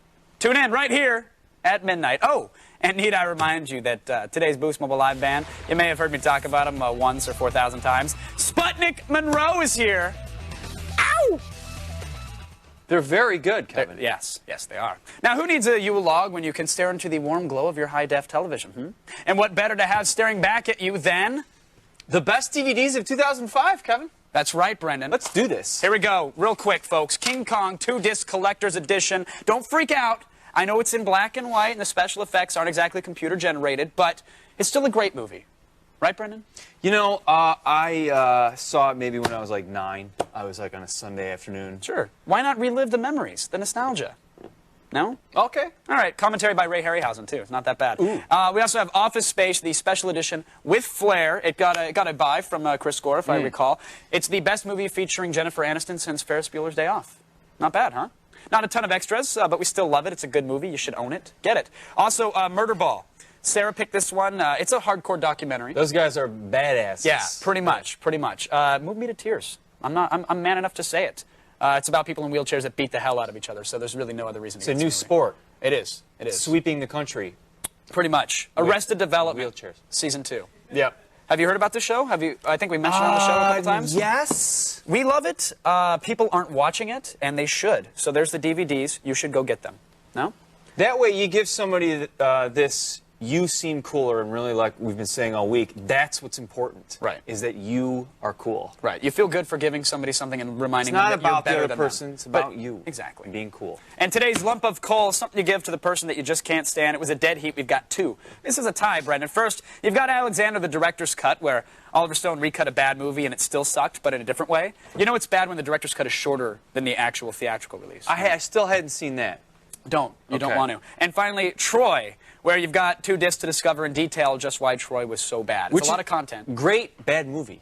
It's a great bad movie. I'll watch that any day. It's an epic failure, much like my career. And for your last-minute shopping convenience, we've got all the links to the DVDs on our blog. And now, 2005's latest breakingest news. It's the feed.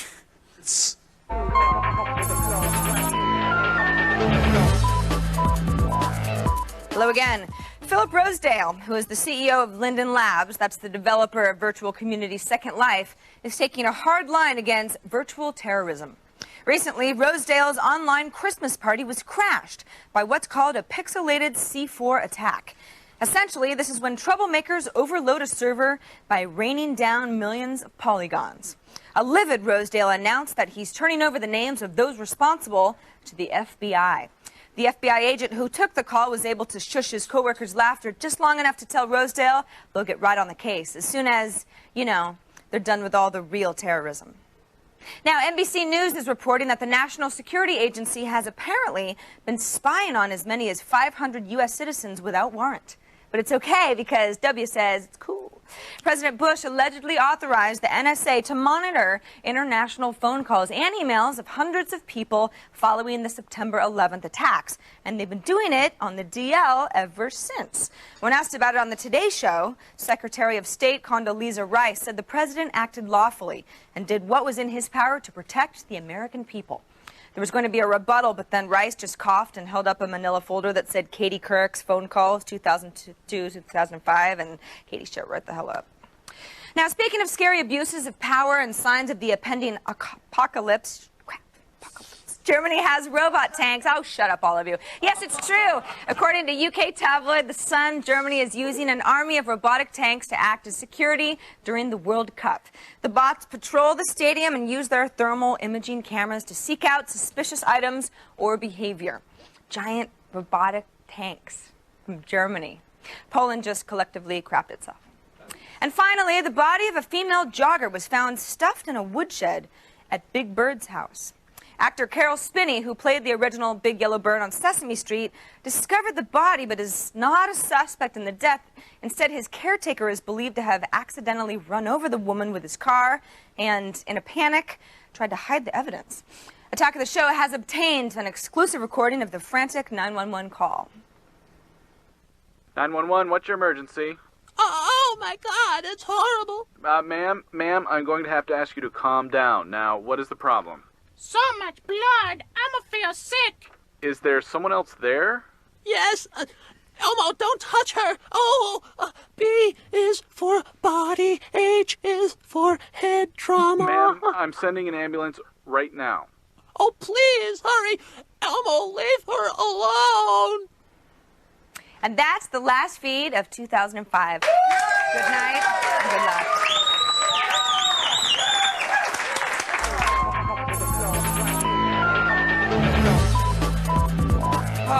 We're drama queens. When we finish spicing up the office eggnog, we find out if Canadian rock bands can handle their Xbox. It's the Game with Fame, and it's next. Stick around.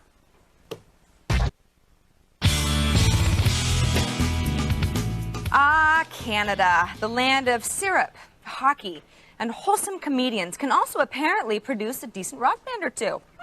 Now, we know Pierre Bouvier, Sebastian Lefebvre, and Jeff Stanko of Simple Plan can fill arenas. But can they beat one of their biggest fans over Xbox Live? That's what the Game of Fame will attempt to find out. The part with the bum was someone that they found, on Skid Row in LA. It's a girl that cuts her wrist. That's a real cutter as well. It's kind of a sad story. The whole video gives a very good visual and an even greater life to the song itself.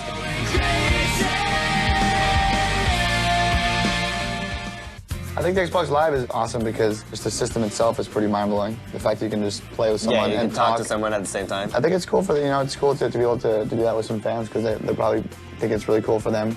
and for us as well, you know. We're playing Xbox Live, Game with Fame, and we're talking to Aaron. What's up, G4? How's it going? As you can see behind me, I definitely love Star Wars. I've got the Revenge of the Jedi poster. I have some Star Wars Legos hanging about. I love playing video games. For music, my tastes are really eclectic. I love Simple Plan. They're awesome. I am so excited to be playing against Simple Plan. I'm going to take them down. He's in California right now, and we're going to race, and we're going to win. You're going to beat him, come on. Because we're the famous people. Star player right here. Yeah, so there you go. Dream on, guys, dream on. I'm going to take Dream on? Yeah, sure.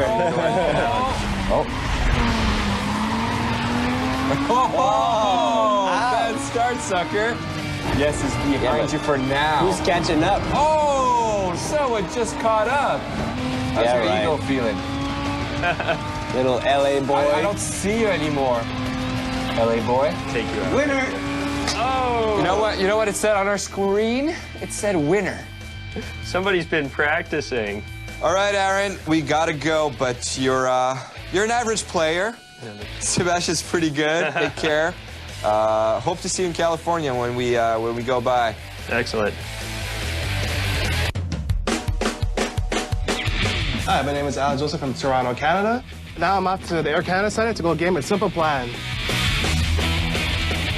Simple Plan, they're very amazing. They're very awesome band. Like it's very hard to find the good rock groups, you know? Like nowadays, like there's so many out there and everyone's like sort of, you know, repetitive, but they're always moving, they're progressing, and they're always changing their styles, and they're very innovative in their music. I'm very excited about going to Air Canada Center to play with Simple Plan. I'm meeting the band, like I can't wait. It's like, you know, I'm very anxious to go. There he is. Hey, what's up, guys? Come on in, come on in. How you doing, man? I'm Alan. Nice to meet you. Nice to meet you. Sebastian, nice to meet you, man. Pleasure to meet you, dude. And I guess we're gonna come on in, rock on and play some video games. The Oh. better player wins this one. The cars are the same, so. So you have this game at home? Yeah. I have it on the 360. Oh, cool. Oh, you got that already? Yeah. Nice. Wow. Lucky. Yeah. Oh, man. Winner. Look Oh, at that. man. Yeah, going pretty fast. You're going to win something. Like, what's the craziest thing that ever happened on road? Like, was there any? I know there's lots of stories. Actually, recently, where was it where that girl was? Oh, I don't know, but I don't remember. There's some girl in the crowd, and her friend lifted her up, and she turned around, and she lifted her shirt, and she had a tattoo of my face on her back. She got a tattoo of Pierre's face. Like this big. Like, I hate to be your boyfriend, you know? Yeah, exactly. You're doing a doggy style, it's like, hey. You see Pierre, hey, how you doing, Pierre? You know. All right, Alan, thanks for joining us. Hey, thank you, guys. You beat us most of the time, but we got you. Yeah, thank you very much. Thanks. Thanks for joining us, and, you know, keep on gaming. Maybe we'll see you online. Yeah, I might see you online. Give me Yeah, my that'd be tag, cool. you know? Absolutely. They're pretty good, man. I thought they were going to be, you know, a little bit like jabroni-like, you know, meaning like, I thought they were just going to be like, you know, sort of crappy. In their Canadian homeland, and for more information on the band, check out simpleplan.com. And for more on Xbox, check out xbox.com. Now, I just give you the facts. You do with them whatever you will. Sputnik Monroe is performing live next.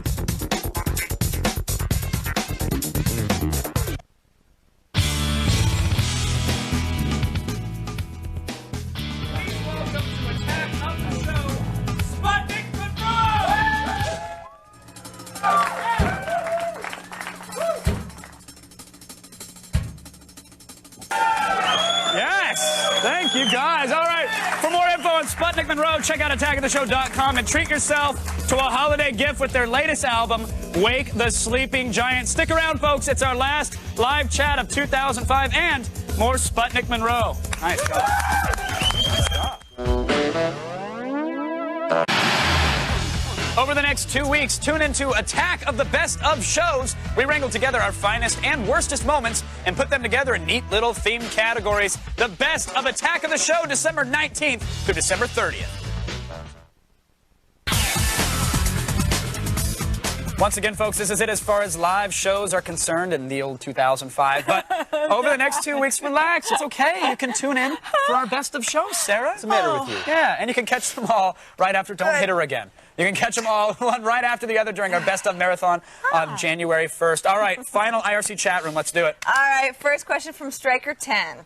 What do the hosts think was the best moment of Attack of the Show in 2005? Oh, I got mine. Let's reminisce. Okay, Kevin, you start. It was, in all sincerity, the drum off with Raymond Herrera. That was just a moment for me that was awesome. I never thought I'd get to do something like that. Good television. That was real fun. What about you, Brendan? I had a little spider monkey try and unzip my crotch. I remember that. That was fun. I remember that. Also, it was a capuchin monkey, I believe. Whatever. It was also the time we had that furry on the show. I don't. Do you remember that? No. We had that one furry? What's a furry? I don't. Oh, is that? You don't remember that? Thing? Anyway. Oh, that was that product that Will was talking about. You know what my favorite moment was? Oh, what? Remember that time where you had to go to the bathroom really bad, and they're like, "No, you can't go," and you peed. It was behind the bench, but since you were blocked, nobody knew it. But you were like, I really want to change, and they're like, sorry, you have to do the show, and you sat there for like 40 minutes. It started to smell. I thought that was like the best moment ever. The diaper rule continues to this day because of that moment. I still maintain it was the most exhilarating first 50 I've ever delivered, wet or dry. It was phenomenal. 2006 is a new year. It is. You're going to have control. I promise full bladder control in 06. It's the one thing I give you. And I think we might as well just wash our hands of 2005, shall we? Let's do it, yeah. It was a pleasure doing the show with you kids. It was very nice working with you. Enjoyed it. Good work, everybody. We're going to be back in 2 weeks. Oh, yeah. This is all very dramatic. Thanks to our guest, Jeff McPherson of Tiki Bar TV. Love you both. Have a great holiday. Happy holiday. Happy New Year. And now, more Sputnik Monroe.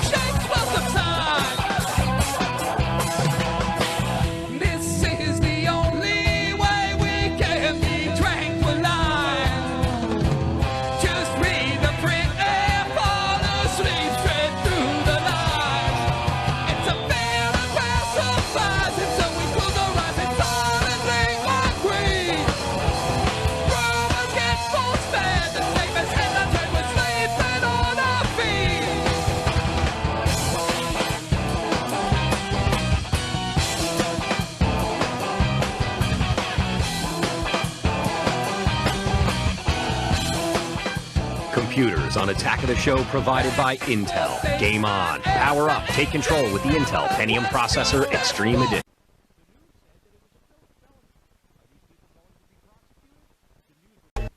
Pick up on this.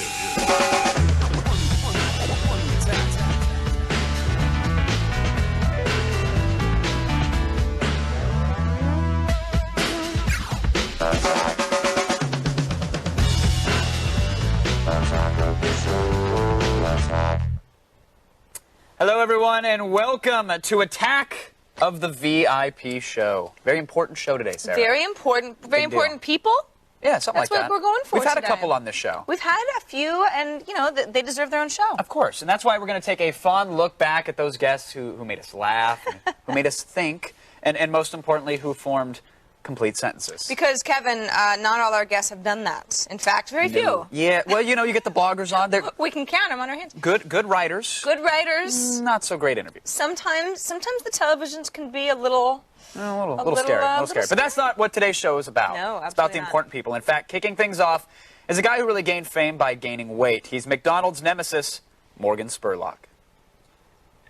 Although death by McDonald's would have made for a cool tombstone, documentary filmmaker Morgan Spurlock survived Super Size Me and is back with a brand new series called 30 Days, and everybody hopefully we'll be watching it after this. Morgan, thank you for coming on our show. Thanks for having me. Gotta say, you look fantastic. You look fine. It's all Alex. Alex cleaning me out. Not only do you have some of the best facial hair we've ever had on our show, and I thank you for bringing that to the couch, but you seem to have recovered from all the McDonald's torture. Yeah, luckily I had a great girlfriend who, she was there to clean me out, get me back to health afterwards. Yeah. She put me on a detox diet to get me back to my fighting shape. Very nice. So and now everybody can have access to the detox diet, right? Yeah, she wrote a book. It's called The Great American Detox Diet. That's all about how she cleaned me out and how everybody can just do the same thing. Very nice. The complete inverse of what you did to yourself. Exactly. There you go. Yeah. Any lingering health issues? You're all right now? No. The one thing. Should I scoot this way? No, it's all good. Okay. It's all good. It's not going to jump off on you. Okay, good. You never know these days. That's true. The one thing that's happened is ever since I've made the film is my ability to gain weight is really easy. Like I can put on 3-4 pounds in a weekend like that. Really? Yeah, which Fantastic. is scary. That's great. And that's the anti-ability you want in this town. Yeah, I've got that kind of Renee Zellweger thing going now, where I can just go Bridget Jones it up in a weekend. Very nice. Yeah. But I don't see you doing the pucker face though. No, not so much. Well, that's if I lose a couple more pounds, then my skin will just spring in and. See, there you go. That's Renee Zellweger. Yeah. The 30 Days is your new series here. Why continue to torture yourself and those around you? Like you could do 30 days at a burlesque strip club, but instead you want to live on minimum wage. Yeah. Oh, good. Yeah. That'll be 30 Days on Gilligan's Island. That'll be like when we're jumping the shark. Yeah, just integrating and just making it happen. Exactly. So what's the concept behind the 30 Days? Well, the goal with the show was to was to create a show where we could examine social issues in a fun way, much like we did with Super Size Me. And so each week in the show, we take somebody and put them in an environment, a situation that's different from their own for a month, for 30 days. And I was going to do all 6 in the beginning. Like when I first pitched the show to FX, I said, and then each month I'll go away and I'll do one for 30 days. Sure. And then Alex, my girlfriend, said, if you do that, you're not going to have a girlfriend very long. Right. Yeah. And so I said, well, how about one? And so she and I did the first one together. Right, and that was you lived on minimum wage for 30 days, right? That was brilliant. And then now, how hands-on are you with the project now, though? Because it is your baby. It's still my baby. So I'm very involved in the edit. I just recorded the last voiceover today for the final episode next week, which is another one of my favorite episodes of the season. Tonight is Off the Grid, where we take a couple and suddenly they give up all of their their SUVs and their electricity and all their products, and they move on to this eco village, and live off the grid for 30 days. Oh, great. Which was a great episode. And then next week is the binge drinking mom, where a mom who's trying to show her college age daughter how the ramifications, the repercussions of her actions as a college freshman, where the daughter's a huge drinker and is going out ripping it up. Sure. So for 30 days, the mom basically becomes a college partier and binge drinks for 30 days. So the stereotype MILF that I would enjoy. That's right. You've now created for me. And if there was I was hoping for more of the college girls that I knew, with the tops off, but no, it didn't quite go. Didn't happen. But it was still a great show. Very nice. Now, do you ever worry that someone might harm themselves? Because you are taking people and putting them in situations where they might get, antagonized, they might get beat up in a bar. You never know. Or do you hope that happens because then, hey, it's great for ratings? We'll show you a clip, and this was from one of my favorite episodes where we took an ex-Army reservist from Michigan, and he went and lived in the Castro in San Francisco, one of the gayest places in the country. And for 30 days, he saw. Many people think that's the set, actually. Yeah, exactly. Enough. Just this couch, actually. Thank you for clarifying. So you take them there, you transplant them into this situation. And for 30 days, this guy moved in with a gay roommate and really saw what it was like to be gay in America. And in the scene that's here, he's in a gay bar, and he is getting confronted by people in the gay bar, and you never know what's going to happen, and that's what makes the show great, and also possibly a little frightening. Did you bring a clip with you, Morgan? I did. You did. All right, let's check it out. Let's take a look at a clip from 30 Days. This is disgusting. I don't know. Disgusting. I'm sorry to offend you guys. Yeah, it's okay. But it's disgusting to you. This is someplace that I would never want to be at, I didn't know if any guys were going to be coming up and hitting on me or anything. No. Come on, give him a kiss. You're getting too old. You're getting too old not to play rugby. Sorry, guys. We're You're too Wait, what? Wait, what? Hey, come on, we're not boyfriends? Hey, look here. I ain't looking to I'm just talking to this. Oh my God! This is Shut up. You know what? You don't even belong here, and you're not even comfortable here. Belong here. Look, you don't. You gotta tell me that. I know that. We graduated. And you have too much testosterone. You're too uncomfortable, and you don't even belong here. Don't tell me what I have. You don't know me. What? I said you don't know me. Don't tell me what I have. I don't want to know you. Then why are you over here talking to me? Because I can't. Why did you come over here? You don't want to know me, but you came over here. This is my bar, and if you don't like it, leave. At the beginning of this whole experiment, it was interesting. It was something new, hanging out with guys all the time. But it's getting old. Very nice. So now, what happens with that situation? Here a guy's been transplanted. Does he come out of it a completely changed man and crying to the camera and I think a new love for latex? Or yeah, exactly. What He's got a great pair of chaps now that he rocks. Yeah. Now, what was fantastic after that episode is, Ryan didn't come out convinced, that homosexuality isn't a sin against God, because he is a Christian. That's what he believes. But what he did come out with was a better understanding of their lifestyle. That that the gay people aren't just the people he reads about, the stereotypes. He can now put a face to it, and he made some great friends there. Ed, the guy that he lives with, he and Ryan became really close friends, and I thought that was something more than we could have ever hoped for. Sure. And he got a huge ego boost now that he knows that he can survive in any bar in town. That's right. Yeah. He knows he's not going home alone, which is great. Are you ever worried that you're going to run out of those hot button topics though? Like it'll be 30 days of 2% milk as opposed to whole, because that's season 7. Yeah. No, I mean, is that a concern to you, or are you saying, look, this country's so messed up, we clearly have enough for many seasons? Well, I think there's so many things we can cover, and you just look at the newspaper every day at what the headlines are. There are so many possibilities to deal with on a continual basis, and I think so long as we live in a country where people can be free thinkers and can agree to disagree, and can also agree not to disagree, where there can be some real headbutting, I think we'll never run out of topics. Sure. Morgan, thank you so much. Yeah, again. Thanks, Excellent work on the documentary. Thank you. It's brilliant. Cool. So there you go. For more info on Morgan and, of course, on 30 Days, visit attackoftheshow.com. And be sure to check out Don't Eat This Book by Morgan Spurlock and The Great American Detox Diet by Alex Jameson. Fun fact, actually, because of that interview, I toyed with the idea of growing the old handlebar mustache. Oh, I think that looks so good on you. What happened? Yeah, I can't grow facial hair properly. Toyed with it in the You've got a patchy kind of a thing. It looks. I have very special pores. Let's just say that. You've Morgan, got nice pores. One of the nicest guys we've He was ever had great. here, He was great. And Morgan, come on back. When Attack of the VIP show continues, cult movie icon Bruce Campbell explains the art of lovemaking, Yeah. the diagrams, and sound effects. Ew. Yeah, a little gross. Attack of the show, baby. Attack. Attack of the show. Attack. Bruce Campbell is, well, Bruce Campbell. Yeah. What else can you really say? Yeah, no, that's it. But getting him on the couch, honestly, was I think it was a big geek high point for all of us. Sure was. Our next guest needs no introduction, because if you're watching this show and don't know who Bruce Campbell is, well, then you should be hacked into tiny pieces with a rusty chainsaw. Welcome to the show, Bruce. Thank you very much. Thank you. Now, you've got a lot of projects going right now. Yeah, there's a couple of things. I had to disappear for a while to do stuff. Now I'm doing the tap dance. You're a man of multimedia. Movies, TV, books, video games. Let's talk about one of my all-time favorite film series, Evil Dead. Oh, that? Yeah, Evil Dead.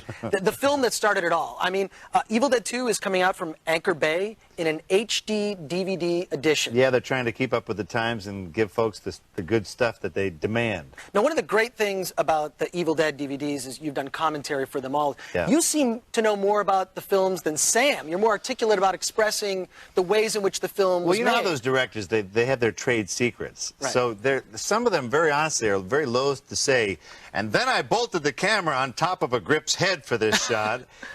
You know, sometimes they don't, it doesn't occur to them to speak that way. And to me, I was sort of amazed watching Sam work in many ways. So I was always impressed of yeah, we had to put this stupid camera up here and run it on this track here. And so... But that's one of the great innovations in the Evil Dead films was the shaky cam, which is basically a steady cam that's the cost of a 2x4. Yeah, it's a Explain steady that. cam with no money. Yeah. No gyroscope, no nothing. Because, you know, you think about it, a Steadicam really is an incredibly heavy device that's expensive. You have to have a special operator. Well, in 1979, we didn't have any of that. Steadicam was too expensive. So really, the idea was just take a board, take a 2x4, put the camera in the middle, put a Yahoo on either end, and what's cool about it is you can go up to a bush and go right over it. If you had a Steadicam, you actually couldn't do that. So that's how you got all those Up and over cars and bushes shots. and It's crazy. and the opening shot of Evil Dead is a 16mm camera taped around Sam's hand that's gliding across a swamp, and I'm pushing him in a raft and with stupid fishing waders on from behind. So let's talk about the new Evil Dead game that's coming out. Yes. You're a fistful of boomstick. Tell us about it. Well, Cranky Pants has taken over the reins on this version for THQ, and you know they're cool cats. They wanted to reimagine it, give it the new technology, because I think that's the hardest thing of games is staying current. I've worked on video games where by the time the game was done, they had outmoded the entire platform and never came out. They just moved beyond it. So Cranky Pants is, my terminology is all terrible here. I'm such a layman, but you know, they're into some of the ragdoll movements to get the characters' movements way more realistic. And my son Andy has given it the seal of approval. Now let's talk about the Spider-Man films. Spider-Man 1, you're in Spider-Man 2. I assume you're going to be in Spider-Man 3, and you're going to tell us something about it. It's actually my contract. There's a weird thing. They actually can't make Spider-Man 3 without me. I held them up for the sequel. Tell us something. You got to give us a spoiler, or as I like to say, give us a spoiler. Spoiler. Give us a spoiler. The safest thing I can tell you, the most accurate, is that I will be annoying Spider-Man. Come on, you got to give me more than that. Bruce, know? You can't leave me with that. Don't leave me hanging. Sam Raimi will send out his foot soldiers, and they will get me. They will kneecap me in this parking lot if I give away any sort of factoids. I don't know that I'm going to be putting on a funny suit, a Spider-Man suit or a villain suit. Sam is, you know, they're very close guarded. I don't know if I will defeat Spider-Man. I don't know if I will annoy him. I don't know if I will. I don't know what I'm going to do. Are you implying something? Am I going to? Well, you'll have to read into it. Rumors all over the internet after. Yes, of course. Well, but yeah, and we all know that the internet is very accurate. Let's talk about the films you've got going right now. You've got Man with the Screaming Brain. Yes, it's a tender love story. Tell us about Man with the Screaming Brain. Well, that's kind of a strange beast. I'm embarrassed to say it took 18 years to get made. The idea was given to my partner, David Goodman, in a rowboat by a director friend of ours 18 years ago in North Carolina. And it took us this long to put it together. The Sci-Fi Channel is a partner on it. I've been making some stuff for Sci-Fi these days. And they're going to air it this, like last Sunday in September. And the other one was Alien Apocalypse. Alien Apocalypse, which just aired. Let's talk about the new book. Yeah. You know, I read your first book, and Make Love the Bruce Campbell Way. Yeah, what is up with that? Let's take a look at this book. Look at that. It's out of control, man. Now, tell me about the new book. Well, you know what? Hollywood's a weird place. I don't know if you've noticed that. Yeah. And it's full of weird characters. And the idea for the second book, publishers get a little nervous sometimes if you come to them and say, after I made If Gins Could Kill, Confessions of a B movie actor, I want to go make a Grapes of Wrath novel.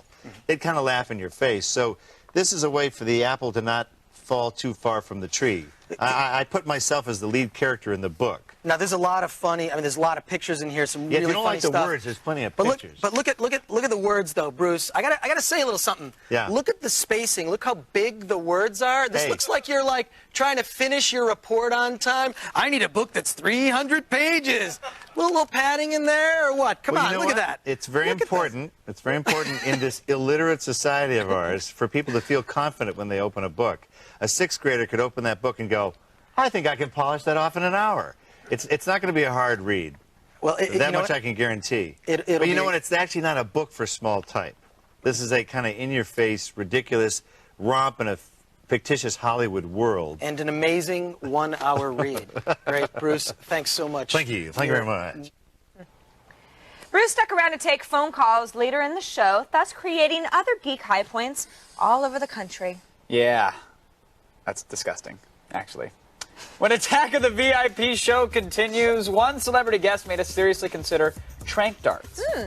Not Tara Reid, though. No. We're talking about light bulb enthusiast Tom Green.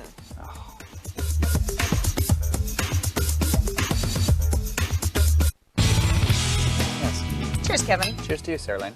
Welcome back to Attack of the VIP show. It's our chance to prove that not all of our guests were famous simply for selling body parts on eBay. No, sir. We had Tom Green on the show, and we had heard before he was a bit mellower, but Kevin got to find out just what mellower meant. Well, I actually hid in the dressing room. Yeah, you did.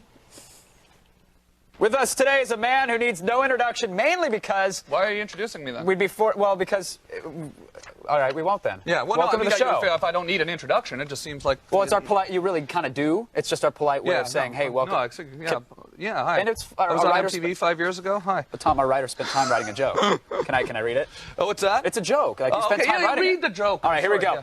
A man with us today is a man who needs no introduction, mainly because we forced Wait to a minute, mention. Hold on. I thought you said. No, you'd I don't once. need an introduction. But here's the introduction. Here's the part that we didn't need to say. Oh, Is that okay. you once suckled a cow udder and you're disturbingly Canadian. Oh, that's right. Yeah. Huh? What's that mean, disturbingly Canadian? You got a problem with Canadians? I don't. Or Our writer something? does. Our writer does. You guys came to my house last week. We did. To talk about my blogging. Well, let's talk about your website. What's is there a difference between that? Well, the blog is a section of your website. Let's set up the whole thing. Oh, yeah. That's just my favorite section. It is. The blogging part, yeah. There's all sorts of stuff on my website. There's pictures and video clips, and you know, you can look at pictures, and you can read stuff. Pictures from my trip to Iraq, all sorts of things. But I really like the blogging part, really. All right, let's get. We actually, like you said, we went to your house. Yeah, yeah. We filmed a little bit about the blog, so let's show that, and then we'll get to it. That quick, right away? Yeah, let's just do it. We're just gonna play it right now. Let's do it. Okay. All right. You gonna play it or what? It's Kevin from G4 is here. Hey, Kevin. Tom, how's it going? How are you? You invited me. You knew I was coming. I know. Right? Okay. That's why I know your name is Kevin from G4. Exactly. I invited you. Yeah, I knew you were coming. Perfect. There's a camera here. Oh, well, I wasn't even expecting your that. camera's already here. Oh, this is our camera. Yeah, of I thought course. this was for your blog. No, my camera for my blog's really little. Come here, I'll show you. It's a little Sony consumer camera. Stores the files right on the memory stick, so you don't have to fuss with any tapes or. No tape, right on the memory stick. And then basically what I do is I make little documents of documentations of my day or of fun things that are happening. I like to really document a lot of mundane things on the site.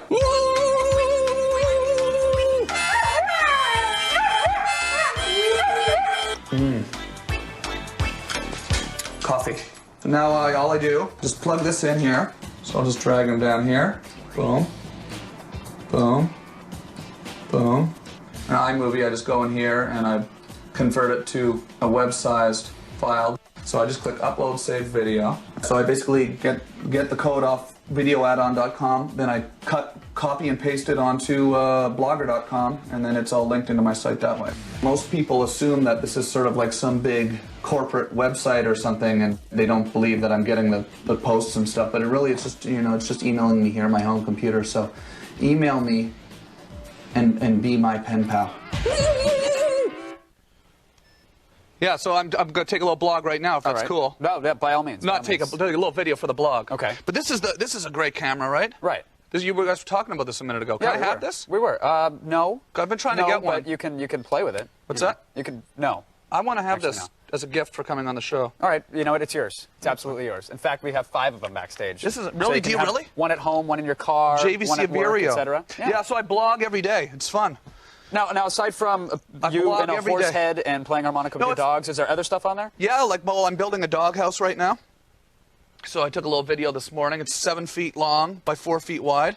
And I'm going to sleep in the doghouse tonight with the dogs. Very nice. I'm going to take a little video of that. It's a really spacious doghouse. You really got to check it out. www.tomgreen.com. If you like doghouses, you should check it out. It's going to be nice. Really soft cushions in there. Good. But I like to open my life up to people on the site, That doesn't weird you out at all? I mean, you're basically helping the stalkers. You're taking their day job. Yeah, well, I make sure I don't shoot the outside of the house. Well, we shot it while we were there. We thought we'd roll that if that's okay. I hope you don't. No, we did. There are people that want me dead. No, we don't. A lot of want people. that. Lot of people. But yeah, this is fun. This is live television, right? This is live. Yes. Wow, that's cool. Yeah, it's very cool. Yeah, fun. Do you ever smash those lights? No, we don't. Really? We can't afford to smash No, lights. come on. You would just break one of them. No, not Really? at all. No, we never have. Really? I don't think we're planning on it either, Tom, to be All honest. right, okay. But, when we do, I'll be sure to take a God, they video just of look it like and they'd give be it to so you. fun to kick those. They would. Oh, they would be real fun Look to at that. They This one would right be here. so... Just check this out, okay? Just one. You can get another light bulb, right? Yeah, no big deal. Check out. Yeah, oh, jeez. That's cool. And it's on fire. It's actually on fire now, which is great. Well, blog it. It's on fire. It's out. It was on fire. Cool, that's cool. Yeah, So, that's fun. See, I can't get away with that. You could come on our show and get away with I it. saw the executive producer, and he said, you guys are sticking a camera in someone's ass today. We are doing that. And in fact, we wanted to extend the offer to you. If you'd... No. It would be nice to serve a blog entry out of your own ass. I got out of Gross Out Comedy 2 years ago. Now I'm into breaking light bulbs. Ah, gotcha. And blogging. And what have you been to my website? What? No, I have. I've seen many blog entries. But it's fun. Like, we're doing cool stuff on it right now on the site. Where I'm telling people around the world to make T-shirts. Okay, www.tomgreen.com T-shirts. All right. It's sort of shameless self-promotion for the site, and they go out in front of a landmark in their part of the world, like in New Zealand. There's kids going out in front of landmarks there, like the mountains, you know, the Lord of the Rings mountains. Sure. Yeah, that's in New Zealand. And in England, there's people going out in front of Big Ben and taking pictures and advertising my site for me for free. And that's one of the cool and things then we that's put the going on. pictures up on there. Oh, very It's nice. cool. It's fun. You've actually met people that have submitted stuff to your site, correct? Yeah, I was over in London last week, and then this kid who's been, his name's Daniel Lomas, he's been going around London taking pictures of himself with the TomGreen.com t-shirt on. He showed up at the Sting concert that I was hosting. Yeah. And, nod to Sting, yeah, and that's we it. went and saw Sting and hung out. It was fun. Very nice. Yeah, it was really cool. Man, this is comfortable here. It's a great So set, are you right? really sticking something in a man's Yeah, we will. That's coming up. behind? Yeah, it's coming up. It's Did going to he be good. volunteer to do that? He did, actually. Is he showing his face on television? I don't think he is. Really? No, I don't think he is. So there's not going to be a tight shot of his face as the insertion it's is happening? inserted? No, I don't. No. I think we're going to stay away from that one. We'll let the viewers at home paint their own That picture. would be pretty good. I mean, it might be a good shot. All right. Well, unfortunately, we're out of time, but I want to mention you have a book on shelves, correct? Want to break hopefully it's another light? on a Can we break shelf. another light bulb? No, but let's talk about the book on Let's shelves. get a nod from the executive producer. Can we break one more light bulb? The executive producer has run out of the studio no more. now. Okay. He's like, no. It was cool the way it almost burned the studio down. That'd have been good. That would have been really, really horrible. All right. Yeah. So what were you going to say? That you had a book, but you know. No, we don't have to talk about it. We don't have to talk about it. Yeah, I do have a book, though. You can check it out on my website. Tom Green, www.tomgreen.com. And you can check out how to get the book. It's right in the front page. It's called Hollywood Causes Cancer. Ah, yeah. It's a tender love story, I'm assuming. Tender. There are tender moments. Good. Yeah. Tom, thank you very much for destroying our set. Thanks, man. I love this show. I love it. Cool. And thank you so much for having me on and helping me promote my blog. There you go. Because blogging is the wave of the future, folks. All right, for more info on Tom Green's blog, make sure you go to tomgreen.com and be sure to check out Tom's book, Hollywood Causes Cancer. Oh, good times. Now, we've fixed our set since Tom's visit, but Kevin, no joke, still has the burnt-out light bulb on his desk. Yeah. He's such a fanboy. A little bit. You're It was such a a fun. fanboy. It was a different time back then. The show was new. I mean, that was like our first week of shows, so it was a nice momentum. It was our second show, I think. It was, actually. Those were days, weren't Those were the they? days. Wow. When Attack of the VIP show is done, dusting off more clips, which seem to have been stored in dog hair and tar for some reason. Danica McKellar breaks up this sausage party. Stick around.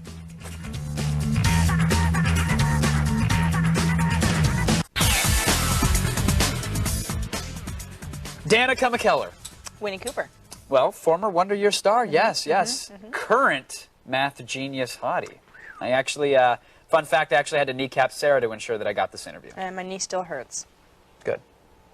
If pity dating Kevin Arnold didn't already make Danica McKellar a geek icon, then her post-Wonder Years career certainly has. She's a sci-fi star, a TV star, a video game star, and apparently a mathematician. We're going to get to the bottom of this. Danica, welcome to the show. Thank you very much. Thank you for coming on. It was a My pleasure talking to you at G4ia. Yes, I said was. I would get you on the couch one way or another. You're here. Yeah, so which thank couch? you. Thank you. Well, the show. The show, of course. I would never self-flatter that way. Of course. You are a video game star. Well, which my voice is, I guess. yes, which is like Spanish fly to a geek, I hear. So, tell me, what video game work have you done? Well, probably the most recent one is a couple of characters in Fear, but also X-Men Legends, Jubilee. Very That's probably nice. my favorite one because she has superpowers. You know, her electricity comes out of her hands, and Did they give you like 40 different cues for like electricity grunt number 1 Yes! and I punch love it. grunt? Oh my god, that is so much fun because you get to do like punch people. I mean, but you just make the sound that you would vocally make if you punch somebody, and then you make the sound that you would vocally make if you're getting punched. So, and it's like small punch, big punch, really big punch. Danica, so- I don't want to put you on the spot, but there we go. Okay, I was going to ask for that. Or then, you know, or like falling back or then jumping. Like, what sound do you make when you jump? I'm generally silent. Do you even know? I have interns lift me up. I refuse. If you jump, you go, like that's the sound that it makes. Oh, so you even include the land? Yes. That is professional. It's I don't- amazing. But I the don't know how you first do time that I ever did it was for Jubilee, and so I actually just jumped like in the recording. I was like give me a minute. Hold on, let me figure this out. Hold on. So like, and then like little jump, and then medium jump. Give me Grand Canyon jump. Nice. And then you like, because you fell. All right, so you've proven video games, done, check. The geek trifecta that is you is one closer. Thank you. The second geek genre, of course, sci-fi. Yes. What's going on with you in the world of sci-fi? Tomorrow night, Saturday night at 9 o'clock. And we know our viewers have nothing to do on a Saturday night, so they're tuning in. No, it's a Saturday night movie, so you can take your date and curl up on the couch. Of course. It's called Path of Destruction. It's just a fun, like popcorn movie. It's nanobots that turn bad. And you're a reporter who's going to save the world from said nanobots? Indeed. All right. And you brought a clip as well, because we want to tease them. We want to let them know what they can look forward to tomorrow. Yes, someone brought a clip. Well, what are we going to see? Let's see what they picked. All right. There's nothing scarier than an 80s arcade character on the juice. That's right. You got to be careful. Are you fearful for nanobots? Has this inspired you to be a crusader against the creation of nanobots? No, but maybe I should be afraid of nanobots. The more I think about it, the more I think I should be afraid. Danica, the movement needs a voice, and you should be the figurehead for it. All right. All right. Sci-fi games done. I refuse to believe there's math in you, Danica. And everybody tells me otherwise. Oh, don't bring it up. You're going to get schooled. Can I give you a challenge? Sure. Would you mind? Yeah. There's something that my teachers used to yell, and it was 0.999 repeating, etc., if you will, is equal to 1. I call BS because I knows my numbers. But 0.9 repeating forever, right? Yes. I mean, does that equal 1? Can you prove it? That's the question. It actually happens to be one of my favorites. Oh, well, what were the odds? Okay, because seriously, this seems a little strange, right? 0.9 repeating forever should be close to 1, but not actually 1. Well, exactly. Let's see. All right. If you let x equal 0.9 repeating, so imagine there's a million 9s here. Absolutely. In fact, infinity 9s. Then 10x, if you multiply 10 times this number, what do you get? Move the decimal. It's 9.999 repeating. Right. Subtract both sides. Over here, you get 9x. And on this side, what would you get?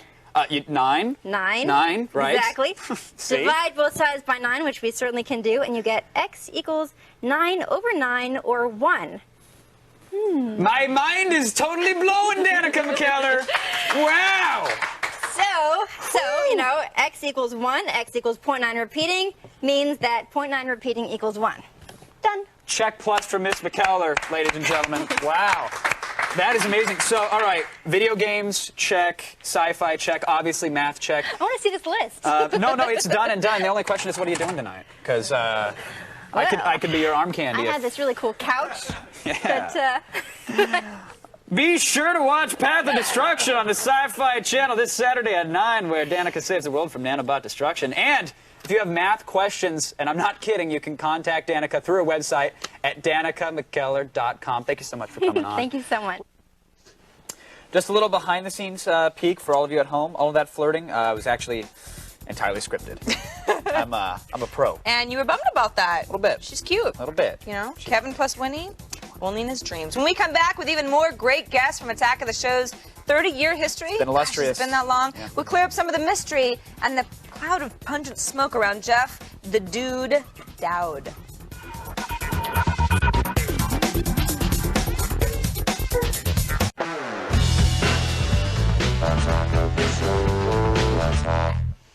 Welcome back to Attack of the VIP Show. Tell the bouncer you're on our list. Step carefully around the passed out groupies and join us, won't you? Won't they? I don't know, will they? Sarah, do you remember that time we had our own little like mini Lebowski fest in the studio with Jeff, the Dude? No. No? You don't remember? Oh. I don't either, actually, because of the little post mini Lebowski fest party that we had in the green room. Yeah, it was good times. Now, I'm going to assume you've all seen The Big Lebowski. But in case you're still in the dark about who the Dude is, let's get it straight once and for all. Every time a rug is micturated upon in this fair city, I have to compensate the person. Come on, man. I'm not trying to scam anybody here. I'm just, You're just looking for a handout like every other... Are you employed, Mr. Lebowski? Wait, let me explain something to you. I am not Mr. Lebowski. You're Mr. Lebowski. I'm the Dude. So that's what you call me, The Dude, however, was actually based on a real guy named Jeff Dowd. And why would we point that out? Well, because he's sitting next to me on this couch. The Dude. How you doing? Good Welcome to see you. to the show. Been seeing you since 2 in the morning at the Lebowski Festival. That's right. You had a White Russian and your arm draped over me, and I was trying to conduct a professional interview, but I don't know if it went off like there was a beverage involved. Yeah. So now, Tell me about how this all started. How do you get a movie character based on your... Well, I met actually through Robert Redford, introduced me to Investor, Joel and Ethan Coen's first movie, Blood Simple. And pretty soon after that, they showed up on my doorstep and showed me the movie, and I helped them with the marketing and distribution. And so you're a pretty well-connected guy. Robert Redford did the introduction? Just happened to be sitting on his lawn.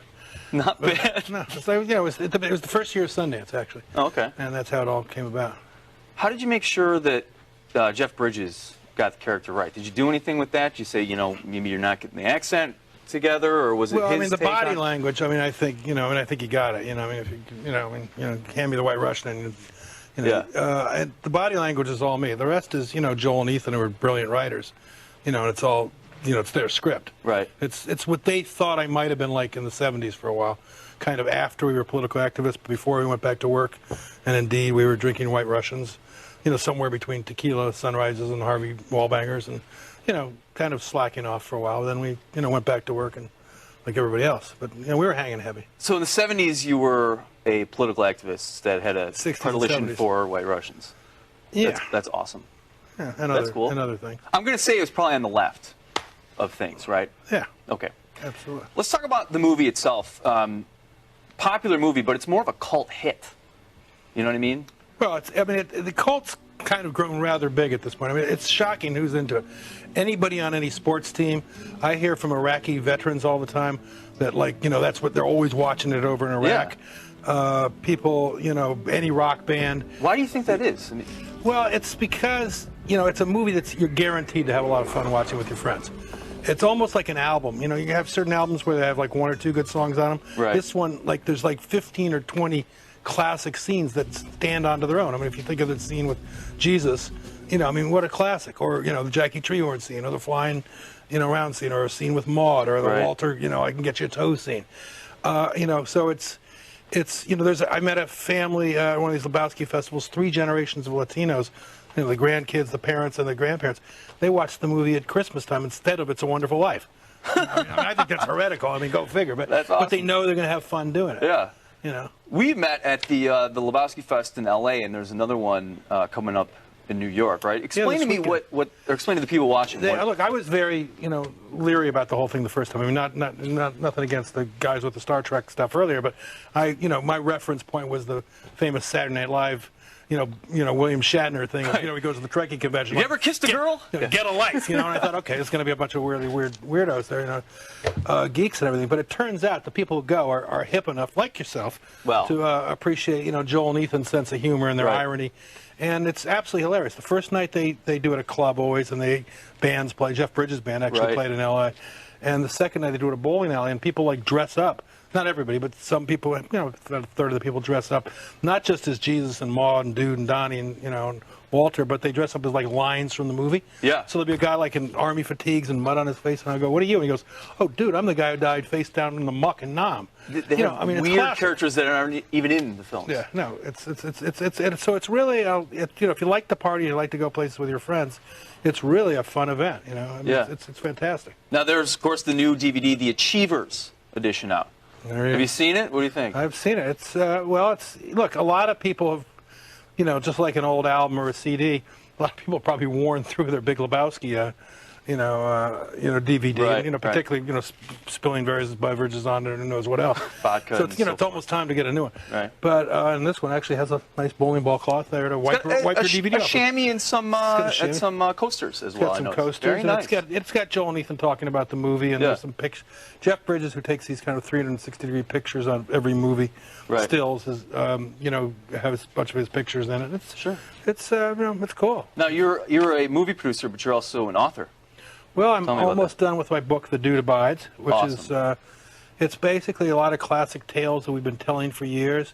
I happen to be in the right place at the right time, around a lot of people who changed a little bit of cultural history or political history, whether it's being 17 years old with the Living Theater and the Rolling Stones in Europe, or last year with Neil Young, who's, by the way, new album, Prairie Wind, if you haven't heard it, is, great. Yeah. I was in Nashville when Jonathan Demme was shooting the film with Neil about a month ago, and so, but it's a lot of stories about people and their friends getting together and saying, wait a second, we don't want to die of terminal boredom, maybe we can change a little bit of the world here.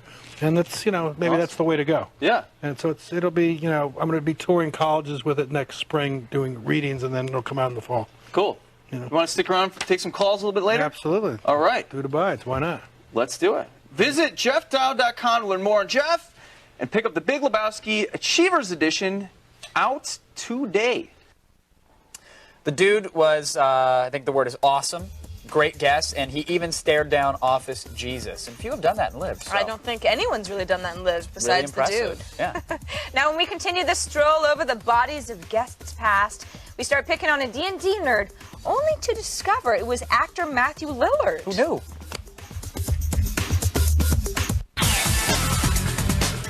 When we heard that actor Matthew Lillard was into D&D, we thought maybe this was some new party drug we weren't yet aware of. And that's rare. And that's actually. Yet there he was, multi-sided die and all. With most of young Hollywood obsessed with Texas Hold'em, it's kind of surprised that, Scream and SLC punk star Matthew Lillard prefers slapping down frost giants to slapping down the old kings. Matt, welcome to the show. Thank you, bro. Is that true? Yeah, it is true. Actually, I didn't say I could make it cool. I just said I'd play it. You calling out Brendan there? Yeah, it's one of my little hobbies that I play all the time. The real deal, like you instead of going all in, like you're all in on the magic missile and not on the cards. You can have both in your life. You can play both poker and D&D. I know it's crazy. I thought you used D&D and that's it. No, nothing if else. you play D&D, you can actually leave the house. You don't have to stay in the house every single weekend, every single night. You can go out, you can have a normal life, and play this amazing game. I thought it was a prerequisite. No, it's good to hear. Yeah, no, it's the crazy thing about the world these days. You don't have to be the stereotype. So how long have you been playing? I mean, is this something that you just picked up recently? No, I've been playing, I probably started playing when I was 8 years old. And then I stopped when it was appropriate. I stopped playing when you decided you wanted to get with women and see what that's all about. When I decided to start drinking and try to hang out with the ladies. And then I started playing again when I went to acting school in New York. A group of us got together when I was 22. Wow. And so it wasn't that you decided the sex was becoming too much. You started to play again because you actually enjoyed the game. And you can find a whole new array of women when you play D&D. Really? They're very easy gaming chicks. Okay, so gaming chicks have nothing else to do except give it up. Except role play? Oh, it's terrible. What's your character? Well, I have a couple. I mean, I've played. Is there one you're particularly fond of that you'd actually shed a tear for if they were killed? Oh yeah, now it'd be bad. In fact, I died a couple weeks ago and they had to resurrect me. Oh, I play a dwarven thief. That's not funny. No, it's it. They were laughing. Who's laughing? Yeah, it is. It's a little. Named Beetle. Named Beetle. Yeah. Wow. A dwarf with an 18 dex, if you can imagine that. Very nice. What level? He's 6th level now. Congratulations. Thank you very much. I'm very excited. And I've actually got into a little MU, so I've got a multi-faceted character. Look at you. Very nice. I feel like I'm coming out or something. This is, well, I mean, this is really if you got to do emasculating it, situation. please just keep the clothes on. Whatever else you need to do, go for it. Well, it's funny that I play the game, and I've said for a long time, I play D&D. Right. And finally, D&D called me. The Wizards of the Coast called me and said, "Well, do you want to be involved?" And there's actually an event coming up this weekend, this Saturday. Right, now that's at the Magic Castle, right? Right, and what they're trying to do is Wizards of the Coast is getting out there and they're promoting the game as a safe alternative for Halloween. It's a great game. It's a great game for kids. Right. I mean, the whole game uses imagination, and all these things in front of you are miniatures that are used in the game, and these are see, I thought I was told, exciting. Hey, it's pen and paper.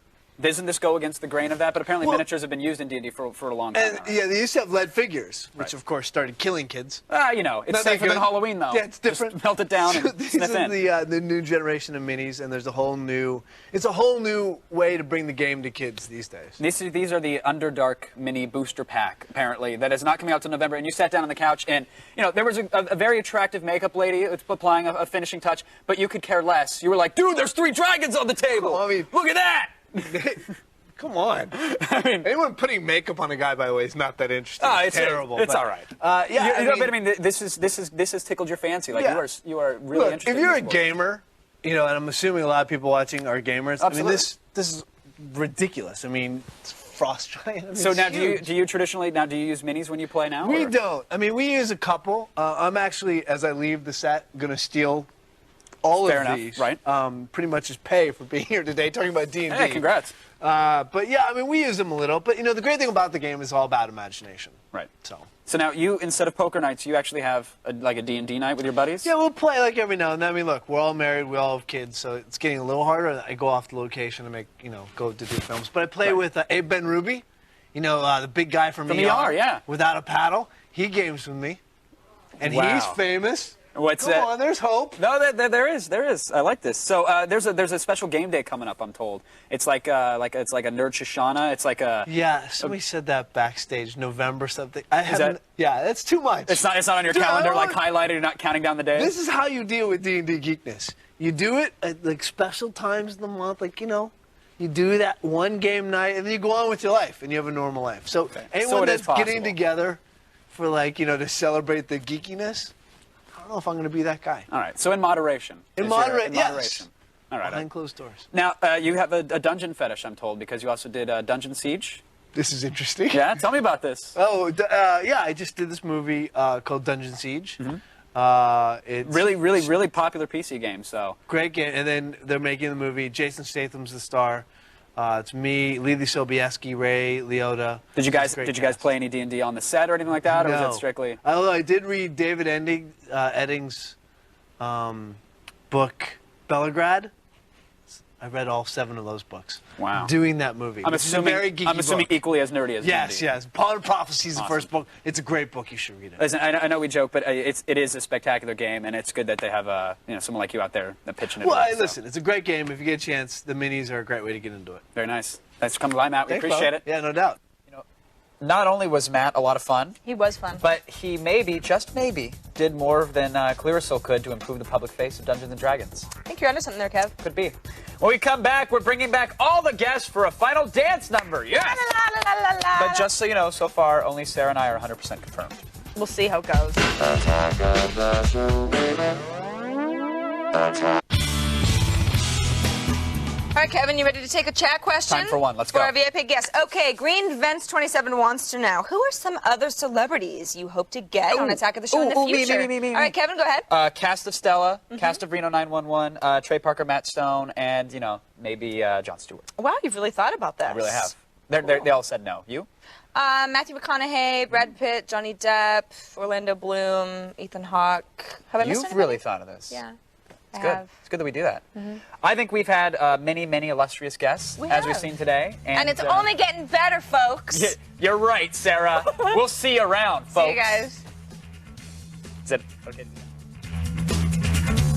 Computers on Attack of the Show provided by Intel. Game on. Power up. Take control with the Intel Pentium Processor Extreme Edition.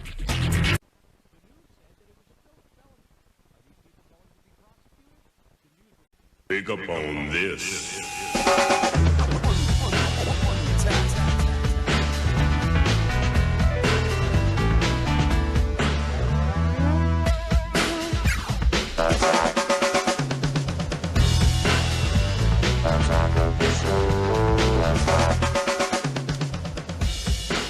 Welcome to Attack of the Nerd Show. Yeah, it's a clip show, but it's our clip show. That's right. And before, you go saying Attack of the Nerd Show, wait a minute, that's a little redundant, right? Yeah. Nerds don't attack? No, they do today. You need to check yourself. This is our look back at those moments that really made all those schoolyard beatdowns worthwhile. Did you get beat up a lot? I never did. Almost did once. I don't believe you. I really didn't. Really? I did. I got pushed into a locker I almost did once, too. But that was it. Yeah. And it was like we were cool after that. They're just jealous. Seriously. Yeah. Nerds. Now, in case you haven't noticed, we're a little touchy about size around here. I mean, not me, but the royal we. So to prove our virility, we kick things off in the first episode of Attack of the Show by turning something palm-size into something Kong-sized. Oh. Kong. I needed something a little bit bigger, so we put together this. Wow! Look at that. Woo! This Marvel, is and it's the world's largest Nintendo controller. Yes, indeed. It's 8 feet long, 3.5 feet wide, and 9 inches tall. Yeah.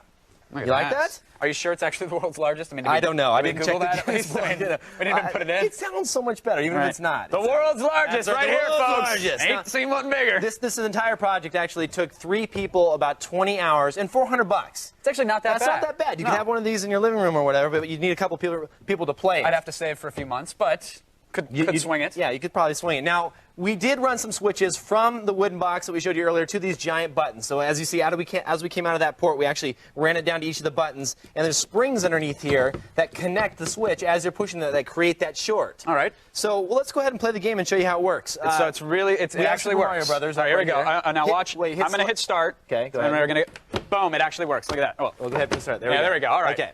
World so now 1 of 1. I'm going to control our left and right. All right. Are we running or what are we doing here? All right. Go. Grab the monitor. Got it. Go. Oh, Yeah. mushroom. Got it. Okay. And go. Jump. Got it. Jump over. And this thing is sturdy, man. It's whoa! Why'd you go? No, you were supposed to jump. I was in midair. I had no choice. All right. Keep going. No, down the pipe. Down the pipe. No, I'm not going down the pipe. We don't have time. Jump. Wait, hold on. What are we doing? Get ready. Jump. All right, go. Let's get to the flagpole. Go. Just go to the flagpole. Hold on. Dude, this is. What are you? All right, go. Okay.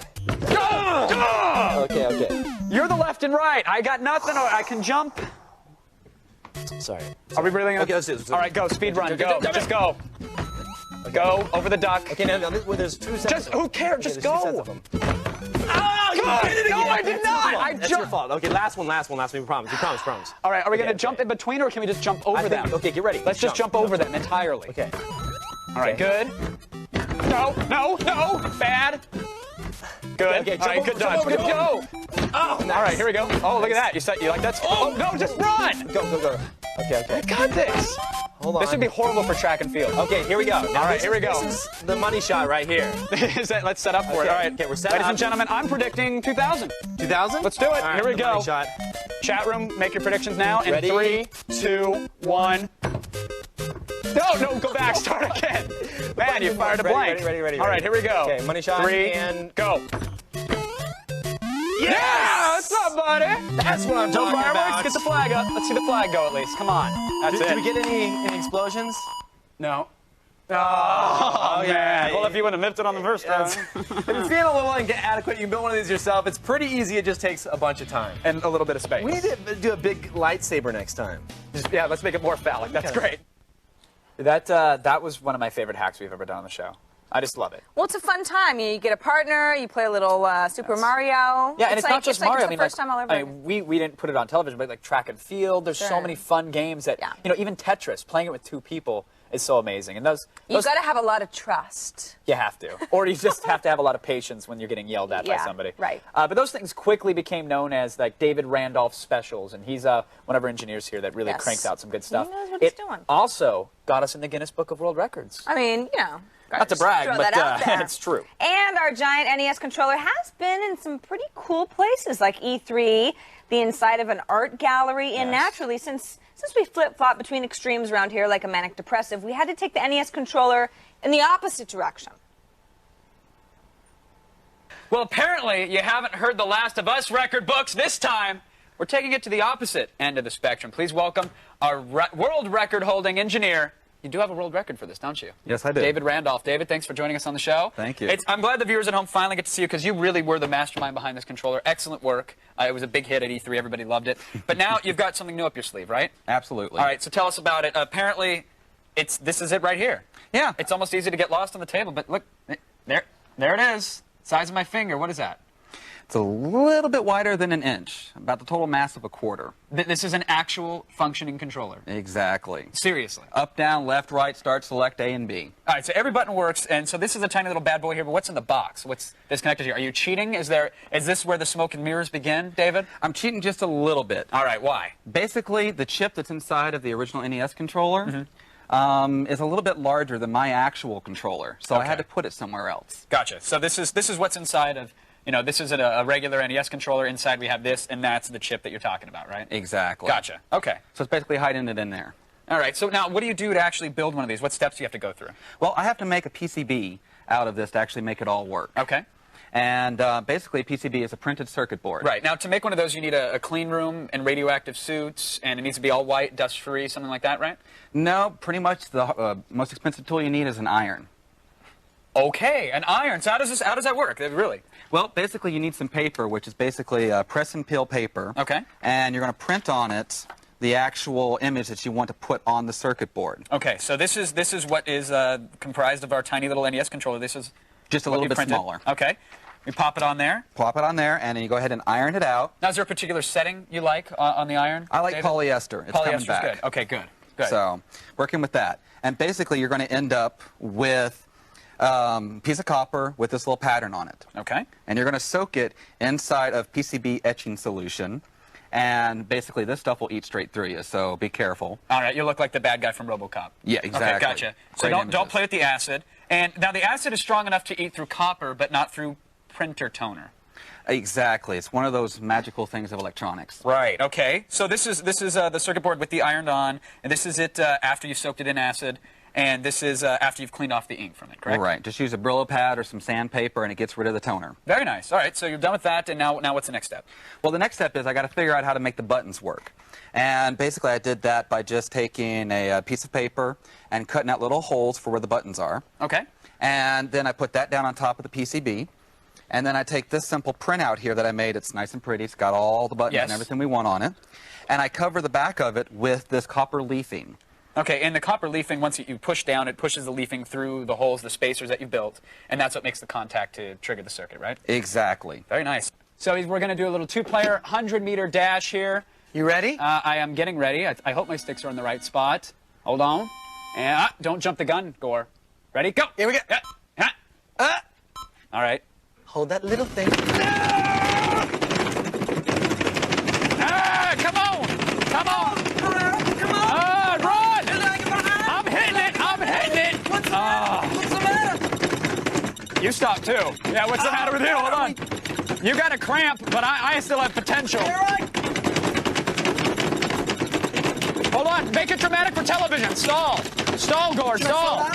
Make it dramatic for... No! In your face, KP! I beat you! I beat you! This controller sucks! David! Sorry. It's actually... No, it totally works. I'm not really good. Really? Really? Do we have time for a rematch? We don't have time for a rematch. We don't have time for a rematch? Nope. I'll let you go out on top. That's fine. Kevin, I don't know. You seemed kind of beat there. I was definitely owned, but here it is right here, very tiny. It so does work. cute. You know, the thing is, like when we play with it, like the little chopsticks. You know, this is just a little printout of a Nintendo controller on the end of this bad boy. You know, it's like so not very sturdy. So when you start pushing on it, sometimes the contact shifts from side to side, and that's what was happening there. I'm not blaming anybody. Sounds like an excuse. It's not an excuse, Sarah. An excuse for failure. It's an explanation. Okay. Fair enough. Thanks. I don't think love this this got thing. us in any record books, but it did almost choke a staff member's dog, and that's saying something. True story, and 3 interns. Coming up after this predetermined rest period, we recall that time I invaded the offices of Adult Swim in Hotlanta. Hotlanta. Yeah, it's Attack of the Nerd Show, and we're getting nerdier and nerdier. Stick around. Attack of the show, baby. Attack. Attack of the show. Attack. Welcome back to Attack of the Nerd Show, the only show that still routinely receives wedgies, Kevin. Yes, I know. And it hurts. Painful. Right into the throat. Ooh. They say that this business is really all about the personal connections that you make, right? Yeah. It's BS, sure. But I still treasure the friends that I made at a little place called William Street. Ah, yes.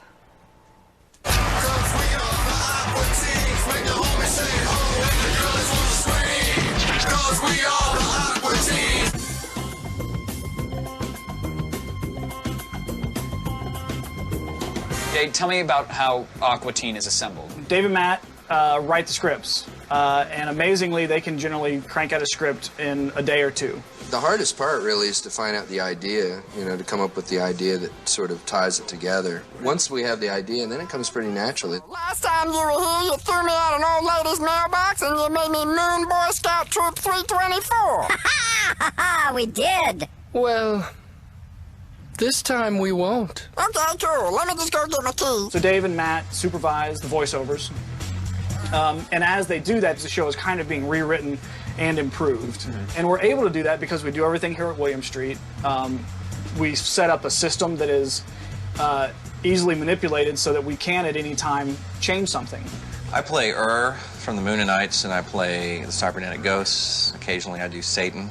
I do Carl, I do Meatwad, and I do Ignignot, the green Moonanite, as opposed to Matt's the purple Moonanite. This pornography is infinitely excellent. This dresser, however, is very boring. Yeah, get rid of it. Torch the dresser, Meatwad. But this is where Carl keeps his clothes. Look, these women don't have any clothes, and they're not complaining. Yeah, man, they're kissing each other. Kevin Pereira. What kind of name is that? Is that American? I don't think so.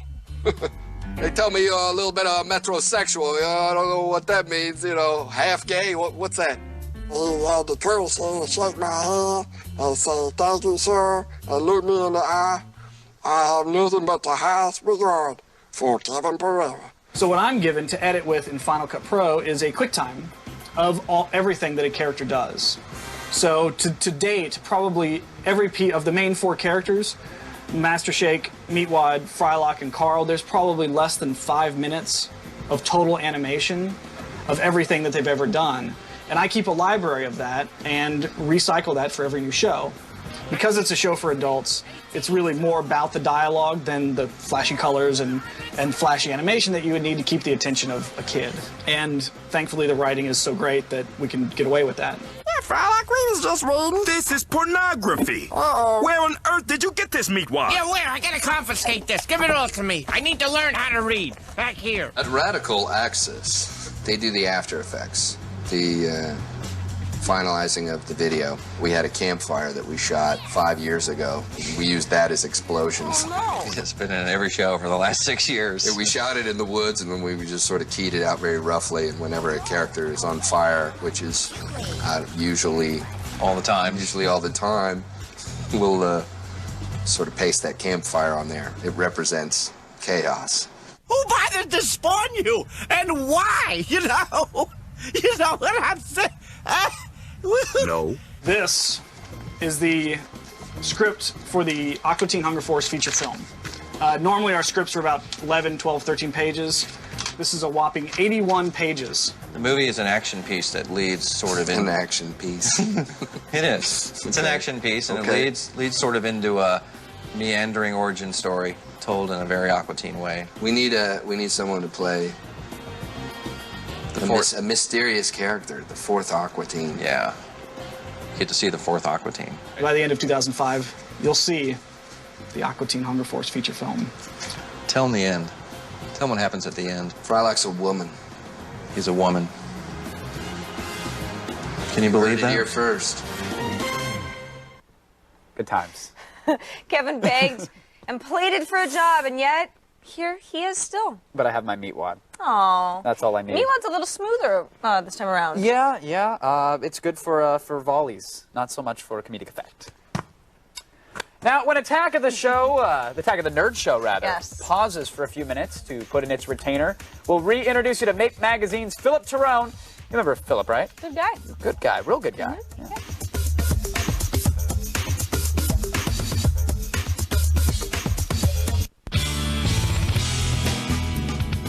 Philip Terone from Make Magazine, he's really a favorite guest of ours. He is. Because, he brings us robots and stuff made out of household items. It really doesn't take much to impress. No. Here with some of Make Magazine's latest featured projects as associate editor, Philip Terone. Philip, thank you for coming on the show. Thanks for having me. We're all big fans of the magazine here. We love the magazine itself. We love the blog. Everything about it is great.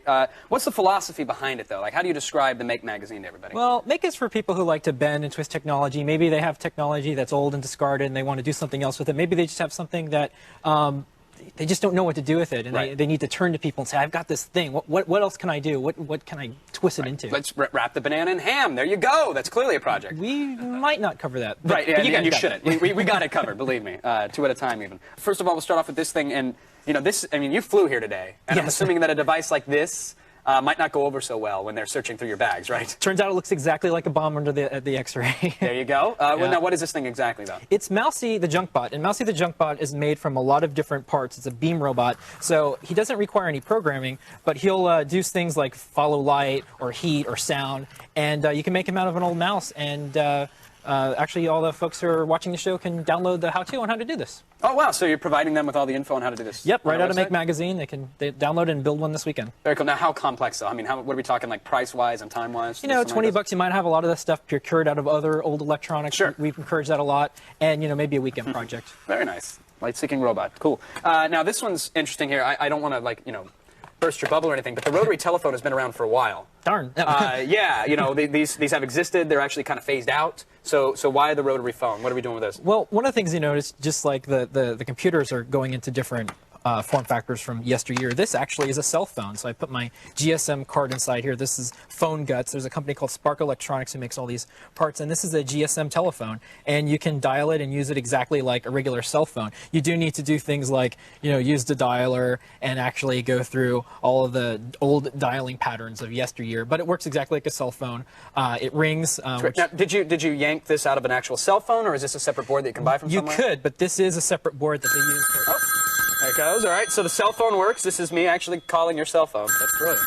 Don't hang up. No, I don't. We got it. That's It's wow. for you. And so rotary cell phone, it's now portable. Now, I mean, hacking this seems like something that's complex. Is that something you did, or is this a company that provides you with this? A company is making this, but what they're doing is filling a need for these makers out there who want something a little bit more, a little bit different, something that maybe is just a phone, but still has this nostalgia and still has this how-to spirit behind it. Very cool. And all this available online, parts-wise? Yep. Very cool. All right, so that's the rotary cell phone. Very, very neat little hack there. We'll push this off to the side, because this one...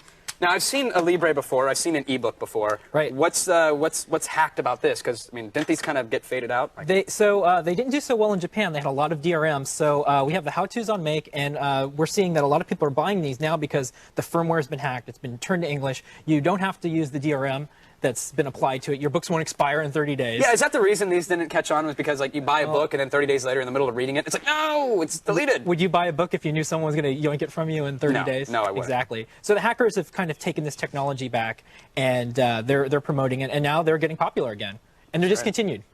Oh yeah. So where are we finding these now? On eBay? eBay, people in Japan, all over, but they're becoming a really good commodity. So find one now. Yeah, the how-tos on how to make. And it looks awesome. I mean, really in person, it's a really, really incredible little device. So cool. And then finally, this thing has been intimidating everybody in our studio. It's not a lightsaber, but it can do more damage than the fake plastic ones that most people think are cool. Right. This is a green laser? This is a 161 milliwatt green laser, and sometimes we just like to review fun stuff and kind of teach science and other things. And this is a really neat laser. You can use it to go and point out stars. You can do all sorts of things. But see, that almost seems useful. I would rather hand you these bad boys here and say. So it's powerful enough to actually pop a balloon. Yeah, we should be able to pop a red balloon. Just power it up. Just to call it out, it's so like dangerous that you need two separate keys to actually turn it on, right? Exactly. All right, so here it is. Laser's turning on. Yeah, oh! Look at that! Brilliant! Keep them going. Yeah! See if I can do third. One more. Oh, it's actually. Whoa! That one like burnt a hole in it. Bam! Only lost one finger. It's brilliant. So if you really hate kids, you should get one of these and hang out in trees and ruin their birthday parties, right? Especially if they have red hair. Yes, there you go. No, this really is dangerous. How do we get our hands on one of these, though? Because our audience shouldn't have these. Right. Well, like all great things, like prescription drugs and Cuban cigars, you can get it in Canada. Brilliant. There you go. Look for it online. Philip, thank you so much for coming on the show. You wouldn't think so, but popping balloons with a laser, most fun I've had in a long time. I've never seen you so happy as you were that day. Oh, you have. Talked about it. You have. Well, twice, actually. You don't remember the cement trunk? They don't know. That's true. Phil, sadly, he packed up all those toys, you remember? To put them in his little bag and left without leaving any of them for us. Why, Phil? Did we say something wrong? I don't know, but remember when I said that he was one of our favorite guests? I do remember yeah, that. Screw that. Whoa. Yeah. All right, I know you well enough by now that if I say hot chick licking a PSP and cool Japanese robots, you'll come running back, which is good because Jessica Chobot and Super #1 Robot are up next. Woo!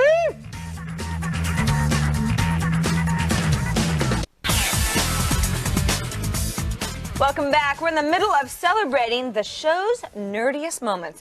Yeah. I know, seriously, it could have been a mini-series. Pretty much. Now, we, or at least I, fondly remember Jessica Chobot, video game writer and infamous PSP licker. Good times. She came on the show and left drooling fanboys in her wake. The game is Unreal Tournament 2004, and our guest is the lovely Jessica Chobot, known to gamers as Hatsumi, but probably known even more for licking her PSP and then putting the picture on the internet. How did that happen, Jess? That was actually a joke. I had pre-ordered the PSP earlier that day and wanted to pick it up. Didn't want to have to wait in line, so I ran over there and had a photo shoot that afternoon. So a photo shoot with the PSP, or? No, just a generic photo shoot. Gotcha. Went to the photo shoot, and during a break in the thing, we I asked them if they'd take a picture. And so they said, you know, why? And I said, Right. because it's cool and it's new and I bought it and I want a picture with it. So they took a picture of it, sent it to me later that afternoon, and I went ahead and used it to send it to my friends saying, haha, I have the PSP before you. Right. And of so- course, licking it was a sign of appreciation for Sony, or just a weird gadget fetish? It was a gadget fetish. Nice. Yeah, nothing for Sony. I was holding out for that answer. Yeah, by the way, it wasn't so. an ad. It was strictly all me. Very nice. Very nice. Now, were you surprised by the attention? I mean, did you get a lot of creepy emails or people licking their PSPs and sending them to you? I mean, it kind of blew up. No, not so much creepy emails as debating. A lot of forums had it posted, and that caused apparently quite a stir. Now, what was there to debate? I mean, girl, lick, PSP, done. I'm sold. Like, I'll pay for that. Well, that was the weird thing, is that it went from everywhere from biblical references to females rolled in the Bible to this is a Sony ploy and this girl doesn't even exist. Ah, okay. So they thought you were like a viral marketing campaign. You're Yes. like, no, I just really like the taste of plastic. Yes, and Gotcha. nobody believed that. Nobody believed that. Fair enough. So now, if you don't mind, we can't let you go without seeing how knowledgeable your tongue really is. So we've got a blind taste test for you, if you don't Okay. mind. Not at all. You know, no one actually wanted to do this. I just really wanted to see you in a blindfold. So if you could get that on, let's do that, and then we'll begin the ploy of the taste test. So here we go, ladies and gentlemen. We're going to start things off here. Let's start off with an easy one. This should be a no-brainer for you. Can you tell me what this gadget is here, Jess? I love this job, I gotta admit. Yeah? She's okay. This is. I should probably limit the amount of time you have to taste it. and these are all handhelds, right? These are all handhelds. We're not trying to trick you here. Do you want one more? You got one more. I'll take That's one it. more You got taste. one more Yep. taste. One more Go taste. ahead. Take your time with it. Yeah. Okay, I'm guessing PSP. That is a PSP. The face buttons were a dead giveaway. Yep. You owe me for that. You're Okay. not getting 2 licks on this next one here. This should be really simple. We gotta go a little Okay. quicker with this one. Yeah. Right in there. Yep. Take your time with that. Yeah. Game Boy Advanced? Ooh, it's actually the DS. Ooh. That's a Game Boy DS. Sorry. But it on was that one. Nintendo. It was Nintendo. You did get you got the creator correct. was the only This one, this is a bit of a curveball. It is a gaming system though. We're not trying to fool you entirely. I'll set it up. Give you an easy taste test. Here you go, Jazz. Can we get a little closer on that? Can you do that one more time just for me? And I'm gonna step out there. Yeah, there. Okay. Yep. Many people say Engage? it is an N-Gage. I didn't even have to do the taco joke. Awesome job. Wow.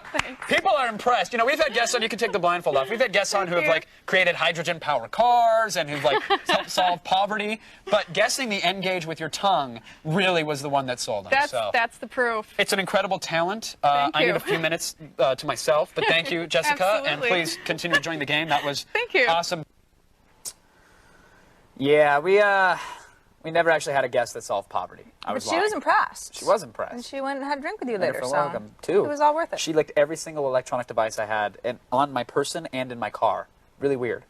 It's rare that I get crushes on guests, but Jessica, all right, and Bruce Campbell, a little bit. A little bit. Now, whenever we hear the words toy robots and Japan in the same sentence, we pretty much tune out everything else, which is why we had the guys behind the art book, Super #1 Robot, on the show and failed to hear a single word they said. I forgot we had him on. Yeah. Face it, if you want giant robots, you go to Japan or you go nowhere. And no one knows that better than the guys behind Super #1 Robot. Joining me is photographer Tim Briscoe and co-author Robert Duban. Welcome to the show, guys. Thank you. Thanks for joining us. Glad to be here. First of all, let's settle a little debate that we've been having. What is the better Voltron? Oh, you got to go with the Lion Voltron. The vehicle's got no game. Yeah, Lion Voltron all the way, man. Cue angry forum posts right now. You're going to get hate mail. I'm I sure. want you to know that.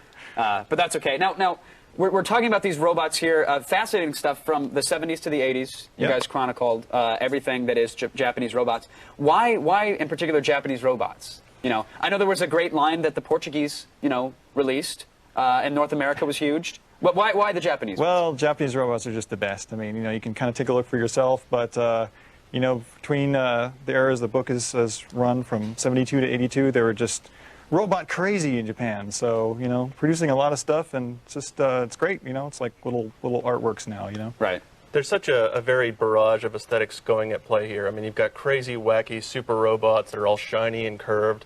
Most of this stuff is made out of die-cast metal. Some of it's vinyl, and some of it is is made out of plastic, but basically you've got all these hardcore primary colors, you've got all these sharp pointy bits, launching fists, launching missiles. I mean, what could be cooler Visual than that? barrage. Yeah, and you said that some of them are like die cast and harsh metal. Others are like, I think you called this one a dog's chew toy. Yes, or a dog's yes, play. indeed. Minus the squeaker, but you know, if you want, you can cut it open, put your own squeaker. Easily in. modded, not a Right. problem. We'll get right on that hack. Yeah, now where are these robots from? Are they all original creations, or are these plucked from comic books and movies? They're all from TV shows. Yeah, mostly animated, but some live action. But yeah, they're all characters based on TV shows throughout the 70s and early 80s. I want to get back to the book because I think when I think pictures of robotic toys, from childhoods, I imagine they're going to be buried in sandboxes, or you're going to have little kids playing with them and Photoshop some lasers. But you've actually taken a much different approach and sort of treated them like individual art pieces. Was that intentional? Yeah, absolutely. I mean, basically, I wanted to give them a very austere treatment. I wanted to present them more like they were art objects that maybe you'd see in a museum catalog or something like that. Very intimate relationship in an intimate setting with the toys, making them sort of larger than life, sort of rendered in really beautiful light. Kind of reverential quality almost, Yeah, and you don't have to be, and because of that approach, you don't have to be a collector to necessarily appreciate everything there is in this book, right? No, absolutely not. I mean, I think that's just it. We're kind of aiming at people who might not necessarily even be familiar with the characters at all, that just think, wow, these are cool, because they're so striking. Our audience is already like, oh, shiny distracted. Boom, they're there. They don't even know you guys are on the couch right now. You know, the shoe-in group is like the collector community. They know we're doing the book. Right, we have ins with them. So all those guys already have the book. Sure. What we're really interested in is getting the word out to people who are kind of on the fringe of the design community and art community, who might have some interest in the visual aesthetics of the pieces, but maybe not necessarily them as toys or as collectible items. Right. And do you guys have a particular favorite? Do any of these stand the test of time for you? Yeah, personally, I'm very partial to this guy right here. This is the Mecha Kong. He's he's on the cover of the book, as a matter of fact, and he's got a really wacky vibe. He's got all kinds of sharp, pointy bits. What are these here? Those are the launching nipple blades of doom. Yes. One click flick on the back. I mean, be sure where you point that. But I will stay away from the projectile nipples. But I approve. And where's this guy from? What year? That one is from '78. Yeah, something like that. 78. Some very dated stuff. That's awesome. And in fact, I'm sorry, the gentleman who wrote the afterword for the book is actually the creator of that particular piece. Right. We were able to hook up with Saburo Ishizuki, who's the president of a company that made that toy way back when. So it's amazing stuff. I got to congratulate you on the book. I mean, we're all big fans around the office, so hopefully the viewers out there will go pick it up and slap it on the coffee table. We hope so too. Thanks so much. Thank you guys for joining us. Thank really you. Appreciate it. Good toys. Good toys. Good stuff. Not enough toys like that anymore. They just don't make them like they used to. They don't. No, they're all like kind of vinyl and glossy, and I like the cheap siding. Exactly. Yeah, I don't like that anymore. Good guess. Super #1 robot, as you can see, made good on its claim of being super and number one. And even about robots. That's a trifecta. They're 3 for 3. Batting 1,000. They call that perfect. Triple threat. Yeah. All right, nerds, you have 2 minutes to suck down that Sunny D and then blog about it. But when we come back, Channel 101's Rob Schraub makes special effects magic for less than the price of a tasty sandwich. I love Sammys.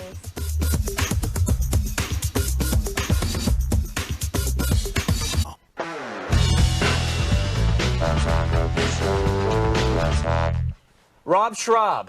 He makes goofy videos starring handmade puppets. And I know it's like, you say that, it's almost like the guy came out of some like perfect AOTS guest generator, right? Yeah, I mean, how could that be? Well, it is. It just is. Don't question it. Here he gives us a look at his creative process. Today we're going to build a prop for a short that I'm going to make. We're going to make an alien newscaster. First thing we're going to do is we're going to draw a picture of what's going to look like. Let's start off with what we have right here in front of us. Since I got a ton of these water bottles, we'll use this as the beginning of it. For the eye, because I want the eye looking around, I'm going to use this roll-on that we just bought at the grocery store. And what do we got there? We got something that looks very much like an eyeball. Starting to see Vince come together here.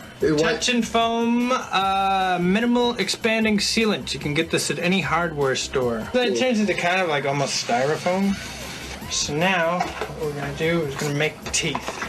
This is super sculpty. You can get this at any art supply store.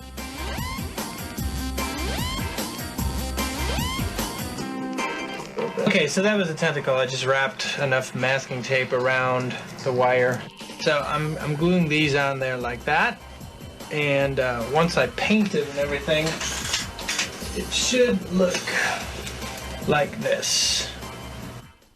So you can see that. So it's eyeball-like, so. Coming up tonight, deadly meteors descend upon Calgon 7, and a soft drink that can turn you into a Largazoid? But first, here's Joyce with the weather.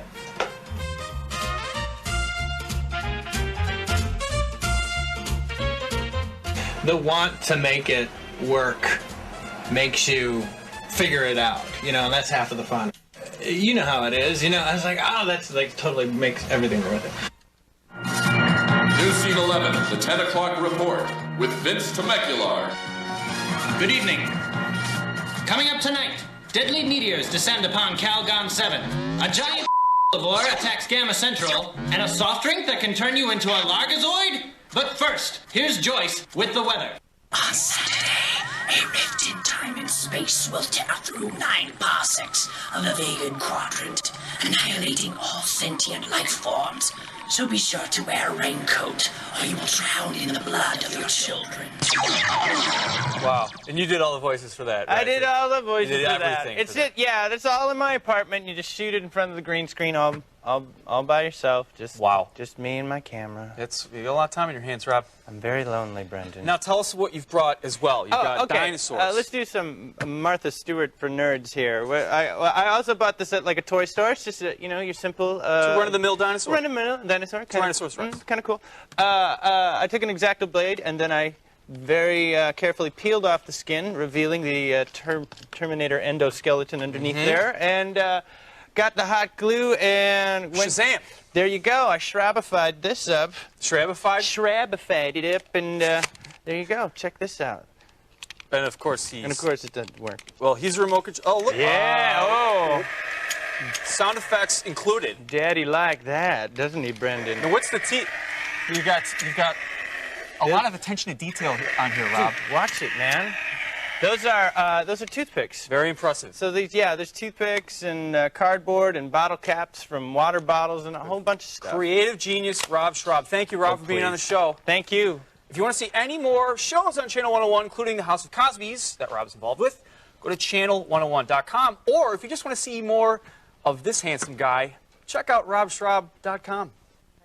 Brendan thinks he's handsome, apparently. He likes him a lot. You know, some people look at Rob and they say, the guy is clearly like a bald shut-in, a bit of a recluse, has no friends, tons of free time on his hands. Only friends with his Dremel tools. Exactly, and a green screen. Yeah. But I like to think of Rob as all those things and creative. Creative guys, they're always #1 in my book. He's going to hate me. Rob is really, I mean, truly, in case you didn't notice, brilliant. I mean, the guy is as gifted as can be. Extremely, yeah, he knows how to build a Tyrannosaurus Rex that moves around. Exactly. And the Remote Channel controlled. 101 stuff, Channel I mean, 101 stuff. still alive and still kicking. Yeah. And really funny. So, good times. Congrats, Rob. And, of course, thank you for visiting our set. Thanks, Rob. Now, Rob's been doing a lot of work on the upcoming Tenacious D movie, Yes. so I'm sure we'll have an opportunity to have him back I hope if so. he'll have us. Now, I don't care if you're getting behind on your Ultimate Fantastic Four reading, but stick with us, because Teenage Mutant Ninja Turtles creator Kevin Eastman stakes his claim to nerd immortality next.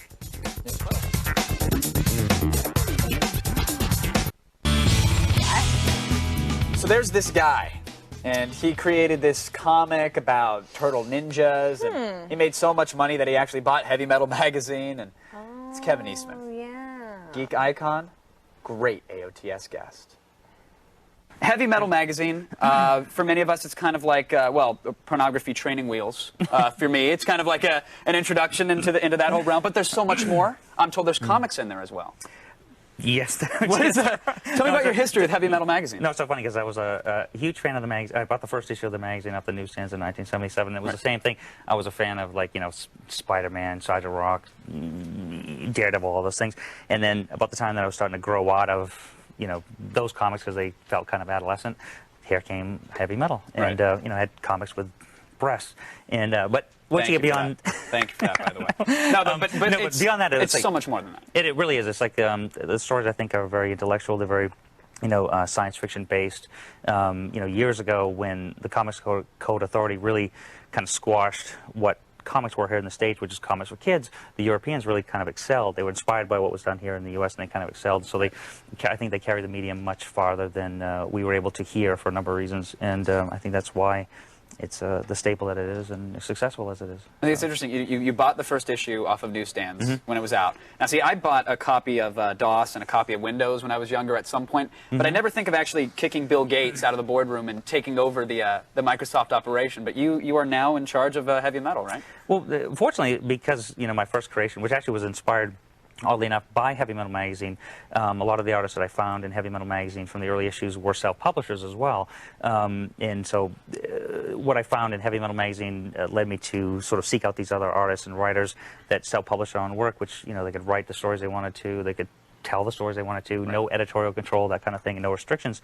And so the first comic I wanted to do was something that I published myself and could do it exactly the way I wanted to, which was the Turtles, which was successful, which oddly enough made enough money so I could actually buy Heavy Metal Magazine back in 1991. First of all, my prepubescent years going into adolescence, thank you for April O'Neil.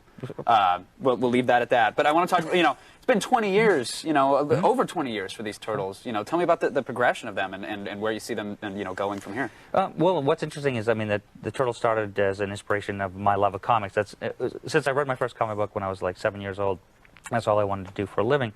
And, fortunately, I was one of the very, very, very lucky few that the first issue I did was the Turtles with my partner Peter Laird, as a co-creator of the Turtles.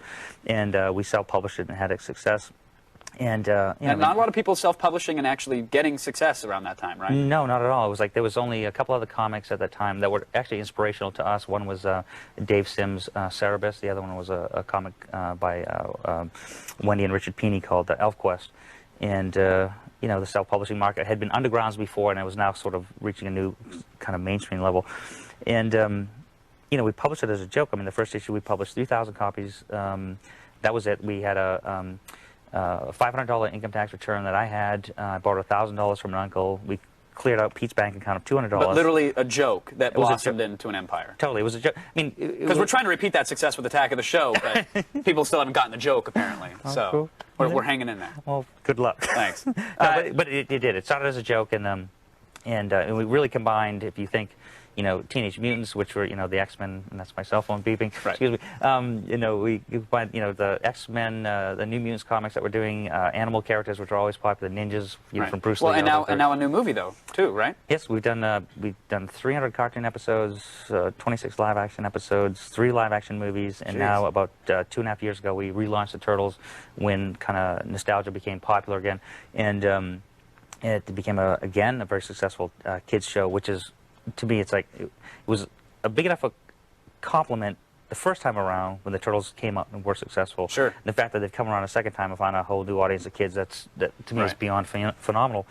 And so we signed a deal with Warner Brothers, and we're doing a new live-action, a new CG Turtles. CG live-action mashup mix of all sorts of media. we wanted to do a live-action with CG characters, which was the original desire, but it's we drifted towards it's going to be a full CG animated movie. Oh, congrats! And what's up next for you here? What's this bad boy hanging out? This is actually very exciting. It's one of the out of Heavy Metal Magazine, we do a number of purchased properties plus original stuff, and this is something I created with a British artist named Simon Bisley, and it's called Fistful of Blood, which is inspired by the original movie by Akira Kurosawa called Yojimbo, which then was remade by Sergio Leone into Fistful of Dollars, which then was remade by Walter Hill called Last Man Standing. And I've taken this concept, which I loved as a movie as a kid, and rewrote it heavy metal style, where the lead samurai actor character is a female, large-breasted, big guns. Of course. Say no more. Say no more. You just sold another 500 copies of it out there. And she goes into this town, and there's sort of there's vampires on one. There's 2 gangs. There's vampires on one side of the town, zombies on the other, and a family trapped in the middle. And sort of she helps take care of business. Very nice. Heavy metal style. Kevin, congrats on all the success, Thanks and I know very you much. have many more years left. Thank you again for joining us on the couch. A god amongst nerds. Kevin Eastman. Now, he suffered through a barrage of questions from our staff. What about ninja ferrets? What about ninja hummingbirds? All with a smile, and we admire him for that. You want to play turtles? Yeah, I do. I don't know how to play turtles. I'm Raphael. What's your true story. name? I begged my mother for Donatello, who's my favorite. Begged her for the Donatello toy about the time that the movie came out and they were really getting popular. She comes back from Target with Splinter. Okay, Teenage Mutant Ninja Turtles, she buys the rat and the kimono. Kevin, you're That's all such I'm an saying. ungrateful child. No wonder you're so screwed I up. slapped her 6 times in the face. You better believe it. Nasty woman. Hey, thanks for joining us on this trip down Amnesia Lane, but don't run off yet. No, we wrap things up by talking about a few more nerdy Attack of the Show moments that you missed. You know, it's just like every other show. Attack of the Show, baby. Attack. All right, the kids on the street are talking. They're saying that we have viewers. I don't buy it, but let's pretend that we do and check in and see what they picked as their favorite AOTS Geek Out moment. All right, this is what you thought. El Zorro says our geekiest moment was when Kevin banned a forum member live on the show. Man. Remember that, Kevin? That was wild. For those who didn't see it, I loaded the forums. I was looking at this guy's post, and I was like, this guy's He's out of line. a little special, a little bit of a jerk ass. I found his IP address, clicked the little mouse, banned him. And so what happened next? I unbanned him the next day. Oh, well, that's nice Kind of of you. anticlimactic. Are you guys friends now? No. Oh, no. All right. Bob Hook picked the Geek Shopping Network segment. That was fun. That was you and old Sean Baby. Yep, Mr. Sean Baby. He was guest hosting for the week. You got to wear wigs. We wore wigs. It We was a wore good bad time. blazers. Had by all. We did. Were you wearing this blazer? I don't think it was. No, it was a yellow one. like it. It was Something more like like it. from Jimmy the Geek's You guys wardrobe. looked pretty nice though, and you did really well. I think you've got a future on the Home Shopping Network. I hope so. One can. I want the Dimonique hour. That's all I'm saying. Who doesn't? I'm gunning for Denise. Jordan Haas called out our Ultimate Gaming Machine segments as the nerdiest AOTS moment. Yeah, So I mean- a few segments make up a single moment. Those, yeah. To Jordan. The reveal wasn't very nerdy. I mean, we had confetti. That's not particularly nerdy. But talking about RAM and clock timings and yada yada is a little bit nerdy. You're nerding out on me, man. I don't Pretty know much. what you're talking about. I'm sorry. Jay Detonay liked our super cheap widescreen mod, as did I. I really Jay liked Detonay. it. We didn't really explain why you would want to do it, but it was really good. That's all. We're done nerding it up. Bye, everybody. Smells Thanks for like- joining us. smells Nerds like for life. Nerd power. that was to you. Computers on Attack of the Show provided by Intel. Game on. Power up. Take control with the Intel Pentium Processor Extreme Edition.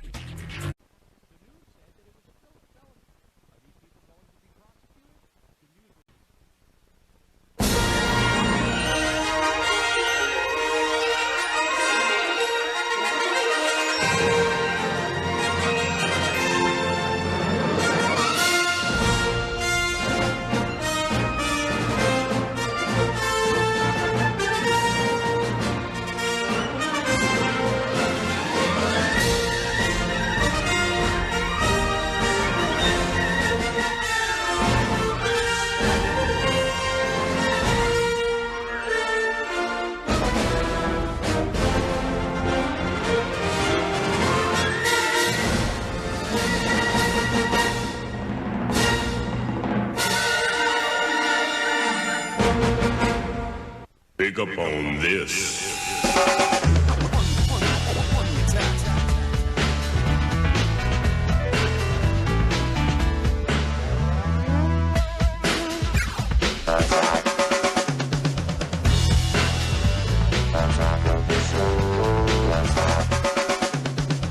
Yes, you said it, Chewie. You said it, my friend. You know, I've been from one end of this galaxy to the other, and I've never seen anything like Attack of the Sith show. All right. Anything in English. Okay. This is our look back at all those special moments when we unabashedly gave into our Star Wars nerdiness. And what better place to start than with that phenomenon known as the fan film, huh? We went to Star Wars Celebration 3 in the hopes of seeing raw footage of tubby guys in cheap Obi-Wan robes force choking each other in their backyard. And what we got was considerably better.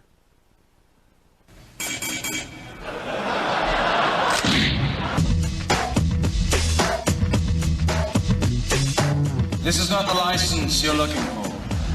No, I need to see your license and your insurance. This gets better every time we see it. Now, one of the really big events here at Star Wars Celebration 3 are the fan films. There's 140 entries from all over the world, and they have to be kind of like a lighthearted spoof on the whole Star Wars saga. Or else George Lucas will sue them. The winner of the 2005 Spirit of Fandom Award is Mark Rossiano for Boba.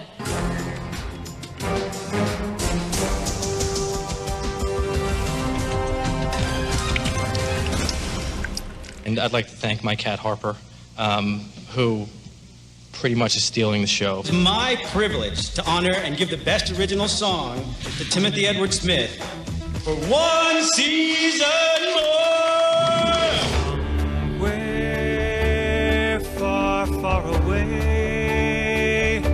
I'm just blown away and really just kind of speechless. I want to thank my, it's goofy at times, but it takes itself seriously at times too, so it's we've just gotten a lot of great feedback. And every new day. Now, since the fan films are supposed to be kind of funny, there's a lot of pop culture references. Thankfully, this year, there was no Paris Hilton. The winner of the Crossover Spoof Award this year, however, goes to Anakin Dynamite. God, idiots! Hey, Anakin, what'd you do last summer? I told you I spent it in Tatooine hunting Tusken Raiders. Did you kill any?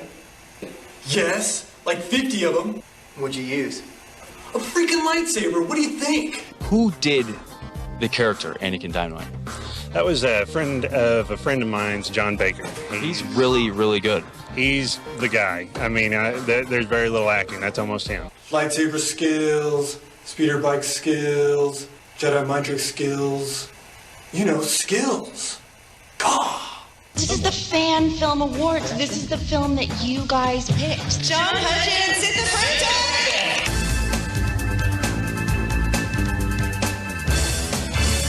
You three are going to put on a talent show.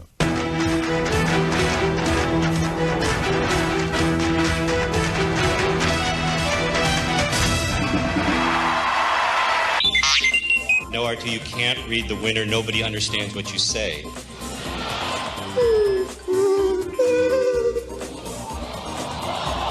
The Best Comedy Award is Robert Reeves for Cheap Seats. Woo! Woo! Woo! Woo! Woo! What? We did? Oh, okay. Woo! Woo! Woo! Woo! Seeing Star Wars for the first time when I was about 9 years old in 77 made me want to be a filmmaker. Now, speaking of Mr. Lucas, he actually gives his blessing to the whole fan film thing. And this year, he's actually picked a winner. It's called For the Love of the Film, which is kind of ironic because it's arguably better than Episode 1. Help me, Obi-Wan Kenobi. You're my...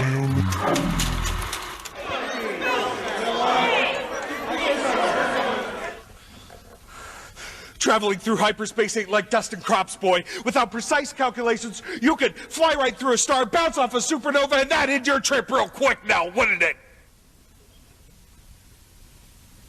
The winner of this year's award is For the Love of Film by Barry Curtis and Troy Metcalf. That George Lucas would actually say my name and not be cursing me in like a traffic accident. You know, that it would be in a good way is just mind-blowing to me. I know it's closer than before, but I'll be waiting here one season more.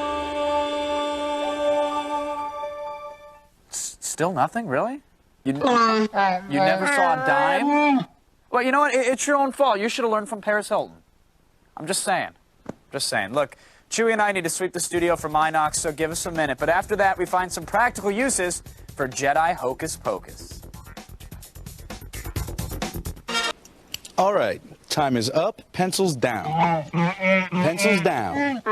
Pencils down.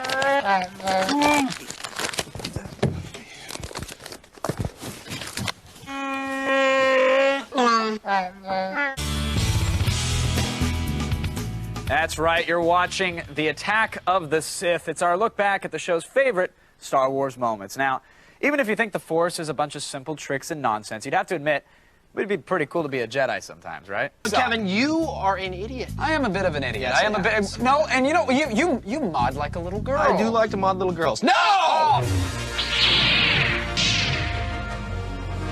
You're a little monkey boy who likes to be spanked. You are a monkey boy who likes to be spanked. I like to spank. So you're a dirty man. You're a dirty sick man. Quit hitting yourself. No, Quit hitting yourself. You quit hitting yourself. Quit hitting yourself. Quit rubbing nipples. I'm not rubbing. Yes, you are. I'm gonna kill you. Oh God! Oh.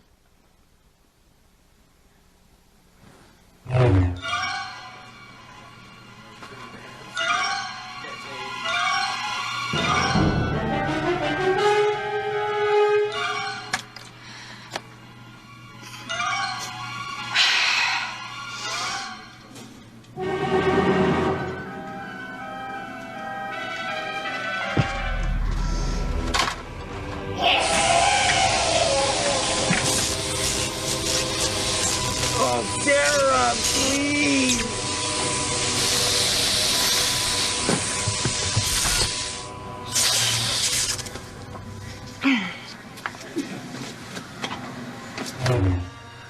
Hokey religions and ancient weapons, no match for a good blaster your side, kid. You said it, buddy. Who are those clowns at the end? Yeah, whatever. You know, they say that the force powers, they really only work on the weak-minded. So, well, why don't you go ahead and hump that cameraman's leg over there? All right, it was worth a try at least. All right, now, when Mark Hamill came on the show, you know, we fully intended to discuss his... Get this thing away from me! Get it off me! All right, we fully intended to discuss his animated voiceover work and his comic book series Black Pearl, but come on, it's Luke Skywalker. It was inevitable that Star Wars was going to come up.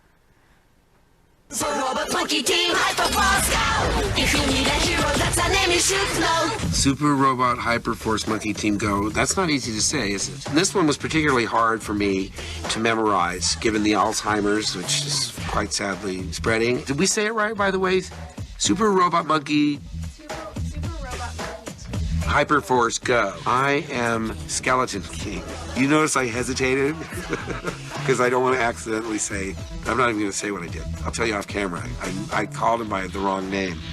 And phone calls flew. Hey, I can get my mind around a robot monkey, but that's about it at this point. And isn't that enough? You'd think that would be enough, but no. It's got the kinetic energy of a Ninja Turtles, and it's got sort of the apocalyptic bent of a Marvel comic. Super Robot Monkey Team Hyperforce Go. Did I say it earlier, right? I think you said it right earlier. Oh, good. Because I get memos that say, it's Hayden Christensen. I said, well, I said that. They said, no, you said Christian Haydenson. I said, oh, I feel horrible. Tell him he can call me Ham Markle if he wants.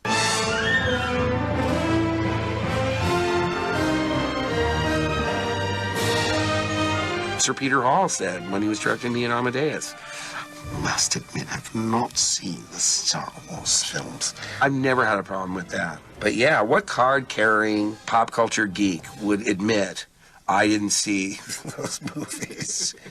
Kevin, shame on you. Shame on you. Now force yourself to see the original trilogy.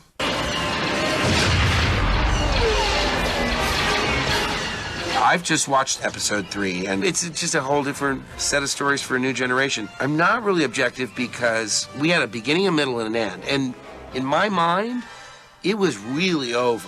I think it's better to compare the modern ones within themselves and the old ones within themselves rather than to cross-generate.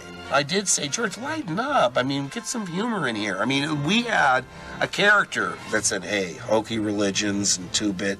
That was genius. Because you have all the cynics in the audience watching this sort of inherently cornball fairy tale dressed up in science fiction clothes. I thought you have to guard against acting like it's important. Because it really isn't. It's meant to be escapism for 8-year-olds. We didn't expect to be on the cover of Time magazine.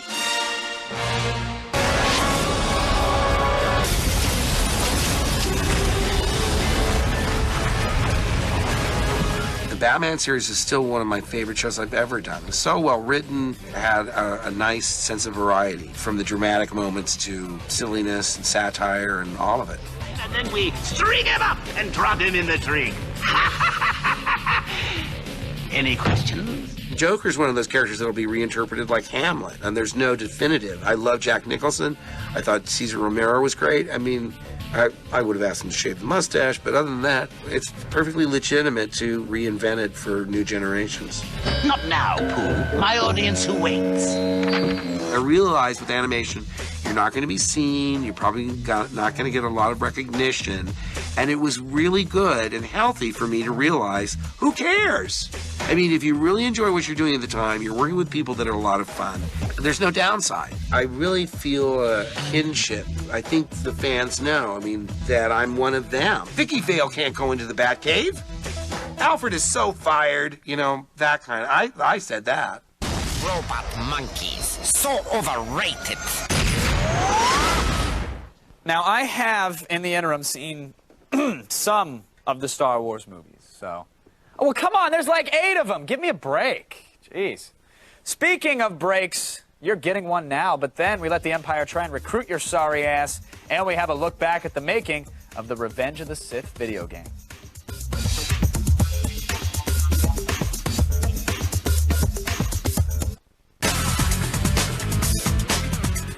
Now, we're not proud of this, but the Imperial Army once bought some ad time during Attack of the Show in a blatant effort to recruit our impressionable viewers. Why did I become an Imperial soldier? Let's just say I was made to do this. I've seen the entire galaxy, from Ord Mantell to Dantooine. This is a brave new world, and I'm on the front line. That guy next to you, he's not just a fellow soldier, he's like a brother. Same with the guy next to him, and the guy next to him. Sure, it gets rough sometimes, but that's what we do. We keep the peace, and we keep people safe. Hey, they might not like it, they might resist, but in the long run, we know what's best for them. How do I know? Because I'm an Imperial Stormtrooper, and I make a difference. The Imperial Army. Protect, serve, and quell. That's who we are, that's what we do. An army of one. Now listen, kids, it's not worth signing up unless you get to be a scout trooper. Those guys are cool. It's worth it. Now, game makers used to be able to slap a few pixels together in the vague shape of an X-Wing and call the results a video game tie-in, right? But when they set about making a Revenge of the Sith game, the line between console experience and theater experience got a little blurry.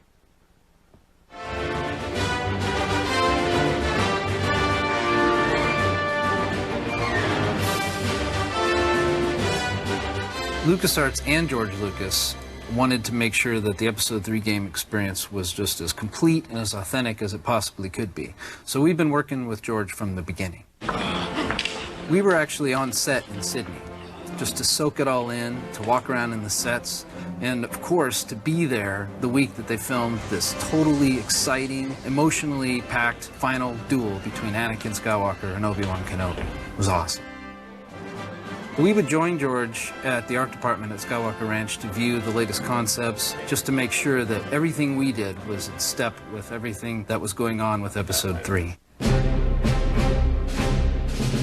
We had an amazing opportunity to have Nick Gillard, the stunt coordinator for all the Star Wars prequels, to come out from England and stay with us for a week, training all our animators on sort of the Jedi arts that he's been perfecting for the past few years. You know, having played a few games myself, and as you're playing it thinking, God, I wish I could do this, or I wish this button did that. You know, we now, because we're working on this game, we're in a position to do that. So we're working particularly on footwork, exactly how they move, how their wrists move, when they turn, that they turn the right way. And he brought the real lightsabers, so we all got to hold those and, you know, try them out on each other. And then he would show us, no, you don't hold it like that. You're going to get killed, mate. Hold it like this. So he would show us the way to use the lightsaber, and we really learned from that. And then when Hayden came to join him, it was even better, because now we're working on character. With Hayden, we have something really unique. We've got someone who has trained for 11 weeks just for this movie, so he's got the muscle memory to do everything just right. And then on top of that, he plays a lot of video games. So he really knows the end application of what we're doing, because he just knows exactly what we're going for and is able to apply his knowledge right to what we're doing. His posture, the way he is arrogant about blocking people, and the way that he is, his shoulders are sort of slouched forward, like he doesn't care anymore. It really helped us completely understand the process that they go through when they're choreographing moves. So now our animators and designers are really excited, taking what they've learned from those sessions and integrating into the game itself. The fight between Obi-Wan and Anakin at the end of the film is epic, just unbelievable lightsaber fighting. Yeah, the game is just going to go nuts with that. I've never been involved in a video game project. It was fantastic to work on. It has all the fluidity and artistry of a finely tuned fight sequence in a movie, yet the player is able to take it any way they want. Being a Jedi and learning the art of lightsaber sword fighting, that's what you're going to see in the game.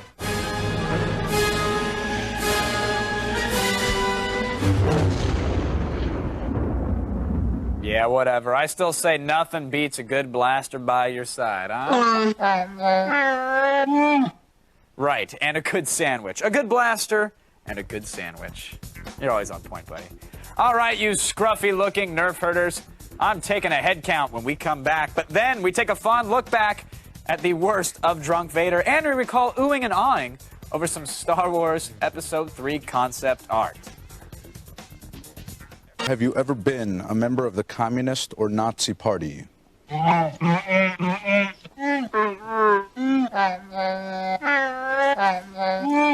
Okay. Have you ever worked as a spy for another country?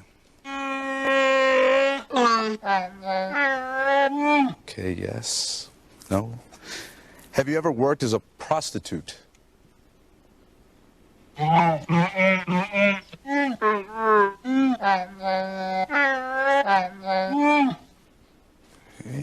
And would you be willing to take up arms to defend the United States? Okay.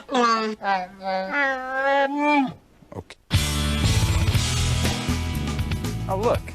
You're happy to be back. This is Attack of the Sith, our celebration of Star Wars geekness in all of its forms. Now, if the original trilogy is to be believed, then Darth Vader is a badass who'll kill his own soldiers at a moment's notice. In the prequels, however, he's kind of a whiny biatch. Yeah? Huh? Well, maybe neither of these things is true. Maybe he's just a drunk.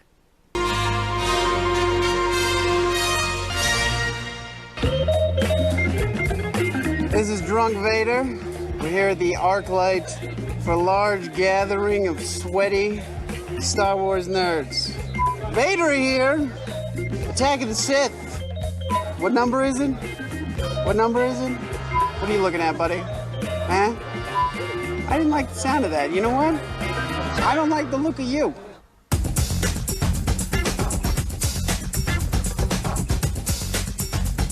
So we're here with a collection of the coolest Uber geeks ever. What's up, dog? Yeah? Give me the pound. Oh. My name is Princess Chela. Chela. Chela. I didn't know Princess Leia was Guatemalan. You're 3? Yeah. And you're already a nerd? So we're here with the Walmart version of Boba Fett. Walmart Fett. What's up with the costume, buddy?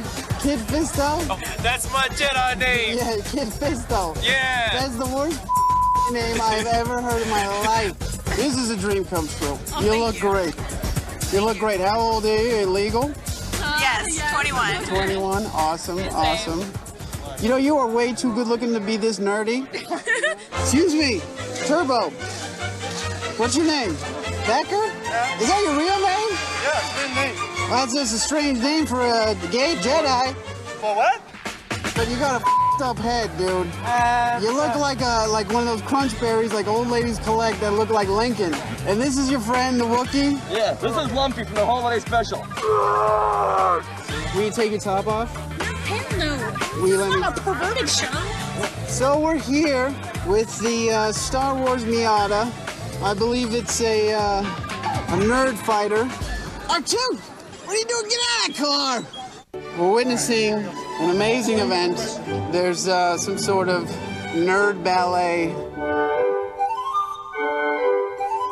So guess who I ran into at the scene of all scenes, Episode 3. Drunk Vader! I think I know what you want. Yeah, buddy. DVD these days. Chris, watch where you're putting that, buddy. Spoiler! I'm wasted! Spoiler! You're hot! Spoiler! I'm a jerk! And look, Darth Vader's in, he's in the Fat Chicks. Ah, be careful with my head, Daddy. Ah! That's not nice to say, because I'm in the Fat Chicks, too.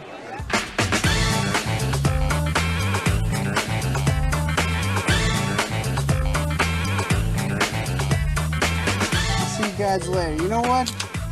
Me and D2 got a lot of business. You hold down the fort.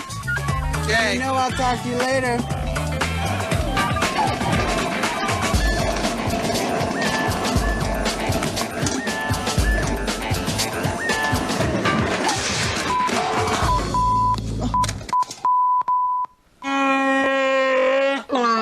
You know what? That is a good idea, Chewie. I think we should reveal once and for all who Drunk Vader is. That's right, everybody. It's Sarah Lane. She drinks a lot. In the months leading up to the release of Episode 3, we were just like any other Star Wars fan, trying to dig up as many pictures and plot clues as we could. And one of the people who really helped us out was concept artist Stéphane Martinière. So you have done some really cool stuff. I went through your website and your book. What are some of the projects that you've worked on? Well, the last big one was iRobot last year, which was released. I also worked on Uru, the Ages Beyond Mist. Very cool. That was a game for about 3 years. Project like Star Wars 2 also, The Astronaut's Wife, Virus, Red Planet. So a lot of projects in 15 years of working in the movie industry. Wow, you've been all over the place. Yeah. What kind of information did they give you when you took on Revenge of the Sith? Very little, actually. I was at the very beginning what they call Blue Sky, where it's just about developing ideas, very quick. And so, we had some very brief lines about, different planets, different environments, and we were exploring different looks without really being tied to a particular design. And then from that point, George was picking up some ideas, deciding, which one was more interesting, and then start to zoom in slowly into a more detail of the area, until we reach a point where the design is final. Very cool. So what are we actually have some of the different clips. Can you explain to us some of the stuff that we're seeing here? Yeah, this was a street that was developed for Coruscant on Episode 2. Some of the design did make it, some didn't. This was a long shot of the down on Coruscant called the Canal Sector, and then the Ring Sector. It turned out to be too architectural, much too big for what George had in mind at the time. I was thinking actually maybe on using it on Episode 3, and so as of today, I don't even know if it's making it a movie, but that was one of the process of developing ideas right off the bat and exploring, as far as we could, and then see how George was responding from it. And then here's some droids right here. How do you go about creating, new droids and things that have never been created before? Does George sit down and say, this is kind of what I'm looking for, or do you just kind of go free? Or absolutely. I mean, the idea behind all these droids is that they were supposed to represent different races. And so we wanted really to carry the idea that there's different planets, different type of races, and each race has its types of robots, so that there's really a mix of different shapes and forms all over the spectrum. So it's not just the typical, robots that we've seen so far. Now it's like multiplied by 100 planets and 100 different worlds. Wow, that's very cool. So tell me about your design process on the computer. Now, is this something that starts off with just a sketch and then you move it to the PC, or are you working in Photoshop full time? How does that work? Very traditional at the beginning. I start with a sketch, very, very rough most of the time, just to get the composition going. This is beautiful. What is this right here? This was for a book cover based on the Ringworld series. I tend to work in a very classical way, so the first thing that is most important to me is to come up with a mood and a feel for the overall, and find out, very, very quickly a palette that's going to build up and create the paintings. So it's building layers upon layers, the way a traditional painter would do it, with its own colors. So there's no 3D. I mean, some of this stuff looks like you could have used Maya or a 3D application to help you out, but this is just all. I mean, there's no photographs that you took to bring into this for the clouds. Is this all Photoshop? Actually, Photoshop is what it does best. It allows you not only to paint, but also use photographs and use them as textures. Simple, sometimes elements that you can manipulate, and so it's a whole of mismatch of what works based on what the painting dictates. And so some paintings would use more of a Photoshop in terms of using more photos of textures. Some others would be more classic and use more paintbrush. I see. Do you have another example here that we have pulled up? What is this one here? This one was for another a book cover called Elantris, and this one was based on a very classic, princess stories, but there was these huge architectural elements, and there was this kind of dark side to the story that I tried to capture with the environment and that giant cities in the background. And again, it's one of these very classical approach to try to come up with a color and a mood very quickly and then build up from it. The book that I have talks more in detail about, the exact process step by step. So, speaking of books, you're also featured in a new Star Wars graphic novel, though, right? That's right, yes. Tell me about that. We were approached about a year and a half ago, the entire team of Star Wars 3, to come up with our own graphic novel. We had the choice to do pretty much whatever we wanted. The only requirement was that it had to stay in the Star Wars universe. But that's got to be fun. I mean, they give you kind of absolutely free realm to just do whatever you like. For me, actually, very, very much, because for years I had been trying to do comic books and never had a chance to finish one. So this was, the chance for me to do something finished. And, it's like, what can be any better than doing it for Star Wars? Very cool. Can't wait to check that out. Thanks for coming on the show. Well, thanks for having me. All right, I don't know about art. I just don't. But I know what I like. Yeah. Hey, remember we talked about all those Star Wars fan films? Well, we're going to chat with the guy behind one particularly good one, Star Wars Revelations, next.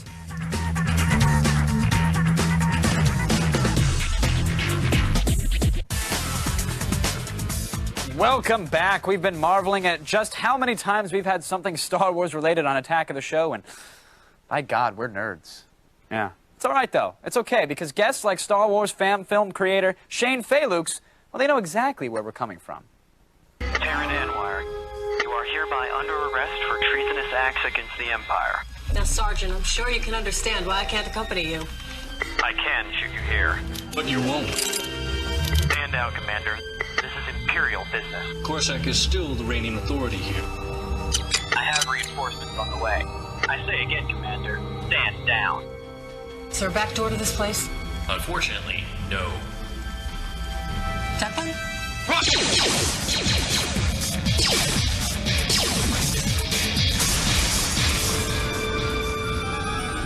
Fan films are certainly nothing new, but you've really got to hand it to the few people out there who aren't satisfied with Super 8 epics featuring siblings dressed in bad Halloween costumes.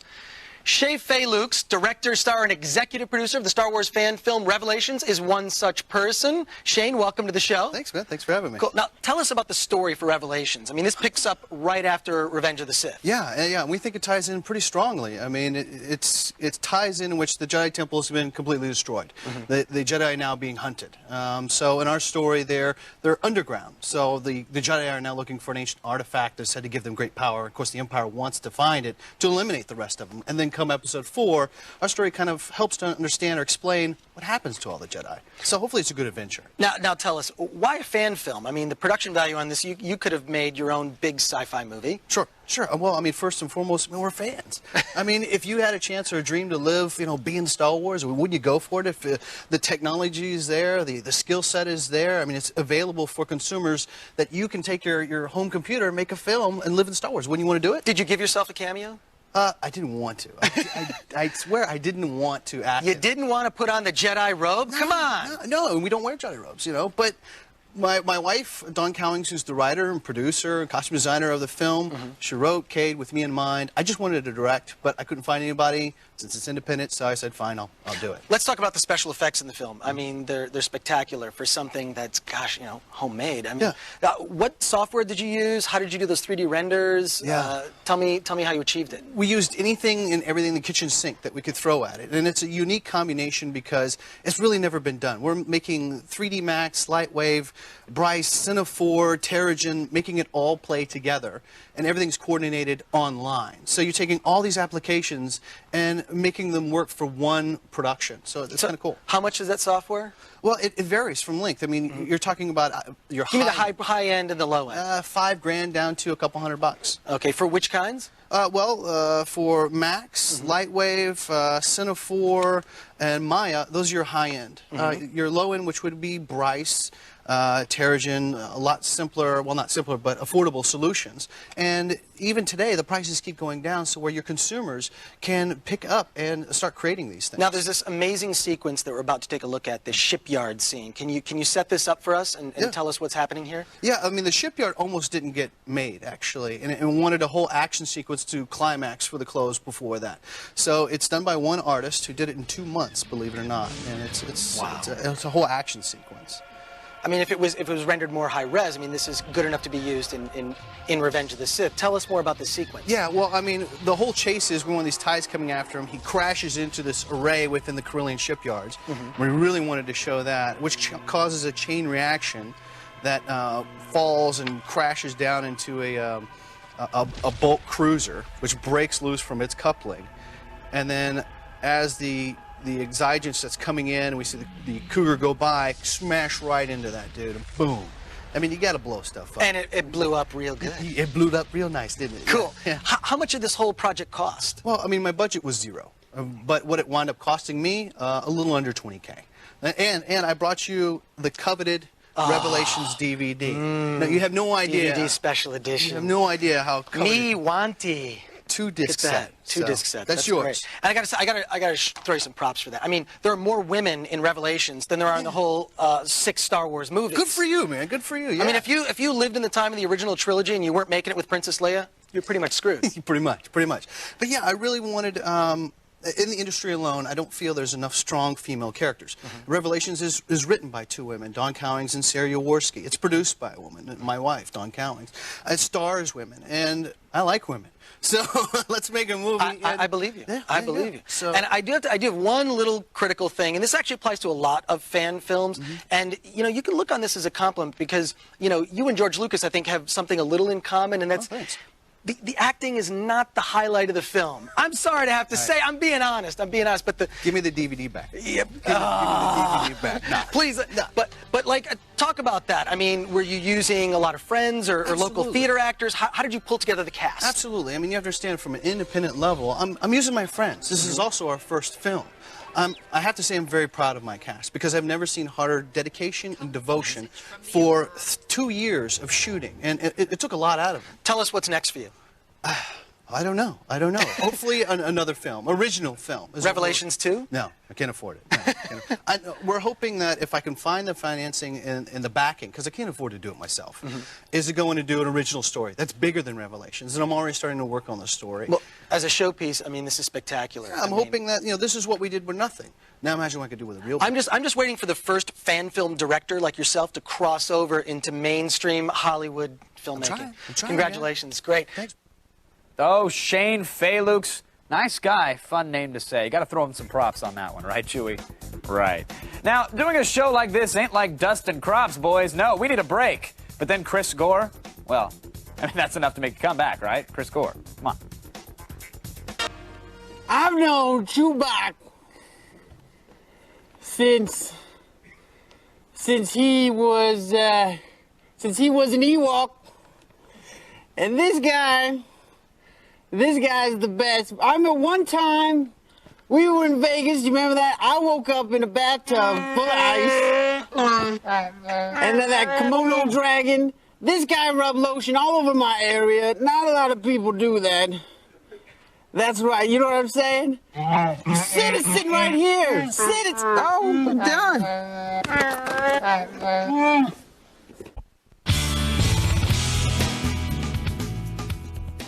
Welcome back to our celebration of Star Wars geekery. Now, regular viewers know Chris Gore is the guy who comes in every Tuesday screaming about DVDs and making Sarah nervous. Well, he's also the founder of Film Threat magazine and, believe it or not, a bit of a Star Wars fan.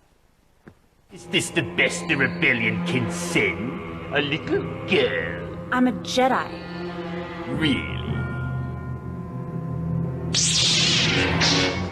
Really? The Star Wars hype never ends. Film Threat is actually sponsoring a Star Wars rarities on video in Hollywood at a place called Cinespace. And of course, the guy behind Film Threat is none other than Chris Gore. We're premiering some Star Wars shorts.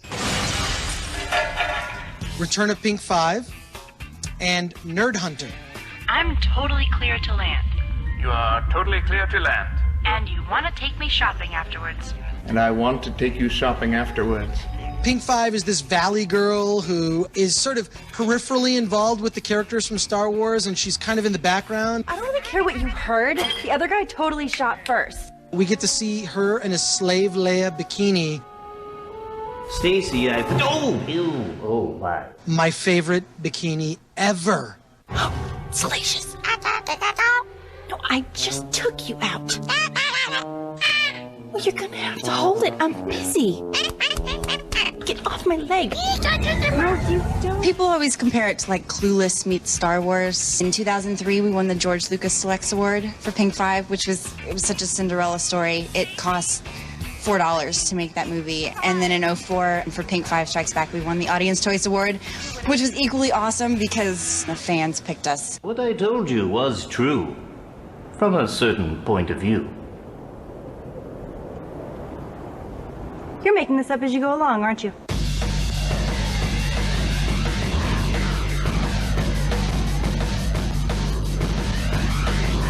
Nerd Hunter. 3004. It's a short film. It basically takes place 1,000 years in the future when being a nerd is completely illegal.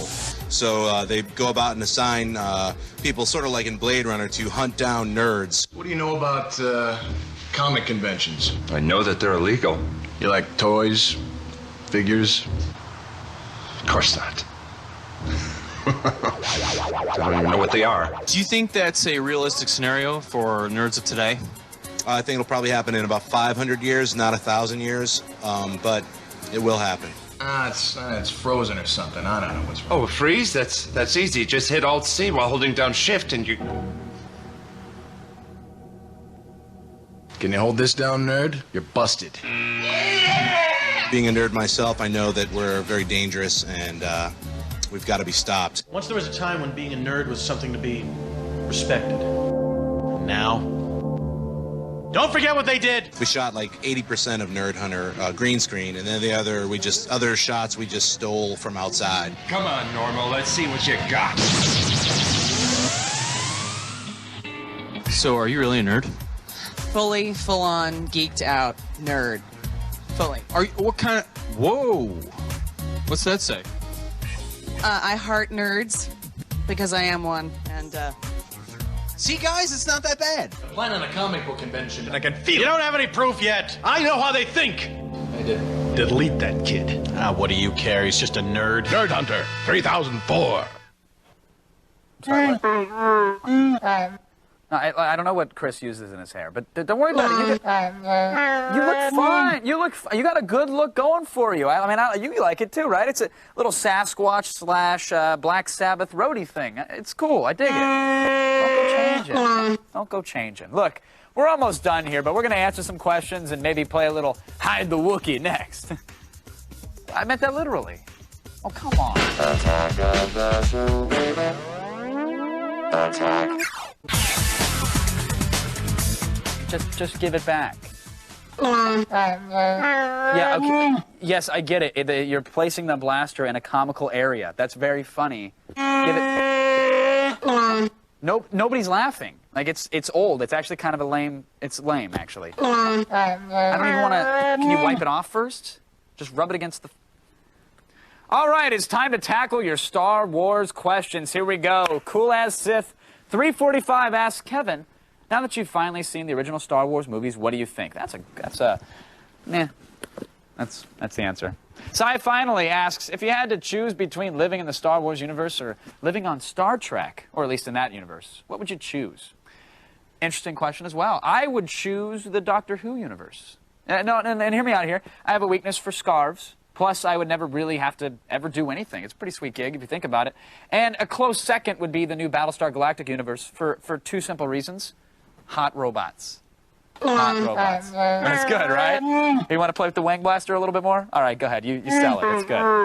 R5D4 asks, is Drunk Vader really drunk in his segments? No, R5, he is not. He does, however, have like a massive metal plate in his head, so all the producers have to do is wave a magnet anywhere near him, and bingo, you've got a performance.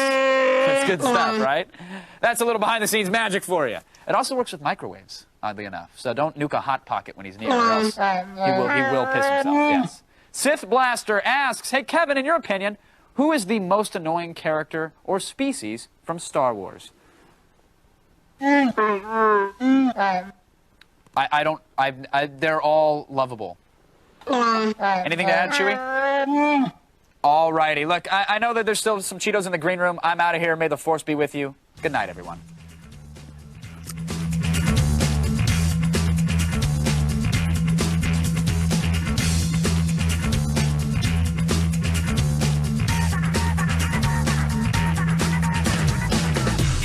Computers on Attack of the Show provided by Intel. Game on. Power up. Take control with the Intel Pentium Processor Extreme Edition.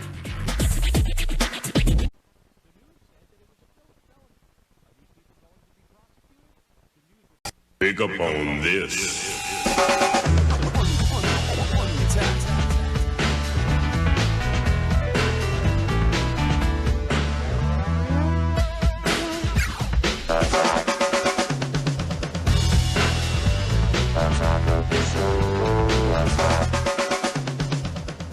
Hello, I'm TV's Brendan Moran.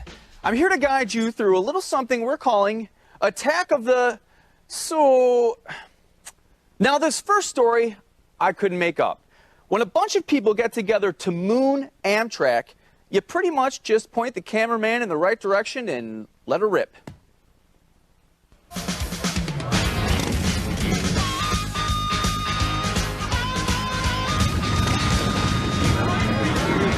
Welcome to Orange County, California, home of bad TV shows, motorcycles, and the 26th annual Moon Amtrak. And I gotta tell you, I really do feel sorry for those poor bastards on the train today. Hey, drop 'em!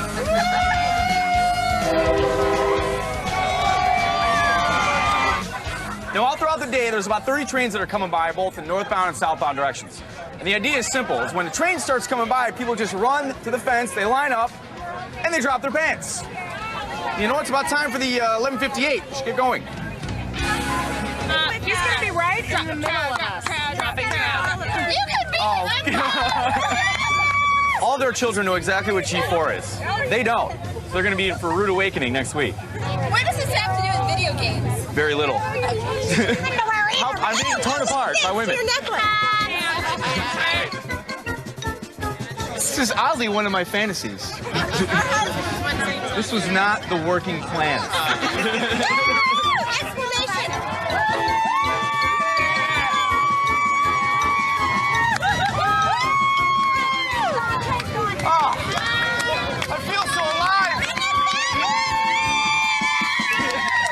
We got locals, we got tourists, we got bikers, we got cowboys.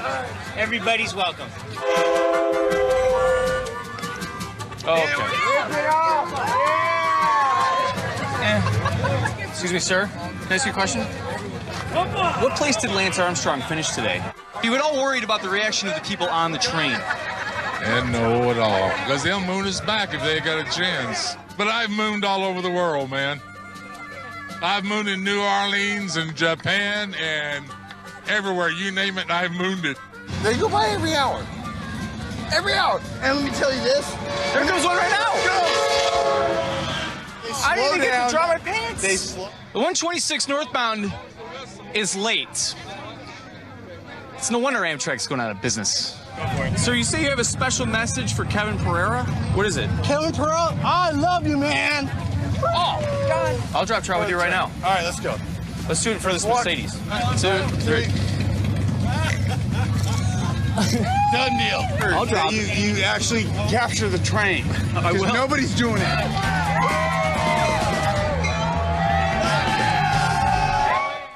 Now, if you're interested, the next one is July 2006 in Orange County, California. If you're ass shy, best to stay home. Now, I don't know if you know this, but I kind of have a reputation around here as, shall we say, a alcohol connoisseur. So who else were they going to send to the Hard Liquor and Porn Festival? Sarah? I'm here in Toronto, Canada for the Hard Liquor and Porn Festival. There's going to be some hard liquor and some porn. So join me, won't you? That's right, you heard me. Hard liquor and porn festival.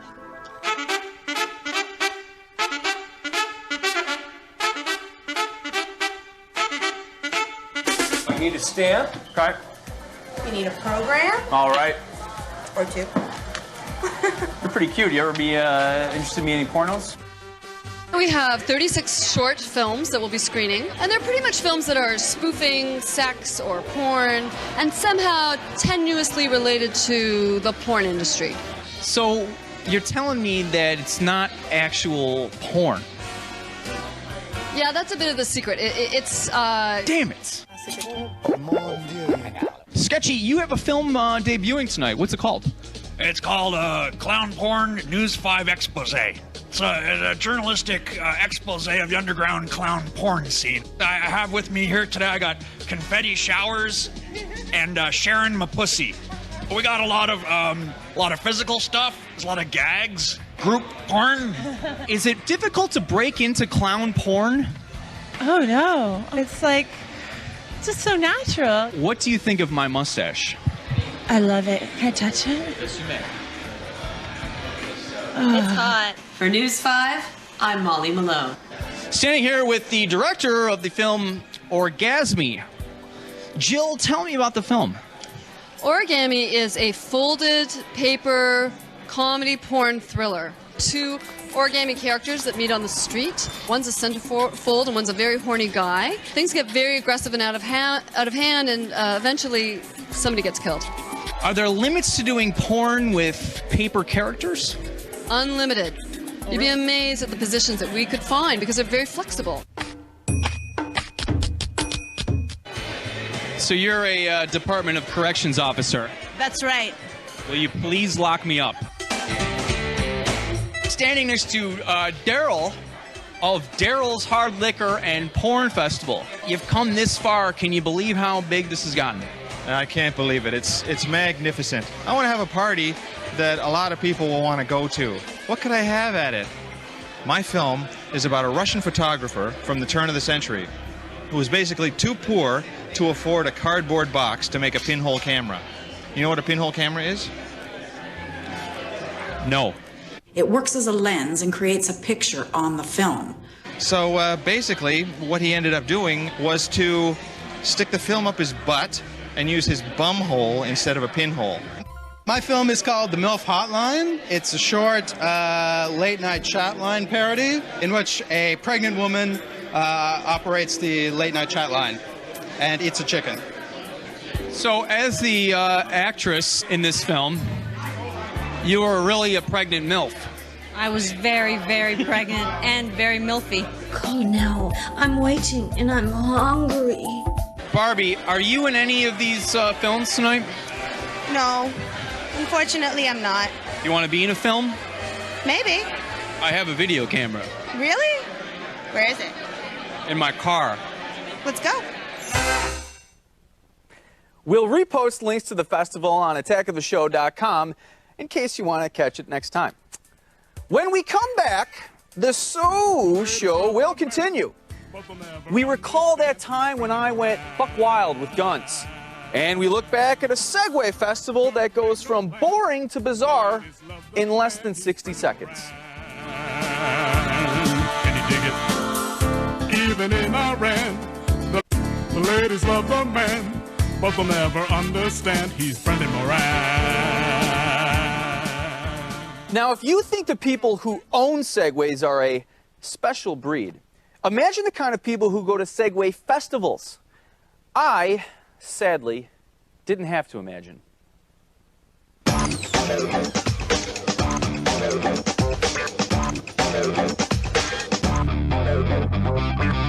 here in Washington, D.C. at the Segway Fest, and there's a lot to see. They've got a monster Segway, a Pimp My Segway, a Segway with dogs on it, and so much more. So join me, won't you? So I'm standing in the middle of a very heated Segway rivalry. On one hand, we've got the monster Segway, and over here we've got the Pimp My Segway. Gentlemen, who's going to win this battle? Well, of course I'll win, because if anybody that has any class and any excitement in their life, they're going to want to have the chrome spinners and make it right. Harsh words from Monster Segway. Pimp My Segway, what do you have to say about that? I pity the fool. I pity the fool. I've been training. I've been going and prepping my Segway. Segway, what time is it? It's 9:17. We're running late. So, Derek, this is the Segway Centaur. That's right.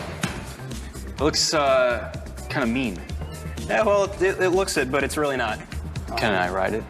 There's a throttle. If you push forward, it'll go forward, back, goes back. It's very sensitive. Okay. And turning, instead of twisting the left grip, you just turn the handlebars like a bike. All right, now if you want to get up on two wheels, the easiest thing to do is to take your feet off the pegs and put them on the platform and back. Right. Hold the throttle in, okay? Right. Hold it in. All right, and twist the handlebar. So you can turn on two wheels. It's kind of freaky. How fast does this go? It'll go right around 20 miles an hour. Really? Next. Ah, that's not fair. You know what's kind of funny? There's a lot more people here for the Segway Fest than I thought there would be. And not all of them even have Segways. Here for the Segway Fest, huh? Where are your Segways? Hey, oh, you you've got a Segway. You getting ready for the Segway Fest? How'd you get that? Well, it's Segway Fest. Oh, my God. Oh, it's a Segway Fest? Yeah. Would you like a little peace number on? Oh, hello.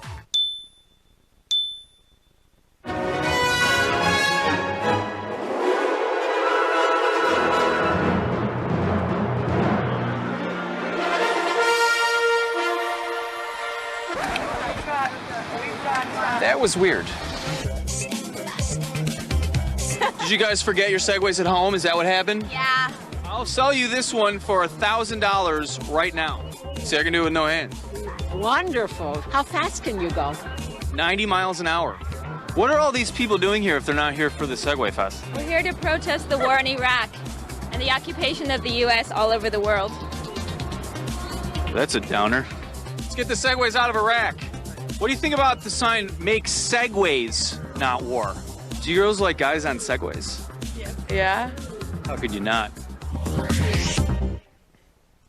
Now, for every Segway event I'm forced to go to, they pay me back by sending me to places like the Valhalla Shooting Club.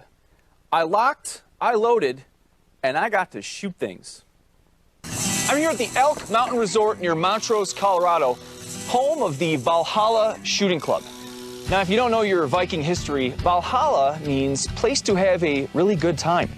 And if you like to shoot guns, lots and lots of guns, well then this is your Valhalla. So join me, won't you?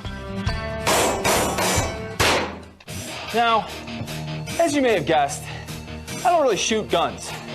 So I'm gonna need a little hands-on training before they let me through the maze. Hey, Brennan Moran, here to learn how to shoot. What's your name? Cassandra. Cassandra, what do I need to get started? We need earplugs Oh, okay. and eyes. Terrific. That's all great. When do I get a gun? So, Cassandra, you do a lot of shooting yourself? Yeah. So, Rob, tell me, what is Valhalla? Valhalla is both the greatest recreational amenity for a world-class luxury resort ever devised and the world's most progressive reality-based training center. We deal a lot with the U.S. Army Special Forces. We've also dealt with Navy Special Forces, and we deal a lot with the high-end law enforcement and executive protection from around the world.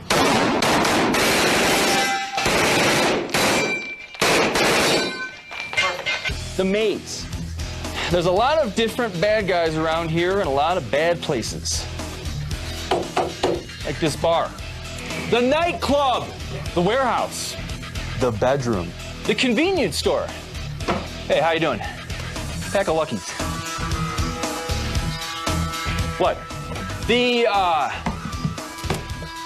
where the hell am I? Now, there's all kinds of different scenarios for cops and military guys, but today we're doing something different.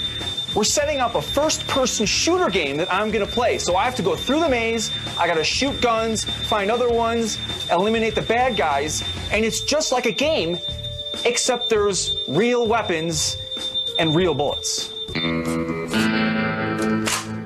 The bad guy usually posts a guard down at the end of this hall. If you can take him out with that rifle before he knows we're here, it's going to make the rest of this a lot easier.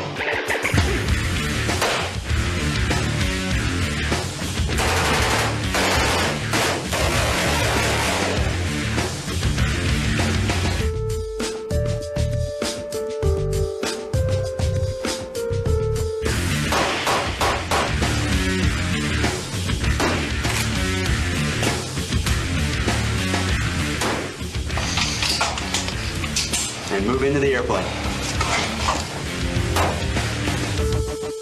You made it through. Used about 80% of our maze, used a bunch of different weapons, you found them all, you took out the bad guys.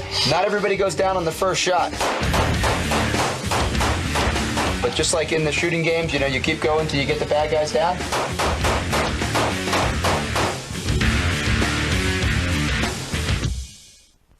Their website, ValhallaShootingClub.com, is still up and running. Head on over. When we come back, more me. That's right. Break out that dream diary. Everything's coming true. I do my best to aid in the EverQuest 2 search for Antonia. And I put on a cheap tux and play James Bond. I don't get paid as much as Brosnan, but I do make more than Lazenby. Attack of the show, baby. Attack.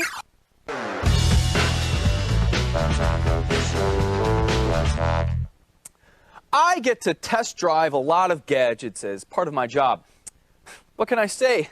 It's a perk. So can you blame me for having a little 007 complex?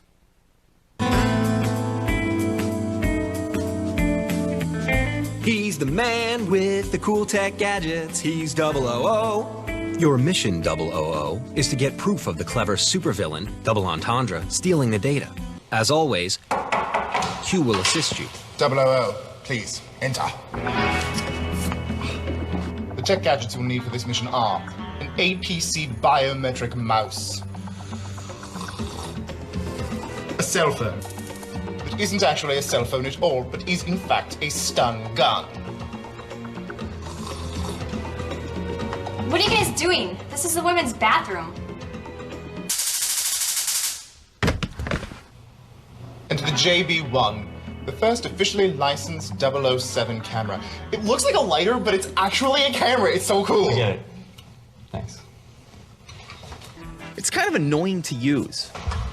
All right, okay, I'm sorry. My last recourse, the cell phone stun gun. It's not really a phone at all, but a powerful self-defense weapon, delivering 180,000 volts to anyone who gets in your way. Double Entendre. What a surprise. Nice phone. Oh yeah, it is really cool. Actually, hold that for a second. See what it is? It's not even really a phone at all. It's a stun gun. See here, take that. What you do is just press that button right there.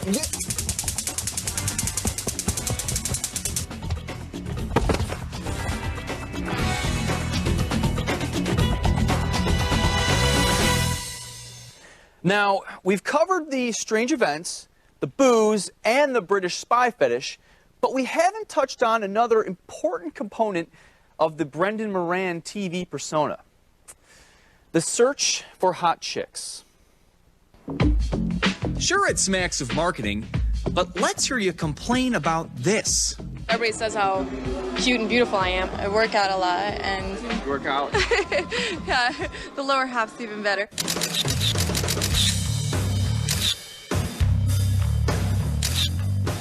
We're looking for a beautiful woman, obviously, but we're looking for somebody a little bit more than that. We want somebody who's confident, who really will capture everything that Antonia is about. It seems like a really cool concept. I'd love to be part of something like that. Of course, Antonia is Antonia Bale from EverQuest 2. She is the queen of Kinos. She is on the good side. She's very benevolent to her subjects. Just kind of in the background, not really hard-fisted at all. Girls who look like her, some more than others, are lining up. I'm really connected to warrior women. Oh, I yeah? respect them. I totally study them. I actually run an exotic dance and yoga studio here in town. Oh, but it's about more than just a great body. Actually, you know what? Let's watch that again. Damn. What were we talking about?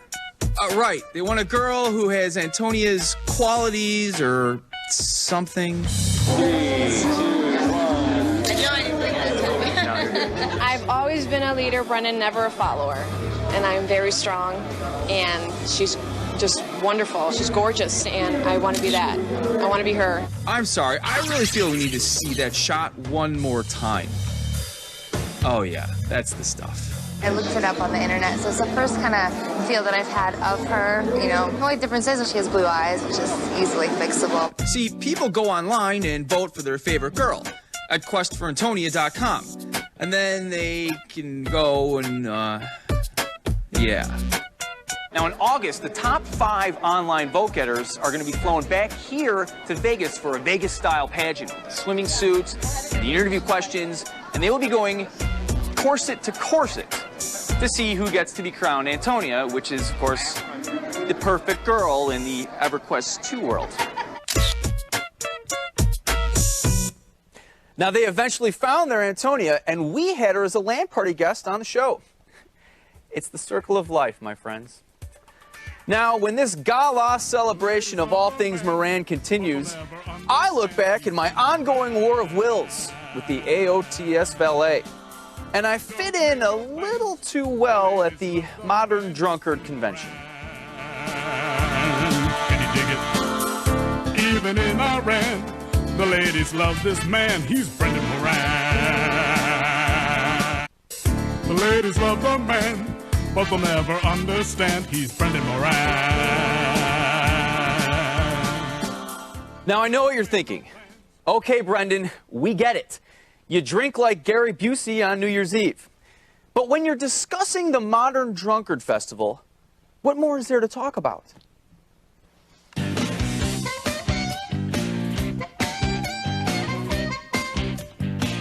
It is the voice of the recreational drinker. It is the magazine that says there is no shame in occasionally becoming intoxicated. Another one. Welcome to Denver, Colorado, home of this year's Modern Drunkard magazine convention.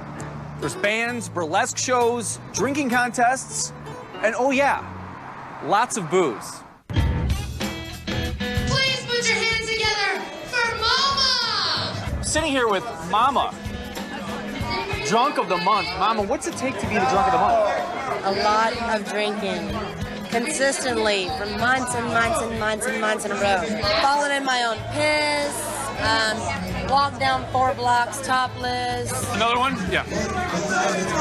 Our society attaches a lot of bogus morality to being drunk, when in fact being drunk has been around longer than written human language. Retard, salt, I don't know.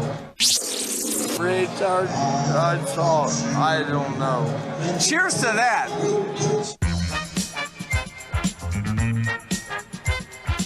We try to structure it just like a real convention. So we have seminars, of course we have entertainment, and we have drinking, and we have fezzes, for Christ's sakes, which is like a Schrander convention. What does it take to be a burlesque dancer? Big balls. You have large breasts. Thank you. Another one. Hello. Can you show me your tats? My tat? Yeah, what do you got? What's that say? What's that say? Cody's girl. Who's Cody? My boyfriend. Is he here tonight? No, he's working. Really? My stage name is Pizza Galore. It sounds like a double entendre to me. It is. What do you like to drink usually? I'm gonna say everything. Yeah, dude, you give me a bottle of Robitussin. This came to me in a flash one point, is that I should actually do a magazine about something I really know and love, which is drinking. It's sort of a love song to alcohol. I mean, we try and cover all the base. There's a lot of humor, of course, but also a lot of instructional stuff. You see, Modern Drunkard magazine is a lot smarter than you might think it is. It's not like the Maxim or the FHMs. It's for the literary drinker. They have interviews with Ernest Hemingway, F. Scott Fitzgerald, and other dead drinkers. Do you girls read the magazine at all? Which one? The Modern Drunkard magazine? Yeah. No, I mean Sports Illustrated. Oh, I read Sports. Oh, yeah, I'm in there. Thank you. Do you actually read the magazine? Yeah, I read the magazine, and I think all their interviews were bull, dude. I'm drunkard of the month, and it rules. See that little middle finger? I do. You know, when the guys at the Attack of the Show said, Brendan, we want you to go to Denver and cover a drinking festival, I said, I don't know, fellas. I don't know if that's for me. They said, Brendan, hold on. There's going to be girls taking their clothes off. I said, I'm your man. Thank you, alcohol. The kids now are starting to get back to the booze. They're getting away from the drugs and going back to the drug of their grandfathers, which was alcohol. Will you marry me? Yes, I would love to marry you. I wonder what my mom would say about that. Now, if you want to actually read the articles in Modern Drunkard magazine, the website is, you guessed it, moderndrunkardmagazine.com. Now, in between trips to exotic locales, I occasionally stop by the Attack of the Show offices. It's during these rare times that I face my nemesis, the valet. Some people just don't care. Like this guy, the world's worst valet. Can I have my keys? Now listen, whatever you do, don't go by my desk. I've got a lot of really expensive things there, and no one's watching them.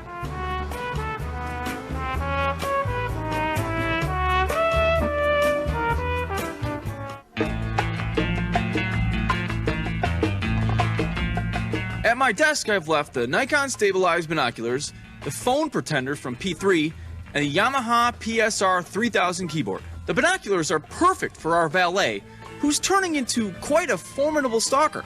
He just turns the image stabilization on and no more shaky hands. It's great for checking out possible targets in the workplace, and the binoculars have a mode for sea travel, which compensates for the waves. What are you doing at my desk? I swear to God, if you're touching anything, I'm just gonna have to get the whole place disinfected. There's a baby here. He's crying. I know what you're doing. That's my desk you're sitting at, idiot. I have to go. Don't hang up on me. The pretender gives our valet 4 great excuses to get off the phone. He just hooks it up to the receiver and hits the doorbell, baby, the dog, or the call waiting button. It's great for people who don't have the spine to just hang up the phone. Whatever you do, just don't lick the phone. I can't talk right now. I pay for good There's another valet call. service, and I don't think that I'm receiving... And the doorbell's ringing. No, there is no one at the door. And the dog is I know that's attacking not the a baby. baby crying. Now, the Yamaha PSR 3000 is hours of fun.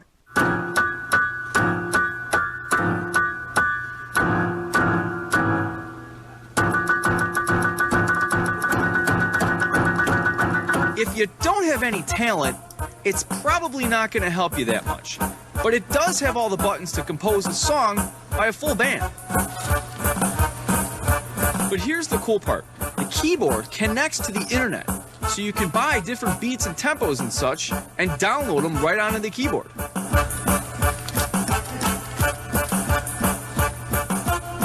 What did I say? There's some very valuable items at my desk. I didn't want anybody taking them, let alone you. I can't... What?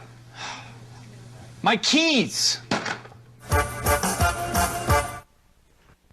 Oh, such a cat and mouse game we play.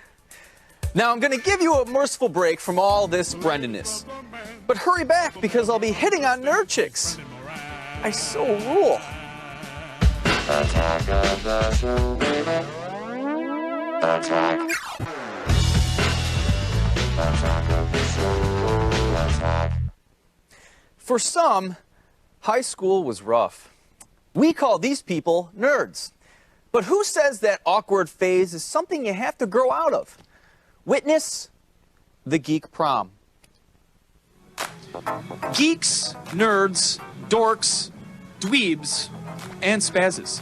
They're all part of an eclectic group of Duluth, Minnesota people who every year put on something called the Geek Prom. This year's theme, the geek shall inherit the earth.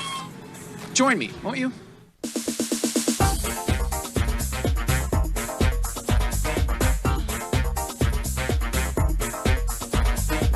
Good evening, Duluth, and hello, America. We are broadcasting to you live from Pizza Luce here in Zenith City, Duluth, Minnesota. All the major networks are here tonight.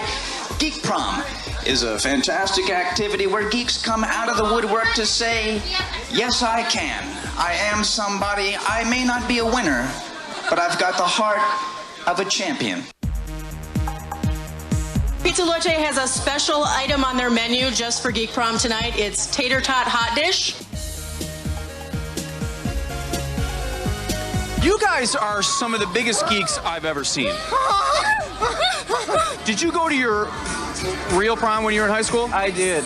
How was that? Oh, it was awful. I went to 17 proms in high school. First up, the talent show. I juggle pizza condiments instead of balls.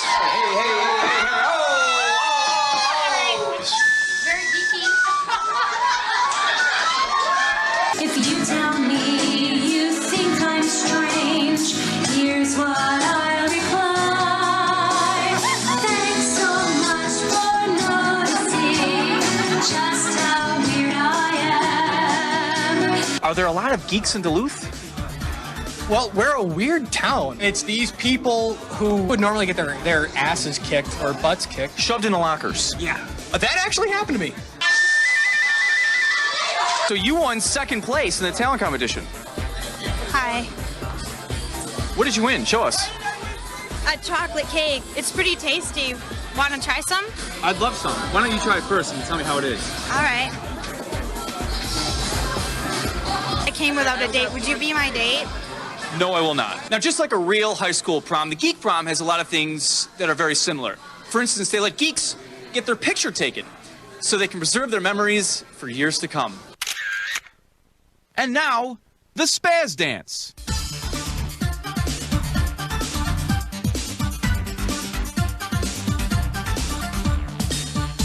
Who is the guy who spazzed the hardest? That would be the chicken guy. Chicken Man, you just won Best Spaz Dancer. How does it make you feel? I danced so hard, I feel like I'm gonna puke. Explain the chicken outfit. Is that nerdy? Or is that geeky? Or what is it? Oh, it's not really a chicken, it's a seagull. I think I know a chicken when I see one. No, it's a seagull. Okay, we'll agree to disagree. Oh, that felt great. Oh, that felt great. Sorry. And finally, meet your 2005 Geek Prom King and Queen. Queen Geek, may I have this dance?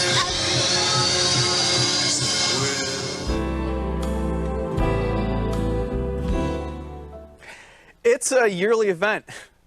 Seriously.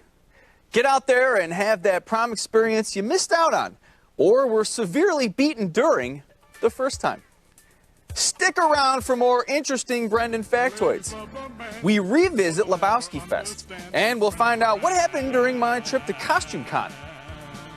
Wait a second, did I went to Costume Con? The ladies love the man, he's Brendan Moran. Can you dig it? Even in our the ladies love the man, but they'll never understand he's Brendan Moran.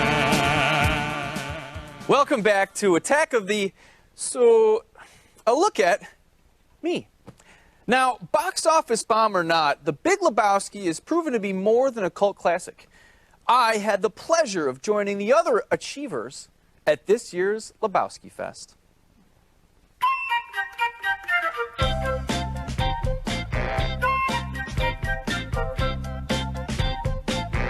There's bowling, there's beverages, White Russians, oat sodas, trivia contest, costume contest. There's some really good costumes tonight.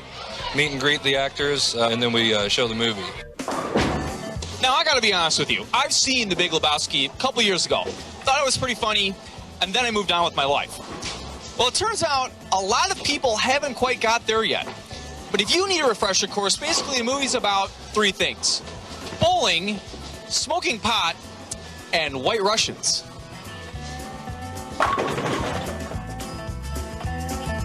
Whatever tempted you to come up with this idea? Really, man, we were really bored at a tattoo convention. So we started going through some lines from the movie. And we were like, man, if they can put on this lame-ass tattoo convention, we should be able to have a Lebowski convention. So how is business? Very, very good. These people drink a lot? They're luscious. You are the inspiration for the movie, The Big Lebowski, are you not? In a manner of speaking, yeah. Joel and Ethan had hung out with me for a while. Thought they might want to make a movie with a bunch of friends that like to hang out. People like to look for ways to get together, and sometimes they call it Woodstock, and sometimes it's, you know, Lilith Fair, and sometimes it's... You put a lot of effort into this. This is some quality work here. Thank you very much. I'm unemployed. So I have a lot of free time. Yeah. It shows. Yeah, thanks. I appreciate that. It's not fair. My girlfriend, she thought we were going to get $1 million. She cut off a toe. Are you gay German nihilists, or are you just German nihilists? Why? So the obvious question is, what's up with the shirt? The shirt says vagina, which is a word that makes some men uncomfortable. Not me. Now, there's a lot of big-name actors in The Big Lebowski, and Jeff Bridges, John Turturro, Tara Reid, and John Goodman couldn't be here tonight. So we did the best we could. All right, give it up.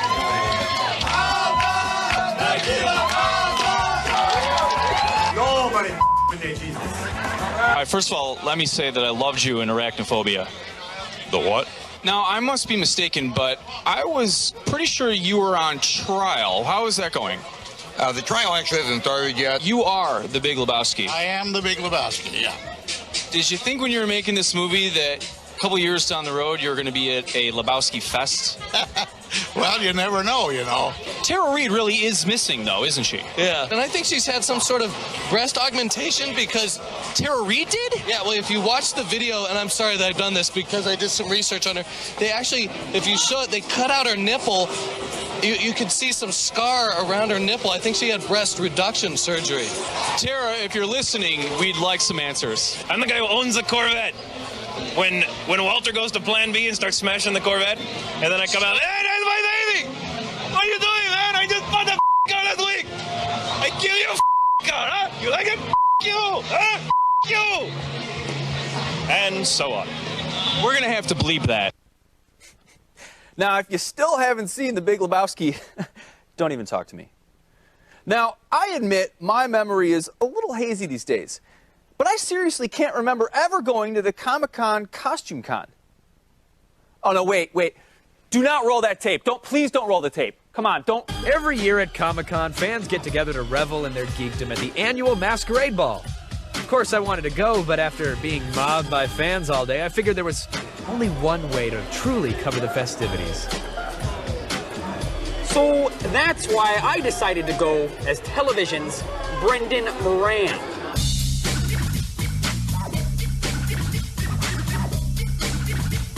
I once did a cartwheel at the YMCA. So, back here is a stage. It's where people will go when they're done masquerading. I will be out here talking to them when they're done with the stage. Hey guys, how you doing? So, which one's Ace and which one's Gary? So what's your line of work? Are you a Walmart greeter? I see a lot of the women dressed up in the leather, some of the fishnets, some of the latex. Very nice. Of course. I would not want to be on the receiving end of that. Well, you should try something. Whoa! Jesus. Oh, okay, all right. Oh, she's getting into it now. It's all about fulfilling your fantasies. Yes, that is a very dark fantasy you have, by the way, down there. So, we're waiting for the nerds to begin their masquerading, but there is a delay, so maybe I'll have to show them how it's done. How you doing? Television's Brendan Moran. I got a question. I'm gonna ask you something, because I'm an interviewer. How about you guys? I'm interested in you. It's gotten a lot hotter in here, you know? It has, hasn't it? a lot more hotter, yeah. I can turn the temperature up. Oh, look, a water fountain.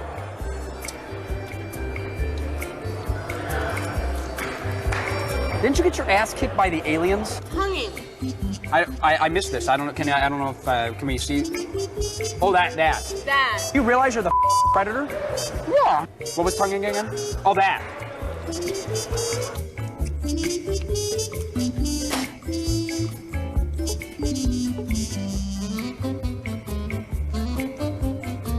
What are you guys masquerading as here today? Actually, they're my original interpretations of summons from Final Fantasy, but these are all my original designs. A bunch of nerds. Crest whitening strips.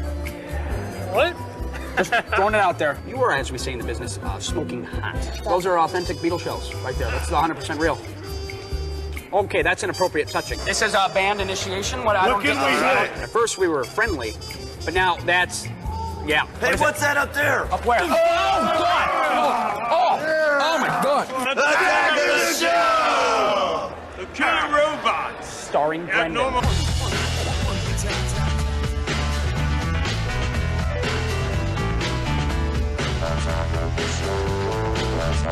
So, yeah, that about wraps up our Comic-Con coverage. I don't know, any thoughts, Brendan? What'd you think?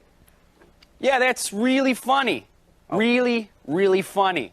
All right, yeah. I'm glad. I know you're a good sport about it. I appreciate it. But I guess next it's your chance to kind of get back at me and poke a little fun, right? Yeah. Maybe I'll wear a long sleeve shirt under a short sleeve shirt and do a lot of quote fingers the next time I'm out. You know, I actually did a little impression of my own. I impersonated a guy pouring sugar into Kevin Pereira's gas tank. It was uncanny. I'll do it for you sometime. Hasn't this been fun? Well, it's not over yet. I'll take your Brendan-related questions right after this. Attack of the show, baby. Attack. Attack of the show. Attack. Welcome back to the Best of Brendan. I know the graphics say something different, but let's just call a spade a spade. Well, the show wouldn't be complete without hearing from you, the viewer. So let's take some of your chat questions. Dear Brendan, you are smart, funny, and attractive. How does one become a triple threat guy? Signed, Kevin P., Los Angeles. Well, Pereira, the trick is you don't become one. You either are one or you aren't one. I mean, let's face it. God plays favorites. Okay, next up, Nicole in Pittsburgh writes, Dear Brendan, I hate everything on the show except you. Can't they just have a Brendan show? You're not alone, Nicole. In fact, far from it. Judging from the number of letters we get every week echoing your exact thoughts, it's not a question of why, but only when. All right, next to the plate is Kenny from Portland. Dear Brendan, I have a bet with my friend over your accent. I say suburban Chicago, and he says Ivory Coast. Who's right?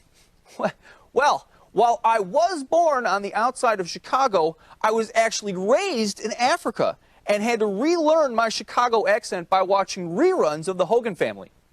So I guess you could say you're both right. All right, one more from Bill in Toledo. Bill writes in, Dear Brendan, I think you are too over the top. Tone it down a little bit. Can someone tell me how that got in there? I mean, who's running things back there? What? Well, I've had a blast. But more importantly, you've had a blast. This is Brendan Moran saying, so... They say that guy Brendan is one bad mother. Shut your mouth. I'm talking about Brendan Moran.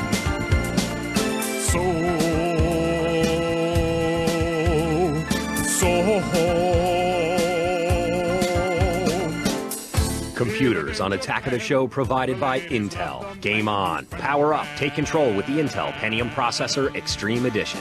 And with his fake tan, the ladies love the man. He's Brendan Moran.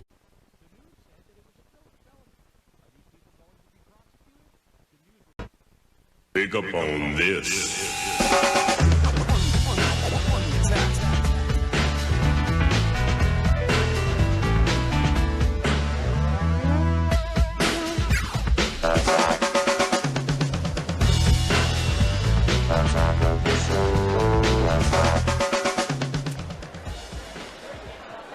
Mr. William Shatner, please report to Conference Room A. William Shatner, Conference Room A. Welcome to Attack of the Showcon. Part of our job is traveling the world in search of the strangest, most obscure, most cosplayingest conventions imaginable. Now, we're reliving them all over again. And thank goodness for that, Brendan. How about it? I see that you've prepared yourself for the fans. Good crowd today. Really good crowd, and you doing some autograph signing later? I'm doing it right now. I'm excited to meet the people who make this all possible, you know, because it's all about the fans. It sure is, Brendan, it sure is. Now, when Kevin went out to the Robo Games competition, he had no idea it would end in such heartache. We're here at SF State for the 2005 Robo Games. It's a little competition that brings the best engineers from throughout the country right here to compete. And, well, not to be outdone, here at Attack of the Show, we've created our own little robot that's going to give the competition a run for their money. Ladies and gentlemen, meet the Attack of the Show bot.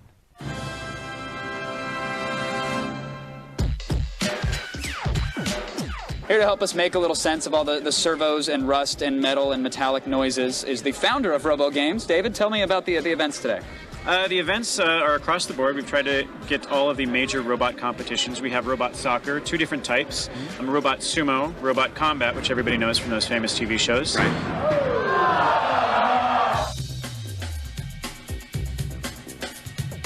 I saw some of the art bots. A lot of them are made out of old lamps and old, I don't even know what they're made out of. There's a lot of old stuff turned into new robots, and it's kind of a cool sort of contrast there. I think this is definitely an internet fetish.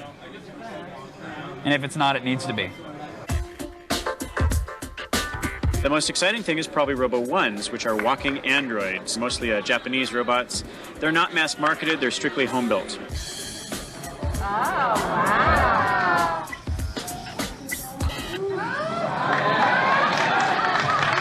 So this is the first time this has ever been displayed in public, so bear with me. Can we get him to dance? I'm sorry, 1 second. It's a prototype. He's not doing anything. What was that? You look at me, damn it! What was that? I can't be mad at you. Sorry.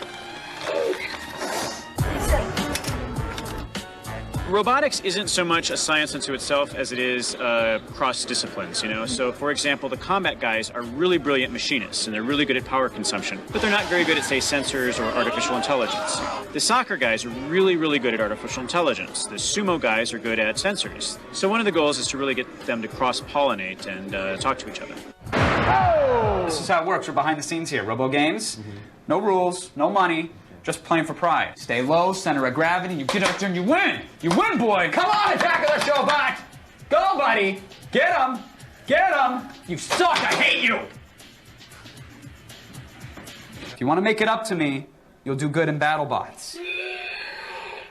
That's the spirit. We have a heavyweight, featherweight. Those are the pansy robots. Oh, they're so boring to watch. There's no projectiles allowed, is that true? No projectiles, that's right. You can't carry a shotgun into the arena strapped onto a robot. You can't have a flamethrower, though. Flamethrowers are legal. No entanglement weapons, no corrosive weapons. I know So you're no gonna... fun, really. Really. Attack of the Showbot. This is it. That's your competition right there, Showbots. Will it be the Showbot or Super Megabyte? There we go. There, get him, Showbot! Go, baby, go! Come on! Goes. Get him, Showbot! Attack! Use your claw! Use your claw! Showbot losing a leg. It's not down yet. Oh my God, Showbot, Get back up. Pulling him across the arena. God, Showbot! Get him! Oh my God! Oh my God, Showbot! No! Stop it! No!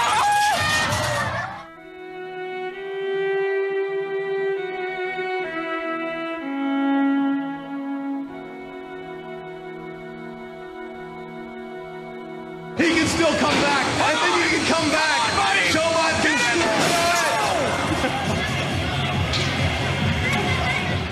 Yeah, well, that's how it goes down at the old Robo Games 2005. Damn spinner bot spinning around. I didn't even get the service plan.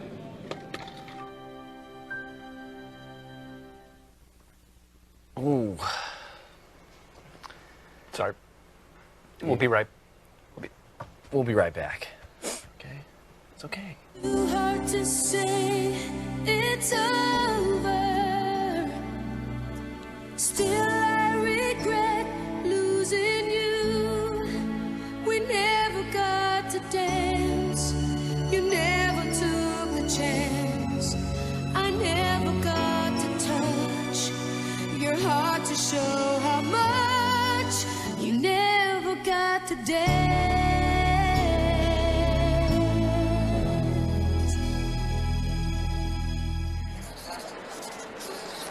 There you go. You're welcome. Poor Attack of the Showbot. I sure miss him every day, Brendan. Now, when Attack of the Showcon continues, we head back to Comic-Con because, well, it was Geek Ground Zero, that's why. And Chris Gore went goth at the Fangoria Horror Fest. It's all next, so stay tuned, suckers.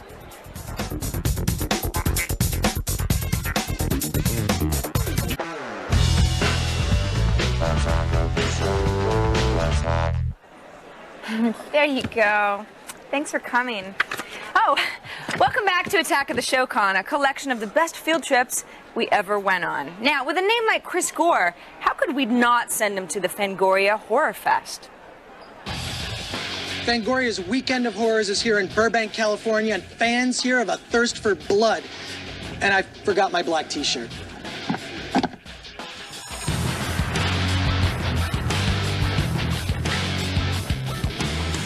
The dealer's room is filled with horror oddities you won't find in any store, and the best part is you can buy them.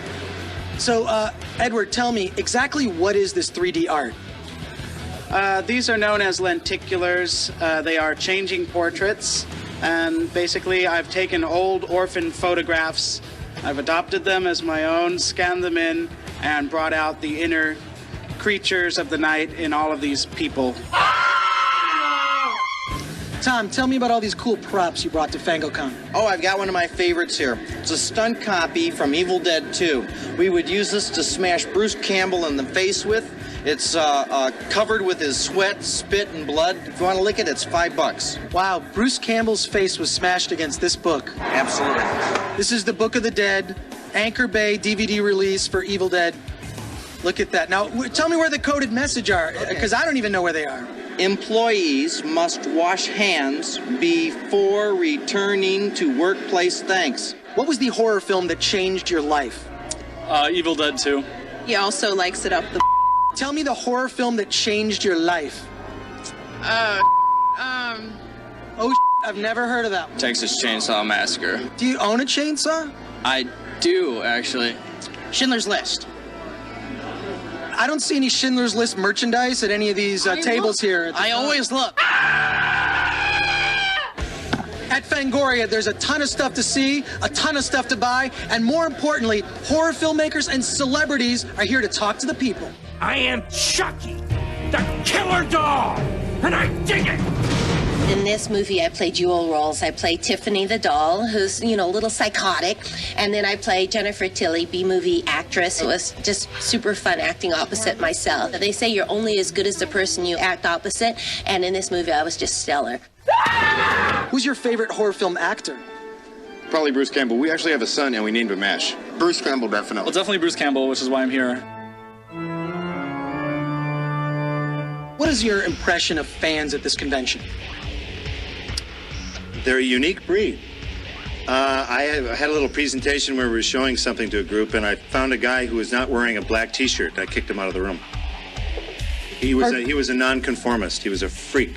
Tell me, what are you doing here at the Weekend of Horrors? I'm introducing Man with a Screaming Brain. It's kind of like the out-of-towners with a brain transplant. A greedy American businessman, through a series of strange events, he gets part of a communist guy's brain put into his. So it's the reconciliation of the capitalists and the communists. That sounds way too smart for some of the horror fans here. I gotta tell you, it could... But the horror fans here are really smart. The ones with the black T-shirts, they're the smartest of all. How would you like to be killed in a horror film?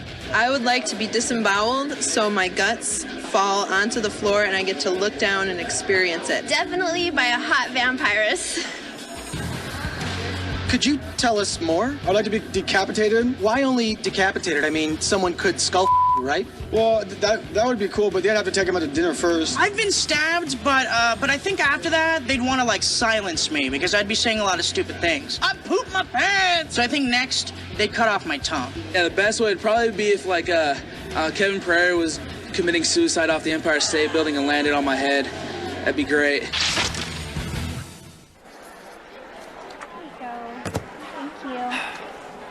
Awesome. Chris Gore, filmed in his natural habitat. When we hit Comic-Con, even we were surprised by the sheer amount of geekery on display. And we've seen some geekery, believe me.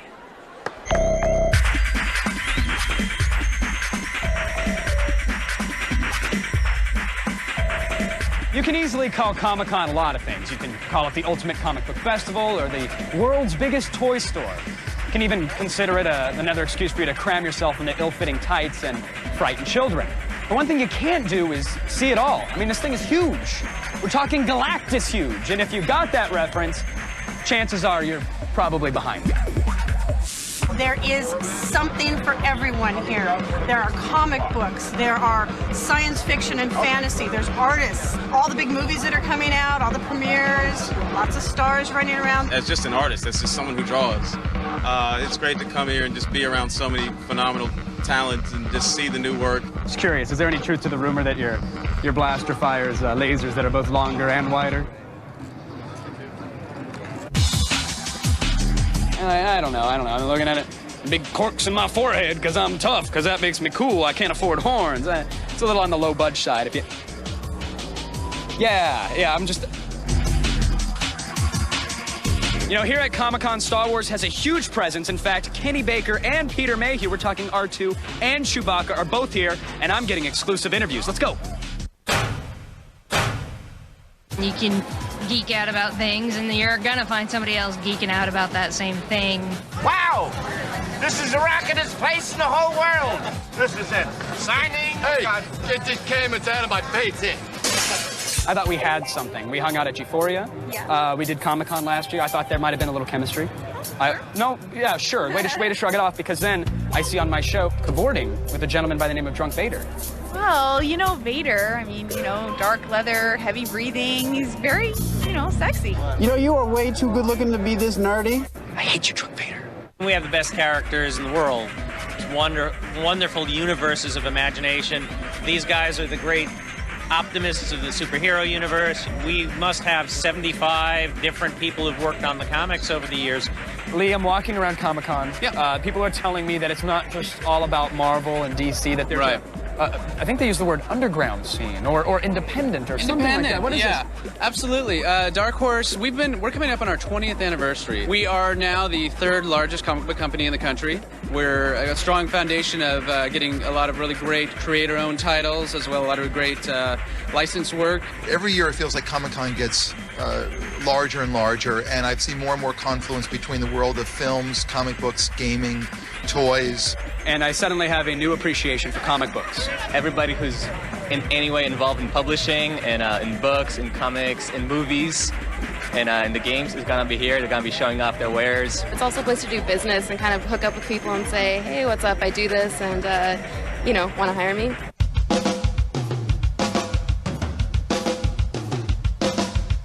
Finally, something I'm interested in. Sure. Bob, what are you showing off at your booth here at Comic-Con? This is high-tone smut for the discerning pervert. Yes. You're tired of the capes. Want the capes to be removed. You like the nice girls. In a pleasant fashion. Yeah. Is that your microphone, or are you very happy to be here? A little bit of both at this point.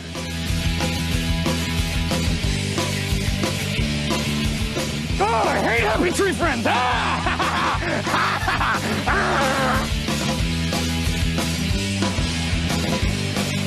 There is a God. Yeah, apparently the Volkswagen Beetle wasn't nerdy enough.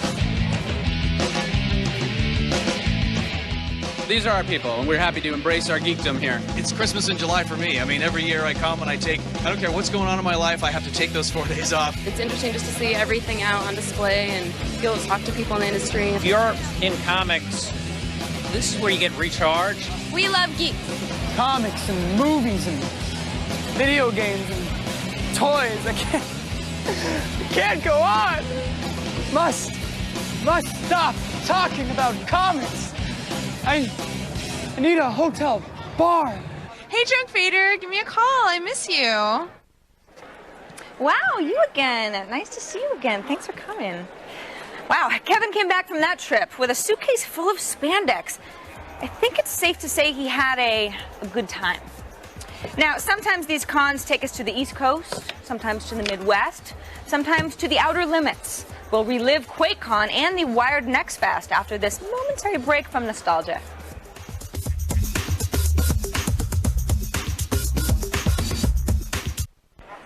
We have a lost little boy here. He answers to the name of 7 of 9. Will parents please report to the lost and found? So crazy,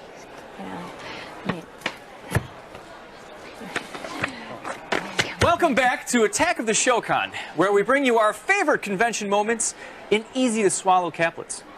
Now, the Wired Next Fest? Man, I could tell you some stories about that if I didn't suffer from occasional blackouts.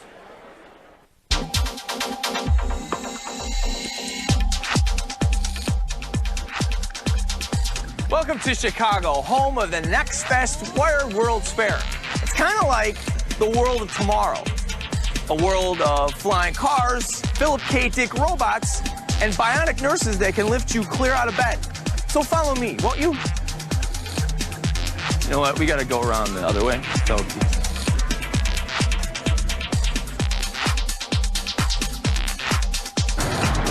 It's a flying car. It's really a flying car. The Jetsons are coming true. Tell me about it. Does it make that little, like, annoying sound, you know, when George was about to work? The F-400 is designed to take off and land vertically and then go up to about 350 miles an hour. The last test flight we did was back in, I think, November of 2003. And now we have engines that are about twice as much horsepower as what we had before. And we'll be demonstrating late in the fall or early in the spring of next year. I'm sitting here in the lovely... Phil, just a second. I'm sitting here in the apartment of Philip K. Dick with an exclusive... Philip. All right, you want to talk right now? Let's go. Philip, thank you for having us in your lovely home. What I want to know is if androids really do dream of electric sheep. Any comment? I'm sorry? I have to process that one for a while. That is a generalization. Good point. What is your real name? My real name is Yusuf Saloom. What's your sign? I'm a Cancer. And you? It's art. It's basically a robot of Philip K. Dick, just like in his books and his movies. It uses speech recognition, and then it goes into like a custom AI that we created that mines from text that Philip K. Dick actually said. It's a kind of synthetic, I think, silicone-based skin that allows very lifelike human expressions to be made with very low-power motors. Was Harrison Ford your first choice for Blade Runner? Whatever gave you that idea?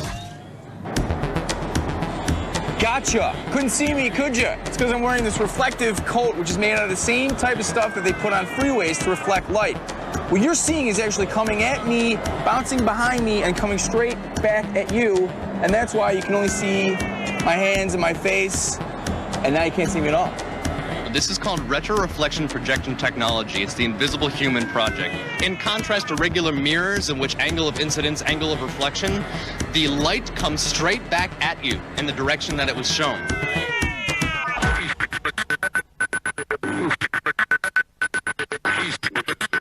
If you're feeling lazy, hook up your favorite nurse with this thing.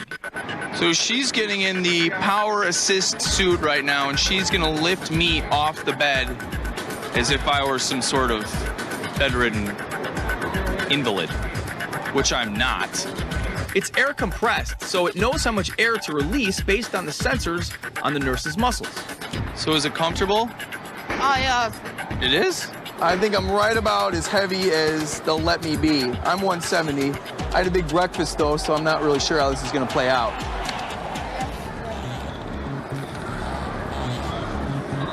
Not cool. Can you?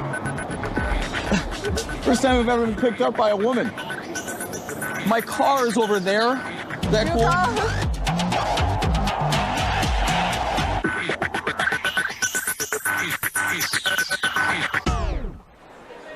That's interesting, yeah. Oh, my goodness. All right, there's enough time for everybody. Hi. So, Brendan, Wired Next Fest. Do you even remember anything anymore? I kind of remember the guy with the hair. No? It's really sad. There are apparently two major things at QuakeCon, gaming and porn. So it was like a Kevin magnet. Since 1996, 10,000 plus gamers have converged here to celebrate gaming at the Gaylord Ranch. I just totally said Gaylord. That's awesome. Where are we again? QuakeCon! Yeah, QuakeCon, that's right. Okay, now fight! Go! There was happened to be a hotel across the street from the old id offices, and some guys got together to play Quake right after it came out in 1996, and from that it's grown into something from a few dozen guys to like several thousand people. This year we have the best lineup of title sponsors. Activision, obviously bringing Quake 4 to the event. NVIDIA, our graphics card sponsor. They're the guys who are handing out, who are really writing the checks for the $150,000 in prizes that we're giving. And then also Creative as our sort of sound card sponsor, and also with the Fatality Challenge. the Fatality Shootout. Basically, gamers have a chance to go head-to-head with me, and if they can beat me, they'll get one of my new Sound Blaster X5 Fatality FPS sound cards. Now, how many of those sound cards have actually been given out today from people that have beaten you? 0. QuakeCon has the competitions, it's got the tournaments. One thing that it has every year are the best of the case mods. Tell me about your amazing case mod. You know, you've seen the cube mods where guys have taken the box and made it into a computer into the box, but the box isn't scary. I was trying to make something scary. And now what's in the brain here? Because I noticed it's doing a little laser light show. Yeah, it's a laser pod that I tore apart to put in there. Now, you know, it does say in the manual when you take it out that you probably shouldn't disassemble it. Right, so that's the first thing any good modder should do. What's being shared on the private network here at QuakeCon? The worst porn ever. Porn. Porn. Quite a plethora of porn, yes. The BYOC area here at QuakeCon, or the Bring Your Own Computer area, is filled with lots of things. There's gaming, there's empty balls bottles, there's pornography. In fact, so much so that we decided to have a little competition. It's our own little game we like to call Prawn King. Who's got the porn? 30 gigs there. 30.4 gigs of porn. Let's go. It's got to be one folder. Let's go into it. What's farmerotica.com? What? Richard, how big is your prawn folder? That would be 94.1 gigabytes. We got porn on a computer. Oh, it's sorted by date. You're very methodical, OCD-ish about your smut. What was that? I'm sorry, what was the name of that series again? We got some porn. I've got many female artists here. No, they're in a row. That's very nice of them to organize like that. How long? Whoa. Okay, that's yeah. Wow. Whoa, is she dead? Because that's hot. I want to know what the dirtiest file is that you have, though. That is a tennis racket, ladies and gentlemen. I don't know if you can. I'm sure it'll be blurred. That's 2 tennis rackets now. Okay. All right. Ladies and gentlemen, the G4 Attack of the Show Prawn King of QuakeCon 2005. You receive a G4 t-shirt. Very happy? Thank you. Take your prize. Thank you. And in addition, you'll receive Jeff Costa's Cardio Striptease Workout. Assuming your parents are watching Attack of the Show, I want you to look into the camera and tell Mom and Dad what this moment feels like for you being the 2005 Prawn King. I'm extremely sorry. You know, Kevin calling out kids for having a lot of porn, there's an expression about pots and kettles that might be appropriate here. Now, once I return from my hunt for more Sharpies, we return to the Penny Arcade Expo. Not literally, though. And we try and figure out just what the hell Scott Michello was doing at DEF CON.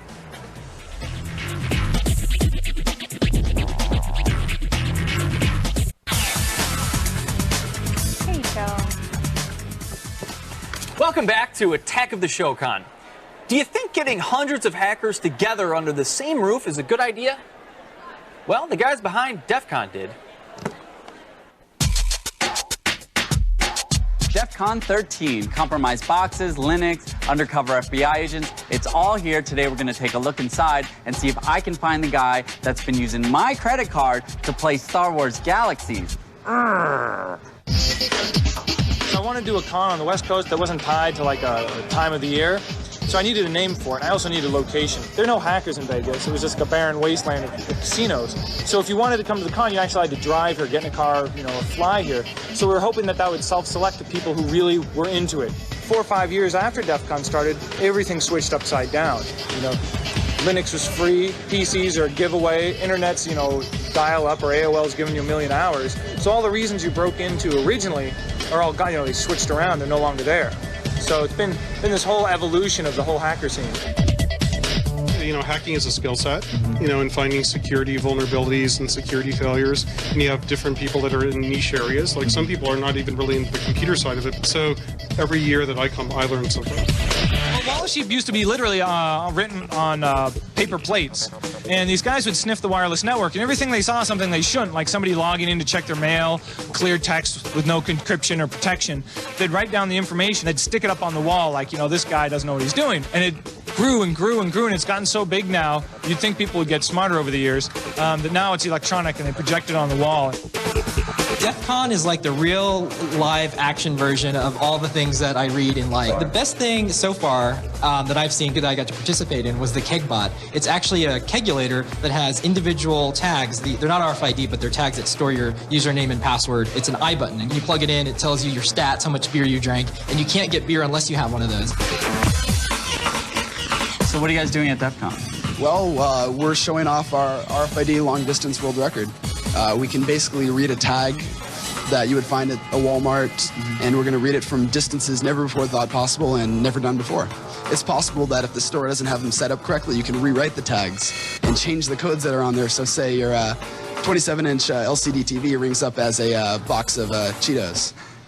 So it definitely has room for exploitation. Yeah, one of our biggest projects that we've been working on lately is called From the Shadows. It's an IPTV program based around new technologies and using technologies in ways never before thought possible. What exactly is this? It's just a normal Segway, except we took it to a chopper shop in Phoenix to have it all custom painted, mirrors put on, new rims, new tires. I just got to pimp it out a little bit. It went from Seattle all the way to Boston on foot. It was a bunch of our students at the university, and we sponsored them. We bought this for them to take across the country as part of a project that they were doing. It's a great community of people that share interest in telephony and computers and security, and it's like getting a bite at that apple of forbidden knowledge. Edited by Steve. I'll be with you in just a second. Plastic Bugs, the man with his finger on the pulse of the hacker scene. When Kevin went down to the Penny Arcade Expo, a celebration of online comics and games, things got exciting. Well, as exciting as these things can be. See this? This is two guys fighting over video games, and it's hard to believe it, but that's where Penny Arcade got its start. But what I want to know is how do they go from this to this?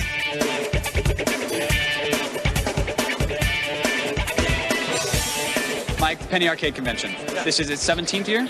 Second year. Second year, okay. Tell me about the first year of Penny Arcade. With regard to the convention, how did it start? If we could put on any con in the world, we want to see what? Console tournaments, PC tournaments, tabletop tournaments. Breasts. No, actually. Oh, okay, I'm sorry, continue. We specifically don't allow booth babes in the Penny Arcade Expo. We want the focus to be on substance, not style. But I mean, really, come on, no one rolls dice anymore. Then that's just for nerds, right?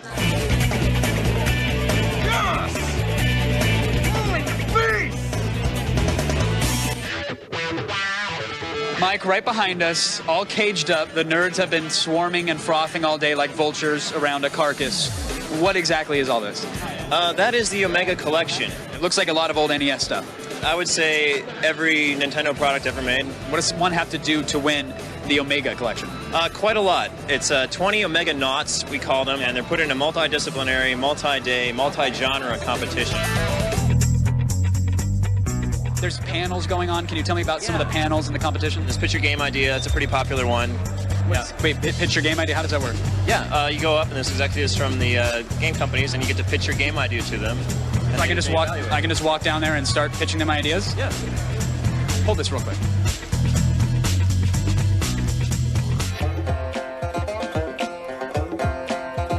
Slanted towards a separate personality of survival you have already gone through and fought back. My name is Kevin. The problem I have is that I love mini games. I want a gritty, realistic, hardcore mini game scenario, and I'm calling it Cable Television Darling. There hasn't been that great a precedent set with past Superstar, Work Your Way Up, Real World. They never had this face on the box. You're walking the aisle at Walmart, it's Cabela's Big Game Hunter, or it's Kevin Pereira's Cable Television Darling. I know the perfect show, X-Play. X-Play would be the perfect show to throw on that game. Yeah. Have you found love at the convention? Alas, I have not found love. Now, surprisingly enough, I'm shocked. There's a couple ladies wandering around this convention. Oh yeah, I mean I think it's more than last year. There's a lot of girls around here. Have you chatted her up? I don't think I'd really stand a chance. I mean, I'm a pretty average guy.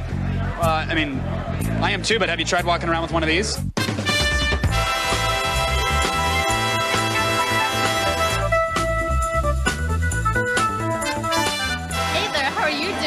I'm doing pretty good. Great comment that I heard after last year's PAX. One guy said, you know what was really interesting there? Everyone you saw, everyone just walking and patting you in the hallway looked familiar. That was a really cool thing. We've seen everything their convention has to offer. We've talked to all their adoring fans, but now it's time to talk to the two big guys themselves, Gabe and Tycho. Excuse me, guys, they're right through this door. We got an exclusive. Sorry, sir. Please, step back.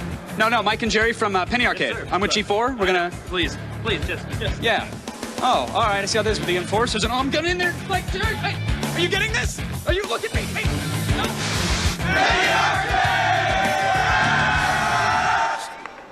Go.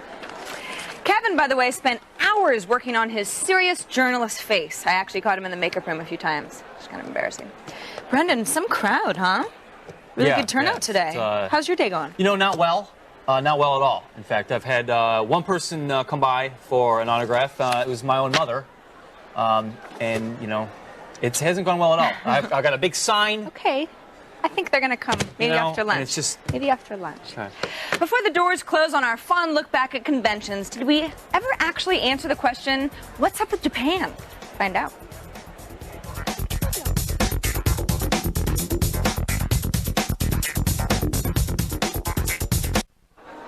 May I have your attention, please? The owner of a Dodge Charger with a license plate THX 1138.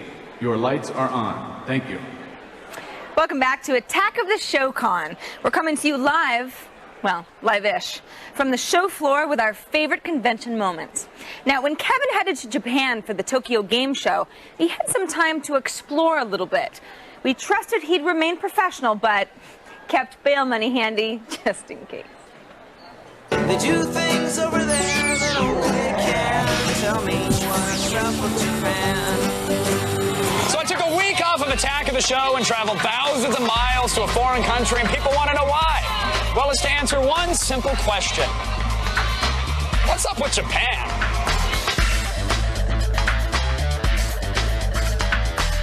For lifestyle exploitation, Harajuku's the place to be. There's live journal emo goth, tree-hugging hippie, hip-hop guy.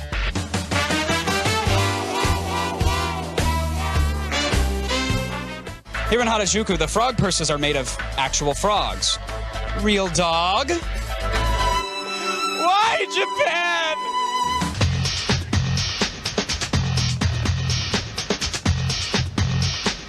The country of Japan has outlawed firearms. You can't get them anywhere. Even the police themselves don't carry them. But see, the society, they're smart. They understand that sometimes this got to blow some people away. That's why there's airsoft. Everything started out in Japan about 20 years back. Only reason why they actually started playing airsoft was because they couldn't carry real guns here. They shoot at about 270 feet per second. You got gears, you got a motor, piston, you got different types of guns. AEGs, you got your gas-powered pistols, and your spring bolt-action rifles, upgradable to any amounts of power from 270 feet per second all the way up to 600 feet per second. Can we actually fire one of these bad boys? Okay, let's get to it now. Let's do it. So this is our producer, Brian Keller. He has been working me like a dog all week at TGS. And so I said, Brian, we should see what the gear looks like. If you're playing a match, get on a mask, get on a little Kevlar vest.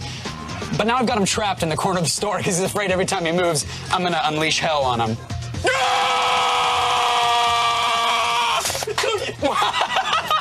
What'd you say? By the way, the safe word was petunia.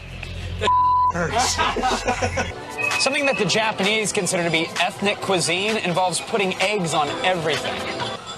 Everything. The busiest intersection in Japan is right here in Shibuya, and apparently my question's been answered. The electricity bill is what's up with Japan. Here in Japan, the 3 S's are very popular. Schoolgirls, sushi, and smoking. The problem is when you're walking around the streets of Akihabara, you can't light up. So that's why they've got Smoker Style. It's a place dedicated to lung cancer. Let's go in.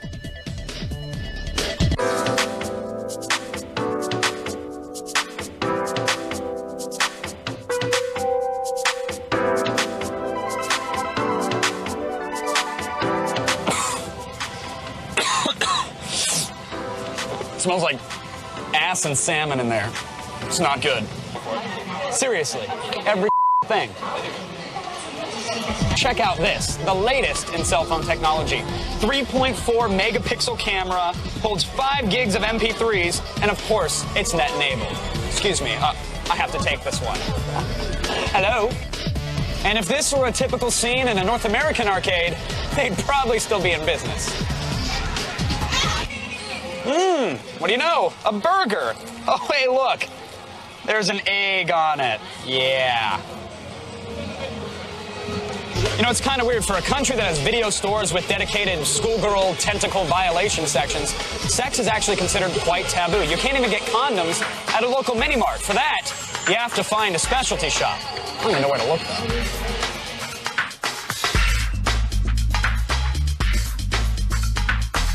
Oh, look. They come in X-Play and Attack of the Show. All kidding aside, Japan is an absolutely amazing place. The people, the culture, the lights, just everything. Except for the eggs. I can't deal with the eggs anymore. I'm not excited about it. Now, while initially hesitant, Kevin now can't eat anything without eggs on it. I mean anything. I refuse to go to lunch with him anymore. I understand where you're coming from. His cholesterol levels are also through the roof. I'm worried. Been a lot of weird happenings around here since he actually got back from Japan. Well, there is something very strange about Japan. They like robots a lot. He's got a fascination with mini robots, and I keep hearing the word hentai thrown around. Not familiar with that. Okay. Are you convinced now that conventions are more than funny costumes and snarky interviews? No? Then we're bringing back the insightful and inspired Gnerd documentary that blew the lid off of E3.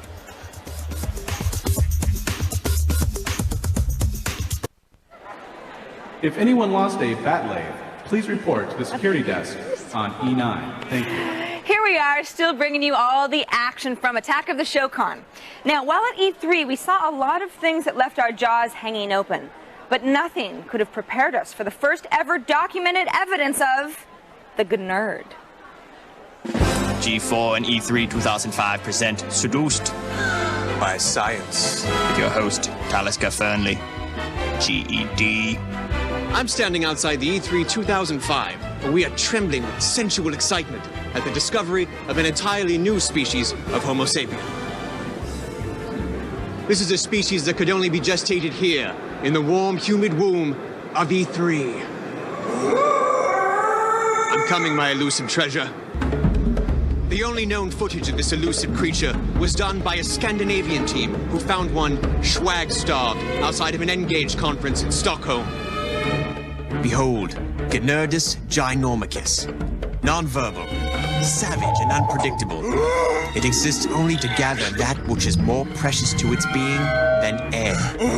Gratis detritus. To the layman, swag. Valueless, really. And yet, the Gnerd cannot live without it. The hunt is on. A trap has been set with extremely rare swag. To Gnerd, it's like eating a seed from the hand of God. And the trap is sprung. Now it's time to fix the tracking device. Hold him steady. It'll only hurt little bits. We have you now. From here, we can track the Gnerd's every move.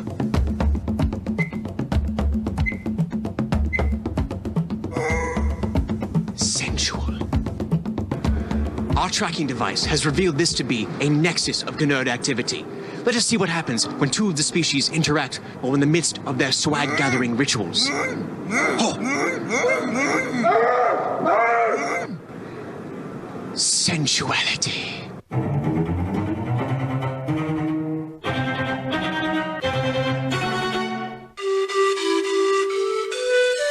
We cannot judge their cruelty. Their laws are their own, handed down by instinct. I now know the only way for me to truly study them is to get close. I must become Gnerd. I knew from watching Animal Planet that the watering hole was nature's great meeting place. It was there that I would become Gnerd.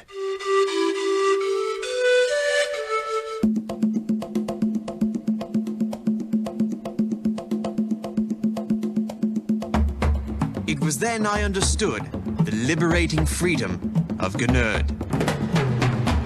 Gennard showed me the complexity of nothing. Nothing but the soulless, cold touch of a hollow marketing ploy. E3 will soon be over. He will return to hibernate in the cold subterranean recesses of some dark suburban basement. God, I love that sound.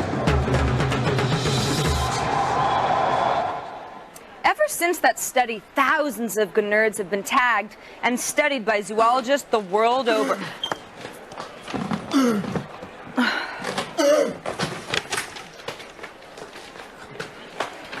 That's great. Typical. We'll be wrapping things up after this, but that's no reason not to come back, right? Okay. Attack of the show, baby. Attack. Welcome back to the best of our conventions. Now, the show wouldn't be complete without hearing from you, the viewer. So let's take some of your chat questions. All right, Mr. Mention wants to know, what was the worst smelling convention? Now, conventional wisdom would probably say QuakeCon. You get that? Conventional wisdom. He's a clever guy. You know, with all the sitting in close proximity and not bathing and stuff like, you know, that happens at QuakeCon. But something else tells me that Comic-Con may have given it a run for its money. Spandex doesn't breathe. Brendan, you've been to a few conventions. What do you think? I have. They're all smelly in their own way. They're like, it's like fine cheeses. Mhm. Each have their own brand. Aromas. Star Trek's convention might give you a air freshener and smelly feet. Mm. You know, whereas the Star Wars convention is more of like an aerosol spray with dirty socks. You know what I mean? Yeah, I Very do. different. I do know what you mean. Brendan, it's been really fun. Attack of the Show Con, a resounding success. Maybe next time I will get some real fans that show up to say hello to me. Maybe, maybe. Thanks for joining us. See you next time. Computers on Attack of the Show provided by Intel. Game on. Power up. Take control with the Intel Pentium Processor Extreme Edition.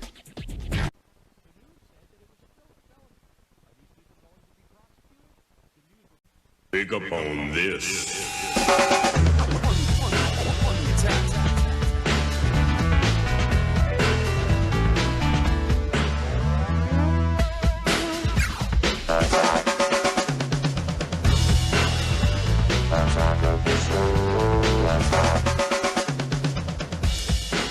Hello, everyone, and welcome to Attack of the Underground. It's a collection of Attack of the Show guests who, well, you know what, they really don't fit into any easy category. They kind of lurk in the fringes of comedy and film and art and maybe, just maybe, the fringes of your heart.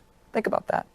Now, author Ben Mesrick came on the show to offer some gambling tips for those of us who tend to lose our shirts in Vegas. Now, I personally don't need any gambling tips. I just need to remember not to swallow strange pills. Author Ben Mesrick knows firsthand how a couple of geeky MIT kids could bring Vegas down to its knees. He's followed up bringing down the house with a brand new book, Busting Vegas, about a different group of kids breaking the old Sin City piggy bank. Ben, welcome to the show. Thanks very much. Thank you. Your last book, the Bringing Down the House. Yeah. Again, about MIT kids. Group of 6 MIT kids who took Vegas for about $6 million with a card counting scheme. Right. Not at gunpoint. Not at gunpoint. All legal. You can't get arrested for it, but they were playing blackjack, and they basically used a team to spread out across the casino and hit every table at once. And it was basically card counting, which is, you know, having a mathematical advantage at certain points in the deck. Certainly not an MIT exclusive. Like, they didn't create No. the technique It's, you know, it's been going on for about 20, 25 years, was passed down from group of students to group of students. It's also been done at Caltech, at a lot of other technical colleges. And, I mean, a lot of people know how to card count, basically. Right. Yeah. My local community college, not so much. Maybe, They, maybe they would teach you how to shank an opponent and take chips. But so I established now that you have a bit of an MIT/blackjack fetish. I'm definitely, I've done the second book now. Because you've now you further pigeonholed yourself as the Vegas guy. Are you okay with that? Do you know what? mind carrying that banner? I never had any intention to be this Vegas expert. I didn't want to write another Bringing Down the House. But basically, I was at the 20th reunion at MIT, and this kid came down and sat next to me and started telling me these stories about how he'd beaten blackjack, not using card counting, that he had gone across Europe and taken on Monte Carlo. Now, are you believing him at this point? I know now it's true. Well, when he first started telling me it, I was pretty skeptical. But then I found out he was this kid known as the Darling of Las Vegas, the biggest high roller to ever play. For part of the 90s, he was playing with millions of dollars, had won about $7 million, and had then gone on the road basically all around the world, And we're talking about Semyon Dukat. That's his name, that's his real name, actually. In this book, in Busting Vegas, it's the real name. You can look him up. You could probably find him if you wanted to. Google him. He's out there. He's out Don't there. worry. Absolutely. But what I do love about him, and granted, he didn't create these techniques, but it was a series of new techniques that weren't card counting. Right. They weren't hidden cameras or mirrors, No. smoke signals or flag No. sign language. It's Like, 3 techniques that involve manipulating cards in blackjack. So you can actually get a certain card to come out when you want it to. And it sounds like a magic act, but it's actually a fairly simple process. yeah, David Blaine probably actually couldn't perform it. Yeah, right. It's too easy for him. It requires a bit of skill, and we'll get to that in a second. Yeah. But like, even though the techniques are completely legal, they managed to get into a bit of trouble with it. They right? did, because what happens is Vegas doesn't want anybody who can actually win. Of course if not. you win in Las Vegas, private eyes are assigned to you. They follow you around. They follow you back home. They get photos of you. You end up in this Facebook of unwanted people. And once that happens, you get kicked out, or sometimes worse. It's funny, and you ended up in the Facebook as well. I didn't am. you? I got kicked out You're of a guilty couple by association, casinos right? just for hanging out with these guys. I've never been sort of beaten up. It's none of the Godfather things, but I definitely have been walked out of a casino. So no Joe Pesci in a vice grip. Not yet. All right. Hopefully never. It'd be a good ending now. Yeah. So, right, so in the book, you talk about their technique, which Yes. I think is great. You expose the 3. We're going to talk about one now, which is called busting this the is just dealer. one technique, and it's actually the most powerful one. But basically, when you go to a blackjack table in Las Vegas, what happens is after the dealer shuffles the cards, he rolls them over like this. Okay. And he goes like this to the table. If you're sitting in the first base, which is where you're sitting, Right here? you actually can see that bottom card. Yeah, I can see it peeking out. I barely see a little bit of a queen. You see a little bit of a queen. I get it. Okay. So face now you card. know there's a queen at the bottom. What happens next is the dealer takes the cut card and he offers it to one of the players. I would love to cut that You deck. take it and you cut to exactly 50 or 60 cards from the bottom. I mean, I now, understand is that sounds really? hard, Is that even feasible? but I Like- promise you, if you went home right now and practiced for 1 hour, you could get really close to cutting to 50 cards. All right. So what happens is you cut to 50 And we'll cards. assume that's Let's 50 pretend or that so. that's 50 Cut cards. cards in. What the dealer then is going to do is he's going to take the front of the deck and he's going to move it to the back of the deck, right? Well, this card that you saw at the bottom, this queen, is now the 50th card at the bottom, right there. And these you guys now practiced know, to the point where they were so they confident know. they knew for sure. Right. When you now these know cards the are in the shoe. 50th card is a queen. The dealer's going to put this back and then put it back in the shoe and start dealing. Well, what you do is you just count down to 50 and you load Hang up out, that keep drinking queen. the booze so and the just first, wait. 49 cards come out. You now have the deck up here and you know that the 50 card is sitting right there. You now wait. None of you hit. You all bet $10,000. And you know that the dealer, if he needs to take a card, is going to get that He's gonna queen bust. and he's going to bust. So you've just effectively busted the dealer. You don't know he's going to bust. You actually actively busted him. So all of you win, and you can win as much as $60,000 in a single hand. So all the cards, all the time, you're waiting for that one hand, Right, and you're it's betting gonna the pay minimum. off. You're betting $10 a hand, so you don't really care about those other hands. You care about that one hand, that one round where he's going to bust and you're all going to win. It's great. I got to tell you, they, like not even just to learn the 3 tips, which I'll never actually be able to use in a real scenario, but just for the tales of what happens to the crew that does it. It's such a fascinating read. Thank Ben. you so much. Thanks for coming Thank on you. and Thanks thanks for for having sharing me. the tips Awesome. as well. Thank you. We'll be waiting out back with Ice Picks. Yeah, by the okay. way, I'm gonna for all run. your cheating. We actually were waiting out back with Ice Picks, by the way, and he left a nice trail of blood to his Datsun. It's interesting, the Busting Vegas, because it really is all about playing for 25 minutes, literally hoping and waiting for that one hand. But when you get it, you know, you can make upwards of, I don't know, $300,000 to $500,000 all in a fell swoop. Ben, not so much. He was later actually found scamming our interns at 3-card monte. So apparently the whole cutting the dealer to the 50 card, not working out for him. But what's working out for me is a second wind of beer and a wardrobe change. That's what I've got in store. But you need to stick around because we've got animators and other weirdos aplenty on the way. Attack of the show, baby. Attack. Welcome back to Attack of the Underground. I look back at the guests who really couldn't quite fit neatly into any other best of shows. Like animator Aaron Augenblick. You know, any guy who has shorties watching shorties and wonder shows on his resume, well, you know what? He's our personal hero. All right, let's say you need an animator for your show, but you want the kind of guy who thinks it's funny to draw a Johnny Quest-style dog eating a woman's stomach open to help her deliver a baby while skydiving. Well, believe it or not, Aaron Augenblick is your guy. Welcome to the show, Aaron. Thank you. Good to see you. Nice Thanks to for be coming here. on. We appreciate it. Thank you. I have to come right out of the box swinging, and I apologize with the Okay. hard-hitting question here. Right. Mighty Mouse or Richie Rich? Who's winning? Versus? Yeah, oh the yeah. two of them? Oh yeah. Richie Rich has the money, but I would say Mighty Mouse has the pure bulk and muscle, I think, in a Sorry. fight. Yes, that is correct. Okay. That is correct. All right, Thank so you. you're off the hook there. Augenblick Studios, Mhm. animation studio based out of New York. How did that Brooklyn. thing get started there?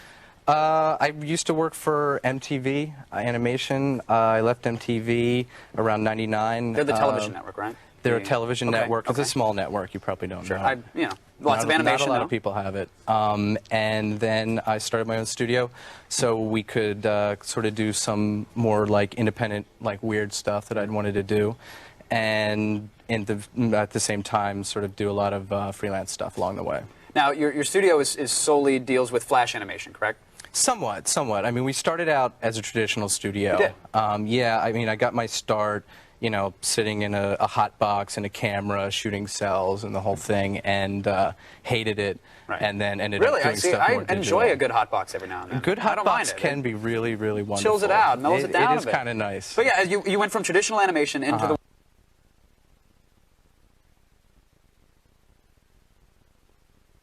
pretty critical of the fact that we were doing stuff in Flash, especially in its infancy when we were first doing it. I mean, there was so much crap being made in Flash. It was all Shock the Monkey banner ads and no actual art. Yeah, there was all that stuff in Blenders. A lot of things in Blenders was around. But I mean, what I like about Flash that's sort of good, I mean, and bad, is that anyone, like a housewife in Nebraska, can make a cartoon. You know, and animators hate that because animators like to be able to have sort of their own proprietary system. Sure, but you're not concerned with traditional animators losing their jobs or their gigs necessarily over the Flash animation revolution, right? You still think that it takes a traditional animator to make good Flash? Is that true? Absolutely. I mean, that's the thing. I always look for traditional people. I mean, I don't necessarily gravitate towards people who have only ever done Flash, because personally, the stuff I like is traditional classic animation. So I don't mean to sort of burn traditional animators, because that's where the good stuff is. But what we try to do is sort of apply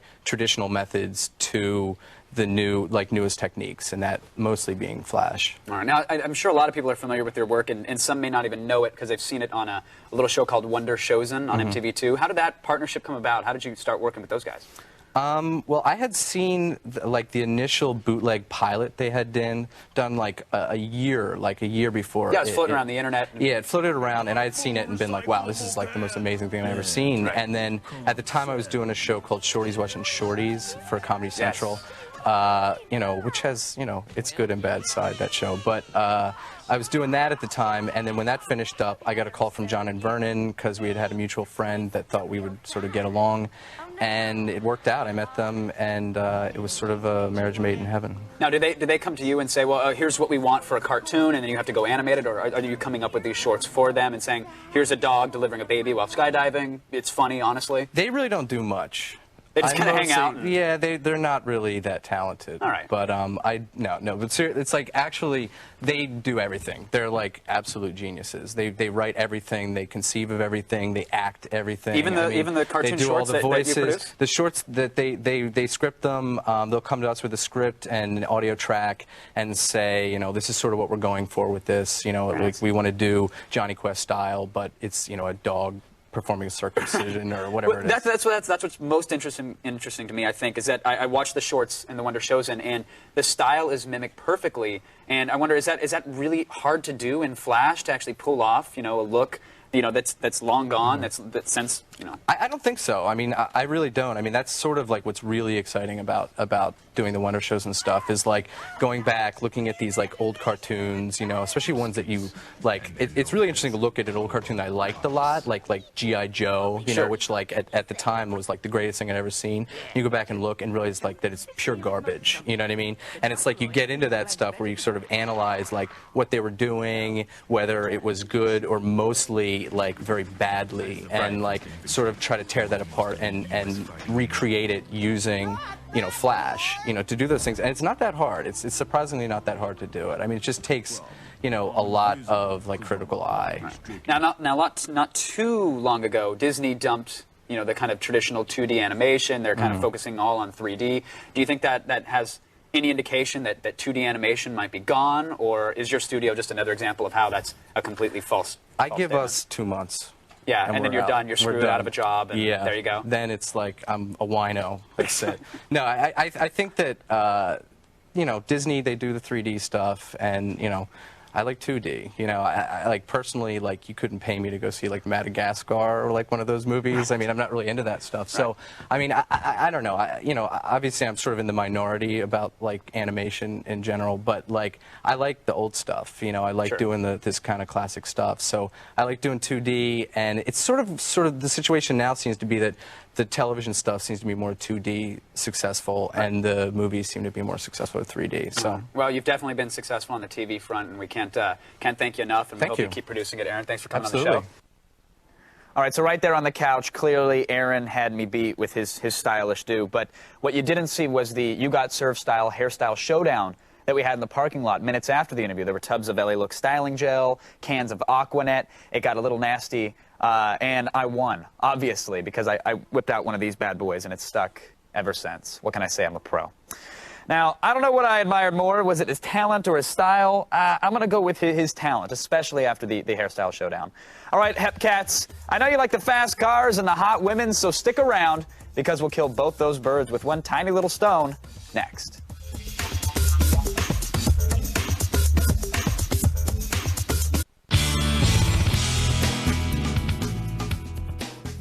All right, so there's this guy, Brooke Burgess, and he had an animated DVD comic book called Broken Saints. That was dark, and it was twisted, and it detoured away from the mainstream a long time ago. The father sent schools to consume me. They defy all reason. And he is deaf to my pleas. I beg of you, tell me why, please. Now, this creation of yours isn't really, it's not a comic book. Nope. It's not an animated web series. No. What is it? Why is it different than all the other stuff going on? The term that bubbled up was cinematic literature, and I think the birth of that came from the fact that, you know, old school comic books, when they tried to mature, wanted to call themselves graphic novels. Mm-hmm. And instead of being just a flash comic online, or like you said, just a click-through thing online, people were trying to like define it. It's like, well, it has cinematic sensibilities. It tells a story linearly like a film. Yeah. But it also is very literate. It's very mature, and it's very intelligent. We wanted to get that across with the moniker for it. So cinematic literature was born. Cinematic literature. Now, for those of us who aren't as familiar with the series, give me a little background. There's a lot going on. Oh, there is a lot going on. It's a 12-hour epic, right? Yeah. It's 24 parts, 57 acts built together over a long chronology, but the basic story is that 4 strangers from different cultural and religious backgrounds from the quiet corners of the globe get the same harrowing vision of the end of the world, of the apocalypse. Okay. And they're somehow drawn to the same city in the Pacific Northwest, where their fates are intertwined and tied to a global satellite project and a plan to broadcast God to the world. How did this project start? You guys have been working on this for, what, about 4 years now? Well, yeah, the online version started in January 2001, finished in July 2003, culminated in a win at Sundance Film Festival that year. And then we were approached by a Canadian grant body called Telephone Canada, who gave us $500,000 to revamp the entire series, 3 years of work in 9 months for the DVD set. Now, how many people are working on Broken Saints? It started off with just 3 of us in a basement, living on noodles daily for 3 years. Also, my composer cousin helped out on the side as a contractor from Berlin, Germany. And we were based in Vancouver, Canada. But after we completed the online series and Telefilm said, hey, here's a budget, here's all the things you want to do to it, go crazy, we had to do it in 9 months. The team of 3 expanded to 60 plus 40 voiceover actors. Wow. So basically a team of 100. And now, I read somewhere on your website that you said, in part, you created Broken Saints to give the comic book world a wake-up call. What does that mean? I think that back in the 90s, any comic book fans would agree that things were getting more about surface and marketing. It was about, okay, you know, what Chrome covers can we have? Sure. What collectability do we have? They didn't care about the characters. You know, Spider-Man as a clone and this and that. It just made no sense. And I was moved by the works like Frank Miller's Dark Knight Returns and Neil Gaiman's Sandman, Alan Moore's Watchmen. Now that's a piece of work. And because these things speak to us spiritually and politically and socially, any piece of art speaks to you and makes you reevaluate your life and your place in the world. And so this was my version of a wake-up call saying, hey, here's 3 guys working on this for free who have something to say and can touch people anywhere. They are not limited by the avenue of distribution whatsoever. This is the global phenomenon. That's an amazing approach. You don't hear that very often. You have a clip with you today. What are we going to look at? Okay, well, we're going to see one of the characters, Kemimura, the Buddhist priest from the series, and he is meditating on the loss of his temple that was burned down. He knows that there's something nefarious involved. And as he meditates, he gets trapped in a vision of this city being destroyed, and a dark force speaks to him about what's really happening behind it all. All right, heavy stuff. Let's take a look.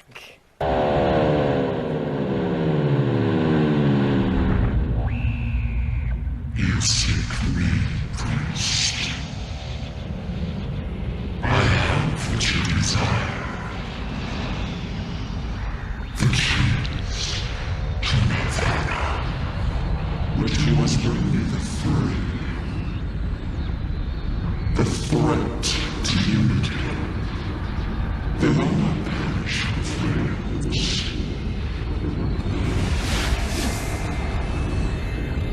They will be reclaimed by another. Betrayed like yourself. So small and helpless. Withdrawn in a broken kingdom. A speck. Adrift in a sea of nothingness. It looks great. Obviously, your heart's in the right place. How are you going to make money off of this project? Yes, the revenue model. Well, what's going on? Are you getting rich here, Brooke? Not yet. That was never the plan, but the parents keep going, so someday maybe you left EA as a game producer, you can actually make some money. Yeah, tour around the world. Well, the DVD's finished. It's a 4-disc deluxe set. We're negotiating with 3 major studios to do a global retail release. Wow. Mobile, broadcasting, on-demand, pay-per-view, all that nifty stuff. Also in discussions with studios and networks regarding a live-action miniseries version, which was always my dream. Sure. And also going down for a second series of pitches to 3 major publishers for a game version next month. Well, it's very exciting stuff. And it seems like, I mean, when you watch it online, you think, I could see this on television. I could see this as a comic book. You can see a bunch of different mediums that it could transform into. Definitely. And it sounds like people are interested. Well, people can just go to the website and check out the original Flash version. They can purchase the DVD version and get in touch with us because we respond to every single mail we get. All right, Brooke, thank you so much for being here. Thank you. Yeah, Broken Saints, well, Broken Saints kind of creep me out, to be honest, but in a good way. A good kind of creeped out. Like, you know, when your uncle installs wood paneling in his breakfast nook and then sends you an Evite for Twister. I know you have a restless spirit, but rein it in, folks. More notes from the underground are coming up next.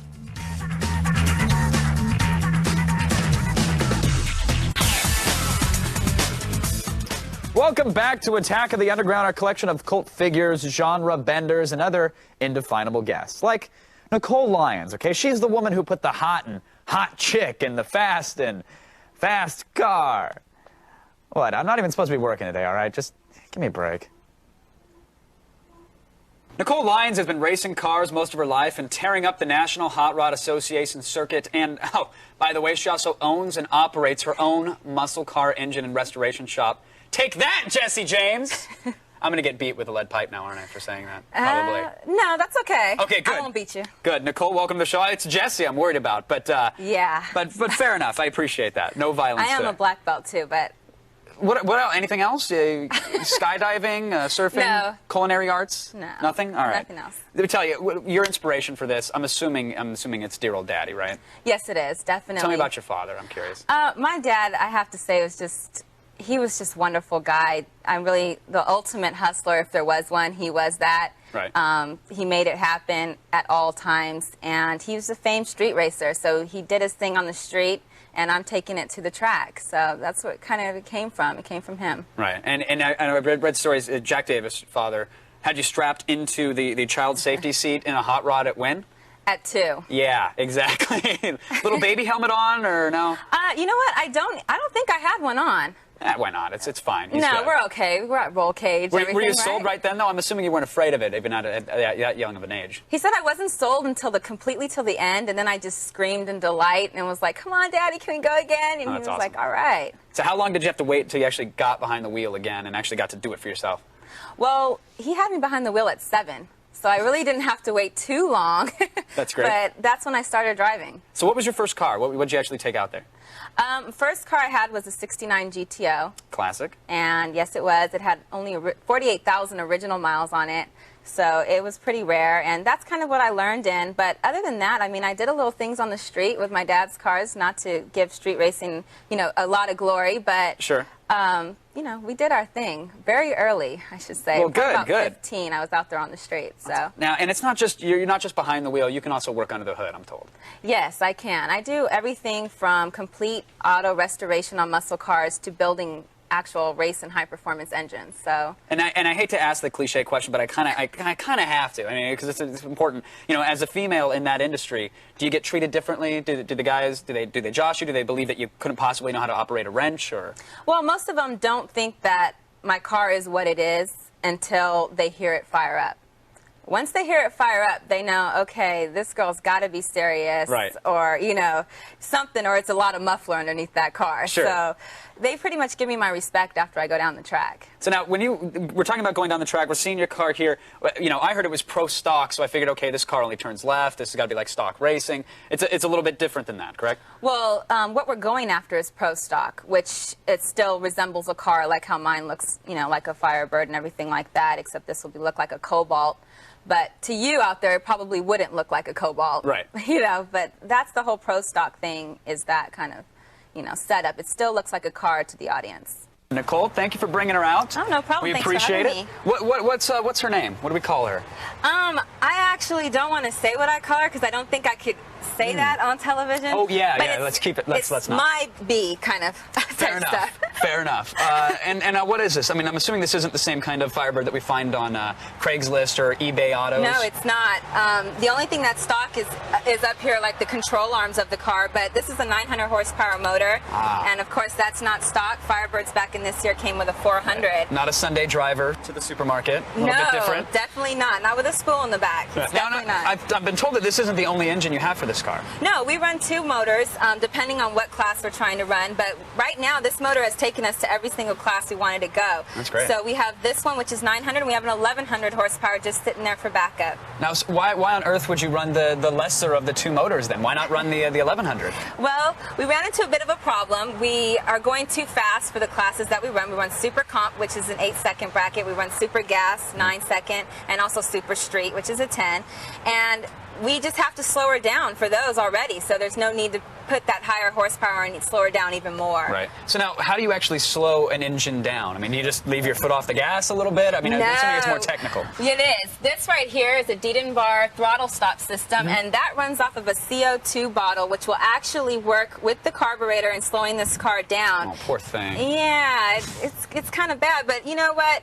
You know, I like to run them full out, but NHRA doesn't have a bracket for what this car will actually run full out, so we have to comply and do our thing. So the lights go green, you're literally, you gas it, and it just shuts it down for a few seconds to give the other guy a chance? We can program it to shut it down wherever we want in the quarter mile, but how we work it is, as soon as we reach our 60 foot when we leave, and green comes down, 60 foot comes on, it shuts it down for about 3 seconds right there. The car's still semi-rolling, but then it picks up full throttle right after that, and that's when you have to hold on. And what are you, let's say, you probably can't even measure it that well, but 0 to 60, what are you thinking?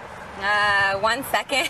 Yeah, all right, all right. Something like that. Puts my little Subaru to shame a bit, but that's okay. I still love my baby. Now, one of the interesting things was the electronic box for the auto control is inside. Yes, it is. And that's not it. When it comes to turning on the car, there's about 1,000 other little switches and knobs and other things. Oh, yeah, right? definitely. Do you mind giving us a little showcase? No, no problem. And by the way, I should let everybody at home know, I couldn't get into the car earlier. I couldn't even get that far. He doesn't dance very well. That close to driving it, but... Anyways, all right, so what's the process here? Well, what you're looking at here, this is actually what's going to control the throttle stop. Okay. But the process of actually starting this car up is you'll actually hit the ignition right here. You'll turn another dual ignition, which is right here. The classic key, which is classic. Which is classic, exactly. What you'll do is you'll give it a squeeze here of your fuel pump. Right. Right. And there was a safety switch in the back as well, right? Yeah. Just in case all hell really does break loose. Exactly. Officials can run out and turn that off, it'll shut the whole car down. Very nice. And then we'll start it up. So if you're ready for that. You know what? Let me, I have a feeling it might get a little loud, right? It's going to get a little loud, All trust right. me. Let me let everybody know to keep tabs on Nicole Lyons. Just go ahead and visit ColeMuscleCars.com. Now that that's out of the way, I figure let's go ahead and get her going. All right, let's start her on up.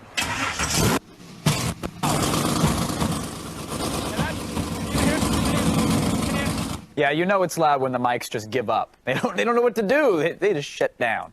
And I've never been more turned on or more emasculated at the same time. Yeah, I probably have, actually, now that I think about it. There is still more underground to excavate, so don't remove your helmet lights just yet. More Shadow Dwellers coming up next.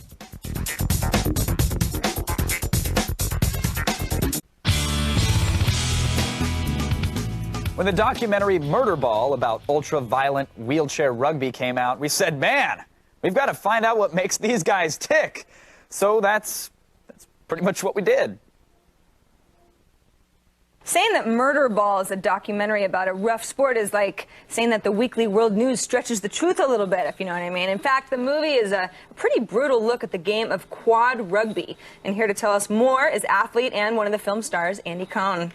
Welcome to the show. So glad to have you. Thanks for having me. I saw the movie, as I mentioned, last Friday, and it was wonderful. I recommend it to everybody. So let's get started first on quad rugby. Murder Ball, quad rugby, same thing. But it's really quad rugby, right? Yeah. Murder Ball is just sort of a... Yeah, it was actually, we started the game, we called it Murder Ball, but it's hard to get a lot of corporate sponsorship or new patients out of hospitals, and you're like, hey, would you like to come play Murder Ball? Quad rugby went over a little easier. Yeah, Pepsi's like, I don't think so. Yeah, so the official name is quad rugby, but the guys who play it call it Murder Ball. Okay, and then how long has the sport been going?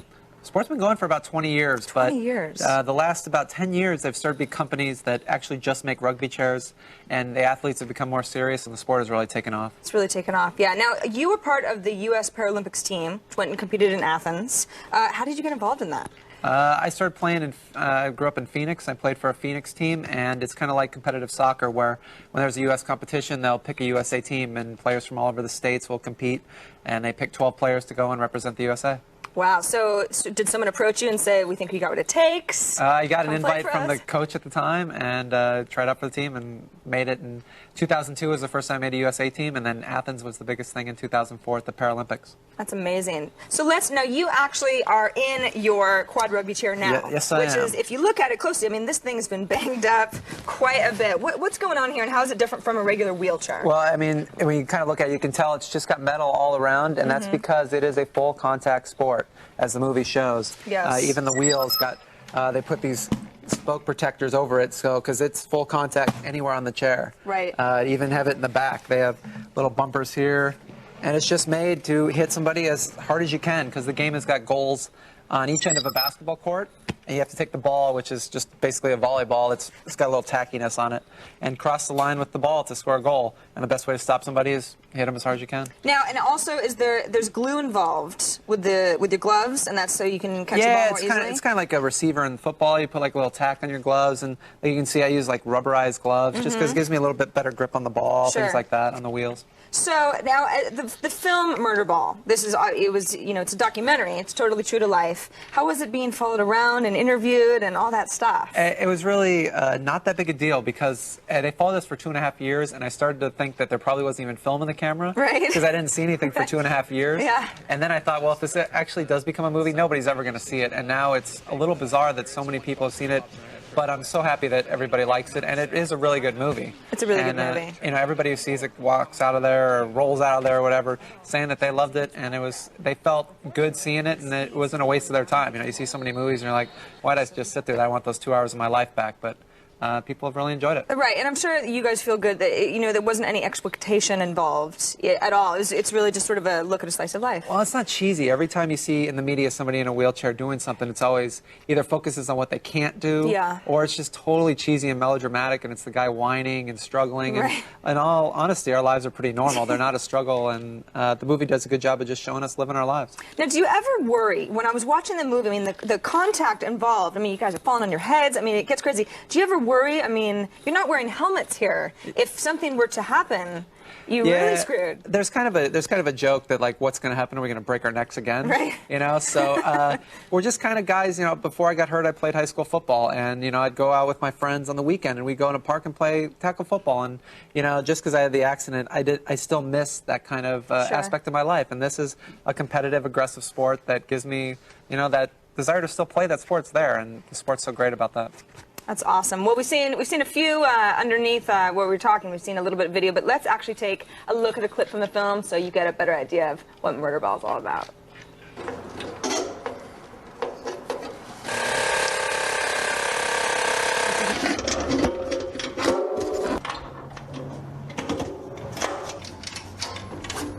Some people will come up to me and they'll shake my hand and say, "Oh, it's good to see you out."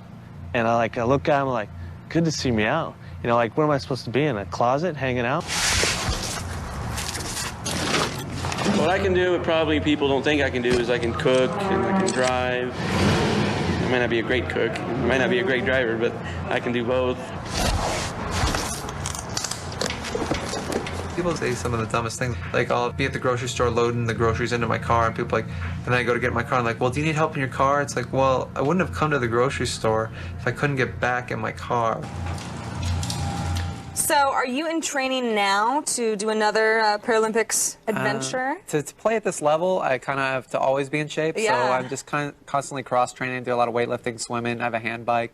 And I love to just get my rugby chair and just push around the neighborhood, listening to music, stuff like that. So just trying to stay in shape and hopefully keep playing for the USA for as long as I can. And when will you, if you are selected, when will be the next big year?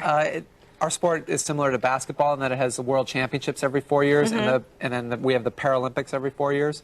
So the next World Championships would be 2006 in New Zealand, and Paralympics would be 2008 in Beijing. Well, I hope we see you again. I hope you do too. Yeah, that guy right there is about 1,000 times tougher than I'll ever be. In fact, to prove it, he knocked me out of my office chair and then spat in my eye when I was crying. It's okay. I've come to terms with that.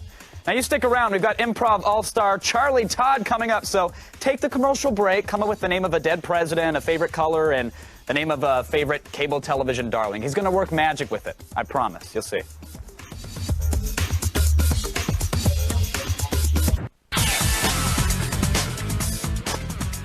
Welcome back to Attack of the Underground, a gallery of guests from the outer reaches. Like Charlie Todd, you know, he's your average, everyday New Yorker. He likes taking long walks and eating good bagels and riding the subway in his underwear.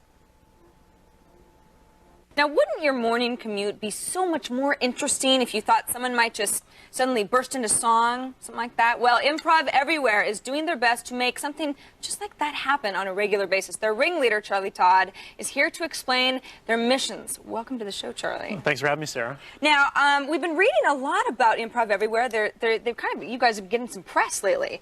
You've been named Hot Pranksters by Rolling Stone magazine. In this very magazine, VH1 also named your U2 prank one of the 40 greatest pranks ever, which is pretty prestigious. Yeah. Pranksters have been around for quite a while. That's true, You know? So let's talk about this U2 prank. What exactly did you guys do? Well, I live on 8th Avenue in Manhattan, across the street from Madison Square Garden. So this past May, U2 was playing at the Garden at 8 o'clock at night on a Saturday night. I live in a 4-story apartment building, and I have access to my roof, and U2 is famous for playing on roofs. Yes, they've been doing that since, you know, the old videos they did that. Yeah, they did it out here in L.A. in 1987. They played on the roof for the Where the Streets Have No Name video. Exactly. Got shut down by the cops, filmed it for the video. So I wanted to recreate that moment. So I have 4 friends. My roommate, Chris, is a drummer. So he has his friend Terry, his friend Dan, and his friend Ptolemy. They're all in a cover band together. So we got them together, dressed them up just like U2 with wigs and sunglasses and leather jackets. You went up to the top of your roof. Went up to the roof an hour before they played at the Garden. And I bought a PA system for this. So the point is to make everyone think that this is actually U2 doing some surprise, like, here's a free concert before a real concert. And just about a year ago in New York, they went through 5th Avenue in a flatbed truck. So it's the kind of thing that they would do. People would. So did people buy it? What was there mayhem? Yeah, what happened? There was mayhem. It was great. So they played about 5 songs, and I had a bunch of people from my mailing list who were in on it. So maybe like 70 people were in on it, and they showed up at that location, like running down the street screaming, U2's on the roof, oh my God, they're setting up, they're about to play. And by the end of the 30-minute concert, there were 300 people on the street there, you know, blocking traffic. People were getting out of cabs. There were people on balconies and rooftops all around. Basically, it looked just like the Where the Streets Have No Name video looked. So that particular prank, a lot of effort was put into it. A lot of people were needed. You have some other pranks that are similarly strange, but require maybe a little bit less of a, I guess, less effort. One of your Megastore prank is another one that people is pretty well known. Tell me a little bit about that one. Okay, I did the Virgin Megastore prank a couple of years ago. My friend Mark Lee actually helped me come up with it. And they have a Megastore in Union Square in Manhattan. Sure. And it's got a real big store. 40 listening stations. And they're numbered 1 through 40. So I had 40 people take over the listening stations. And that's me right there. I gave a signal. And as you can see, the first thing they do is they all just turned around and looked straight out. And that freaked everybody out. And then for the second phase of it, they did a coordinated dance. My buddy Ken choreographed it in the park, and together all 40 people danced. And this is just the sort of thing that regular people who are in the store are just going to freak out about. Yeah. Because they don't expect it, they don't know what you're doing, they don't know if it's good or bad.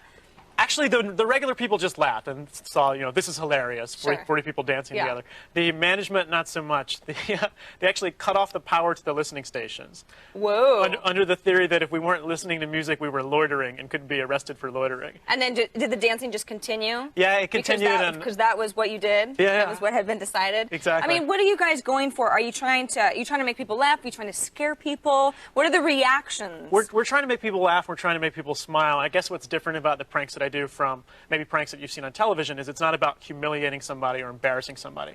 It's about giving somebody a great story to tell. Sure. Like, you wouldn't believe what I saw at the Megastore today. I was in the Megastore, so weird. 40 people all of a sudden turned around and did a dance, and then they disappeared. So these pranks need a bunch of people to participate. You guys think of yourself as sort of a flash mob? Are you a comedy troupe? Do you require formal training to participate? Well, it started just being myself and the 3 friends I knew in New York, going out and getting drunk in bars and doing silly things. And then I started taking classes at the Upright Citizens Brigade Theater, which is in New York City, and also now out here in Los Angeles as well. And through the theater, I met all of these awesome people. So I have a lot of collaborators. Actually, Sean Hart, who I think you know, who was on Attack the Show for a while. We know Sean Hart. He's a UCB performer, and he's part of my troupe. So now it's, you know, a couple of hundred people that I know through UCB. And then since all of this media attention, my list has gotten bigger. I've got about 1,500 people on my New York City mailing list right now. Wow. So you have more people than you even need for any particular prank. One prank I want to talk about, it's very well known. You did it a couple years ago. The Starbucks prank. Yes. Tell the folks out there about what you guys did at Starbucks. Well, I got 7 actors to recreate time.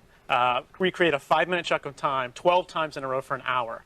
So I entered the restaurant with my girlfriend at the time, and we got into a little bit of an argument, and we stormed out, and she runs out, and I yell, "Katie, come back!"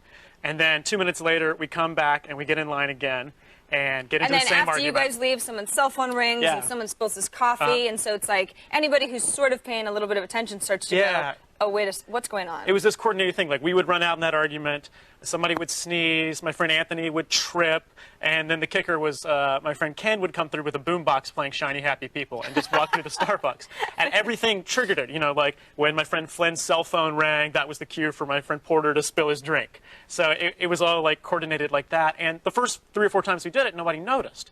But once we had repeated time 7 times in a row. He's yelling for Katie again. Something's off. Yeah, at first people were just like, if I was him, I would break up with that girl because they're not getting along today.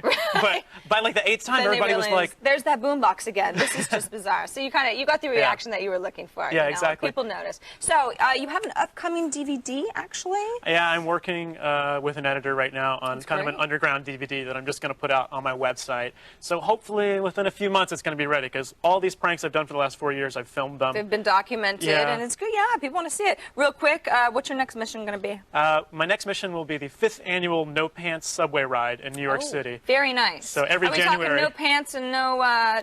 We wear underwear. Okay. Yeah. All right. Well, shoot. Too bad. So yeah, we're going to take over the 6 train and get probably hundreds of people to enter the same car with their pants off. Great. So. The 5th annual. It's well known. Yeah, I've been doing it since 2002. So all right, it should be fun. Well, best of luck with all of your pranks. It sounds Thank you, like we got to do something like that on this show. Yeah, well, let me know. Help I'll us come out. out. Teach us. I'll come out and prank with you The guys. Improv. All right. Well, thanks for being on the show. You bet. You can also head on over to improveverywhere.com where they've documented over 50 missions, tons of pictures, tons of videos, play-by-play from all of the agents involved. It's a good time. Oddly enough, I just completed my first annual Naked Bart ride up in the Bay Area, and sadly there won't be a second annual one. I'm sorry to all the police officers involved with that. I have to say, though, I was relieved he didn't ask me to suggest an occupation in a scenario. I'm normally allergic to improv. It's a good thing you aren't, Cappers. Plant it! I'll be answering your Outer Limits questions pronto. Attack of the show, baby. Attack. So there's this invention called the internet, and it allows people to log on and go to our forums, which are like a big chat room, but not real time. And you can type questions, which we can read and then answer, like this one. G4 Chaos Theory asks, did Nicole Lyons make you feel at all emasculized? Emasculized? Really? Because I Googled it, and I went to the wiki, and I put in the emasculized, spelt the exact same way that you did, and apparently not a real word, and therefore couldn't be a real emotion. And so no, she didn't make me feel that way. KP June asks, when you did the Guitar Hero segment, did you plan on smashing your guitar, or was it just something that you thought of on the spot? Well, I'd like to think that I'm quick-witted and came up with that on the fly. I did not. I actually asked the producer, would it be cool if I unplugged it, break the guitar, it'd be cool, like a rock star finish? The answer was yes, but what I didn't expect was for Alex, the CEO of Harmonix, to get in on the action and therefore break my second guitar, the one I was planning on playing when I went home that night. I still shed a tear. Nefetz wants to know, what was Sean Baby like? Did you two get along as friends, or do you still talk with each other? We don't talk since the accident, unfortunately. But once his eye settles back into place, I think he's going to forgive me, and maybe he'll stop being a giant jack. Jordan Haas wants to know, what kind of yogurt is your favorite? That is an excellent question, my friend, and one I don't get often enough. I am a fan of any variety of Go-Gurt because it's portable and extreme, and that's all you need to know. We are finished here! I hope your eyes have been opened, your mind expanded, and your surplus snacks consumed. I'll catch you on the flip side.